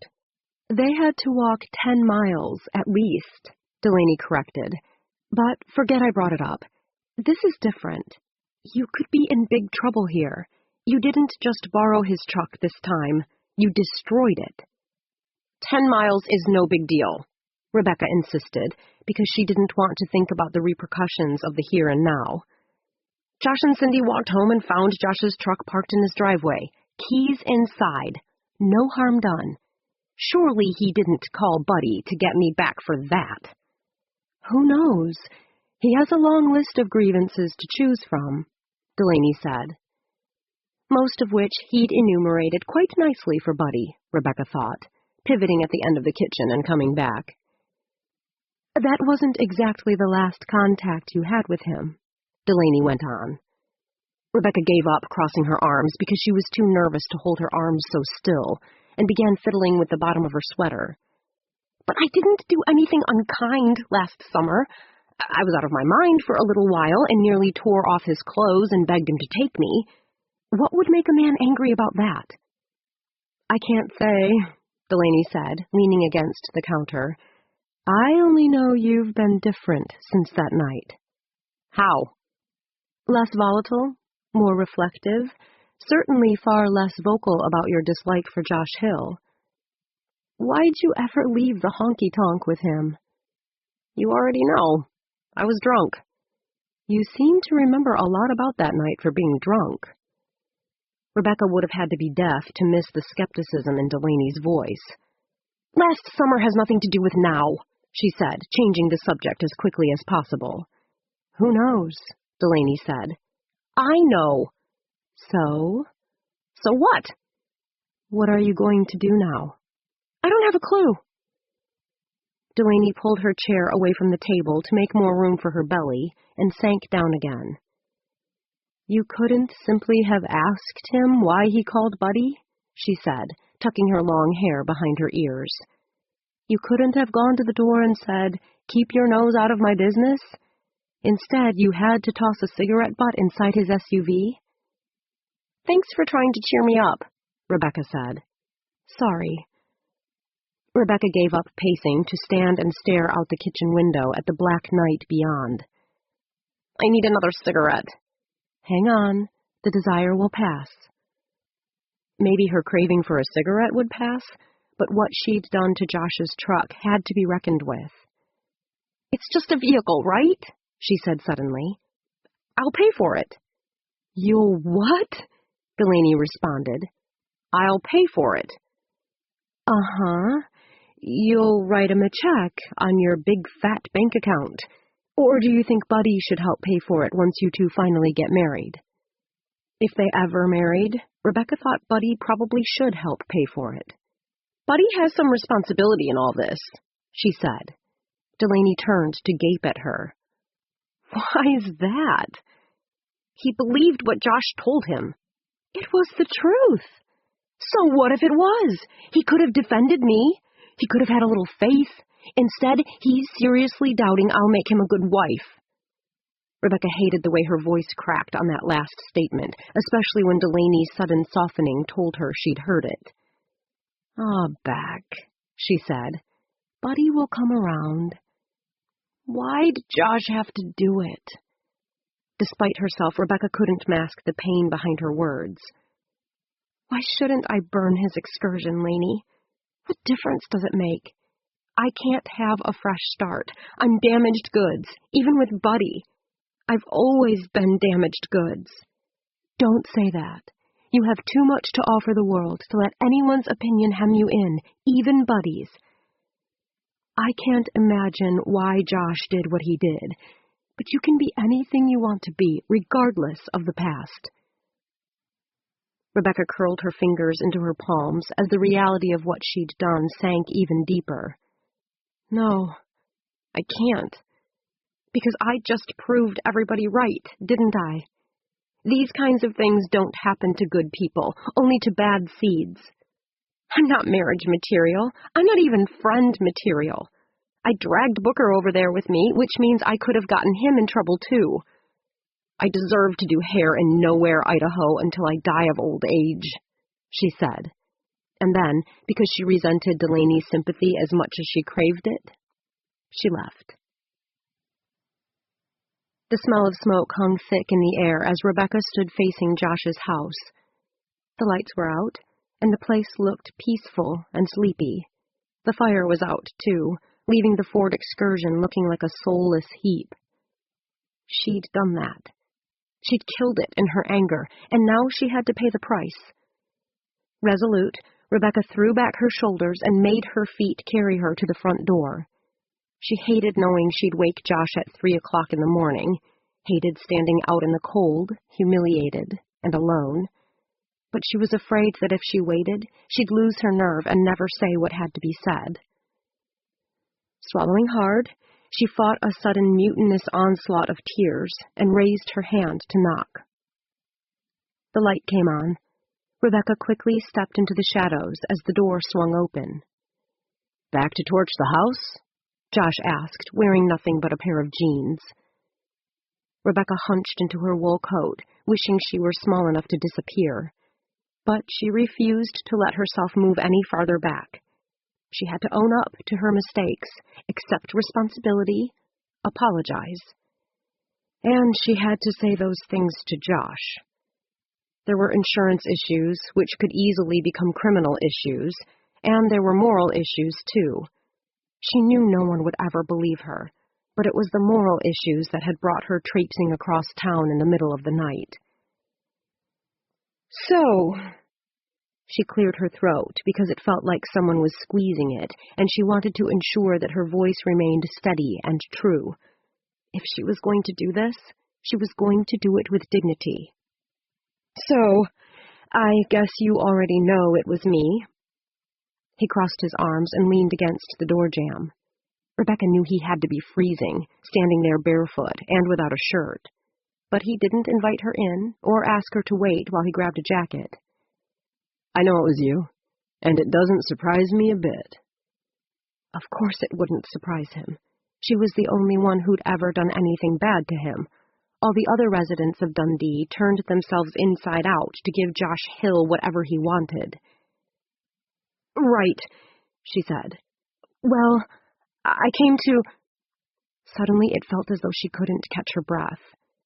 "To tell you I'll pay for the damage." "You will?" he said, not hiding his astonishment. Sticking his head out the door, he looked around as though expecting to be ambushed at any moment. "Are you trying to throw me off here? Are you setting me up for something else?" She shook her head. I don't have the money to pay the whole amount right now, which might put you in a bind as far as replacing it, but I can pay as much as—" She hesitated, knowing that what she could afford would sound paltry to him, then forced the words out of her mouth anyway, because it was the best she could do. $300 a month. At least I won't be smoking again. I won't have the money for chewing gum, let alone cigarettes. He seemed unsure how to respond. "Let me get this straight," he said. "You're taking responsibility for destroying my SUV, and you're going to pay me $300 a month to make up for it?" She jammed her hands in her pockets and nodded. "It could have gone down as an accident." "It was an accident," she said. He cocked an eyebrow at her. "I know you don't believe me, and I don't want to explain. I'm taking responsibility. That's all you need to know." "The insurance would have replaced it." "They might have investigated." "There were no witnesses. Anything with any fingerprints has been burned to cinders." "What are you saying?" she asked. "That you had a good chance of getting away with it." "I know." He scratched his head. "Then what are you doing here?" Proving to herself that she wasn't what he thought she was, that she wasn't what anyone thought she was. But this was the hard part, the part she'd rehearsed so many times on the way over. "I came to apologize. I don't appreciate what you said to Buddy, but I should never have come out here and—" God, did she have to say it? He deserved to lose his excursion. He'd always had everything, everyone's admiration and affection. He was sexy and gorgeous and could kiss like the devil himself. And now he was rich, while she scraped by doing hair. She'd always lived in his shadow. Even her own father preferred him to the gangly girl with the skinned knee who could never do anything right. He waited, obviously taken aback, but curious enough to give her the time she needed, even though the cold was turning his normally smooth skin to goose flesh. Lifting her chin, Rebecca looked him in the eye. "I'm sorry," she said. She dashed a hand across her face because her vision was blurring so badly she couldn't make out the muddy flower beds from the still steaming excursion. Then she hurried back to her car. Chapter 15. Josh couldn't believe it. Somehow he'd pierced the thick hide that had always kept Rebecca Wells so aloof and unreachable and tough, tougher than any boy he'd ever known, and found something soft and sweet and very vulnerable. Damn. He shoved a hand through his hair, then tried to straighten the covers he'd twisted into a mess, and told himself to go to sleep. Dawn was only an hour or so away, and he'd been up all night. But he couldn't close his eyes without seeing the tears rolling down Rebecca's cheeks. It was the first time he'd ever seen her cry. Those tears grabbed hold of his insides and squeezed until he could hardly breathe. Think about what she did to your truck. He stared at the ceiling, preferring the simplicity of the outrage he'd felt before her visit to the confusion he'd experienced since she'd left. She was in the wrong. She'd burned down his brand-new Ford Excursion for crying out loud, which meant she deserved to pay for it. He'd provoked her, though. What he'd done seemed pretty innocuous compared to her reaction, but considering the size of the backlash, he'd apparently created some serious waves for her and Buddy. Maybe Buddy had even broken up with her. Something must have happened to set her off like that. He glanced at the clock by his bed and wondered why he'd never lost any sleep over Mary. Because she was nice and uncomplicated, he decided. Those were good things. He'd heard all about the differences in the male versus female psyches, the jokes about guys never knowing a woman's mind, the talk about how hard it was to please a woman. But in his experience, keeping a woman happy wasn't so difficult. Give her plenty of attention, a few compliments, some gifts and laughs and candlelight dinners, and everything went smoothly enough. Except when it came to Rebecca. With her, there were no hard and fast rules. She played in a whole different ballpark. Punching his pillow, he rolled onto his side and gazed at the phone. He felt terrible to think he might have cost her the man of her dreams, if a milquetoast man like Buddy could be the man of her dreams. And he felt even worse that his interference had made her do something as stupid as torching his truck, landing her with $300 a month payments she probably couldn't afford. But he didn't really know what to do about the situation at this point, and he wanted to release himself from whatever kept twisting his gut every time he remembered the pain in Rebecca's eyes. I'll call Mary. She never makes me feel like this. Never makes me want to rant and rave or slug inanimate objects. Of course, if he was being honest, she didn't make him feel much of anything. Certainly she inspired no passion. Nothing like what he'd felt when he held Rebecca in his arms, their bare skin pressed together, their mouths hungry for each other. The primitive drive to possess her had been startling in its ferocity, thrilling, exulting, the absolute pinnacle of sexual experience. Only he hadn't wanted to tear off her clothes tonight. Tonight he'd wanted to pull her into his arms and beg her to forgive him, and he was the one who'd lost a $30,000 vehicle. I'm screwed up, he said aloud. Then he grabbed the phone, determined to put Rebecca and this restless night behind him. Hello? Mary's voice was barely audible. It's me. Josh? Yeah, sorry to wake you. That's okay, she said. I like hearing from you anytime. Lets me know you're thinking of me. Josh winced at the guilt he couldn't fathom, any more than he could have explained anything else about this crazy night. Is something wrong? She asked. No, nothing. Other than the charred hunk of junk that used to be my truck. I just want you to come over and help me get my head on straight. But it's 5 o'clock in the morning. Your mom's there with Ricky. You can go back before it's time to get him off to school. That's true. And it's not like we're on some kind of schedule where we can only make love on Friday nights, he said, even though their relationship had actually settled into something almost that predictable. Of course not. I don't want you to see me this way, she said. I don't have any makeup on. So, what did makeup have to do with anything? Rebecca hadn't been wearing a stitch of makeup when she'd appeared at his door. She'd stood tall and proud and looked up at him with those clear green eyes filling with tears and... No more Rebecca. I don't care about makeup, he insisted. Just come over. Please. She giggled. Boy, aren't you eager? Did you have a naughty dream? Or have you just been thinking about me? I've been thinking about Rebecca, and I can't stop, and it's scaring the hell out of me. I need you to remind me why I'm with you. Help me out here. It just hasn't been a very pleasant night. But I look terrible. Josh rubbed one temple and gave in. He didn't really want to see her anyway, he realized, with or without makeup. And that was when he knew he was even more screwed up than he'd thought. Forget it, he said. I'll talk to you tomorrow.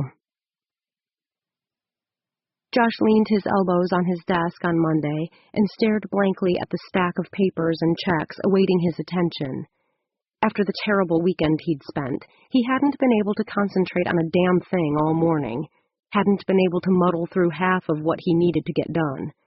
The memory of Rebecca at his door kept intruding, along with other memories that stirred him just as much, only in a far different way. She'd been so responsive, so aroused by him a year ago last summer. That meant she couldn't hate him too badly, right? Or maybe she could. He certainly had more proof of her dislike than he did of any softer emotion. Shaking his head to clear his thoughts, he picked up a stack of payroll checks and started to sign them. The woman had just burned up his excursion, and he was sitting here doing she loves me not. Of course Rebecca Wells hated him. Torching someone's vehicle wasn't generally a sign of affection, and it wasn't as though he cared for her anyway. Sure, There were times late at night when images of her haunted him. In his dreams, she always clung to him as he made her cry out in ecstasy over and over again. Though last night that dream had changed a little. First he'd kissed away her tears, then he'd made her cry out in ecstasy. But every man had his fantasies. Some liked cheerleaders, others movie stars. He happened to have a thing for the girl who'd grown up across the street and put honey in his sleeping bag when he and his friends tried to camp out in the front yard. Frowning, he wondered if that made him a masochist. "There you are!" Janie, the freckled 19-year-old who exercised the studs and cleaned the paddocks and stalls, poked her head inside the room. "Mary's downstairs," she said, wearing her tan cowboy hat and wide-mouthed smile. "Want me to send her up?" Mary. Josh took a deep breath and rubbed a palm against the stubble on his chin. "Does she have makeup on?" he muttered. Janie blinked in surprise. "What's that got to do with anything?" "Nothing," he said. "Tell her to come up." Janie's steps receded, and Josh leaned back, waiting. He knew Mary expected a marriage proposal soon, knew she was growing almost as impatient as her parents, and his. But how did a man marry one woman when way down deep, so deep he'd never admit it to anyone, he secretly desired another? Josh had tried to put Rebecca behind him, knew he'd be a damn fool not to. But this whole buddy business and his SUV, and last night... "There you are, working hard, I see." The petite Mary waltzed into the room in full regalia, dark hair curled to perfection, glossy pink lipstick, a thick coating of mascara on her lashes, and a tailored, form-fitting suit. A belt at the waist highlighted her trim figure, but somehow, even the thought of what lay beneath did nothing to stir Josh. For the first time, he noticed that her legs were too short. "What brings you out here?" he said, trying to redirect his mind before he did something really stupid and broke up with her on account of a woman who hated him. She gave him a promising smile and closed the door. When the lock clicked into place, he knew she'd come for more than talk. "Don't you have to be at work?" he asked curiously. Mary ran the office of the only attorney in town, the one who'd handled her divorce, and everyone else's, for the past 30 years, and was usually quite busy. "Lunchtime," she said. Then she unbuttoned her jacket and let it gape open to reveal a sheer lace bra that left nothing to the imagination. Josh felt his pulse kick up a few notches and welcomed the sudden infusion of testosterone as she climbed onto his lap. He didn't need Rebecca to make his blood race. He was fine the way he'd always been. Maybe he would propose to Mary. Maybe he'd marry her and come home to her every night and make her scream in ecstasy. Only something told him that if she screamed, it would be a calculated response. She'd be offering him what she knew he wanted to hear, not the wild abandon of Rebecca Wells. Rebecca again! He jerked his hand from Mary's breast and managed to stifle a curse. "What's wrong?" she asked. Suddenly, Josh realized he hadn't even kissed her. Maybe if he kissed her... "Nothing," he said, and bent his head to press his lips to hers, trying to back up and approach their love-making from a whole new angle. But she tilted her face away before their lips could meet. "You'll get lipstick all over both of us, silly," she laughed. "This has to be a quickie. I've got to get back." "Oh, right," he mumbled, but when he hesitated, she lifted his hand to her breast again. As her nipple responded to the attention he gave it, he felt his desire build. But then she started telling him about some pointless incident that had happened at work, and he almost snapped that he needed to concentrate if she wanted this to happen. To prevent himself from snapping at her, he started thinking about Rebecca again, and suddenly he didn't need to concentrate at all. He had Mary on his desk and was just about to make her scream in ecstasy. At least, that was the next step in his fantasy, when she chose that moment to mention seeing a wedding dress she really liked. After we're married, you won't have to wait until lunch to get what you want, she added with a little laugh. He pictured them making love in 20 years, with her chatting about something inconsequential and wearing lipstick she wouldn't let him kiss away, and somehow his desire, and everything else, withered on the spot. Suppressing a groan of frustration, he withdrew and fastened his pants. "What's wrong?" she asked again. "It's not you. It's just not going to happen this time. This hasn't been a very good day." He saw the same pouty expression she gave her son when he scraped his knee. For a moment, Josh was afraid she'd say something like, "Joshy got a boo-boo?" Much to her credit, she didn't. "You want to talk about it?" she asked. Suddenly she looked so undignified on top of his desk, her skirt around her waist, her jacket open, that he helped her off and felt relieved when she started righting her clothes. "Someone set fire to my excursion last night." "You're kidding! Who would do such a thing?" "I don't know," he lied. "That's terrible." He nodded, but began to feel a little uncomfortable again when her eyes fastened intently on his face. She had something to say, but he wasn't sure he wanted to hear it. "What?" he asked. She straightened the lapels of her jacket. "I just don't want you to feel I'll think any less of you after this." "After?" "You know." She nodded toward the desk and all the papers they'd wrinkled before aborting his fantasy. "An upsetting event would impair any man's ability to perform, so don't give it another thought. I certainly won't." She already had.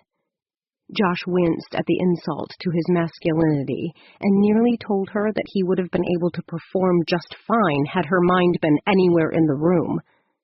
If she hadn't given the impression that she looked at sex as servicing her man, as relationship maintenance that seemed no more meaningful to her than having the oil changed in her car. Who would find that arousing? He didn't want her to look at lovemaking as some kind of favor. He wanted the absolute honesty he'd experienced with Rebecca. In the few minutes they'd been together, they hadn't been able to remove their clothes fast enough, touch enough, kiss enough. He shoved his hands in his pockets because he didn't know where else to put them. "Thanks for your understanding," he said, so she'd leave. No need to debate the issue. In the first place, he wasn't convinced his lukewarm response was really her fault. She'd come over to give him what she thought he wanted. She deserved some credit for that. In the second place, Mary wasn't used to criticism. She probably wouldn't understand his complaints, even if he tried to explain them. Regardless, the past 10 minutes had taught him one thing, and he definitely wasn't happy about it. Mary wasn't his problem. Rebecca was. And he wasn't going to be right in the head until he found some way to get her out of his system. Booker leaned back to accept the beer he'd ordered as Rebecca cast a wary glance around the honky-tonk. Not much excitement tonight. Only 2 couples swaying on the dance floor to a rather tired Luther Vandross ballad, and maybe a half-dozen men at the bar. But it was Friday, and early yet. The tempo would pick up as the evening progressed. At a minimum, Billy Joe and Bobby would come for their usual game of darts. They visited the bar as regularly as the hired help. She shouldn't have come. "Why'd I let you drag me here?" she demanded, wearing sunglasses despite the dim lighting. "It's been almost 2 weeks, Rebecca. You can't hide forever."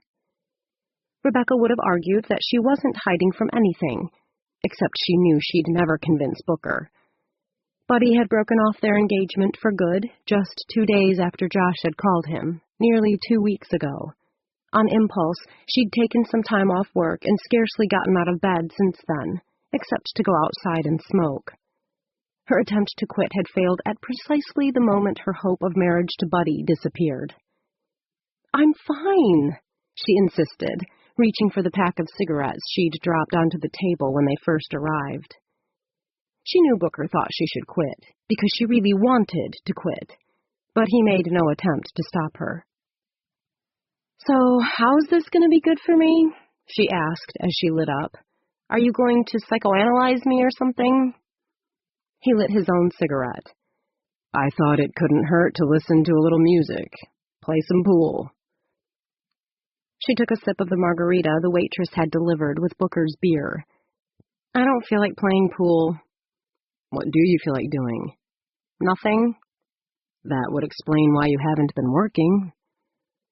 Rebecca looked around the bar, hoping for a distraction. She didn't really want to talk about the past 2 weeks. The argument she'd had with Buddy was still too fresh in her mind. He'd said his mother was coming to visit him. She'd said she wanted to meet her. He'd told her now wasn't the time. She'd felt hurt and rejected and accused him of stalling. He'd said there wasn't any point in rocking the boat, since they weren't even getting married any time soon. And things had escalated from there. I'm going back to work on Tuesday, if it makes you feel any better, she said. That's good. He rested his elbows on the table. Katie's been worried about you. Although Rebecca doubted he'd ever admit it, Booker was probably more worried than anyone, except perhaps Delaney, who'd called incessantly. If you say so. When did you tell everyone at the salon about Buddy? He asked. I dropped by the day after it happened. I had to. I needed Katie and Irma to cover my appointments, and someone had to train Ashley, the new girl, she said, making circles in the condensation from her glass. Besides, I figured the sooner I let the truth out, the better. Everyone will have their laugh, then I'll face them all on Tuesday. Someone started the jukebox, and an old rock song by AC/DC vibrated through the room. No one's laughing, Booker said. Rebecca didn't answer. Have you told your father? Giving up on drawing circles, she scowled at her wet finger, wiped it on her jeans, and nodded. And? He was too upset about Josh's truck to give the lack of a wedding a second thought. She assumed a deep, booming voice. For hell's sake, I'm the mayor around here, Becky. What did you think you were doing? You could have gone to jail, damn it. When are you going to grow up and realize you can't get away with making an ass of yourself at every opportunity? She shrugged as carelessly as she could manage.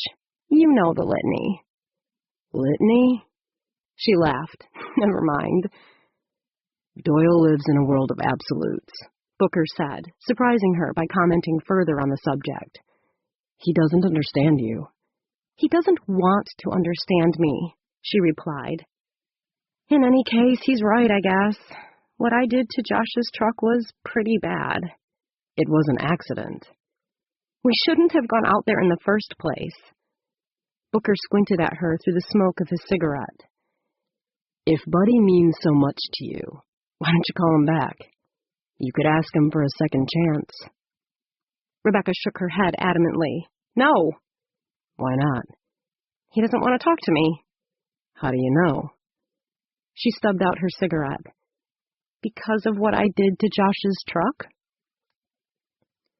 Booker had been about to take another drink of beer, but now he set his mug on the table.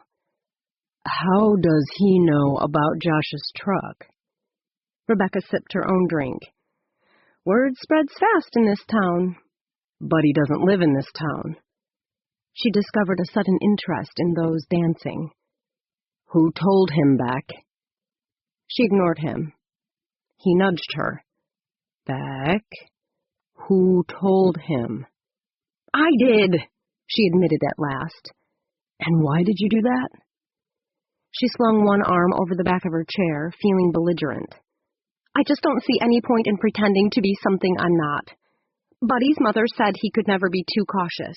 And I told him she was right to be worried about me, that I'll be making $300 a month payments to Josh Hill for quite some time. And that's why he broke it off? Maybe. So what Josh did wasn't enough? You had to finish the job? Quit harassing me, she said. If Buddy and his precious mother don't want a woman like me to wear his ring, I'd rather find out now than when I'm living in the middle of Nebraska. You wanted him to break it off. Rebecca scowled at the accusation. Of course I didn't. Then why didn't you wait to tell him about the fire until everything calmed down? One call from Josh and Buddy would have found out. He's afraid of marriage, so I thought he should see the real me. I needed to know if he could take it.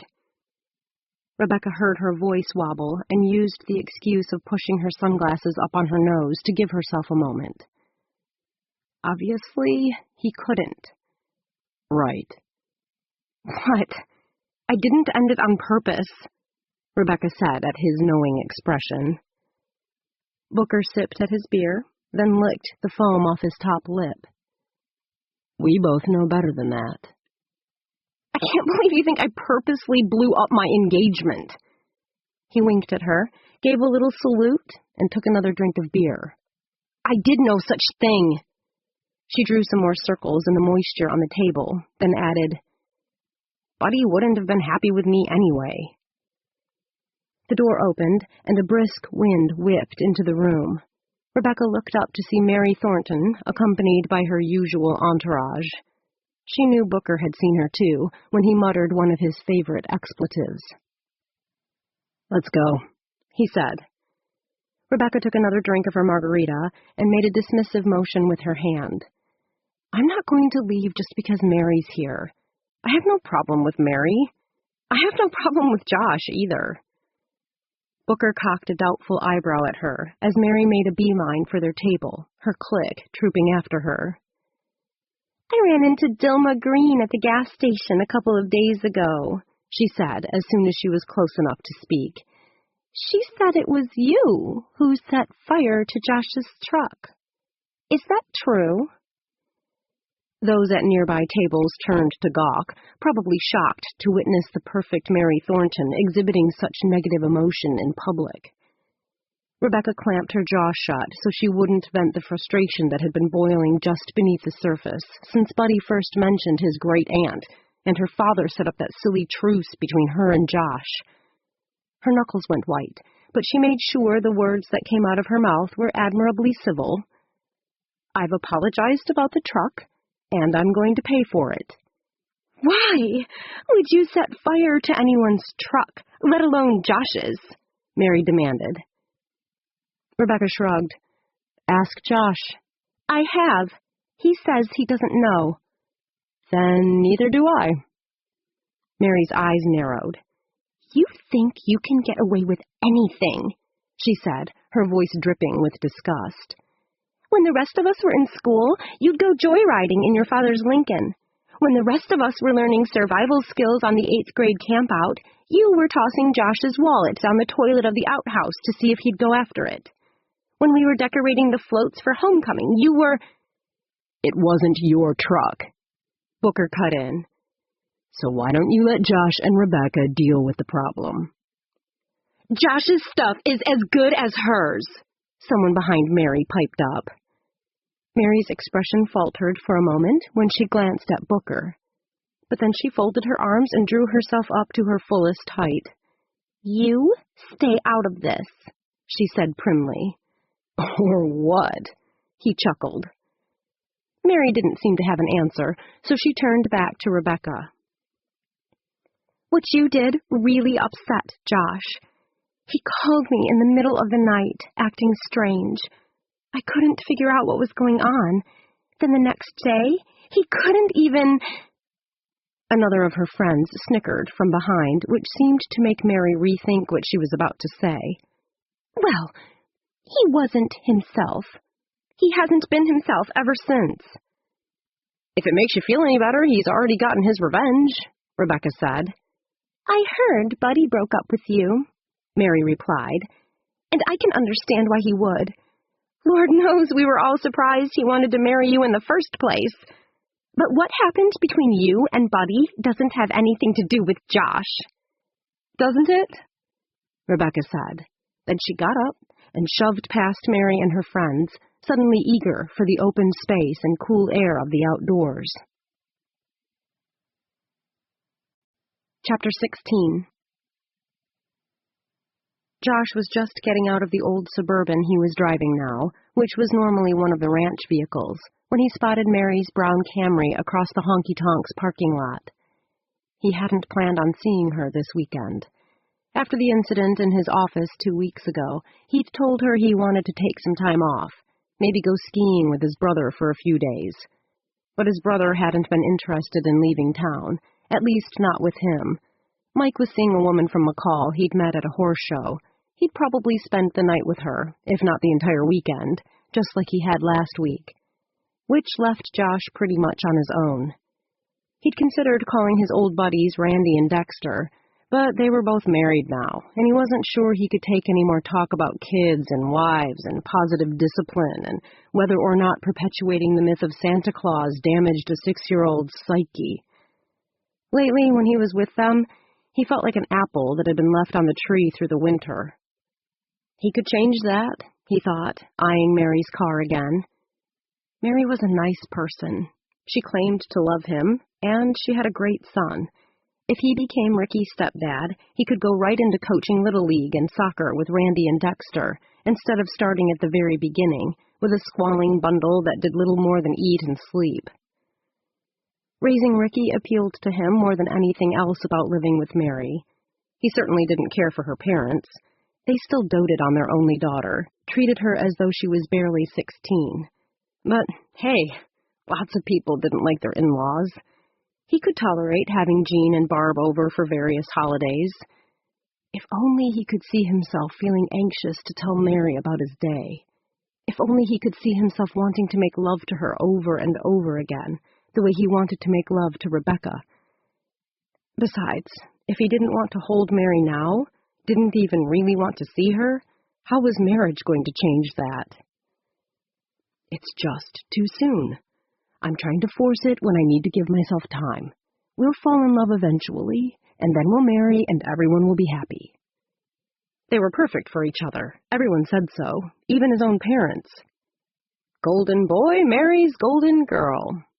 Rebecca's words niggled at the back of his mind, but he pushed them away. Now that he'd talked himself into proposing to Mary, eventually, he couldn't see any reason to avoid her tonight. He might as well go in, he decided. He had nothing better to do.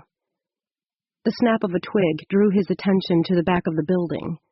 Someone stood in the shadows beyond the honky-tonks floodlights, at the edge of the dirt and gravel that comprised the bar's overflow lot. Someone who seemed sort of familiar. He closed the Suburban's door and sauntered closer, but by the time he reached the walkway, whoever was lurking behind the bar had disappeared into the darkness. He wondered where he or she had gone, but didn't think much about it until he rounded the corner of the building and nearly ran into Booker Robinson coming out the front entrance. They both stepped back and regarded each other warily. "Where did she go?" Booker asked, his voice clipped. "Who?" Josh asked. "Rebecca." Immediately, Josh thought of the person behind the building, remembered the flicker of recognition he'd experienced, and knew it had to be her. But he didn't want to give her location away before finding out what had driven her into the cold. "I don't know, why? What's wrong?" Booker slanted him a withering glare. "Why don't you ask your girlfriend?" "Did Mary say something to her?" he asked, alarmed to think that she might have involved herself. He and Rebecca had enough difficulty keeping peace between them without the interference of others. Booker didn't answer. He was too busy scanning the area. Then he brushed past, straddled his bike, and roared out of the lot. Josh let him go. He needed to talk to Rebecca, had wrestled with himself over calling her ever since she'd set fire to his truck, and figured now was as good a time as any. At least he knew they'd be alone. For a while, at least. Shoving his hands in the pockets of his coat, he walked to the back edge of the building. There he leaned against the corner and searched the darkness until he made out the shape of someone sitting on a fallen log in the frosty grass. "Booker's looking for you," he said. He knew his voice had carried across the distance, but he received no answer. "Come on, Rebecca. I know you're there." "Maybe I want to be alone," she said. If she didn't want to be with Booker, she sure as hell wouldn't want to be with him, especially after everything that had happened. But Josh couldn't bring himself to leave. He had something he wanted to say, something he hoped would finally erase the image of tears streaming down her face. "I want to talk," he said. "We don't have anything to say to each other. I'll make my first payment at the end of the month." "This isn't about the money." "Then what?" He crossed the gravel lot and lowered himself onto the log, careful not to sit too close for fear he'd chase her off. "Bit dark for those, don't you think?" he said when he saw she was wearing sunglasses. She shrugged. "Mary told me about Buddy," he said. "I hope you know I never planned for that to happen." "That's exactly what you wanted," she said. "Why else would you have called him?" That was a good question, one Josh couldn't answer simply. He hadn't wanted to hurt her. He knew that much. He'd just wanted to... What? What could he possibly have hoped to achieve? "I didn't think it would go that far," he said, resting his elbows on his knees. "Well, it did. And now you can gloat." "I'm not gloating." Truth be told, he felt lousy, deluged by a jumble of emotions he was half afraid to name. Guilt played a part, of course, for causing Rebecca so much pain. But he envied Buddy, too. After only a few short months, Buddy had been able to capture Rebecca's heart, all of it, judging by how upset she seemed over the breakup. He, on the other hand, hadn't been able to garner anything more than her dislike, and that was after 20-some years. Even when they weren't fighting, even when he tried the charm that generally worked on other women, she wanted nothing to do with him. The only exception was that night almost 15 months ago.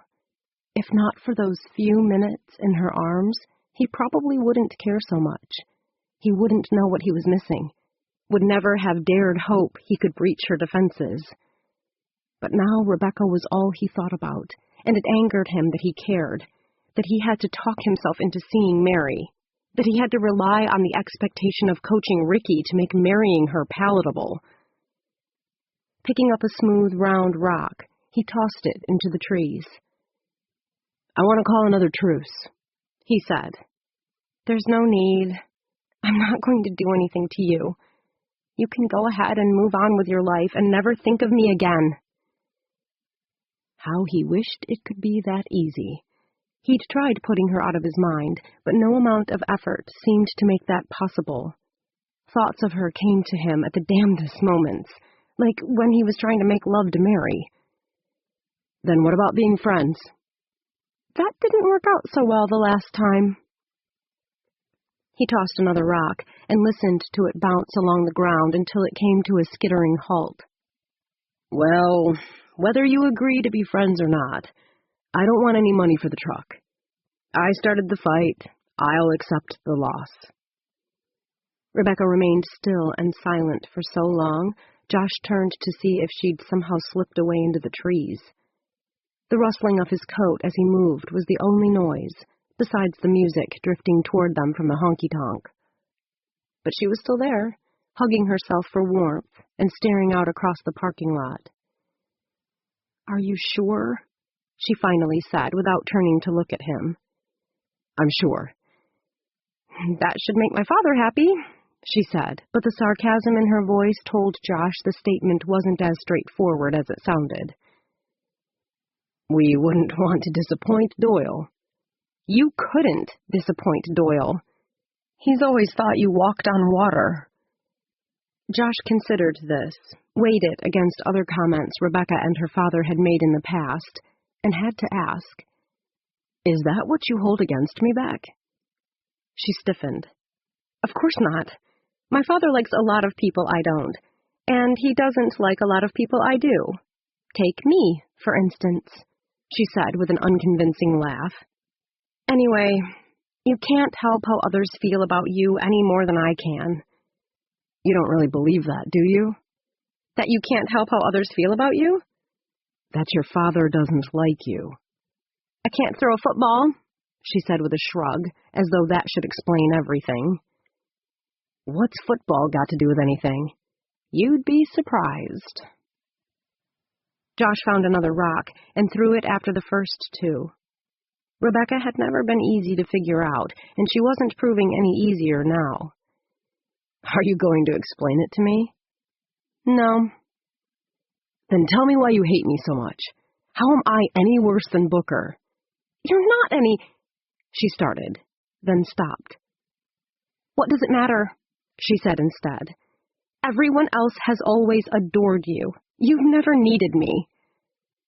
What if he needed her now? Would that make any difference? Josh closed his eyes and thought of the night he'd held her in his arms, tried to recapture her subtle scent.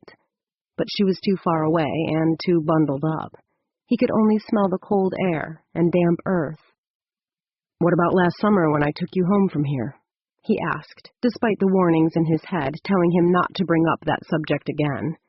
He knew Rebecca would rather not acknowledge the fact that they'd almost made love. He knew it would be smarter for him to pretend the incident had never occurred. But he had so many questions. Why had their lovemaking felt so right, even though they'd always been enemies? Why had she responded to him as greedily as if she'd lost her heart to him years ago? Why had the feel of her soft, bare skin, the feel of her arching into him, turned him on like nothing he'd ever experienced? And why had she eventually shut him out? Sure, his brother had come home, but Mike wouldn't have bothered them. Back? What about it? She responded, sounding leery. You didn't seem to mind me so much then. Her shrug looked a little forced, but Josh couldn't be sure. We didn't know what we were doing, remember? She said. We were both drunk. He picked a blade of grass and stuck it between his teeth. I wasn't, he admitted. Then he got up and strode away so he wouldn't have to stare into her dark lenses and see only himself staring back. Rebecca probably would have sat outside the honky-tonk for hours if Booker hadn't returned to search for her. The coldness numbed her hands and her feet, but it also seemed to numb her senses, diminishing her desire for a cigarette and slowing the process of her mind to a crawl so she could carefully examine each thought. Only a month ago, she'd been poring through bridal magazines and planning her new life in Nebraska. Now she'd be picking up her old life just where she'd left it, knowing she might never escape Dundee or her past mistakes.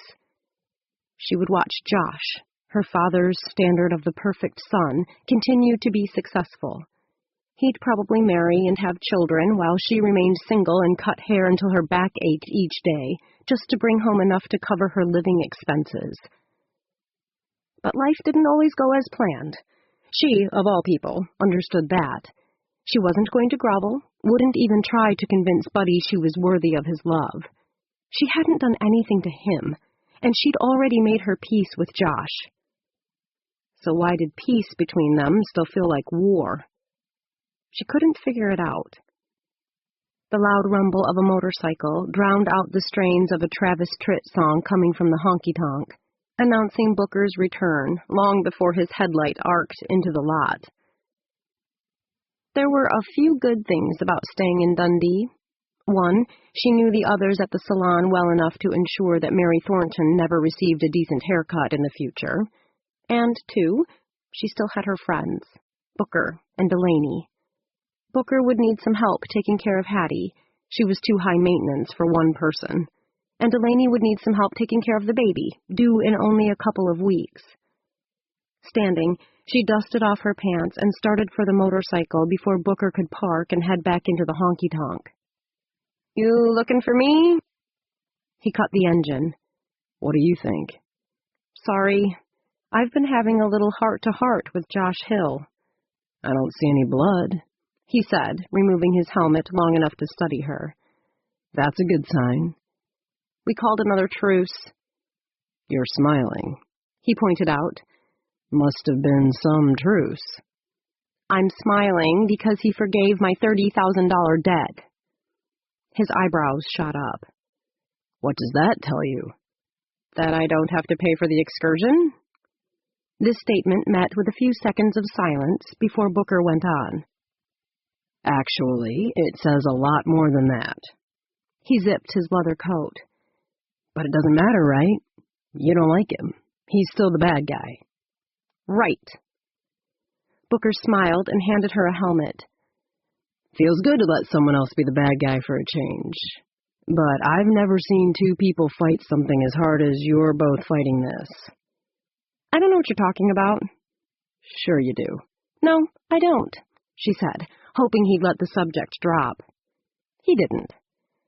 Then why don't you do yourself a favor and prove me wrong? Warning bells went off in Rebecca's head, but she was curious enough to press the issue. How? Treat Josh as if you like him for a change, and see what happens. Nothing would happen, except he'd think I'm certifiable. Chicken, he said. Rebecca felt a scowl coming on. I'm not chicken. He started the engine. In that case, you don't have anything to lose, right? Right, she said slowly, because there wasn't a better answer. But she wasn't so sure. Josh looked at Mary as she sat across from him at the diner. They'd never made any promises to each other, yet it felt as though they'd been married for years. Not the steady, abiding, mutual respect kind of married. The where did the love go kind of married. The kind where a husband and wife wake up one morning, take a hard look at each other, and realize they no longer have any reason to continue sharing the rent, never mind the rest of their lives. He let his gaze fall to Ricky, who was sitting in the booth beside his mother. Ricky was a great kid. Josh hated to ruin Mary's very obvious plan to give him a father for Christmas, but he wasn't completely convinced that a permanent connection to Mary was the best way to participate in Ricky's future. He could be a friend, a mentor, maybe an uncle. Why he'd had such a sudden change of heart, he couldn't say. It wasn't 5 nights ago he'd decided at the honky-tonk that he would marry her. Eventually. Then she'd entered the restaurant and approached his booth this morning, and he'd suddenly known. He didn't love her the way a husband should love a wife, and time wasn't going to change that. On the one hand, it was a relief to finally achieve some clarity. On the other, he knew he was going to disappoint a lot of people, Mary more than anyone. A part of him still wondered if he wouldn't be better off settling for less love and more peace, because the only woman who remotely tempted him was Rebecca. But he now knew that was a risk he'd have to take. Maybe nothing had changed after all. Maybe he just didn't like what his heart had been telling him. "Can I go horseback riding today?" Ricky asked, his mouth jammed full of pancake, interrupting Josh's thoughts. "Swallow before you talk, baby," Mary said. Josh considered all the things he had to accomplish over the course of his day. The breeding season was nearly upon them. The mares they were trying to breed would be kept under lights beginning in early December to create a false spring and thereby bring them into heat early, and he had a lot of preparation to do before that. A client from Nevada was supposed to arrive around noon with 10 mares. Josh wanted to be there to greet him and introduce him to his stud manager.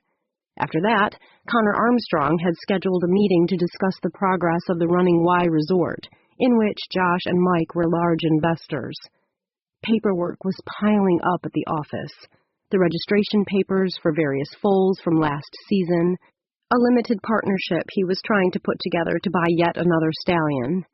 And Mike was out of town attending a horse show, drumming up more business. Josh didn't really have time to take Ricky riding, but his determination to maintain some type of relationship with the boy, and guilt for what he was about to tell his mother, made him say yes. "Yippee!" Ricky cried the moment he heard his response. Wriggling out of the booth by slipping beneath the table, he turned and held out his palm. "Can I have a quarter for the vending machine?" The vending machine by the exit sported cheap rings, chains, gum, and candy, and Ricky insisted on getting a plastic prize-filled bubble every time they came to the diner. But a few quarters was a small price to pay for a little privacy. Now that Josh knew there was no hope for him and Mary, it was unkind and useless to string her along. "Here you go," he said, handing Ricky every quarter in his pocket and several dollars he could change at the register. "Have fun." Mary smiled as her son ran off, obviously pleased with his generosity. "You spoil him," she said. He didn't spoil Ricky the way Mary did. At least he didn't coddle him. But what she did with her son suddenly seemed like none of his business, so he didn't comment. "We need to talk, Mary," he said. She brightened, and Josh feared his serious tone had misled her into believing he was finally going to propose. "About what?"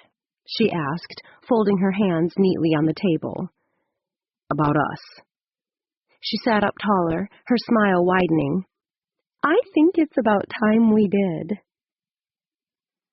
Josh winced as her blue eyes met his, and he read the hope and excitement there. "This is going to be difficult," he admitted. She glanced over at Ricky, who was kneeling in front of the vending machine, pumping one quarter into it after another, and eagerly opening each prize as soon as it dropped into the bin. "Why will it be difficult?" she asked. "You can say anything to me. I probably know you better than anyone." She gave him an intimate smile, and Josh had the impression she was referring to the day in his office when she'd offered him a quickie, and he hadn't followed through. They hadn't had sex since then. She must be wondering what was going on with him. He'd been wondering himself. "I think we should stop seeing each other," he said, hoping the more quickly he dispensed the bad news, the less it would hurt her. She blinked at him and made a valiant effort to keep smiling. "You're joking, aren't you? Everyone knows we're perfect for each other. We should have married years ago, right out of high school, but then I got involved with that lousy Glenn and—" He reached for her hand. "We're not going to get married," he said. "It's taken me too long to figure it out, I know, and for that I apologize." "But things have been going so well between us," she said, her voice bordering on shrill. "I mean, if this is about that little incident in your office a couple weeks ago, well, you can't blame me. I mean—" "That has nothing to do with it, Mary. I just realized that we're better off as friends." Her fingers curled until he could feel her nails digging into his hand. "You can't mean that. You've been under a lot of stress lately, that's all. You're making a rash decision." Josh knew his decision was anything but rash, but Ricky was back already, his mouth jammed with gumballs, his pockets filled with toys and candy. He was watching his mother curiously. Josh thought maybe he should let it go for now. "We can talk about it later," he said. Her fingers didn't relax their death grip. "We've invested more than 7 months in each other, Josh. That doesn't disappear in a 2-minute conversation." He looked uncomfortably at Ricky, who'd turned soulful eyes in his direction. "I realize that." "So you'll think about it? You'll think about it long and hard before you destroy something that was meant to be?" "Mary, he started, but Ricky was beginning to frown and ask what they were talking about, and the waitress was hovering at the table next to them, removing dirty dishes. So Josh simply shrugged and said, "Sure." Mary smiled in relief. "I can make you change your mind," she said. "Do you want me to come over tonight?" "More party favors." "No, I'll call you though, okay?" "Okay." She glanced around and lowered her voice. "I know I can make you happy." Gathering her purse, she grabbed Ricky's hand and dragged him out the door, just as Judy brought the check. "Would you like anything else?" she asked Josh, holding a coffee pot in one hand. An escape from Mary without hurting her, Josh thought. But there wasn't a thing anyone could do to arrange that, so he slid his cup toward her and doubled up on caffeine. Chapter 17. Josh didn't know what to do with himself. He'd tried to call Mary every evening since Wednesday, but her mother always said she wasn't home. He suspected there'd been several times when she really was there, and refused to come to the phone for fear of what he might say. But he couldn't exactly accuse her mother of lying. Oh well, He wasn't keen on speaking to Mary tonight anyway. There was no reason to break things off in a hurry. If Mary needed a few more days to accept his decision, he could wait. That didn't solve the problem of what he should do with his night, however. He'd been busy the past couple of days catching up on paperwork in his office. His eyes were tired and his shoulders ached, but he wasn't quite ready for bed. Not yet. It was only 10 o'clock on a Friday night, for crying out loud. He was freshly single, not that he'd ever really been attached, and felt like going out. But there weren't a lot of places to go in Dundee, and he didn't have a lot of single friends to hang out with anymore. He considered his short list of possibilities before picking up the phone. Who said a man had to be single to go out for a drink? "You're smiling at Josh Hill again," Delaney complained. Rebecca shifted her attention to the couples moving on the dance floor. Delaney had called a few hours earlier and insisted, since Connor was visiting his grandfather in California for the weekend, that the two of them have a ladies' night out. Rebecca highly doubted her friend had had the honky-tonk in mind when she'd suggested getting together, but Rebecca had been thinking about Booker and his challenge to treat Josh nicely for a change. Part of her believed that Booker was wrong. Josh hated her as much as he ever had. The other part kept acting like a tape recorder, playing, rewinding, and replaying her last conversation with Josh, especially the bit where he admitted he hadn't been drunk that night at his house. They certainly had some unresolved issues. She felt it was time to give Josh a wink and a smile, to act as if they actually were friends, and maybe find out what that summer night was all about. Fate seemed to second her opinion. He'd appeared tonight. Of course, Delaney didn't know she'd changed tactics where Josh was concerned. In case things worked out badly, Rebecca didn't plan on telling her. "I'm not smiling at Josh," she said. "You were." "I saw you," Delaney argued. "You've been glancing his way ever since he came in, and he keeps looking over here, too." "So? We're just being friendly. We've called another truce." "This is more than friendly. This is flirting." Rebecca turned and dropped another quarter in the jukebox. "Will you stop? We are not flirting." Delaney propped a hand on what was left of her hip and motioned with her head toward the far wall, where Josh stood next to a couple of married friends and their wives. "He's staring at you right now, see? Wait, he saw me watching and looked the other way." "He's probably just wondering where Connor is," Rebecca said. "He's probably wondering how you could set fire to his truck 3 weeks ago and be smiling so coyly at him now," Delaney replied. Rebecca adjusted the black leather miniskirt she'd worn for maximum impact. "I don't think he's holding a grudge," she said, and chose a song by Tammy Wynette. "Am I missing something here?" Delaney asked. "What's happened between the two of you since you killed his truck?" "Nothing." Rebecca widened her eyes and spread her hands palms up so she'd appear innocent. "Really?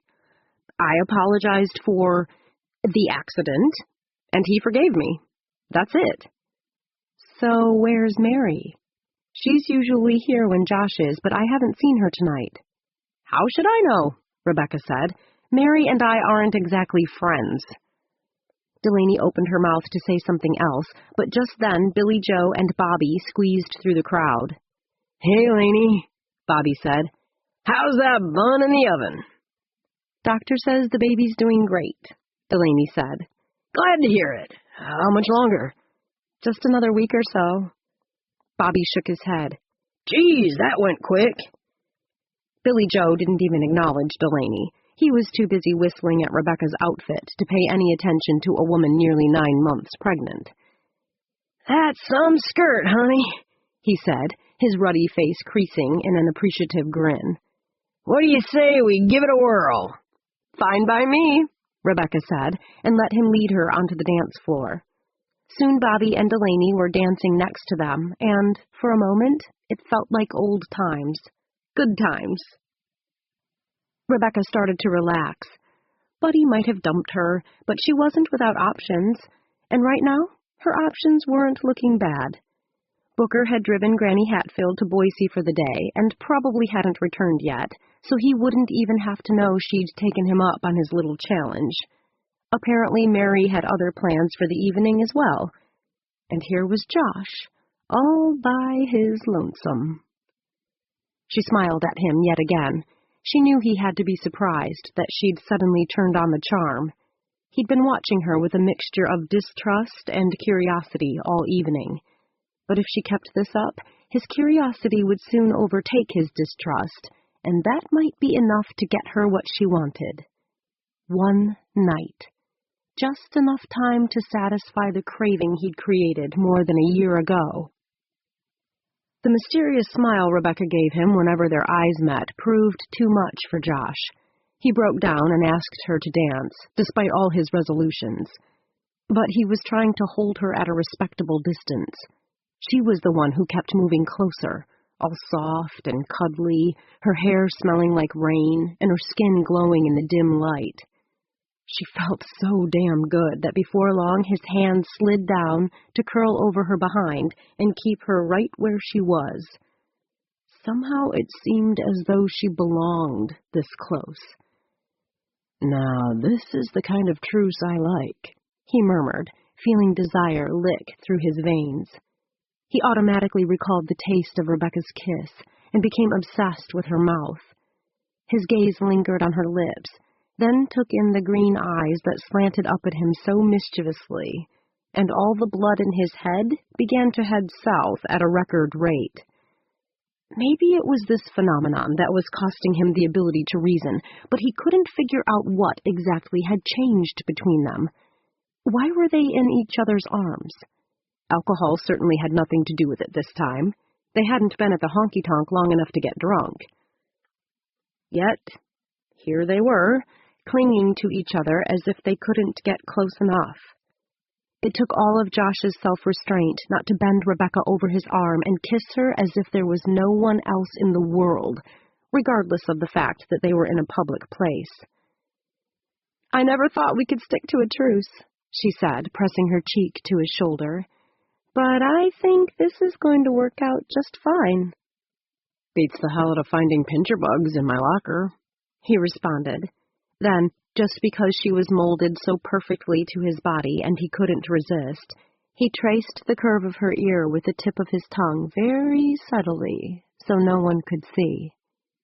She shivered and melted into him, and he began to think about how badly he wanted another chance to have Rebecca in his bed. He slipped his thumb under her blouse to lightly graze the soft skin at her waist. "You feel good, Beck." "I could feel better," she said, her fingers playing with the hair at the nape of his neck. "Is that an invitation?" he asked. "What do you think?" "It sounded like an invitation to me."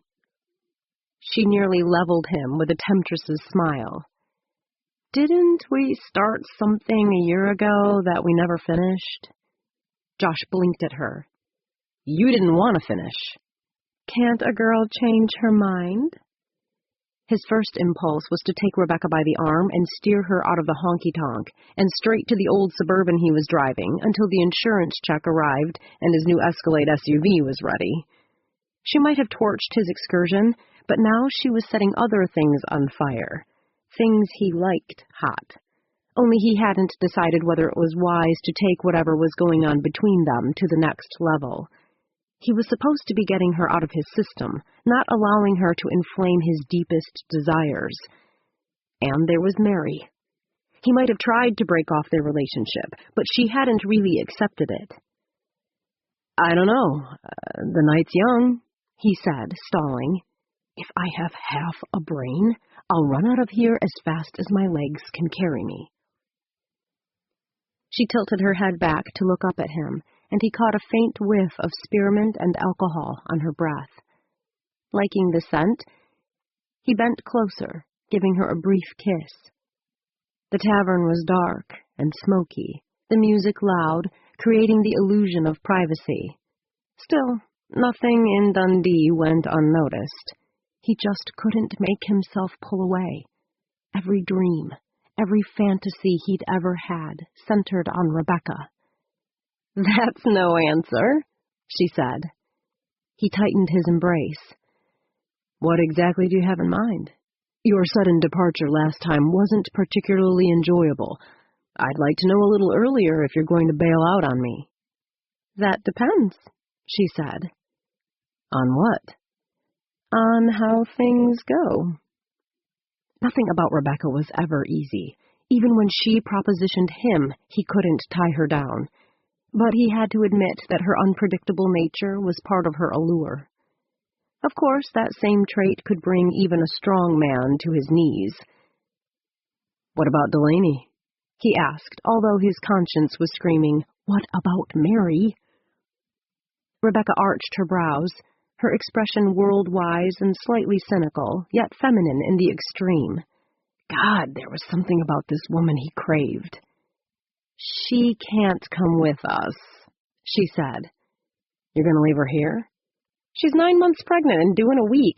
She'll be more than happy to go home early. Are you going to tell her you're leaving with me? He asked, nuzzling her neck. Another sexy smile. No, that'll be our little secret. Her voice had turned husky.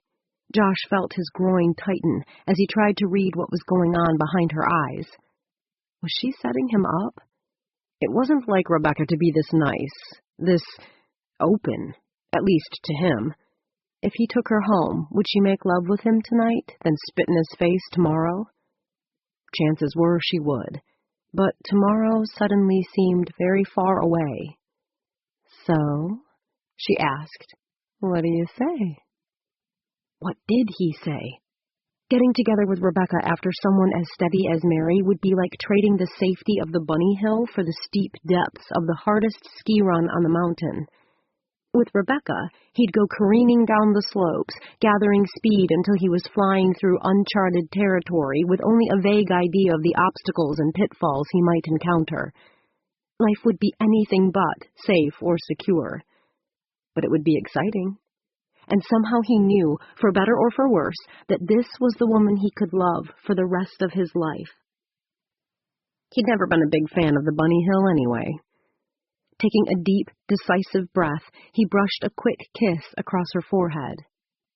I have to do something, he said. Send Delaney home and meet me outside in 15 minutes. Then he called Mary, insisted her mother let him talk to her when she tried to say Mary wasn't home, and broke the news as gently as he could. On his way out, he told his brother to get a hotel. After what happened a year ago, he wasn't about to risk another interruption. Not tonight. Tonight, Rebecca was his. Rebecca angled her head to better receive Josh's kiss and buried her hands in his hair, which was thick and had just enough curl to give it body. He smelled of the leather coat he'd been wearing and some sort of aftershave. Taken together with the feel of his bare chest against her naked breasts, the sensation was overwhelming. She could scarcely breathe for the desire that threatened to consume her. This was nothing like it had been with Buddy. Nothing at all, she thought dimly. Thank God she hadn't settled. She wouldn't have wanted to miss something like this. It occurred to her that Josh was the reason she hadn't settled, but she didn't want to give him too much credit, not when he'd interfered in her life just to hurt her. He rolled her beneath him on the bed, covering her with his big body, even though he still had on his pants, and she her skirt, and angled his hips so that she could feel the delicious pressure of him. She wrapped her legs around him to draw him closer, feminine satisfaction heightening her pleasure when he groaned and deepened his kiss. You kiss so well, he said, running his tongue lightly over her bottom lip and tugging it gently into his mouth. She could have said the same to him, but she was too busy reveling in his solid weight, anchoring her to the mattress. If he did other things half as well as he kissed, she had a lot to look forward to. The next few minutes would finally put an end to the curiosity and yearning she'd experienced for so long. Do you like this? He asked, gently suckling one breast, then holding it so he could witness her nipples' response in the light from the hall. She watched him, strangely captivated by the eroticism of what he was doing. Do you? He prompted. She let her lips curve into a smile and nodded. Then say it. I want to hear you say it, he said, gazing at her with half-lidded eyes that made him look lazy and relaxed, even though she could feel the tautness of his body. I like it, she muttered, her breath ragged. You want more? Mm-hmm. Tell me what else you'd like. You want to hear me talk dirty? No, I want to hear you say you want me, he said. That it wouldn't be the same with anyone else, that no one else will do. Rebecca felt far more comfortable with the purely physical. The physical she could close off when she needed to. It didn't threaten her, but he was asking her to combine the sharing of pleasure with something far more personal, and she couldn't do that. She wouldn't bare her soul for Josh Hill. She had certain defenses against him she refused to tear down, even now, and precisely because she did want him, and only him, inside her, meant she could never say what he insisted on hearing. I wouldn't have let you bring me home if I didn't want to be here, she said, skirting the issue. He leaned up on his elbows, a frown on his face. That's the best you can do? He asked, sliding one hand beneath her skirt. Come on, Becky. I want to hear you say my name. I want to be sure you know it's me who's making you writhe and cry out. When she said nothing, his hand stopped its gradual ascent on her thigh. Beck. Josh, let's not play games, she said hoarsely. It's not as though we have any illusions about each other, right? He pulled his hand away. What illusions are you talking about? That anything will ever come of this. I mean, we've been enemies too long for that. His eyes grew watchful in a different way. So what are we now? Rebecca paused. She could tell this was suddenly veering off course, but she couldn't figure out how to steer it back without giving too much of herself away. Was he hoping for some type of confession that would finally cede him the victory of the battle that had waged between them since they were kids? Because she could never give him that. She'd held a grudge against Josh Hill for 24 years, and she wasn't going to let it slip away now. It was her talisman, her protection from the devastating charm he used to conquer everyone else, her only insurance that he would never find her wanting as her father always had. For the moment, we're lovers, I guess, she said. For the moment. A foreboding note had entered his voice. It made Rebecca a little uncomfortable. Yeah? And in the morning? Look, let's not talk, okay? That'll ruin everything. Tonight is tonight, and tomorrow is tomorrow. She reached for the zipper of his jeans, eager to get back to what she'd been enjoying so much. But he pushed her hand away. What's wrong? She asked. Why'd you bring me here if this isn't what you want? It is what I want. Then what's wrong? What are you waiting for? I want the same thing. He shook his head. You're not ready, he said, rolling off the bed. Rebecca couldn't believe what she'd just heard. What the heck did he mean, not ready? She'd never been more ready in her life. What are you talking about? She cried, sitting up and pulling the sheet over her breasts to cover herself. In the face of his sudden rejection, she felt newly vulnerable. Is this some sort of revenge for the excursion? No. Are you getting back at me for walking out on you a year ago? No. Then what? You want me as badly as I want you. You can't hide it, you know. I'm not trying to hide it, he said. I've already admitted as much. Then why aren't you making love to me? Because I want it to mean something, okay? I can sleep with anyone, but it's just another screw unless you care. You're joking. I'm not. I won't touch you again until you can look me in the eye and tell me I'm the only man you want, and that you'd trade anything to have me. Rebecca clenched the sheet with both hands. Are you crazy? Cupping her chin, he angled her face up until they were nearly nose to nose. Rebecca thought he might kiss her again, hoped he would. Everything he'd said had to be an unkind joke. How like Josh to do this, to taunt her this way. "Maybe I am crazy," he said, "but nothing's going to happen between us until you find the guts to take the same risk I'm willing to take. I go, you go. We jump together." "I don't understand this," she protested. He bent and picked up her bra and blouse from where he'd tossed them on the floor and handed them back to her. "Then I'll make it easy. If you can't care about me, I don't want anything to do with you. Now get dressed, and I'll drive you home." Of all the dirty, rotten things Josh had done, Rebecca thought this one was the worst. If you can't care about me. As if he cared about her. As if he wasn't practically engaged to Mary Thornton. As if he'd ever want more from her than a quick tumble. Except that he could have had his tumble, and he hadn't taken it. Not that she cared. She didn't really want him anyway. A pang in her chest told her she'd like nothing more, but she ignored it and continued to stare out the car window as he drove her home, wondering where she'd gone wrong. At the honky-tonk, she'd had him eating out of her hand. She'd known he'd ask her to dance, and he did. She'd known he'd take her home, and he did. When they'd reached his place, events had taken an even better turn. So how had he ended up in charge?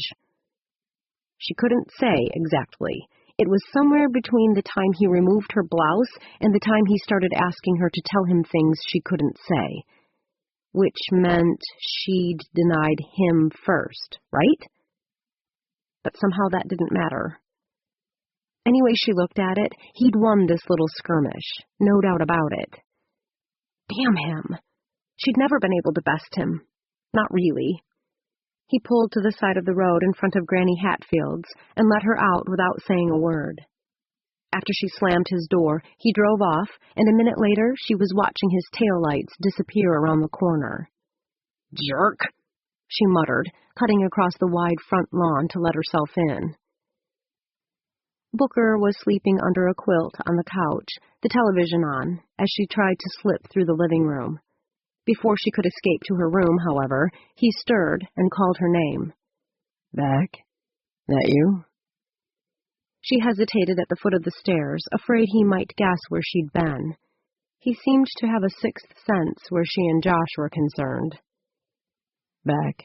"Yeah, it's me." "Where have you been?"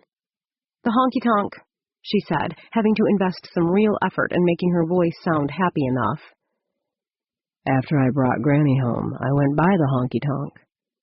Rebecca's heart dropped to her knees. "Oh, was Delaney still there?" "No, but Bobby was. He said you went home with Josh." "Josh left a few minutes before I did." "Yeah, well, nice try, but it didn't fool anybody." He flipped off the television and rose up on one elbow. "So, was it everything you thought it'd be?" "No." "That's too bad." "Why?" "Because everyone's blaming you for why he broke up with Mary. I was hoping you'd at least get something out of it." Chills suddenly cascaded through Rebecca's entire body. "Josh broke up with Mary?" "That's what I heard." "When did he do that?" "Tonight, I guess. Just before closing, she came to the honky-tonk looking for him. And she was mad as hell." Yawning, he rolled over. "I guess he didn't mention it." "No," she said. "He didn't." Chapter 18. "How'd it go last night?" Rebecca blinked and sat up, wondering how she'd managed to answer the telephone in her sleep. "Delaney? Your powers of perception are improving. What time is it?" 8? 8? Rebecca shoved a hand through her hair and grimaced at her bleary-eyed reflection in the mirror above her dresser. "You woke me up at 8 on a Saturday morning? You have to work today." "Not until 11. Okay, I couldn't wait any longer to hear how things went with you and Josh last night. Rebecca could have waited until much later to fill Delaney in. I don't want to talk about it. That bad, huh? That good. Almost. He's not realistic, she said, knowing her complaint sounded weak. But it was difficult to come up with anything worse. Josh had been loving and attentive and sexy as hell. Everything had been perfect until he'd suddenly changed direction. Really? Delaney was obviously not convinced. I've gotten to know him a little bit through Connor and this whole resort business, and he seems pretty realistic to me.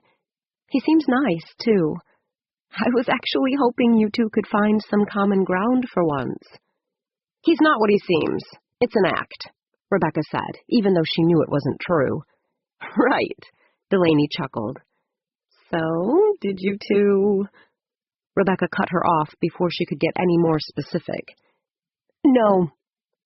Sure seems like things were drifting that direction when you were plastered to him on the dance floor last night. Plastered to him on the dance floor? Rebecca rolled her eyes toward the ceiling. How many other people saw it that way? I wasn't exactly plastered to him, she said.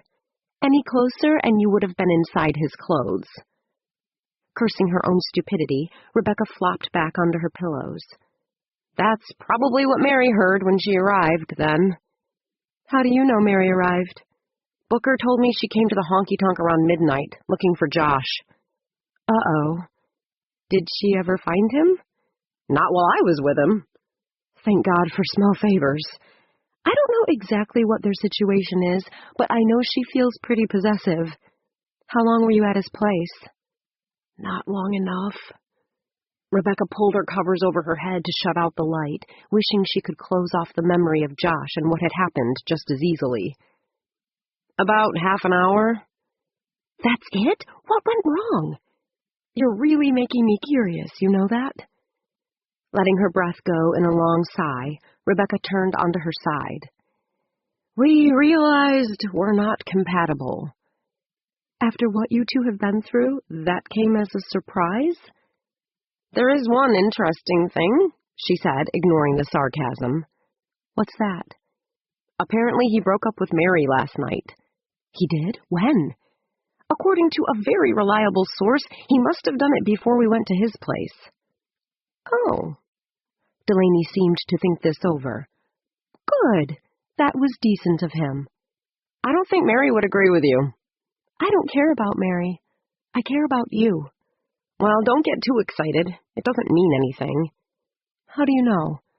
I was there, she said, even though the way Josh had behaved seemed to signify that it might mean something. If you can't care about me, I don't want anything to do with you. Whatever you say, Beck, I just want you to be happy. I am happy, she said, but it was a lie. She'd never felt more unsettled and slighted in her life. So it's already over between you and Josh? It was over before it ever started, she said, but despite everything, she couldn't help crossing her fingers that maybe, just maybe, the future would prove her wrong. You'll find the right man someday. I hope so. How's the baby? Good. I'm getting close. Maybe I'll go into labor on your birthday. Since I'm not going to be in Cancun, I hope something good happens that day. A party at the honky-tonk doesn't sound as exciting as it used to. Don't tell me you're getting tired of playing darts with Billy Joe and Bobby. I'm just ready for there to be more to life, she said. When Rebecca answered the phone several days later, she expected to hear Katie on the other end of the line. She'd overslept after a restless night, couldn't find her keys, and was already 15 minutes late for her first appointment. I'm coming, she said, without waiting for a hello. I'll be there in 5. But it wasn't Katie's voice that came back to her. It was her father's. Where? Rebecca stopped dashing through the house and set the shoes, lipstick, and gum she'd gathered for her departure on the kitchen counter. Oh, it's you. Is that any way to greet your father? Sorry, I just wasn't expecting to hear from you. Turning toward the small bulletin board that hung on the fridge, she stared at a photograph of her entire family from last Christmas. She'd set it aside when she was cleaning out her purse, and Hattie had packed it onto the fridge. "Where have you been?" he asked. "Your mother wants to know why you haven't been by." She hadn't visited since the anniversary party because she hadn't wanted to face their disappointment. Neither did she want to deal with any more criticism because of what she'd done to Josh's truck. Even if her father was finished with the subject, her sisters and brothers-in-law would want to hear all about it. They'd laugh and send knowing glances at each other and shake their heads. "I've been busy," she said. He grunted. "The least you could do is call once in a while." "You could call me once in a while, too, you know. The only time you stop by the salon is when you want me to cut your hair." "Yeah, well, we're both busy. So, what's going on? Are you in some sort of trouble?" "What makes you think that?" "We haven't had any crises in the last few weeks. We're about due, aren't we?" Rebecca decided to hang up before the conversation deteriorated further. "I'm late for work. I'd better go." "Josh Hill called here yesterday," he said. Rebecca paused, feeling an odd sensation in her stomach. Word had spread all over town that Josh had broken up with Mary, but she hadn't heard from him since last weekend. She knew she wouldn't, either. He'd told her that certain conditions had to be met if she wanted to be with him again, and the desire to capitulate on every count, the whole "I want you, I need you, I can't live without you" routine, was sometimes so strong she craved it more than she'd ever craved a cigarette. But she wouldn't let herself need Josh Hill. She'd given up nicotine, again. She'd beat her addiction to Josh, too, even if it took the rest of her life. "What did he want?" she asked. "When I heard who it was, I thought he was calling to ask me for money to replace that excursion you burned. But he said the insurance covered it. After that, his call was a bit strange." "Why?" "He wanted to know how long it had been since we talked." "You and I?" "Yeah." "What would make him ask that?" "I don't know. I told him it had been a few weeks, that I couldn't remember exactly, and he said he'd teach you to throw a football, if that would help." Her father cleared his throat. "You have any idea what he meant?" "No," Rebecca lied, gripping the phone more tightly as she realized Josh was on to her. He was starting to see through her, to see everything. And it wasn't fair. This wasn't a frontal attack. He was breaching her defenses where they were the weakest. She'd offered him her body, but that hadn't been enough. He had to mess with her mind instead. Or was it her heart? Somehow it would have been far less frightening if he'd given her a quick tumble and moved on. It was darn lonely on the nights Booker went out with Katie. The following Friday, Hattie went to bed early, as usual, and Rebecca sat in the living room by herself, watching television. After an hour or so, she read a few chapters of a book and tried to sleep, even though it was only 8 o'clock. Then she gave up on sleeping, watched some more TV, and considered calling Buddy simply for something interesting to do. She hadn't talked to him since their big breakup 3 weeks ago, and was curious to know if his dog had recovered from hip surgery. His sister had been studying for the bar. Rebecca wondered if she'd passed, and whether Buddy had ever finished the new hardwood floor he was putting in the small house he'd inherited from his grandfather. Not too long ago, they'd intended to make that their house, their hardwood floor, their dog. But somehow losing the house and dog and Buddy's romantic interest didn't hurt anymore. Once her pride had recovered, everything else bounced back as though she hadn't just lost the man she'd been planning to spend the rest of her life with. From there, it hadn't taken long to realize that she missed Buddy's friendship more than anything else, especially on nights like this, when she wanted to see Josh Hill, but wouldn't let herself. She longed to talk to Buddy the way she talked to Delaney, tell him what Josh had said, explain how badly she'd wanted him to make love to her last weekend. She even wanted to analyze possible motivations for his refusal and have Buddy help her try to figure out what it all meant. But it probably wasn't smart to talk about Josh. It wasn't smart to think about him. Every time she did, she became angry over what he'd done to her, or what he hadn't done, to be more specific, and swore up and down that she'd never let him break her. Then she imagined how he'd react if she ever capitulated, and wondered if it would really be so bad to give him what he asked. Drive by his place. See if he's home. The temptation seemed innocuous enough, except that the voice in her head sounded suspiciously similar to the one that constantly whispered, "One cigarette won't hurt. What's one cigarette?" "I'm not going anywhere near Josh Hill. I won't let him win," she said aloud. Then she called Buddy, because calling Buddy was a lesser evil than going out to Josh's place.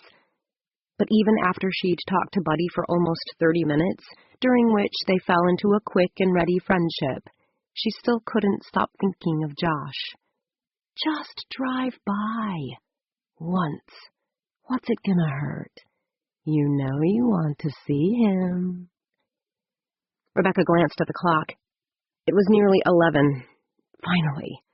Though she hadn't mentioned Josh to Buddy, considering their background, it was a bit early in their friendship to include love interest discussions. She knew he'd think she was crazy to pursue him. She could hear him saying, "That's the guy who called me." She could also hear Mary Thornton saying, "You think you can get away with anything." But she wanted to go out to Josh's ranch anyway. Good thing she never listened to anybody, she thought, and grabbed her keys. Rebecca sat in her Firebird, engine running, and stared longingly at Josh's house. At first she'd pulled to the side of the road a quarter-mile short of his place, just to be cautious in case he was up and about or had company. But no extra cars cluttered the drive, and the lights were all out. She felt fairly safe creeping closer. She parked right in front and shifted to rest one arm on the seat, the other over the steering wheel. What would happen if she actually went to the door? Would Josh invite her in? Would he forget all that crazy talk about risk and I go, you go, and the meaning of sex? What was the point? They were doomed before they began. He had to know that as well as she did. But she couldn't put what she felt for him to rest. Thoughts of Josh swirled around and around in her head, wearing her down, wearing her out. She tried to remember the last good night's sleep she'd had, and couldn't. She'd been worried about Delaney, of course. Delaney had started having a few isolated contractions several days ago, which meant the baby could come any time. Then there was Booker, who refused to give up on Katie, even though she had an undying crush on Mike Hill. For all his bravado, she knew he could get hurt, and didn't want to see that happen.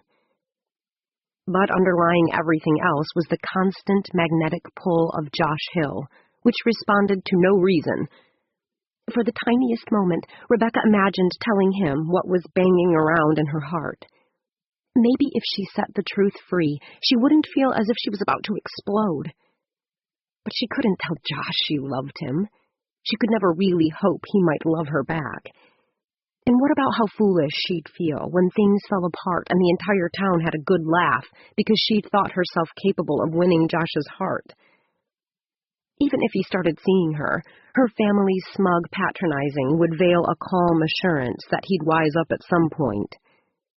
And what about Mary? Josh had always seemed so lukewarm about her. Was that the best he could offer a woman? Rebecca knew she could hate a man and fight with him constantly. She could also love a man and fight with him constantly. But she couldn't live with an impassive partner. It would completely strangle her passion for life. Finished. Done. Decided. There'd be no strangling for her, she decided. On that note, she put the transmission in drive and checked her rear-view mirror. A pair of headlights stabbed the black night behind her. She felt a moment's panic as the two beams reflected in her mirror, momentarily blinding her before she could shove the car's gear shift into park and cut the engine to douse her own lights. With luck, whoever it was wouldn't notice her. With luck, they'd drive right by. But the next house was 5 miles away, which didn't make for a very steady stream of traffic, at least this late. and she had a sick feeling that the person coming down the road was Josh. Curling her nails into her palms, she kept her head down and waited. The engine hummed closer.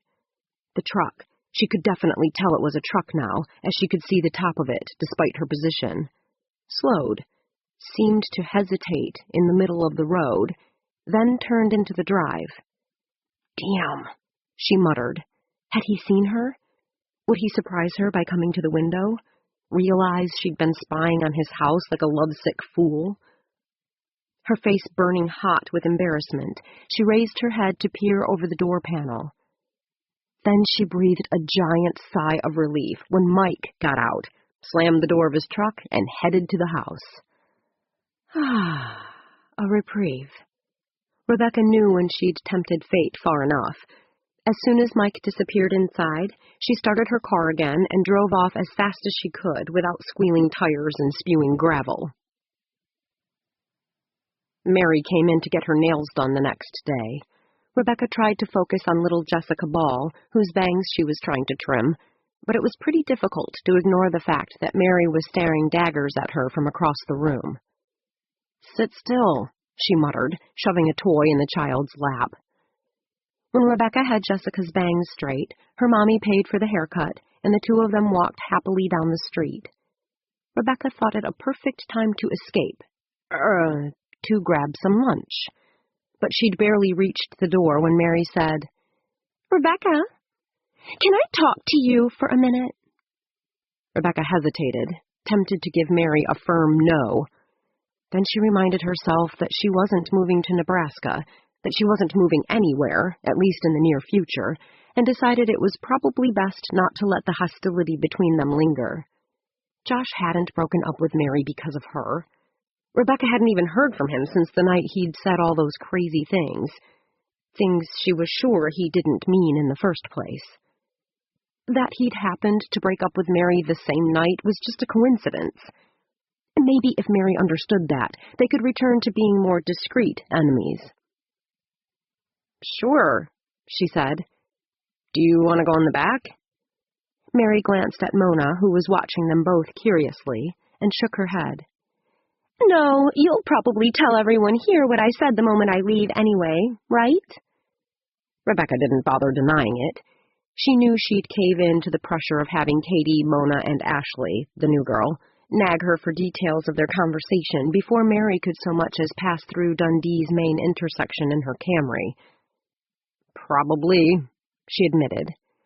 "Well, I just wanted to say that I wish you'd told me you and Josh had something going instead of sneaking around behind my back." "Josh and I didn't have anything going, and we weren't sneaking around behind your back." "Don't lie to me," she said. "I'm not lying." "My next-door neighbor told me Josh spent the night with you a couple of weeks before he broke up with me." "And how would your next-door neighbor know that?" "Randy told your sister, who told her best friend, who told her mother, who is my next-door neighbor," Mary recited smugly. "It's not true," Rebecca said, and felt okay with the lie since Josh hadn't spent the night in the way Mary meant it. "So you two aren't having a little fling?" "No." "Then I guess you won't mind me telling you that he's going to come back to me eventually," she said. Rebecca hated the sinking sensation that came over her and struggled to keep her face blank. "He is?" "Of course. He still loves me. He's just suffering from a bad case of the jitters. It happens all the time. A guy gets too close to marriage and starts to buck." Horse talk again. Maybe Mary was perfect for Josh. "Seems to me he bucked you right out of the saddle," she said. "Not for long." "That's the point I'm trying to make," Mary said. "I just wanted to let you know, so you won't get hurt." With that, she studied her newly manicured nails and blew on the wet polish. "Have a nice day."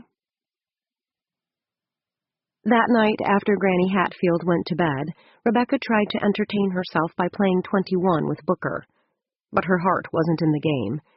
She kept thinking about Josh getting back together with Mary, and how much she'd hate running into them. And she kept wondering why Josh getting back with Mary would somehow be more difficult for her to get over than her own breakup with Buddy. "Quit thinking about him," Booker said. Rebecca glanced at the cigarettes in his pocket, but refused to ask for one. She hadn't smoked in weeks. For the most part, she'd managed to get over her cravings. But there were still times. "Who?" she said, as though she could fool him. "You know who," he said simply. "You want another hit?" Rebecca looked at her 2 cards as though she didn't already know what they were, a king and a deuce. "What the hell?" she said. "Give me one."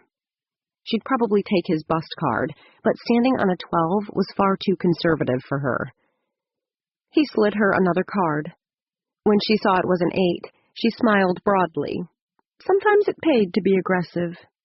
"I'll stand," she said. He turned over his cards, and Rebecca felt her momentary joy evaporate. He'd been holding a queen and a jack. So much for the success of her big risk. "How are things between you and Katie?" she asked as he dealt her another hand. "About the same as they are between you and Josh," he said, his focus on his cards. Rebecca studied what he'd dealt her. "You've been calling her. You've been seeing her occasionally. That's a lot better than what's happening with me and Josh." "If you're not seeing Josh, where do you go when you leave here late at night?" he asked. He'd noticed? She should have known he would. "You don't want to know," she said. "It's too pathetic." He cracked a rare smile. "Yeah, well, I'm beginning to feel pretty pathetic myself. Katie told me she's in love with Josh's brother last night." "I told you that before you ever got to know her," Rebecca pointed out. "It was a little different coming from her. Your timing was certainly better." "How's that?" "She waited until after we wound up in her bed." "Ouch!" Rebecca considered her cards again. A queen and a 3. Not a big improvement. "It's a good thing we're not in Vegas," she grumbled. "You going to take my bust card?" She answered his challenge by motioning for another card. "Probably." Sure enough, he gave her a jack. Then he turned over a 10 and a 2 and promptly garnered all the change in the center of the table. "You beat me on a 12? He stacked the money in front of him like chips. "When I'm playing with you, I always stand on a 12. "Why?" "Why do you think?"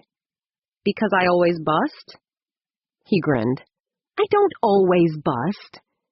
"You take a hit on anything less than 18, which means your busting average is a lot higher than most." "I'm just not myself tonight," Rebecca said. "My birthday's coming up, and instead of spending it in Cancun with Buddy on a warm beach enjoying our honeymoon, I'm going to be here." "Buddy wasn't right for you." Rebecca didn't want to admit that she'd finally reconciled herself to that fact, so she said nothing. "Besides, Delaney's due to have her baby any day," he added. "True. I would have hated missing the birth."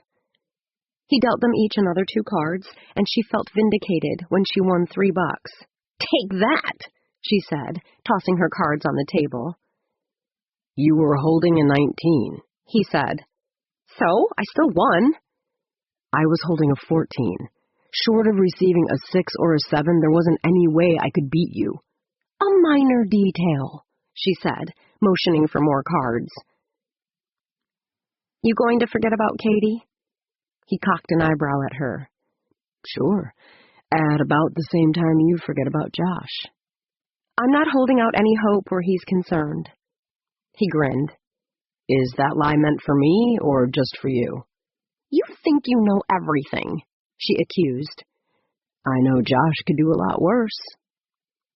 She caught his eye and smiled. So could Katie. "Rebecca's out there again," Mike said, peering through the blinds of the front window. Josh glanced up from the kitchen table where he'd been busy devouring an entire cookie sheet of nachos and resisted the urge to get up and see for himself. He knew he couldn't appear too eager, or he'd scare her off.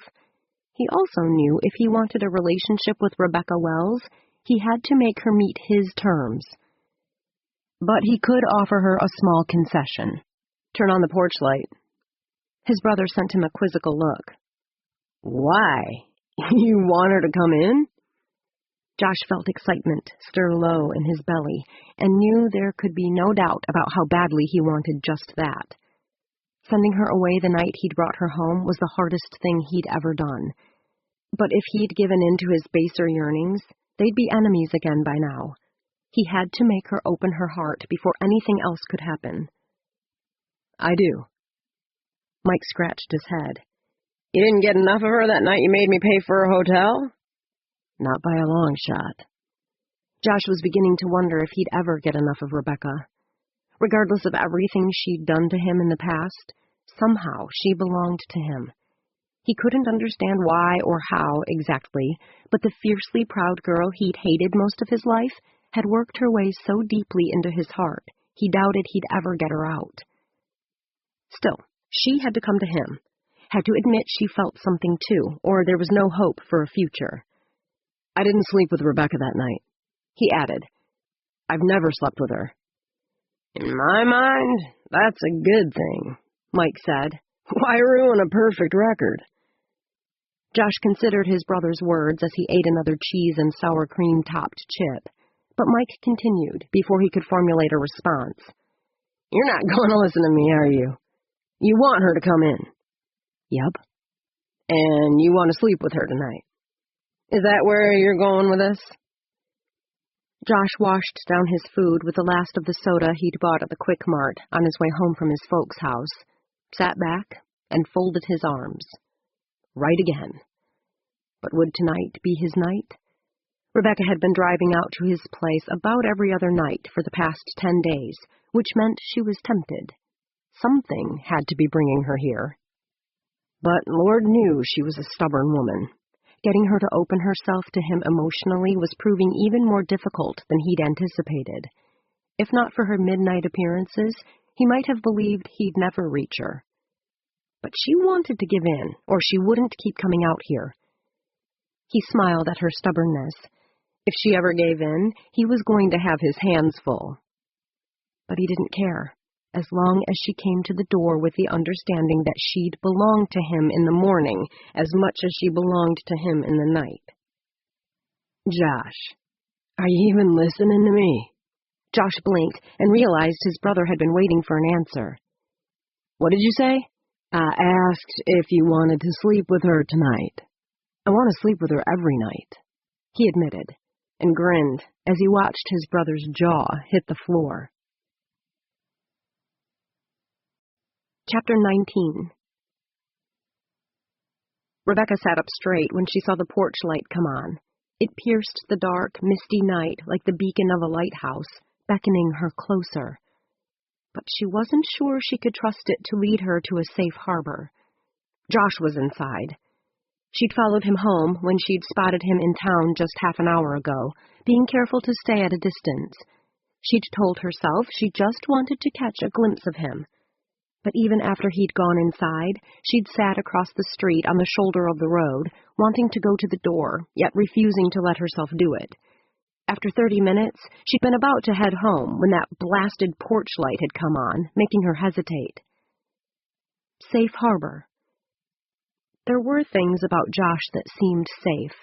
The way she felt when she remembered him saying, "If you can't care about me, I don't want anything to do with you," was one of them. The fact that he expected her to care about him indicated he was willing to care about her, right? He'd talked about risk, said, "I go, you go." That meant something. But she bit her lip. There were definitely things about Josh that were not safe. He was her childhood nemesis, the one who'd stolen her father's love and attention.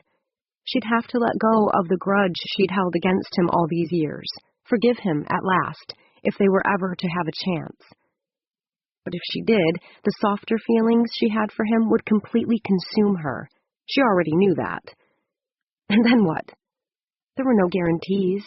In a few weeks, she'd probably be nothing more to him than another soul falling to worship at his feet. She recalled the conversation she'd had with Mary last week in the salon and wondered if Mary could be right. Was Josh simply running from commitment? Would he wise up and go back to her? Mary's confidence had to come from somewhere, and she had everyone's support. All of Dundee thought she and Josh went together like apple pie and ice cream. On the other hand, the entire town would shake their heads in stunned belief to hear that she and Josh were seeing each other. She rubbed her nose with her hand for warmth. Now that her birthday had almost arrived, the nights were cold and often wet. She should have brought a heavier jacket. She should go home. Turning the key in the ignition, Rebecca started her car, but before she could pull onto the highway, one final glance at Josh's house told her something had changed. The blinds in the kitchen window had been raised, and Josh was standing there, hands on his hips, watching her, challenging her. As she suspected, he'd turned the light on for a reason. He knew she was there. Any embarrassment she might have felt at being caught hovering near the object of her fascination was lost as she gazed at him. Regardless of how hard she'd tried to hang on to it, her grudge over the past was gone, she realized. And all those softer emotions, it was too late to do anything about them. She wanted Josh Hill about as badly as any woman could want a man, and not just for the night. Taking a deep breath, she turned off the engine, got out, and walked to the house. I'm a glutton for punishment, she told herself. She and Josh had too much history. If her father found her lacking, so would he. But she and Josh had a hell of a lot of chemistry, too. Was that enough? Josh saved her the trouble of knocking. He swung the door open as soon as her foot hit the step. Then he stared out at her, waiting. Well? He wasn't planning to make this easy. She looked back at her car and considered beating a quick retreat, but rejected that idea when he stepped outside to bar her escape. Oh, no you don't, you little coward. I'm not a coward, she protested. He reached out to catch her by the shoulders. If you're not a coward, then say what you came to say and forget about running. She wasn't going anywhere. Suddenly, she knew that, like she knew the sun would come up in the morning. Letting her arms wrap themselves around him, she wished he'd just kiss her and stop with all the demands. But when she tried to distract him by pressing her lips to his, he fended her off. First, you have to tell me. She stared up at him, amazed that she could be so in love without having known it. He seemed to soften a little. He dropped several brief kisses on her forehead, her temple, and each cheek, but he paused just short of her mouth. I don't hear anything, Rebecca. I'm willing to risk it, she murmured. Risk what? He countered, his mouth still hovering temptingly close to her own. As he rubbed his nose against hers, she caught her breath in anticipation and felt the last of her pride, her fear, and her denial give way. Risk everything, she admitted. It's hopeless to fight it. I want you too badly. He grinned and hugged her. That's my girl. That wasn't so bad, was it?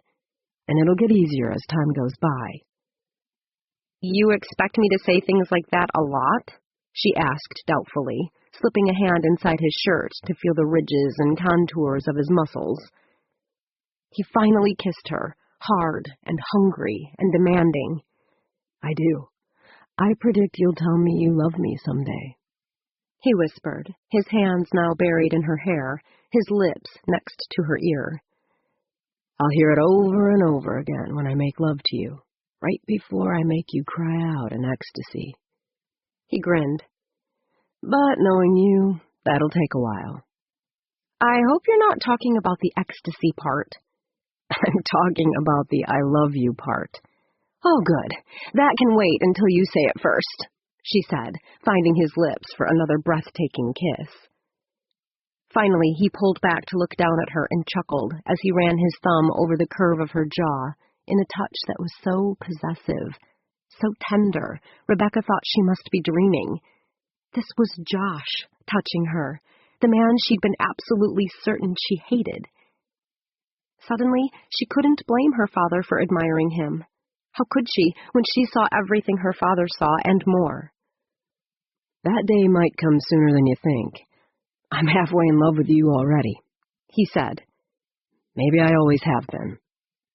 Rebecca blinked up at him, wanting to capture those words and let them burn inside her like a candle in the window of her heart. Could you say that again? He laughed and gave her a meaningful pat on the behind. You heard me. Now go to my room and take off your clothes. I want to see that tattoo. Rebecca stared at Josh while he slept. God, he was handsome. She loved him so much it hurt. So much it terrified her. What if he woke in the morning and realized he'd made some sort of mistake, that she was nothing special after all, just the girl from across the street who'd poured bleach on his lawn when they were in junior high? He'd certainly known who she was when he made love to her, though. He'd made that abundantly clear. He'd kissed her neck and nibbled on her earlobe and murmured that he'd never wanted a woman more than he wanted her. And right before he'd brought her to a shuddering climax, he'd slowed his thrusts to the point of driving her crazy with frustration. Look at me, he'd commanded. When she'd opened her eyes, he told her he was punishing her for all the rotten things she'd done to him over the years. He'd proceeded to build the tension in her body ever so slowly, until she was nearly begging for release.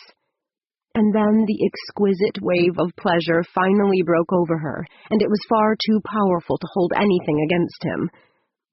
Still, she'd insisted on reciprocating. She smiled in satisfaction as she remembered him trembling on the brink of his own climax. His gaze had locked with hers in that final instant, and his eyes had filled with some unspoken emotion that made her feel both feminine and powerful. Josh wanted her. He really wanted her. Not only that, he knew every skeleton in her closet by name, and it didn't seem to change anything. She shifted so she could better see his face in the dark, too afraid to sleep for fear she'd wake up and everything they'd felt and experienced would be different. Come morning, Josh would have to confront his brother and his family, and everyone else in town who could never imagine the two of them together.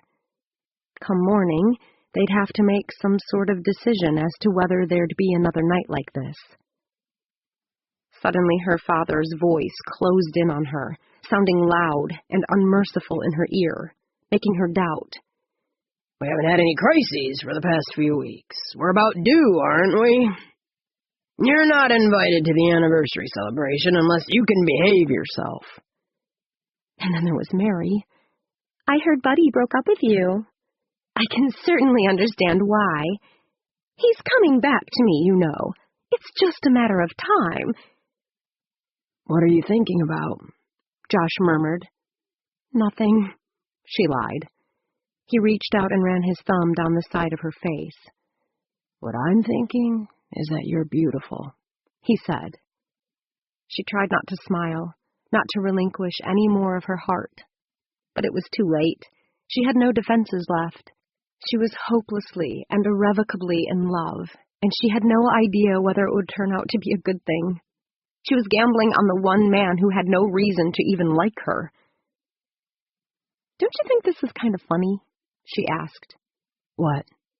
The fact that we're lying here naked together after all we've been through. I'm the one who told everyone in school that your penis was 3 inches long, remember? He grinned. Yeah, but that was just foreplay. What about tomorrow? She asked. What about it? What happens then? Tomorrow I'm going to figure out a way to convince you to make me breakfast. Naked, he said. But we've got a few hours to work up an appetite, and I plan to make the most of every minute. Scooping her closer, he rolled on top of her, then kissed her gently. You ready to tell me you love me yet? He whispered, pressing his forehead to hers.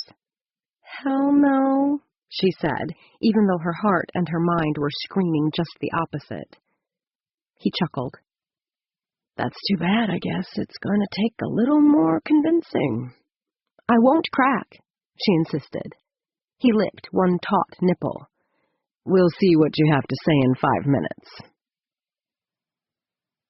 Rebecca sat at his kitchen table, wearing nothing but one of his T-shirts, her hair an unruly mess, her lips still swollen from his kisses, and Josh thought, that's the way I like her best. Any makeup she'd had on last night was long gone, but Josh didn't think she needed makeup, not with the natural beauty of her clear green eyes. Or maybe it was the quick changing expressions on her face that appealed to him, and not any particular feature. She could say more with one glance than most women could say in a 15-minute monologue. He tried to keep his gaze from straying to her long, slender legs, propped up on the chair next to her, so he wouldn't burn himself at the stove, but it wasn't easy. He'd made love to her several times during the night, and still felt like he wanted to drag her back to his bedroom. He smiled as he remembered thinking he could get her out of his system. Now he knew what twisted logic that really was. "What's so funny?" she asked. Nothing. The bacon he was cooking popped. He jerked his hand away to avoid being spattered by the grease. "Breakfast is almost ready. Want some orange juice?" She shook her head. He flipped the pancakes on the griddle. "I hope you're hungry. I've got enough food here for 10 people. She didn't answer. Wondering why she'd suddenly grown so quiet, he glanced over to see her staring out the window, a brooding expression clouding her face. "What's wrong?" he asked. "Nothing." "Come on, Beck, you can't lie to me. What's going on?" She folded her arms and scowled at him. "You always took Mary out for breakfast." He raised his brows. "So?" "We're eating in." He leaned one hip against the counter, still holding the fork he was using to turn the bacon. "And?" Her eyes lowered to her empty plate, and she began toying with her napkin. "You obviously didn't mind being seen with Mary." "I don't mind being seen with you either." "Then why did you want to have breakfast here instead of going to the diner?" He took the bacon off the stove so it wouldn't burn.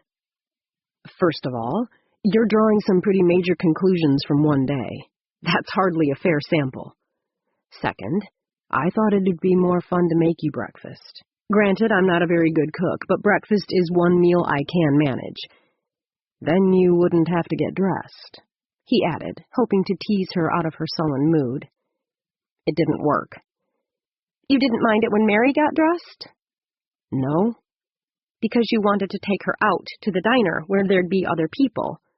"No." "Then why?" He sighed, not particularly anxious to analyze his actions. Taking Mary out to breakfast put a decisive end to their time together and allowed him to get to work. "Because I couldn't see her lounging around my kitchen," he admitted. "Why couldn't you?" He forked the bacon onto a paper towel-covered plate and poured most of the grease into a jar. Then he broke a couple of eggs into the pan, which he put back on the burner. "I don't know. I think I was afraid she'd get too comfortable." Rebecca studied him. "I'm lounging around your kitchen," she pointed out. "I'm even wearing your clothes." "I know," he said. "And the crazy thing is, I like it." When Rebecca returned home shortly after 10 o'clock, she found Hattie's old Buick gone and the house empty, which was a relief. Now she didn't have to answer any awkward questions about staying out all night, and without anyone to waylay her, she was able to shower, change, and dash to the salon in time for her 11 o'clock perm with Mrs. Londonderry. "You're sure quiet today," Mrs. Londonderry said as Rebecca put the rods in her hair. "You feeling okay, dear?" "Fine," Rebecca said. In fact, she'd never been better, or had more pleasant memories to mull over. But she was afraid that stating her feelings too emphatically would draw unwanted attention. This relationship between her and Josh was still new enough that she wasn't really sure whether or not she could trust it.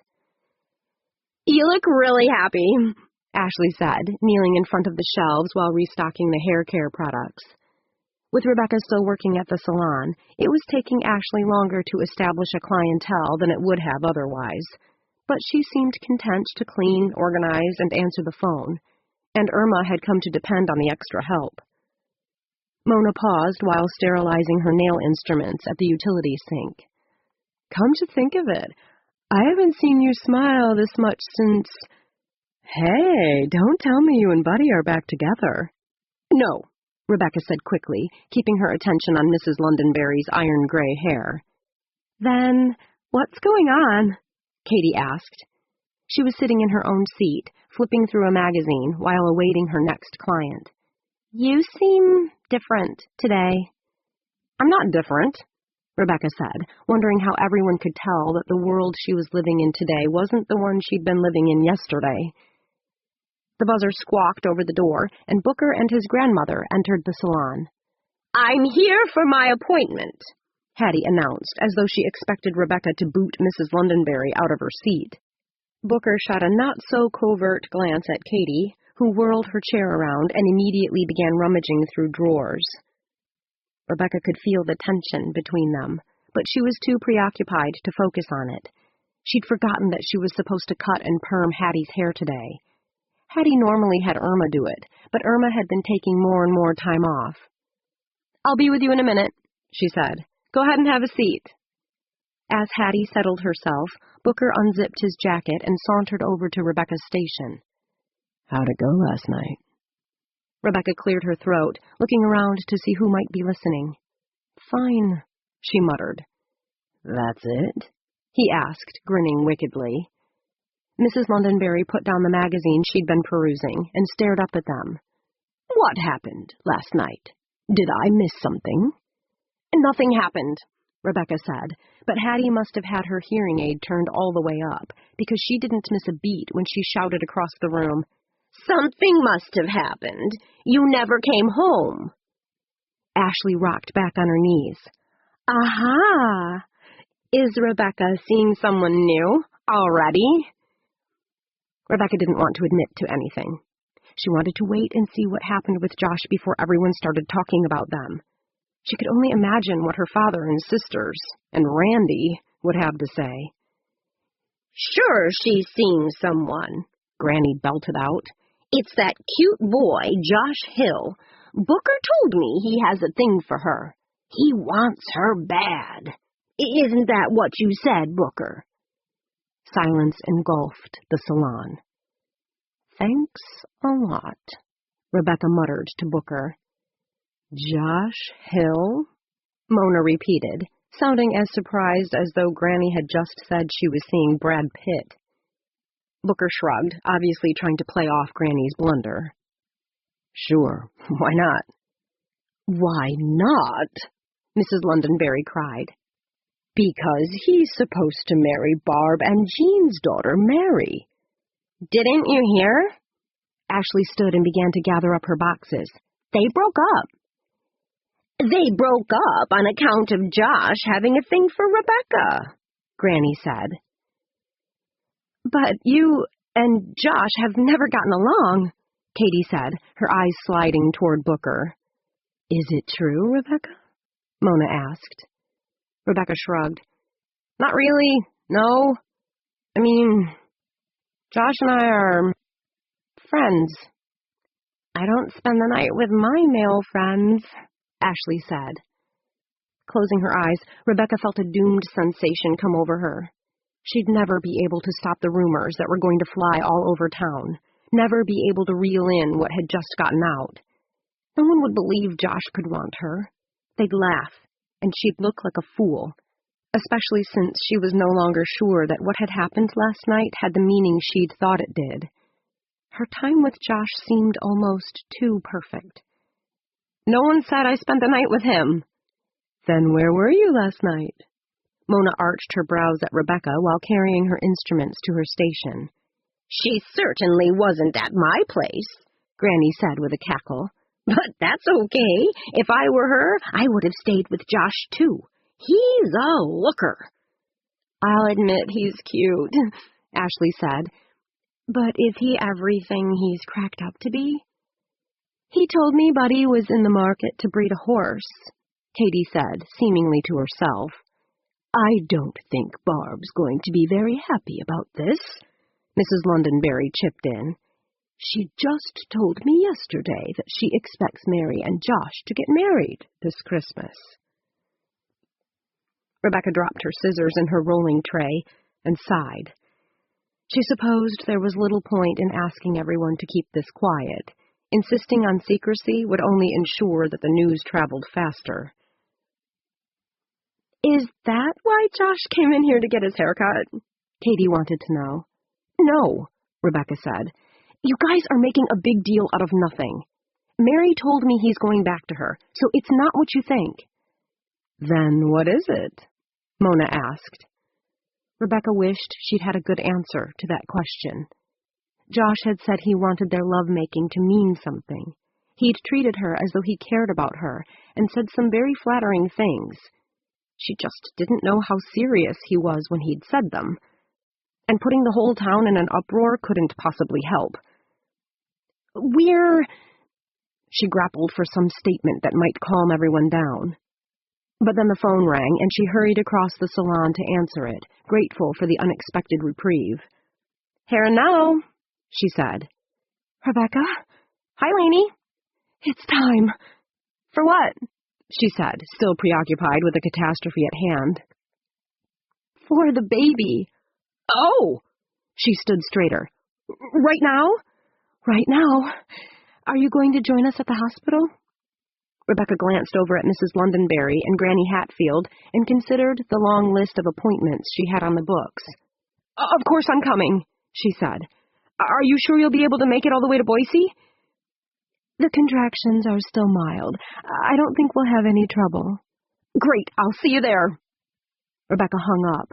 Then she begged Ashley to take whatever appointments she could and cancel any she couldn't. Told Booker she'd probably be home late and escaped the salon. But she knew her leaving wouldn't stop the others from talking, and she hated the thought of what they might stir up in her absence. Chapter 20. The hospital room was dark and mostly quiet. There were the usual sounds of footsteps, hushed voices, and equipment rolling down the hall, but they didn't disturb a peace that, in the tired aftermath of such intense excitement, felt almost profound. Delaney lay sleeping beneath a light blanket, her face serene. Connor, the concerned and doting father, had finally dozed off in the chair next to her bed. Rebecca held Delaney's new baby girl. She'd considered leaving many times. The baby had been born nearly 8 hours earlier, and it was getting late, but Rebecca was still too emotionally charged and enamored with little Emily to go anywhere, despite the exhaustion that edged closer as the clock ticked toward midnight. In the light spilling through the partially open doorway, she studied the miracle in her arms. Emily was wrapped tightly in receiving blankets and wearing a knit cap to keep her body temperature stable. Only her tiny red face and long, perfect fingers showed. But she had that sweet smell so peculiar to newborns, and the slight weight of her felt satisfying in Rebecca's arms. Toying with Emily's hands, Rebecca admired them with the same reverence she'd experienced during the birth. You're incredible, she murmured, brushing a kiss across her satiny cheek. Seeing you come into the world makes me believe in all things that are good, little Em. Sounds like you're ready for a baby of your own, Delaney said. Embarrassed to realize she'd been overheard, Rebecca glanced up to find Delaney watching her, a gentle smile curving her lips. I should find a husband first, don't you think? She replied, trying to steer the conversation away from the emotional. Delaney arched her brows. They may not be absolutely necessary, but I think it's definitely the better way to go. She leaned up on one elbow to see Connor, still slouched on the chair and dead to the world. He made a pretty good coach today, don't you think? Oh, he got in my way a few times, but I forgive him, Rebecca said. She'd actually told Delaney repeatedly that she'd wait in the lobby with Aunt Millie and Uncle Ralph, Delaney's adoptive parents.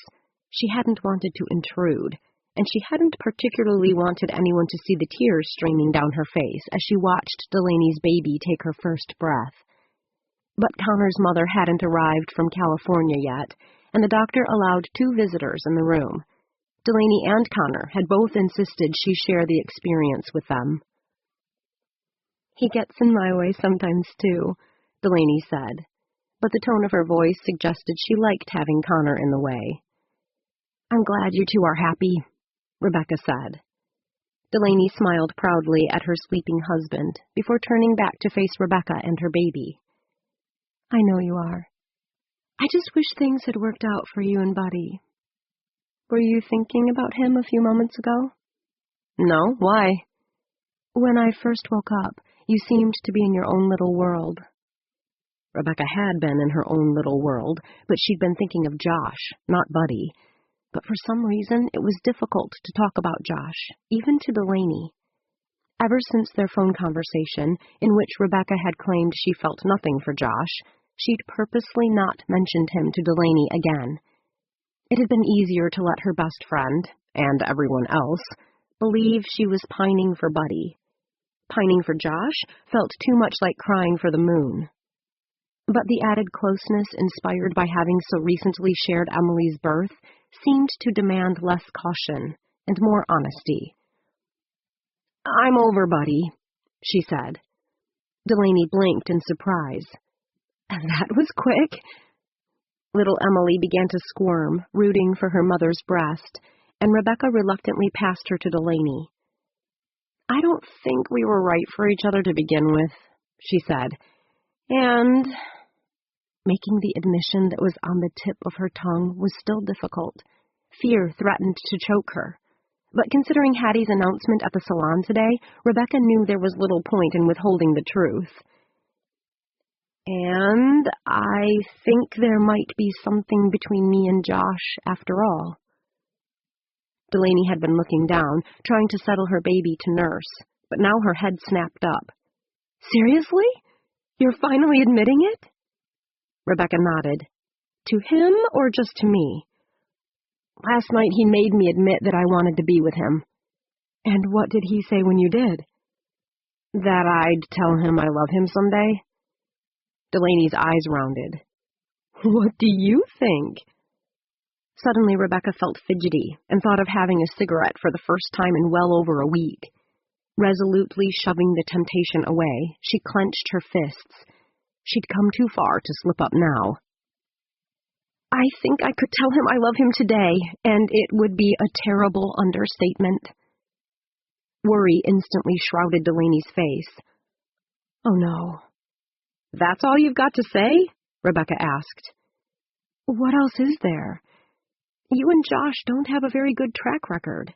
I'm almost afraid to guess what you might do to each other." "We've never tried going in this direction before," Rebecca said. "That's true, but—" Delaney tucked her hair behind her ears and nibbled her bottom lip. "Can you see yourself marrying Josh someday? Having his children, Beck?" Letting her gaze fall to Delaney's newborn, Rebecca nodded. "At this point," she said softly, "I can't imagine having anyone else's." Josh snatched up the phone on the first ring. He hadn't heard from Rebecca since she'd left his house nearly 15 hours earlier, and as midnight turned to 1 o'clock, he was beginning to worry that making love to her had been a one-shot deal. Considering Rebecca's unpredictable nature, it was entirely possible she'd done an about-face and would never want to see him again.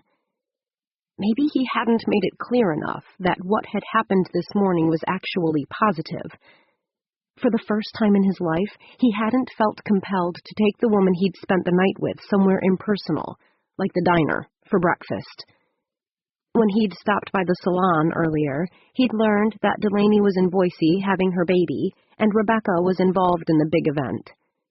But he'd expected her to call him at some point. He'd certainly left enough messages at Granny Hatfield's. "Hello?" he said.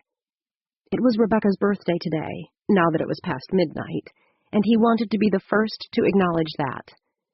But it wasn't Rebecca. "Josh?" "Mary?" he said. He hadn't heard from her since he'd broken things off, but he'd suspected at the time that she thought he'd change his mind and come back to her. In their last conversation, she'd said as much. "You'll never find anyone like me, Josh. You'll wake up someday and figure that out," she'd said. But she'd also rejected his offer of friendship, so he hadn't expected her to contact him. "Who else did you think it would be calling this late?" she asked. Her words were slightly slurred and could barely compete with the music blaring in the background. "Where are you calling me from? The honky-tonk?" "Yeah." He stopped the playback of the football game he'd been watching so he could hear her better. "Sounds like you're having a good time." No, I want to go home." "Is there any reason you can't?" he asked, not quite sure why she'd called or where she was leading him. I need..." She finished her sentence, but she was mumbling worse than before, and Josh couldn't hear her for the noise. "What?" he said. "I need... ride home." Obviously, she'd had too much to drink, but Mary never went anywhere alone. "Where are your friends?" "I don't know, I think Candace..." Again, what she said was lost. "Can you repeat that?" he asked, plugging his other ear in an effort to concentrate on her voice. "Left with Leonard, and Wendy... don't know." He thought he heard her sniffle at the end of these sentence fragments and wondered if she was crying. "Is something wrong?" he asked, but he couldn't get a coherent answer out of her, and he didn't think she could hear him any more clearly than he could hear her. He sighed. He really didn't want to leave the house. He was still hoping to hear from Rebecca, and he wasn't sure she had his cell number. Most people didn't use cell phones in Dundee. The coverage was too spotty in the mountains. But he couldn't leave Mary stranded at the honky-tonk. "I'm coming," he said. "I'll be right there." When he finally got an okay out of her, he hung up and grabbed his coat before dashing outside. Grimacing at the rusty, dented Suburban that had become his usual mode of transportation since Rebecca burned up his excursion, he shook his head. "And she's the woman I want in my kitchen," he muttered. Then he climbed into the Suburban, started the engine, and backed out of the drive. Josh found Mary at a table near the jukebox, nursing another drink. As far as he could tell, she was alone, but her mascara was smeared and her clothes looked disheveled. When she saw him, the corners of her mouth turned down in a pouty, sullen expression. "What are you doing here?" she said. "You called me, remember? You ready to go home?" "No." He glanced around the smoky tavern to see Billy Joe and Bobby and a couple of other guys playing darts. A few pool players huddled over the tables in the back, and a handful of couples were dancing. But the place wasn't nearly as busy as it would have been a couple of hours earlier, probably because it was almost 2 a.m, closing time. "It's late," he said. She stared at her drink without answering. "Mary, do you want me to take you home or not?" "How could you?" she suddenly demanded. "Do you know what you've done to me? Everyone expected us to get married. Everyone. And then you dumped me for that tramp, Rebecca?" She shook her head wildly, as though words alone couldn't describe her humiliation. "I'm sorry," he said. "We've already been through that. I hope you find someone a lot better than me who..." She held up a hand. "Stop! I don't want to hear it. There isn't anyone better than you." Josh would have been flattered had he thought she meant that the way most folks would have taken it, but he knew she saw him more as a status symbol than anything else. "You're a bright, attractive woman, Mary," he said. "You don't need me to prove that." "Yeah?" she grimaced. "If I'm so bright and attractive, why am I divorced? Why?" Her voice cracked, but she sniffled and continued. "Why wasn't I enough for Glenn? Or for you?" Josh reached out to cover her hand with his. "It wasn't that you weren't enough for me, Mary. I think I just had my eye on someone else, someone who's been a part of me for a long time." "Rebecca?" He nodded. "But everyone's always thought you didn't like her." For most of my life, I thought so too. What changed your mind? He smiled, remembering all the years he'd known Rebecca growing up. He could still recall the time she'd lost a baby tooth in 3rd grade and had to go see the nurse, and the time she'd found a worm in the schoolyard and chased Monty Blevins the entire recess for grinding it to dust. Then there were the later years, when she slowly shed her tomboy dress for girl stuff. Seeing her in her first formal at homecoming had taken his breath away. Of course, she was someone else's date. They'd scowled at each other and brushed past without speaking, but he'd wanted to dance with her. Truthfully? He asked. Truthfully. I think it was that fight with Buck Miller. In the 7th grade? Mary said. Josh nodded, even though he suspected he'd loved Rebecca before that, since the day he'd first seen her, and she'd tilted up her sharp little chin and glared down her nose at him.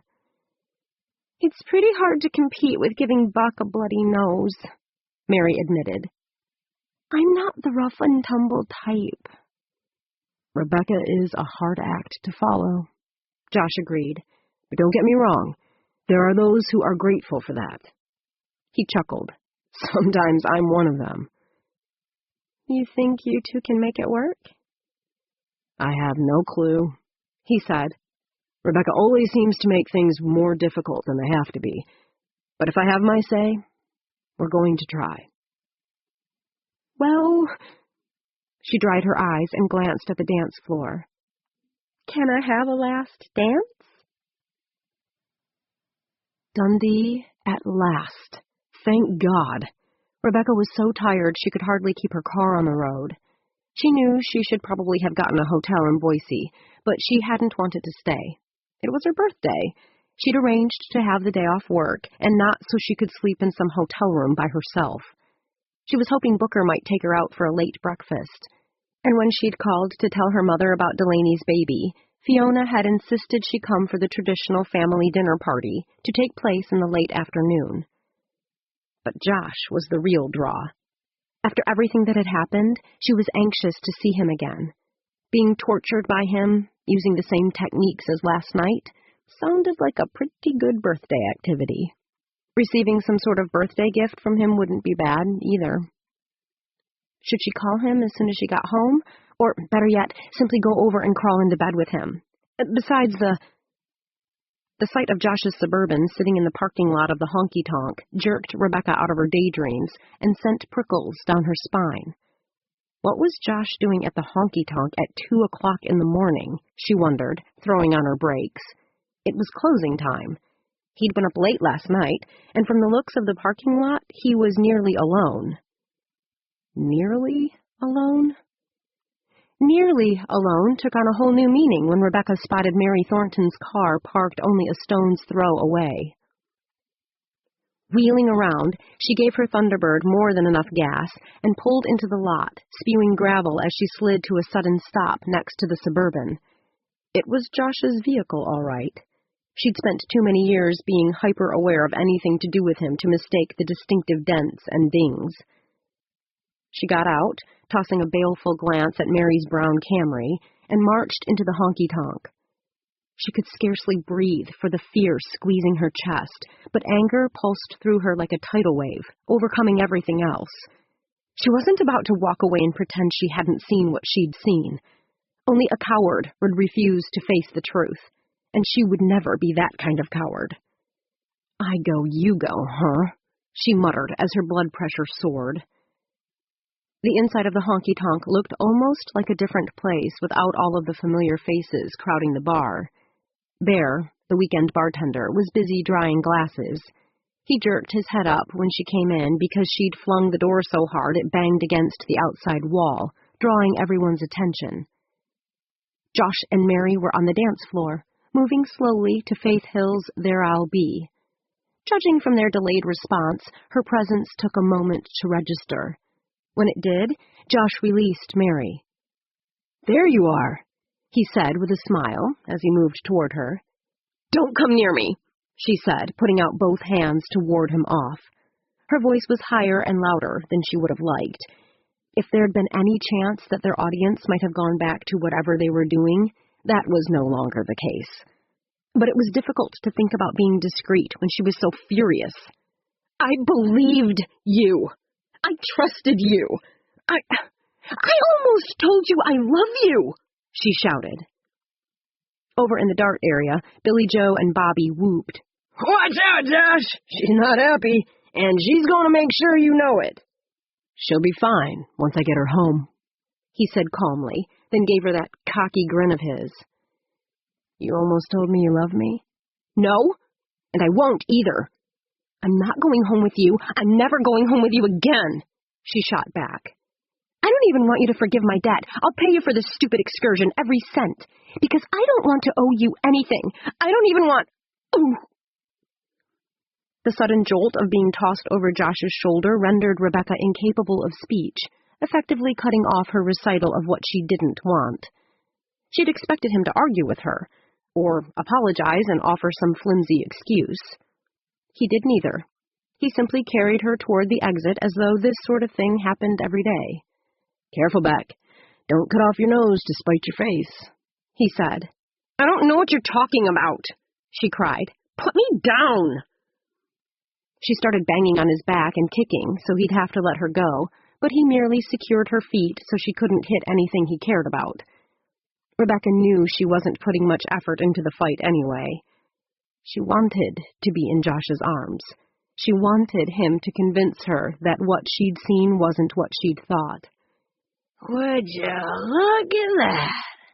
Billy Joe said in obvious amazement. I've never seen anyone get away with anything with Rebecca. Evidently he hadn't been keeping close track, Rebecca thought. Josh had always gotten the best of her. Where are you taking her? Bobby asked. I told you, Josh responded without bothering to glance back. Home. Who's home? Mary asked. Rebecca managed to look up in time to see her watching them with her mouth agape, eyes round with disbelief. Our home, Josh told her as he paused to shove a chair out of their path. Put me down, Rebecca said again, but her initial anger was dwindling fast. Our home? Our home suggested a lot of earth-shattering possibilities. Wow, she heard Mary murmur as Josh shouldered open the door, a note of envy in her voice.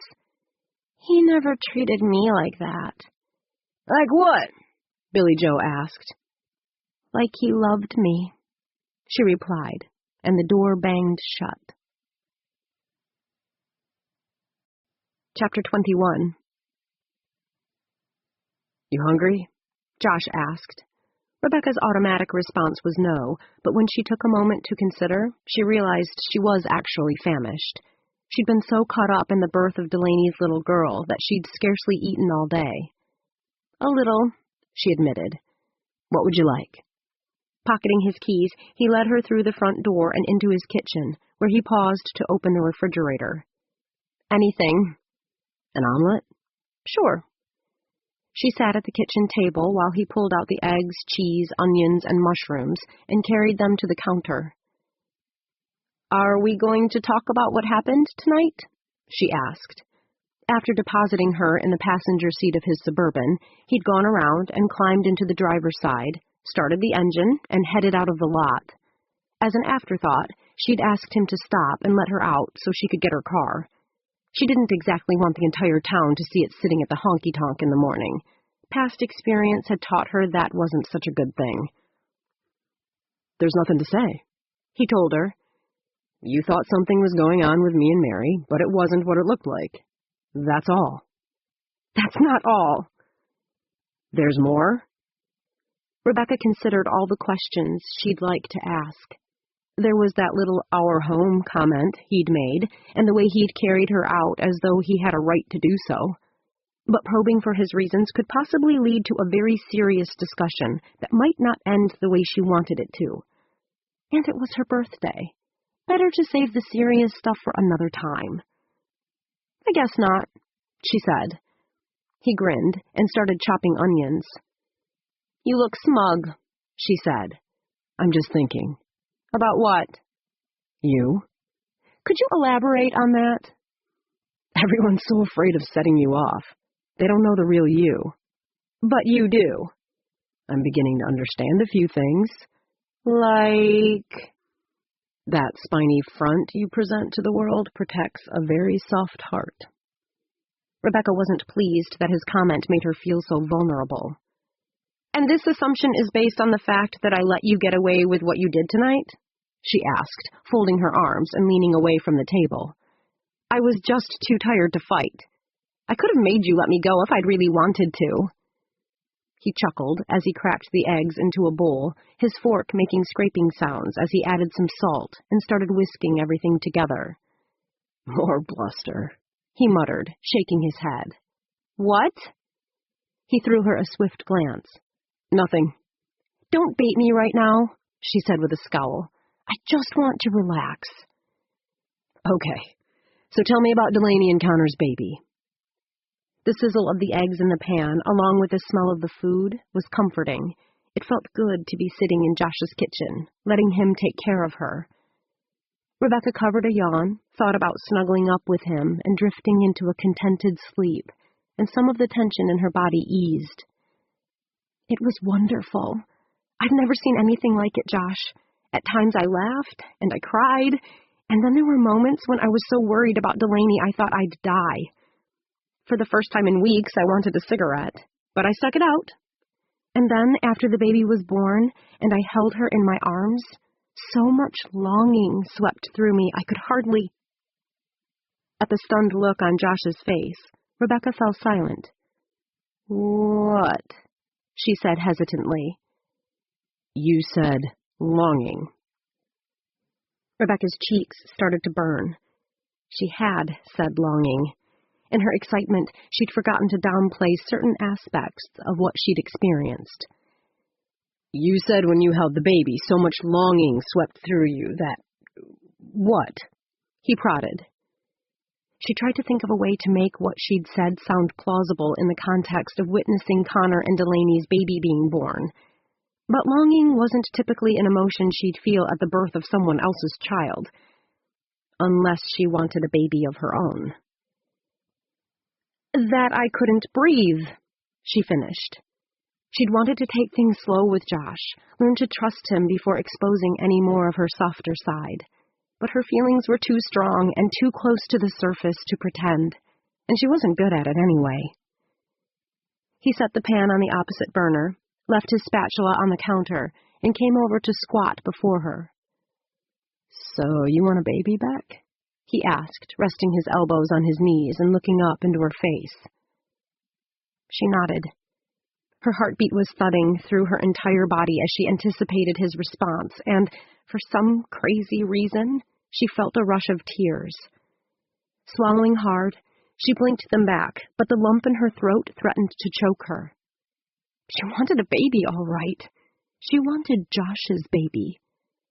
Somehow it seemed as though a family with Josh Hill was all she'd ever wanted, even when she'd been pouring bleach on his lawn. Can you wait till we get married? He asked, taking both her hands. Married? She echoed in surprise. We've only been together one day. We've known each other practically our whole lives. I don't need any more time than that. Do you? No. She definitely needed no more time than it would take to say I do.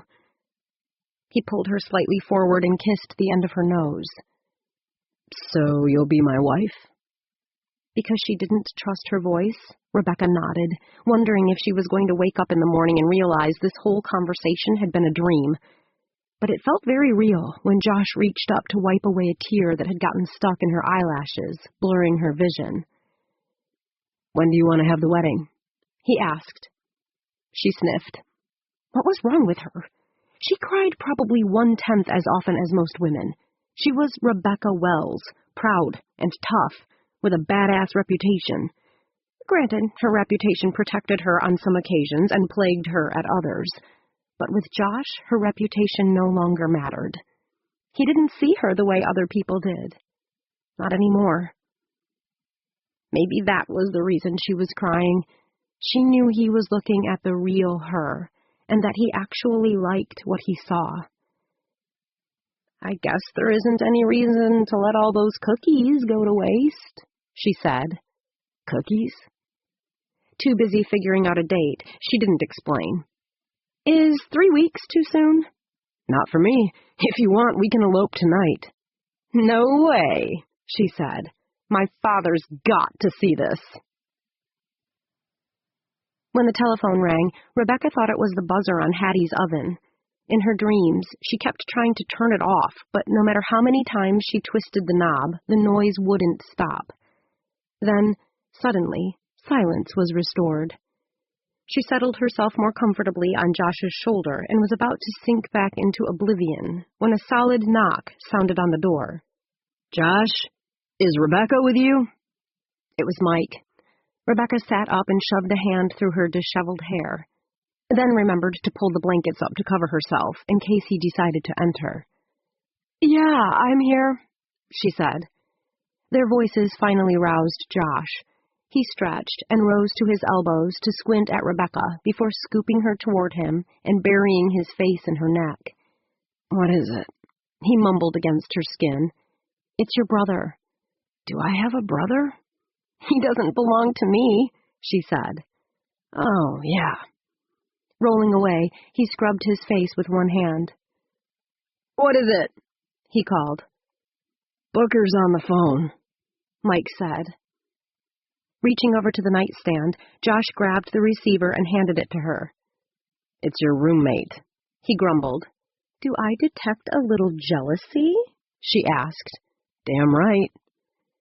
There wasn't anything to argue about if he was going to agree with her, so she pulled him down next to her and contented herself with threading her fingers through his hair. It was such a possessive thing to do, and so utterly fulfilling. "Late night, huh, babe?" Booker said as soon as Rebecca answered. "Yeah, Delaney had her baby." "I heard. A little girl. It's all over town." "Already?" "That surprises you?" "Not really. What's up?" she asked. "Thought I'd better warn you that your family's looking for you. They're about to call the highway patrol, and they'll probably follow with the morgues in Boise.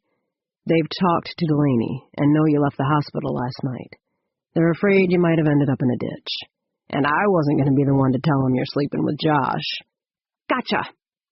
She let the silky strands of Josh's hair slip through her fingers again. "The morgues, huh? That's not good." "What's not good?" Josh murmured. "My parents think I've gone missing." "So what are you doing for your birthday?" Booker asked. Josh kissed her temple and placed a possessive hand on her breast, obviously trying to distract her. "I think we're going shopping." "We?" "Josh and me." "For a birthday present?" "For a wedding ring." "No shit." Rebecca smiled, remembering how Josh had called her Mrs. Joshua Hill while he was placing little kisses along her collarbone, and then considerably lower, last night. "No shit." "How are things with Katie?" "Not anywhere as good as they are with you and Josh." "You really like her, don't you?" "Hell no. I don't like anybody," he said, but Rebecca could tell he was lying. "If she's as smart as I think she is, she'll wise up someday." "It's pretty tough for a lowly mechanic to compete with a big-ass horse breeder." Rebecca playfully batted Josh's hands away. "Yeah, well, they're not all they're cracked up to be." "Next time, try saying that like you mean it," he said. "That might be the best I'll ever do," she admitted. Then she told him he owed her a birthday present, hung up, and called her mother. "There you are," Fiona said, obviously in the middle of what her father called a dither. "Where have you been? Are you all right?" Rebecca skipped the first question to focus on the second. "I'm fine." "Your father's definitely not happy with you, Rebecca Page Wells. You made him miss an important meeting this morning." "I did?" "Yes.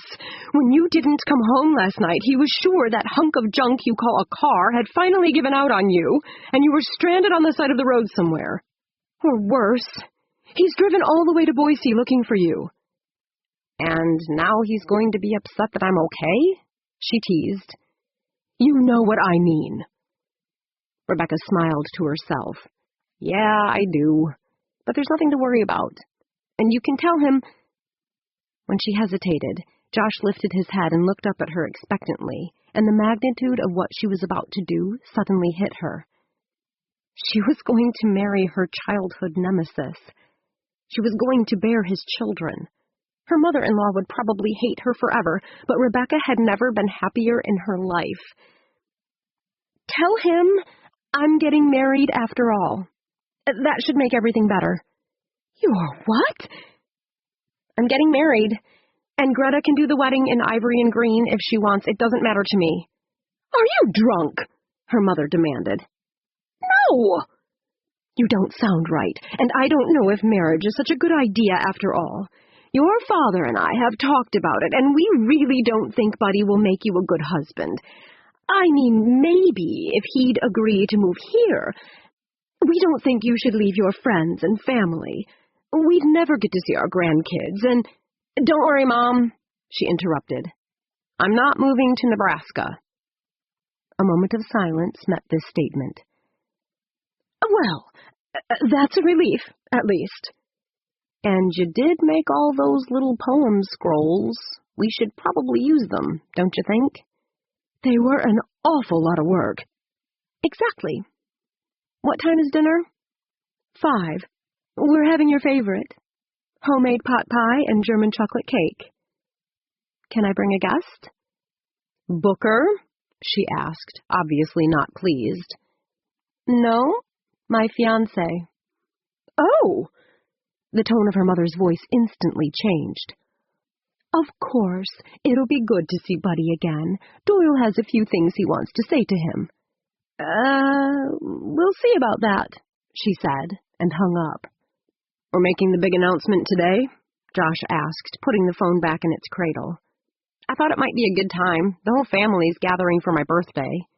Then we'd better get going. I want to have your ring. It's Thursday. Don't you have to work? Rebecca asked. That's the beauty of being in business with your big brother, he said. Mike will cover for me. He owes me for all the time he spent in McCall. Hey, you two interested in breakfast? Mike called from the kitchen. Boy, you do have it good, Rebecca said. Not half as good as I'm going to have it, he told her, and drew her into his arms. A few minutes later, he yelled for Mike to eat without them. Josh took a deep breath as they pulled up in front of the Wells family home. He knew relations between Rebecca and her father were strained. They had been for years, and he had no idea how this latest development might change things. He hoped he wouldn't have to tell Doyle Wells exactly what he thought of the way he talked to and about his daughter. But Josh knew he didn't have the forbearance to put up with more of what he'd seen in the past. Rebecca was going to be his wife now. That gave him the right to protect her, even from her father. Are you okay? He asked as she eyed the cars around them. Randy and Greta's blue minivan was parked behind Doyle and Fiona's Lincoln Town car in the drive. Delia and Brad's red minivan was parked at a sloppy angle right at the curb, along with Carrie and Hillary's truck. The whole gang's here, Rebecca said, giving him a smile that didn't look nearly as self-assured as she probably thought it did. They're just your family, he told her. No big deal, right? Of course. You ready? Sure. She scrambled out of the Suburban and marched decisively toward the house. Whoa, what's the hurry? Josh asked, breaking into a jog to catch up with her. I want to get this over with, that's all. Not a real positive slant, Becky. What's going on? He asked. They're not going to believe it. You know, especially my father. We've got proof. He held up her hand, on which sparkled a much bigger diamond than any she'd initially picked out. She'd lived on a shoestring for so long, she didn't seem to understand that $10,000 to him wasn't the same as it was to her. During their shopping, she'd told him several times that she felt too guilty about his excursion to let him buy her anything very expensive, that a simple gold band would do, which made it all the more fun for him to insist she have a full carat marquise with the best clarity they could find.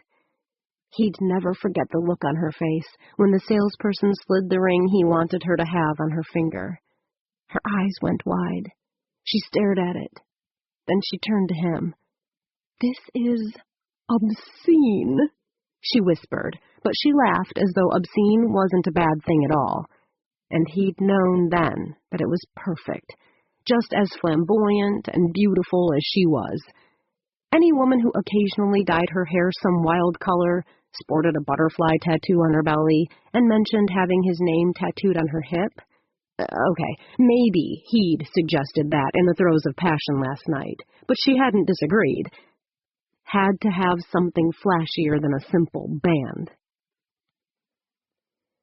"They might try to talk us out of it," she said. "They're not going to think we have a chance in hell of staying together." "Fortunately, they're not the ones who get to decide." She bit her bottom lip. Josh bent and kissed her, his movements quick because he could hear the front door opening and knew they wouldn't be alone much longer. "I love you," he whispered, because it was true. For the first time in his life, he felt he could offer his whole heart. Rebecca wouldn't be the easiest woman in the world to live with. He already knew that. But he knew something else. He couldn't live without her. A tentative smile crossed Rebecca's face as she looked from her ring to him. "I love you, too." Josh could tell by the stilted way she said it that she wasn't comfortable expressing her feelings so openly, at least to him. She preferred to avoid that kind of self-exposure. But he knew she meant what she said, and that eventually she'd learn to trust him. After 24 years, he'd finally won the girl who'd always thumbed her nose at him. And his obsession with her wasn't about challenge or conquest, as he'd once believed. It was about something far simpler. It was about falling in love.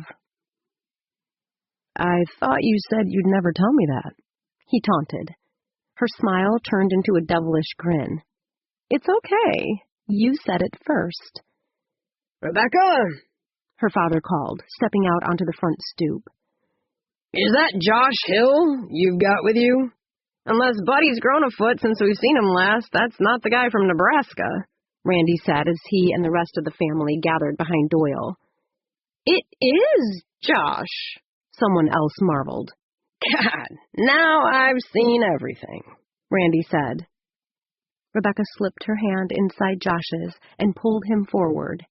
He could tell she was much more settled than she'd been just a moment before. It made him proud to think he had such a bolstering effect on her. He'd be good for her. He'd love her and take care of her his whole life. And she'd be good, keep things exciting for him. "I want to introduce you to my fiancé," she said to her family. Then she flashed her ring and let her sisters and mother ooh and ah. "What happened to Buddy?" Doyle asked above the melee of voices. Josh shrugged. "You were right. He wasn't the man for her." Doyle chewed on a toothpick while he considered them for a few seconds. Then he moved the toothpick back to the corner of his mouth so he could speak. "You think you can handle her? Do you know of anyone who'd have a better chance?" Doyle scratched his head. "Now that you mention it, I guess I don't." He chewed on his toothpick some more. "What are your parents going to say?" "It doesn't matter." He accepted this without comment, but Josh got the impression his answer had somehow been the right one. "It'll take a strong hand." "I know." Doyle's eyes lighted on Rebecca and seemed to soften. "But I'll admit one thing." "What's that?" Josh asked. "She's worth the trouble."